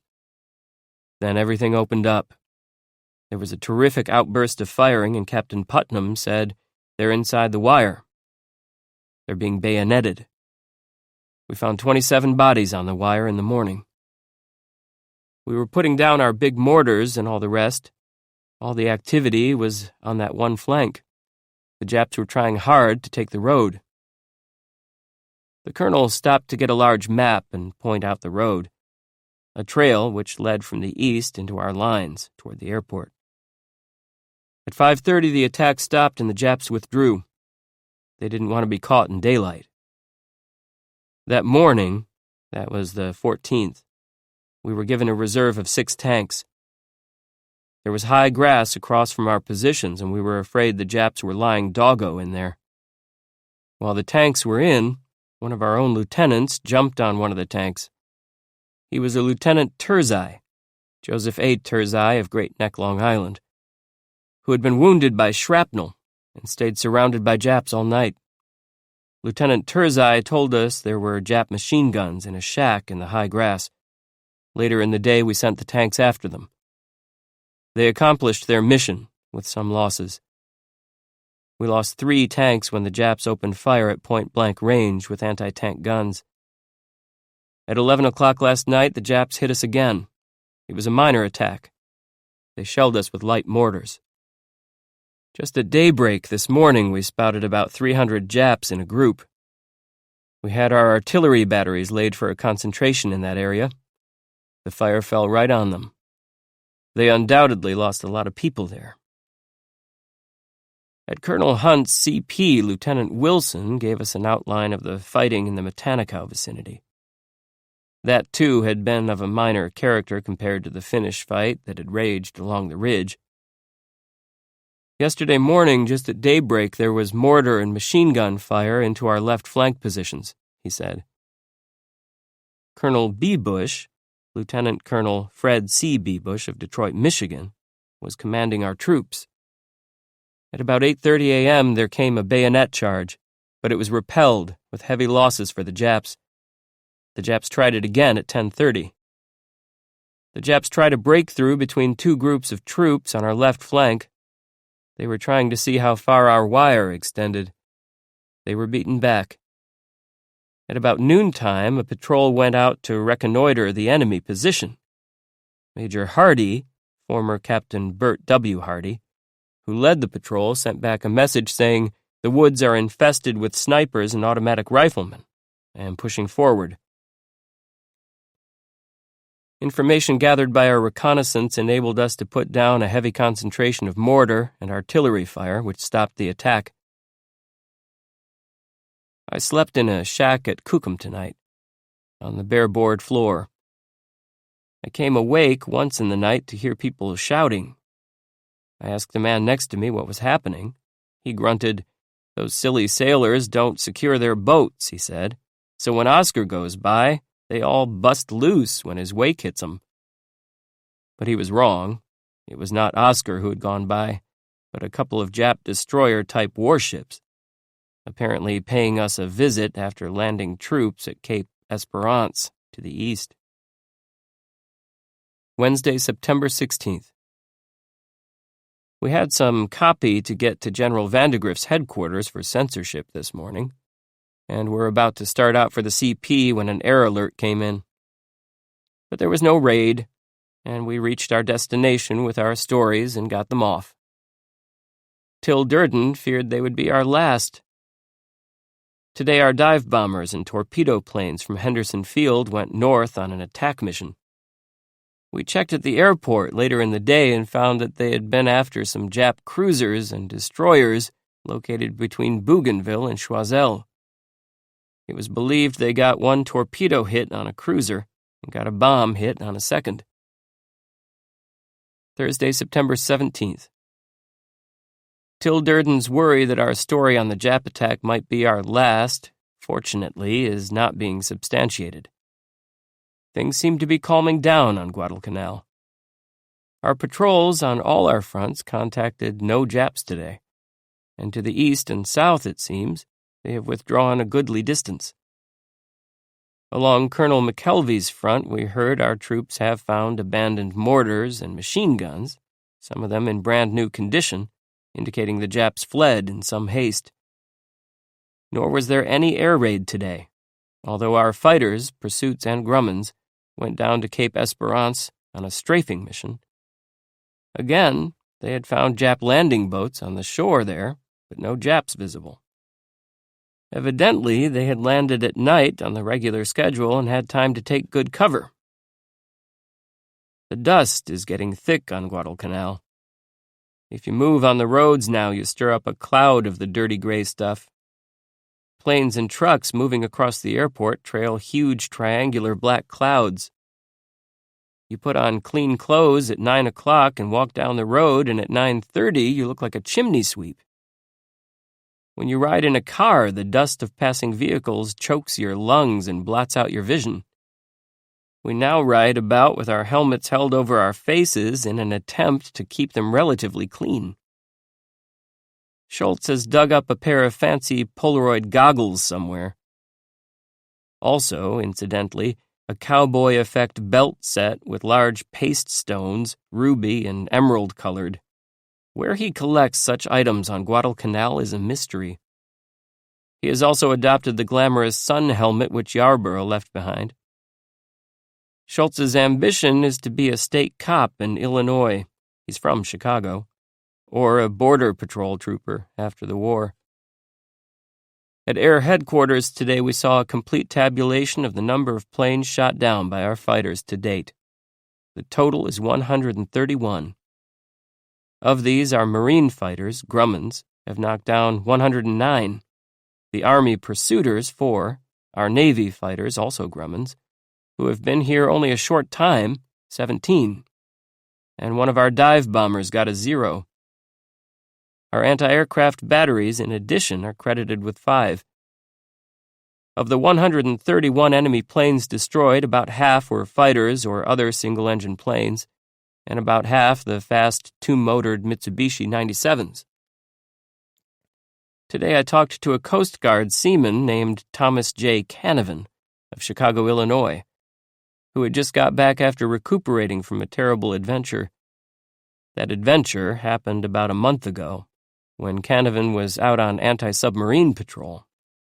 There were 3 small boats in the patrol, and they were surprised by 3 Jap cruisers and sunk. Canavan was the only survivor. He saved his life by floating in the water playing dead, while one of the cruisers came close by and looked over his body. Then he swam for 17 hours, trying to get to Florida Island. He finally made the shore. Canavan, who still looked and talked as if he could feel a ghost looking over his shoulder, said he had only a coconut for nourishment during 2 days on Florida. This he promptly upchucked. He saw fierce-looking natives with spines of bone stuck through their noses and ran from them. But he found later they had been cordially inclined. For when he woke up after falling asleep exhausted on the beach, he found someone had covered him with palm fronds to protect him from the rain and nightly cold. He tried twice to swim to Tulagi Island, and the first time was thwarted by tides. The second time, he succeeded. Our dive bombers and torpedo planes laden with bombs went out today to target the buildings of the Cape Esperance area, where the Japs have been landing. They reported they set the buildings afire. There are 2 persistent reports on the scuttlebutt circuit today. One is that reinforcements are coming to Guadalcanal, and on that count, estimates of numbers vary. And the other is that our aircraft carrier Wasp has been sunk. Friday, September 18th. The rumor that reinforcements were en route to Guadalcanal was substantiated today when they arrived. Early this morning, a certain colonel told me, "I can't say anything more about it, but I'd recommend that you go for a walk on the beach." I went to the beach and saw cargo and warships and transports steaming into sight. Miller and I went to the landing point to watch the ships unload. All along the beach, our weary veterans stood and watched the process, passively. We had been talking about reinforcements and waiting for a long time. They were Marines, these new troops, thousands of them, boatload after boatload. They wore clean utility suits and new helmets and talked tough and loud as they came ashore. One of our veterans told me he had been talking to some of the new arrivals. "Jeez," he said. "These guys want to tell us about the war." And we knew then that it would take some time with these men, as it had with us, to get rid of that loud surface toughness and develop the cool, quiet fortitude that comes with battle experience. 2 correspondents came in with the shiploads of reinforcements.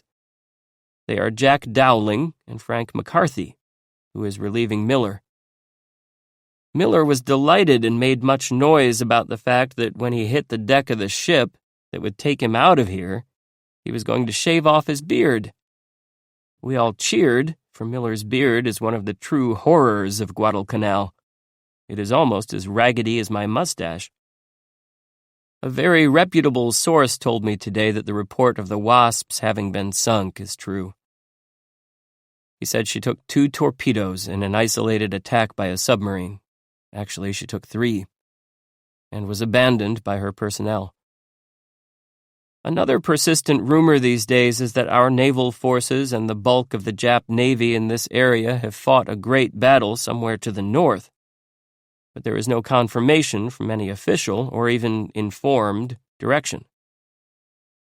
The truth seems to be that there has been no major naval action by surface forces since the Battle of Savo Island.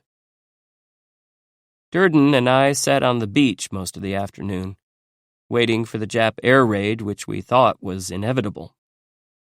Our fleet of cargo and transport ships would make excellent targets, but the Japs, fortunately, did not come this afternoon.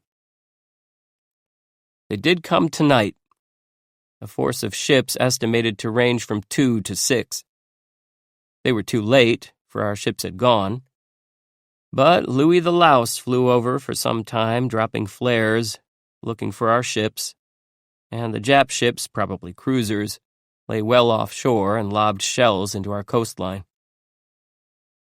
Saturday, September 19th.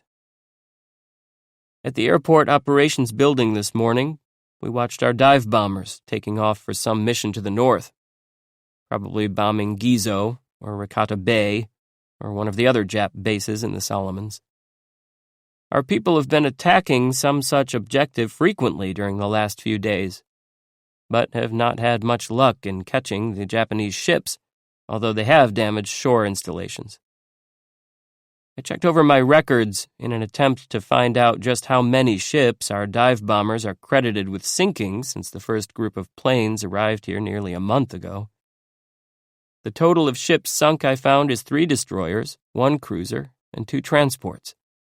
Probably a dozen other ships, mostly cruisers and destroyers, have been damaged by hits or near misses. Altogether, a good score, considering the fact that poor weather conditions and night operations generally make the location of the enemy difficult. Still, the enemy landings at Guadalcanal go on. Bit by bit, they are building up their forces. Even now, so soon after their second big attack to break through our lines and take the airport has failed. Last night, the group of ships which came in and shelled us probably also landed their daily load of troops. This afternoon, we talked with some of the raiders about the Battle of the Ridge and heard some interesting stories about the Japs. How, for instance, they often ask to be killed when they are captured, but seem relieved when we do not oblige. Then they feel they have complied with their part of the death before dishonor formula, and make no further attempt to deprive themselves of life. Several of the Jap prisoners captured on the ridge, it seems, said knife when they were captured, and made harakiri motions in the region of the belly. But when no knife was forthcoming, they seemed relieved, and after that made no attempt to kill themselves. Later this afternoon, we heard that a large body of our troops is going out tomorrow to conduct a reconnaissance in force to the south of the airport, to try to find out how far the Japs have fallen back. Durden, McCarthy, Dowling, and I decided to go along. Sunday, September 20th. Our reconnaissance started at about 5 o'clock this morning, and after that, for 13 solid hours, we plowed through jungle and slipped and slid up and down the steepest ridges I have ever climbed. It was a lesson in the geography of Guadalcanal which I will not forget. Much of the time we were hiking was spent in traversing the sides of ridges. The trails were muddy and slippery from rain, which fell early this morning, and I found that a tripod posture, the 3 supports being formed by 2 legs and 1 arm, was the best way to stay on your feet. We also spent considerable time in the thickest and most unpleasant jungles I have seen. We followed trails most of the time, but even these were covered with tangles of brambly vines, prickly leaves, and tree branches protected by long spines. But our group of troops, led by Colonel Edson, at least did not run into any Japs. Other groups which joined in our reconnaissance found a few snipers. A group of our new reinforcements fired continuously, as we had done when we first came to Guadalcanal. They were as chary of shadows and as trigger-happy as we had been. We found evidences that the Japs had moved away in a great hurry and in great disorganization.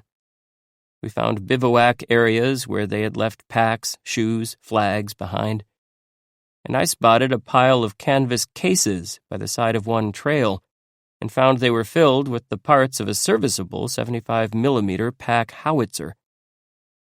And others found rifles and ammunition. We found the shattered remains of a few Japs who had been hit by our artillery, and others who had evidently died of their wounds. Today our dive bombers and torpedo planes had gone out to bomb Ricotta Bay, we found on getting back to camp. They had bombed and strafed the base and uncovered a cruiser nearby, and got a hit which damaged but did not sink it. Monday, September 21st. The ships which brought us reinforcements also brought supplies, including clothes. I went to the quartermaster depot this morning, got some clothes that smelled delightfully like the dry goods department in a store, and went up to the lunga and had a good bath before putting on the new things. Then to Juan Morera's mess, which the Marines call the Book Cadillac, and afterward felt like a new man. We sat about at Colonel Hunt's CP and talked about the reason for the slackening in the Jap air raids. The optimists said the Japs had taken such a drubbing from our fighters that they had no planes left. The pessimists said the foe were simply consolidating their forces for another and bigger effort. Perhaps they would send over more planes less frequently, instead of 25 or 27 every day. Tuesday, September 22nd. At Kukum this afternoon, I saw Dick Mangrum, now a lieutenant colonel, and Lieutenant Turner Caldwell, who led, respectively, the original Marine and Naval dive bomber groups which came to this island to work out of Henderson Field. Both Turner's and Dick's original squadrons have been largely supplanted by new, fresh groups, but the two leaders continued to fly until recently. They had both grown thin as scarecrows since I last saw them, and their faces were haggard. They told me they were exhausted from the night and day stint of work they had been doing. "When the medicos used to tell us about pilot fatigue," said Turner, "I used to think they were old fuds, but now I know what they meant. There's a point where you just get to be no good. You're shot to the devil, and there's nothing you can do about it." I heard tonight that both Turner and Dick are going to be sent out of Guadal soon, for a rest in some peaceful region. Wednesday, September 23rd.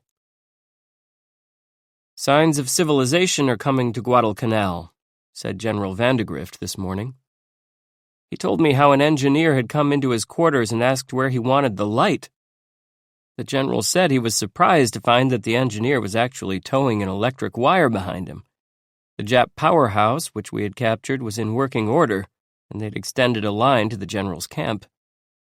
The general said that he felt our situation on Guadalcanal was brightening a bit. The reinforcements had been a great help, he said, and he seemed assured that the naval protection of our shores would improve.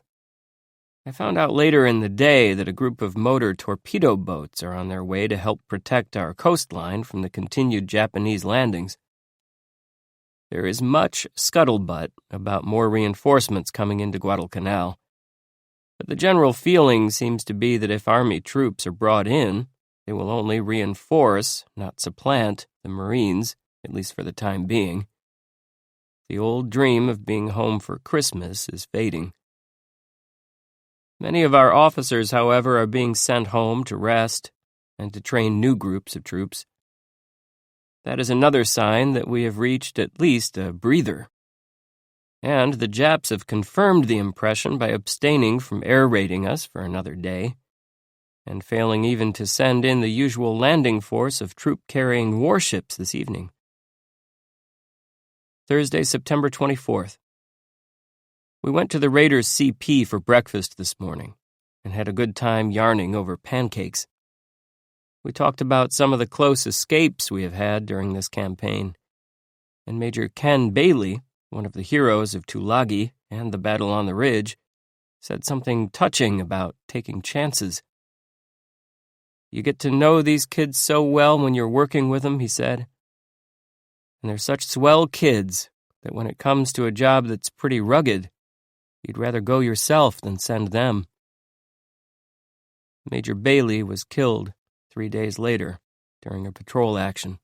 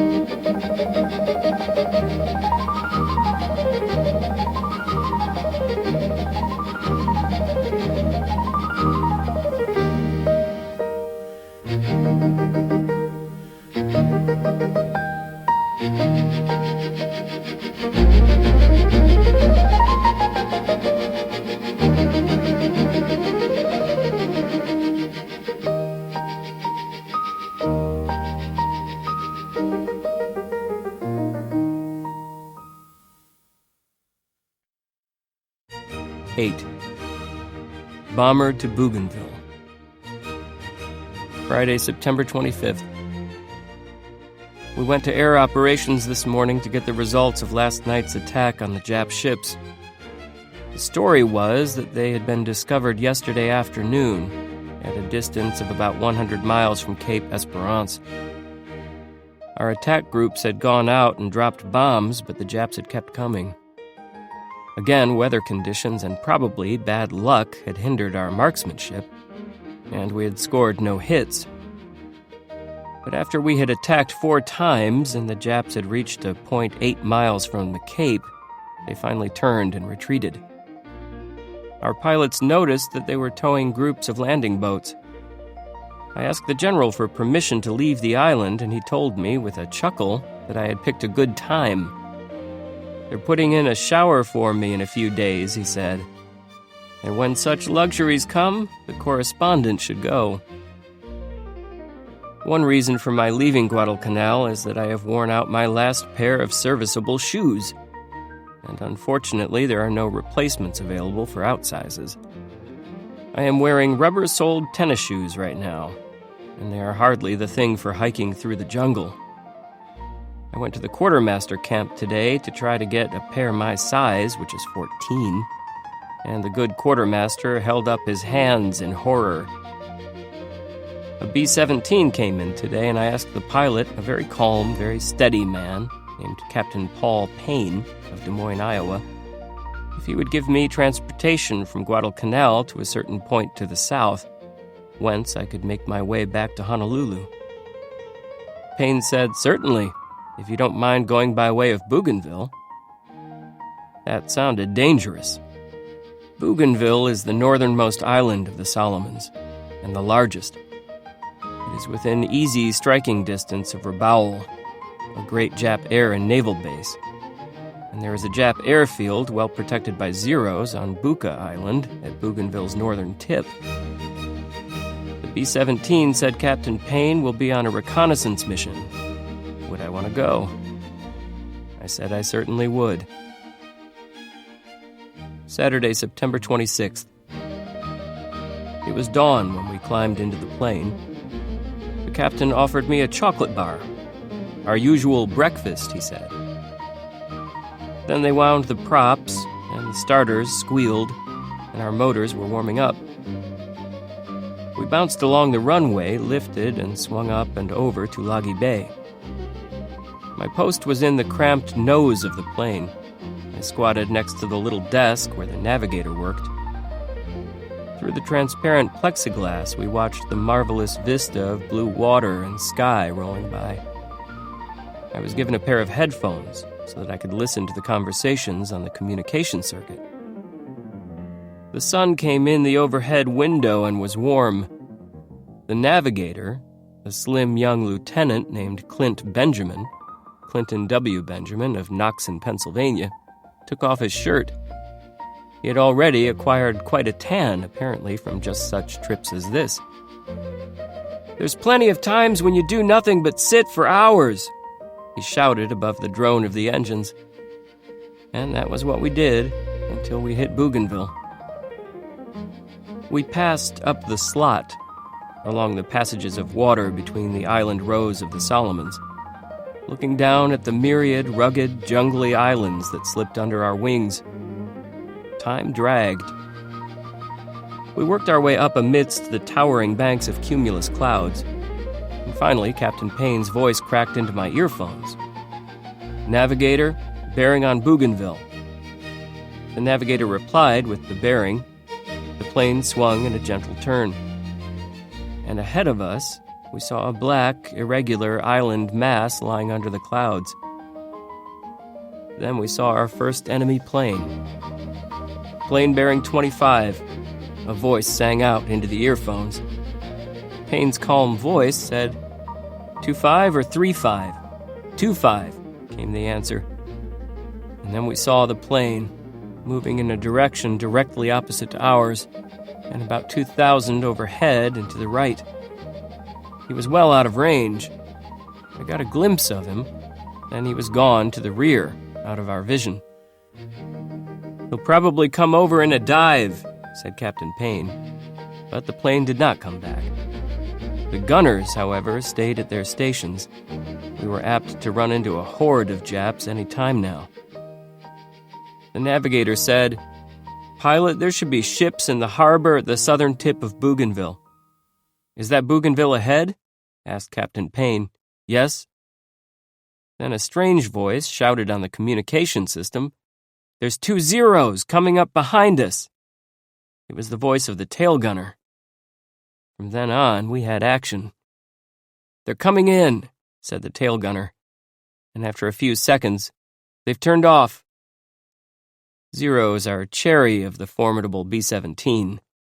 But in such a moment as this, one thought swiftly of our aloneness over enemy territory and the swarms of enemy planes which must be around. Ahead of us we saw a ship moving, as small as a toy in the distance. "What kind of a vessel is it?" asked the pilot.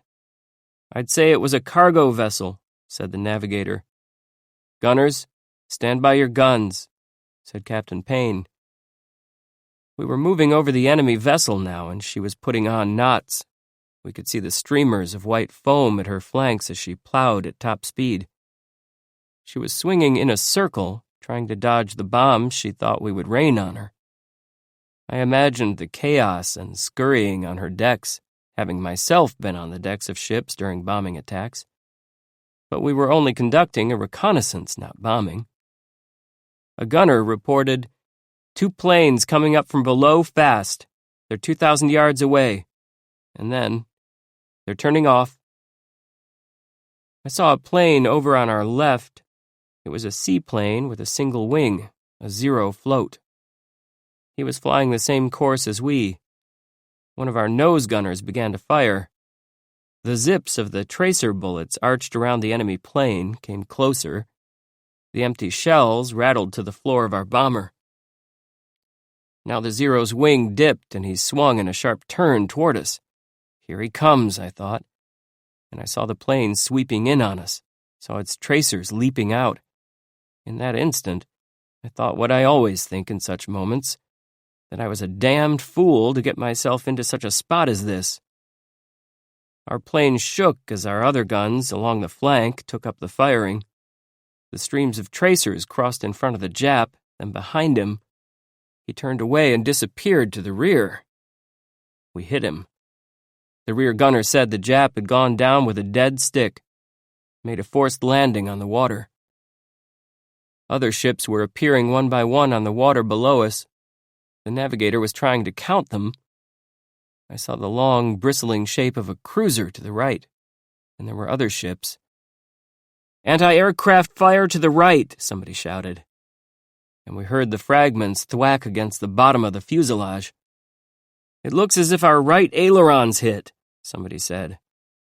Then the anti-aircraft halted, and another Zero appeared ahead of us, flying close in. He turned toward us and came sweeping in with his tracers reaching out toward our fuselage. For long seconds, he seemed to be heading directly toward our nose, and the bow gunner fired long bursts. The nose filled with smoke. "You're leading him too much," said Captain Payne calmly.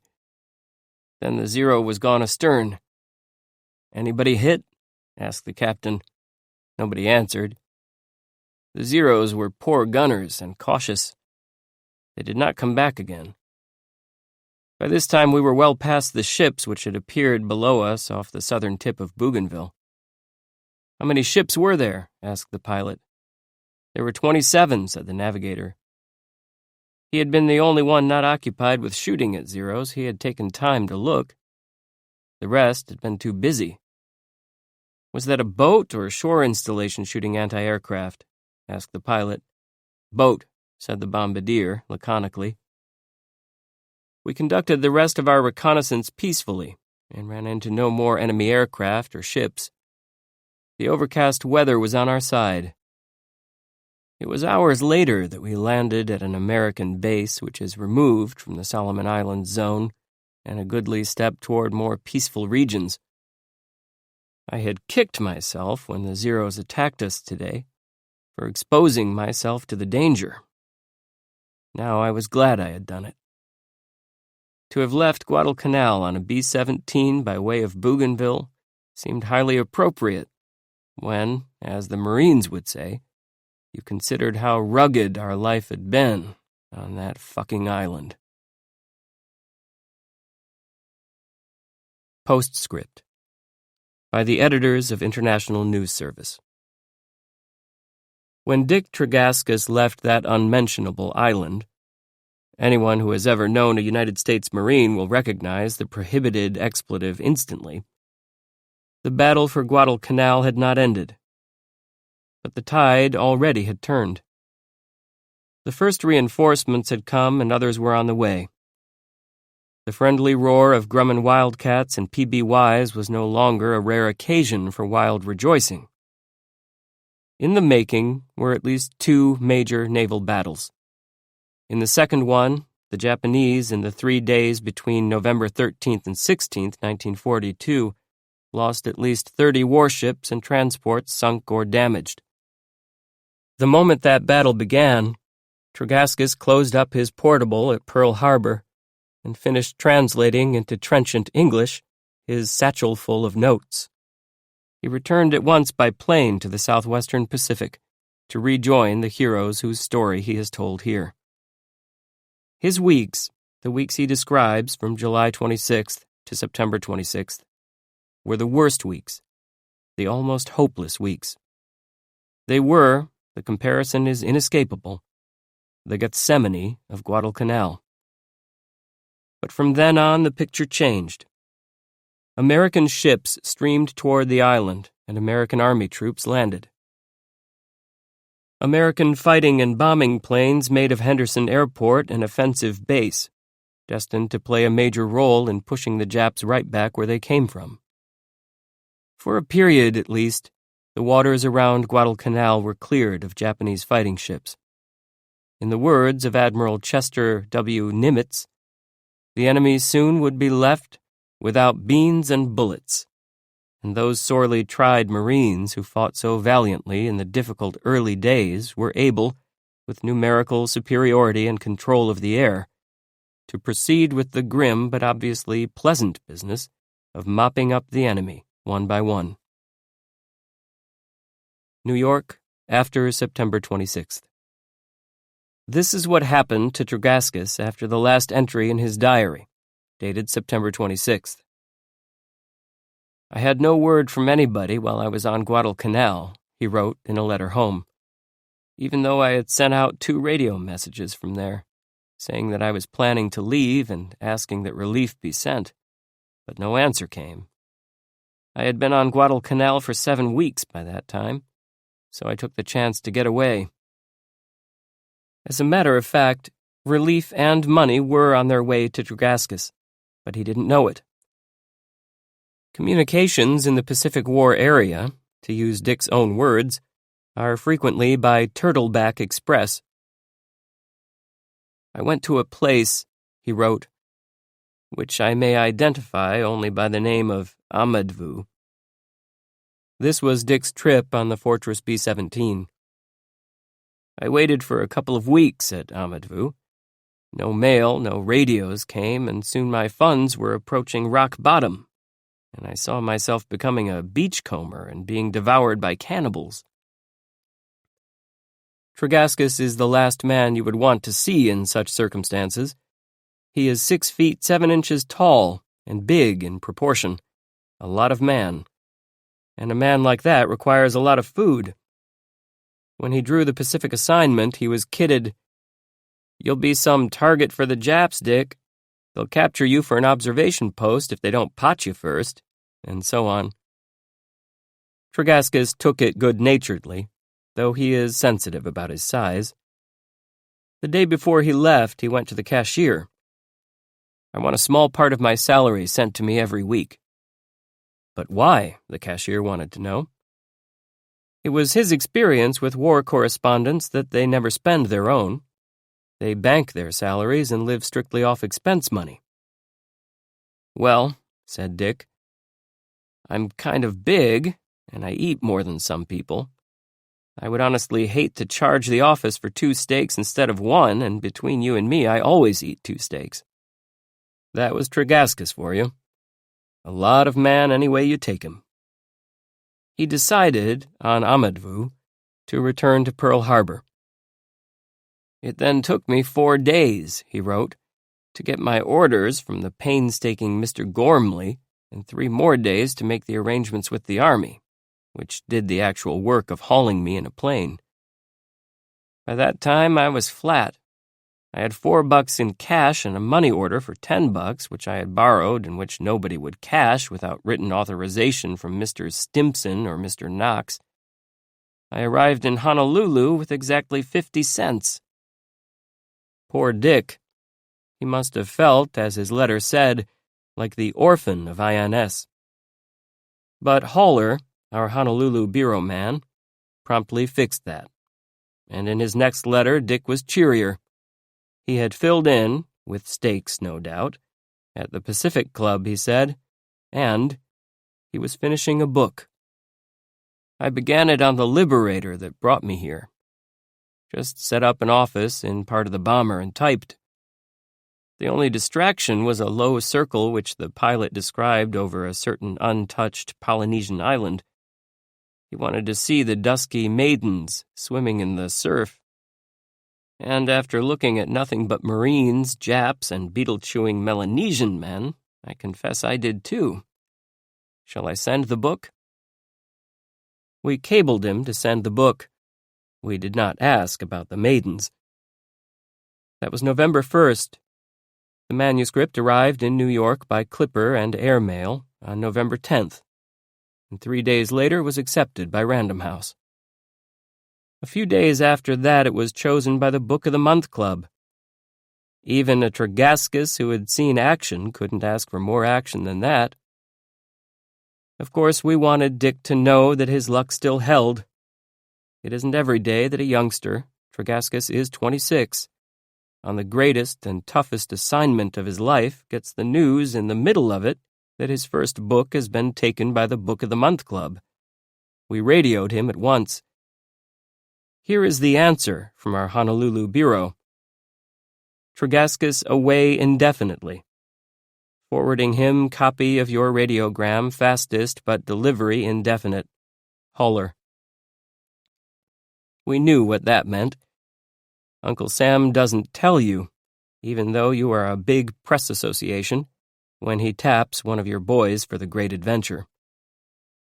Tregaskis had written when he sent the book, "Now that I've had a chance to stretch my legs and feed my gullet, I am set to go joyriding again." He has gone. We don't know, as this is written, exactly where Tregaskis is. But we have a pretty good idea, somewhere around that unmentionable island again.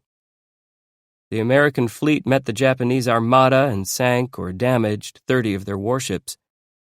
We know, because the Navy says so, that the waters are clear where once the Japs sent in their subs and transports. We know our flyers rule the skies. We know the Marines are still holding and pushing farther on Guadalcanal. And we suspect that somewhere, in the thick of it, Dick Tregaskis is telling another story of American valor, as he told this one. A cable or a radio will come soon, please God. And you bet we will answer back. Okay, Dick Tregaskis, good luck to you. November 21st. It came. Afterward, by Moana Tregaskis. The first edition of Guadalcanal Diary was published early in 1943. In the nearly 60 years since that original Random House edition, this classic account of Americans in the Pacific during World War II has been translated throughout the world. There are legions of books about war, and few that merit the term history. This happens because most are written either by historians who did not share the experience, or by those who shared and were not historians. In either case, something is missing. Richard Tregaskis was exceptional. He was a historian who consistently experienced the wars he documented. This is why his writings have the taste and touch of battle, combined with the skill of the literary writer. A scrupulous taker of notes, meticulous researcher, and diligent questioner, Tregaskis shared in the ordeals of the men he chronicled. While participating, he was uncommonly brave, and 2 generations of American fighting men accepted him as a member of their team. They talked about him, angular and tall, a bit over 6'6", soft-spoken and very thin, always writing, watching, questioning, and taking photographs at the height of battle.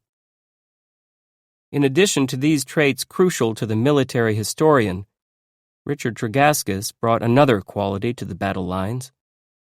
It distinguishes the great in both soldiers and civilians.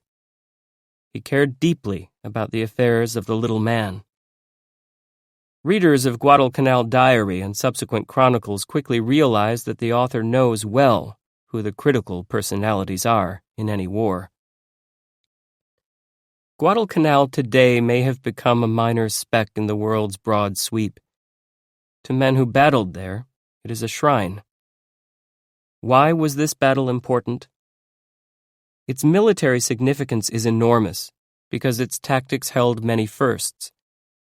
Guadalcanal Diary chronicled the world's first use of combined air, land, and sea operations, a mission that now is taken for granted. Today, historians are still writing about the battle for Guadalcanal.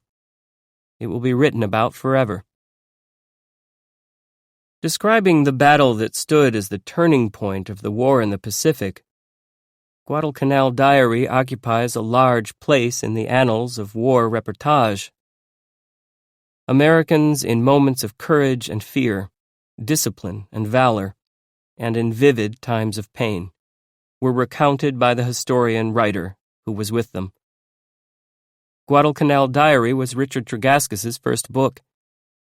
In a newspaper reporting career that began in prep school and continued throughout his university years as a history and literature student, Dick paid his dues, covered the Boston police beat, and mastered his craft. When America entered World War II after the attack on Pearl Harbor in Hawaii on December 7, 1941, Dick knew he had to participate, to write about Americans in war. Accredited as a war correspondent for INS, International News Service, he was sent to the Pacific. No one knew an insulin kit lay deep in a pocket, or that tins of sardines crammed his backpack. If anyone asked about his copy of a manual authored by the founder of Boston's famed Joslin Diabetes Clinic, Dick could say it was autographed by a special friend. After Guadalcanal, Dick returned to Pearl Harbor to write. Daytime, the Navy locked him up to work with his notebooks and locked up the notebooks at night. The bloody experience of Guadalcanal changed Tregaskis. He was still stunned to be alive, and glad for it. On a smudge of Pacific jungle, he had been with men when their best traits took precedence in the most harrowing conditions. Now the desire to share and to write well about Americans in war grew more intense. The battle on that feverish island changed all those who survived it. Yet these men couldn't bring themselves to talk about their experiences. Richard Tregaskis, who had been with them, told their stories. He saw, felt, and brought readers into the pangs of homesickness, the tales of scrounging, or the moments of humor. Leaving the Pacific, Dick chose the European theater of war. The size 14 boots Marines called his PTs, for Patrol Tregaskis, went along. Eventually, luck deserted him. In the battle for Sicily, on a hill called Mount Corno, near Cassino, Dick was hit by German shrapnel. A piece went through his helmet, a part of his brain, and out the other side of the helmet, leaving a gaping, jagged hole. Somehow he staggered to the lines of the American 38th Evacuation Hospital, dragging along the helmet. There, managing to convey the word diabetic to a doctor, Major William Pitts of Charlotte, North Carolina, performed tedious, massive surgery. Within a few months, Dick had learned again to speak, again to use his right hand, and was back to duty. Random House published Invasion Diary in 1944, followed by the novel Stronger Than Fear, centered on an American Army sergeant in Germany. Somehow, Dick hung on to that helmet. Today, under the care of the Marine Corps Historical Foundation, it is frequently loaned for museum exhibitions. The goal to write well about Americans enduring life-threatening struggles never ceased. Watching, questioning, and sharing in the vicissitudes of Guadalcanal would lead Dick Tregaskis to devote his life and career to documenting Americans in the course of formidable events. From World War II into the 1970s, articles and books sprouted from his pen. In Korea, Dick joined Americans to document the world's first deployment of helicopter warfare. Armed with an ever-present Ledger notebook, in 1960, he began research on the story of America's first spaceship. Spending long weeks at Edwards Air Force Base, Tregaskis came to know and appreciate the fabled men who flew the big black rocket called the X-15. While this was not war, Dick knew he was documenting Americans with the right stuff. Their successes and foibles soared through the words of X-15 diary. With the grievous months on Guadalcanal etched on his soul, Dick reflected on the passage of time. As "after the war" had become a lasting phrase, he was interested in the varied career circuits and stratagems of survivors. Although their paths did not cross in the Solomons, a man he knew in college days was at sea in Guadalcanal waters at the same time Dick was on the island. Now the man was president. While President Kennedy was in office, Dick wrote John F. Kennedy and PT 109. At Harvard, Dick Tregaskis and Jack Kennedy were swimmers, and close friend Torbert McDonald captained the Harvard football team. At competitions for the varsity swim team backstrokers, Dick trounced Kennedy for a slot on the team. It was a special year. They beat Yale. Years later, the president loaned Dick his personal logs and notes to research the book. As Press Secretary Pierre Salinger took Dick into the Oval Office, the first thing the president said was, "Pierre, Dick beat me out for the Harvard varsity swim team." Tregaskis replied, "Sir, if I'd known you would be president, I would have let you win." Amidst the laughter, one could note that neither President Kennedy nor Congressman McDonald ever forgot that competition. A generation after Guadalcanal and Korea, the regular soldier again welcomed Richard Tregaskis. In Vietnam, once again he chronicled Americans in war. Tours in-country spanned several years. Newspapers and magazines documented the course of exigencies he shared with the ordinary fighting man. Vietnam Diary was a definitive eyewitness account of that combat. During our life together, despite bouts with diabetes-related complications, Dick kept writing. We returned to Guadalcanal in 1967, where Dick would research an article on the 25th anniversary of the August 7, 1942 landing.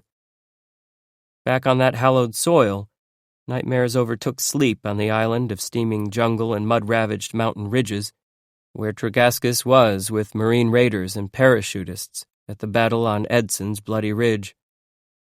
We trekked on that lonely ridge. Razor-sharp kunai grass overgrew the depressions of American and Japanese foxholes, which still held old pieces of shrapnel and spent bullets. Children collected them to sell as souvenirs. I went again to Guadalcanal in 1992. On August 7th, monuments were dedicated to commemorate the 50th anniversary. Amidst those who survived the brutal fighting to secure the crucial airfield at all cost, there is a bond of camaraderie reserved unto themselves. They came, native scouts and veterans, to attend the solemn ceremonies. 5 wore the Medal of Honor. On lined faces one could see that memories were vivid. Perhaps some almost heard again Red Mike Edson's call, "Raiders, Raiders, Raiders, rally round me." And still, children collected shrapnel and bullets. Dick's last book is a tribute to a warrior. With his well-earned credentials writing of men at war, Tregaskis was precisely the correct author to research and describe the illustrious, war-stormed life of Hawaii's Kamehameha the Great. Warrior King remains in print. In 1973, Marquis Who's Who in America asked for a quote. Dick Tregaskis sent these words: "Reverence for truth, thank God, continues to be a great American ideal. Beauty makes life most pleasant, and humor cushions the worst moments. But courage remains the most valuable of all.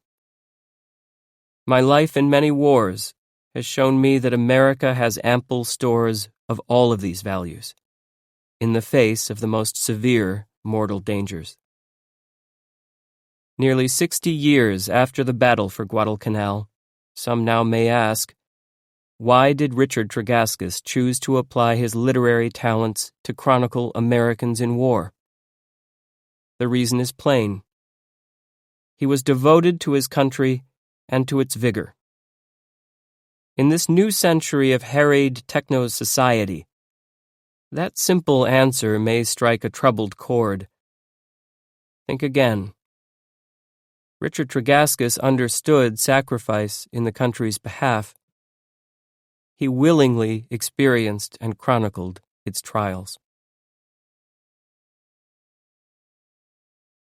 This recording of Guadalcanal Diary was presented by Dreamscape Media, LLC. Text copyright 1943 by Random House Incorporated. Introduction copyright 2000 by Mark Bowden. Afterword copyright 2000 by Moana Tregaskis. Sound recording copyright 2016 Dreamscape Media, LLC. This recording was produced by arrangement with Open Road Media. Thank you for listening. Please check www.dreamscapeab.com for Dreamscape's latest releases.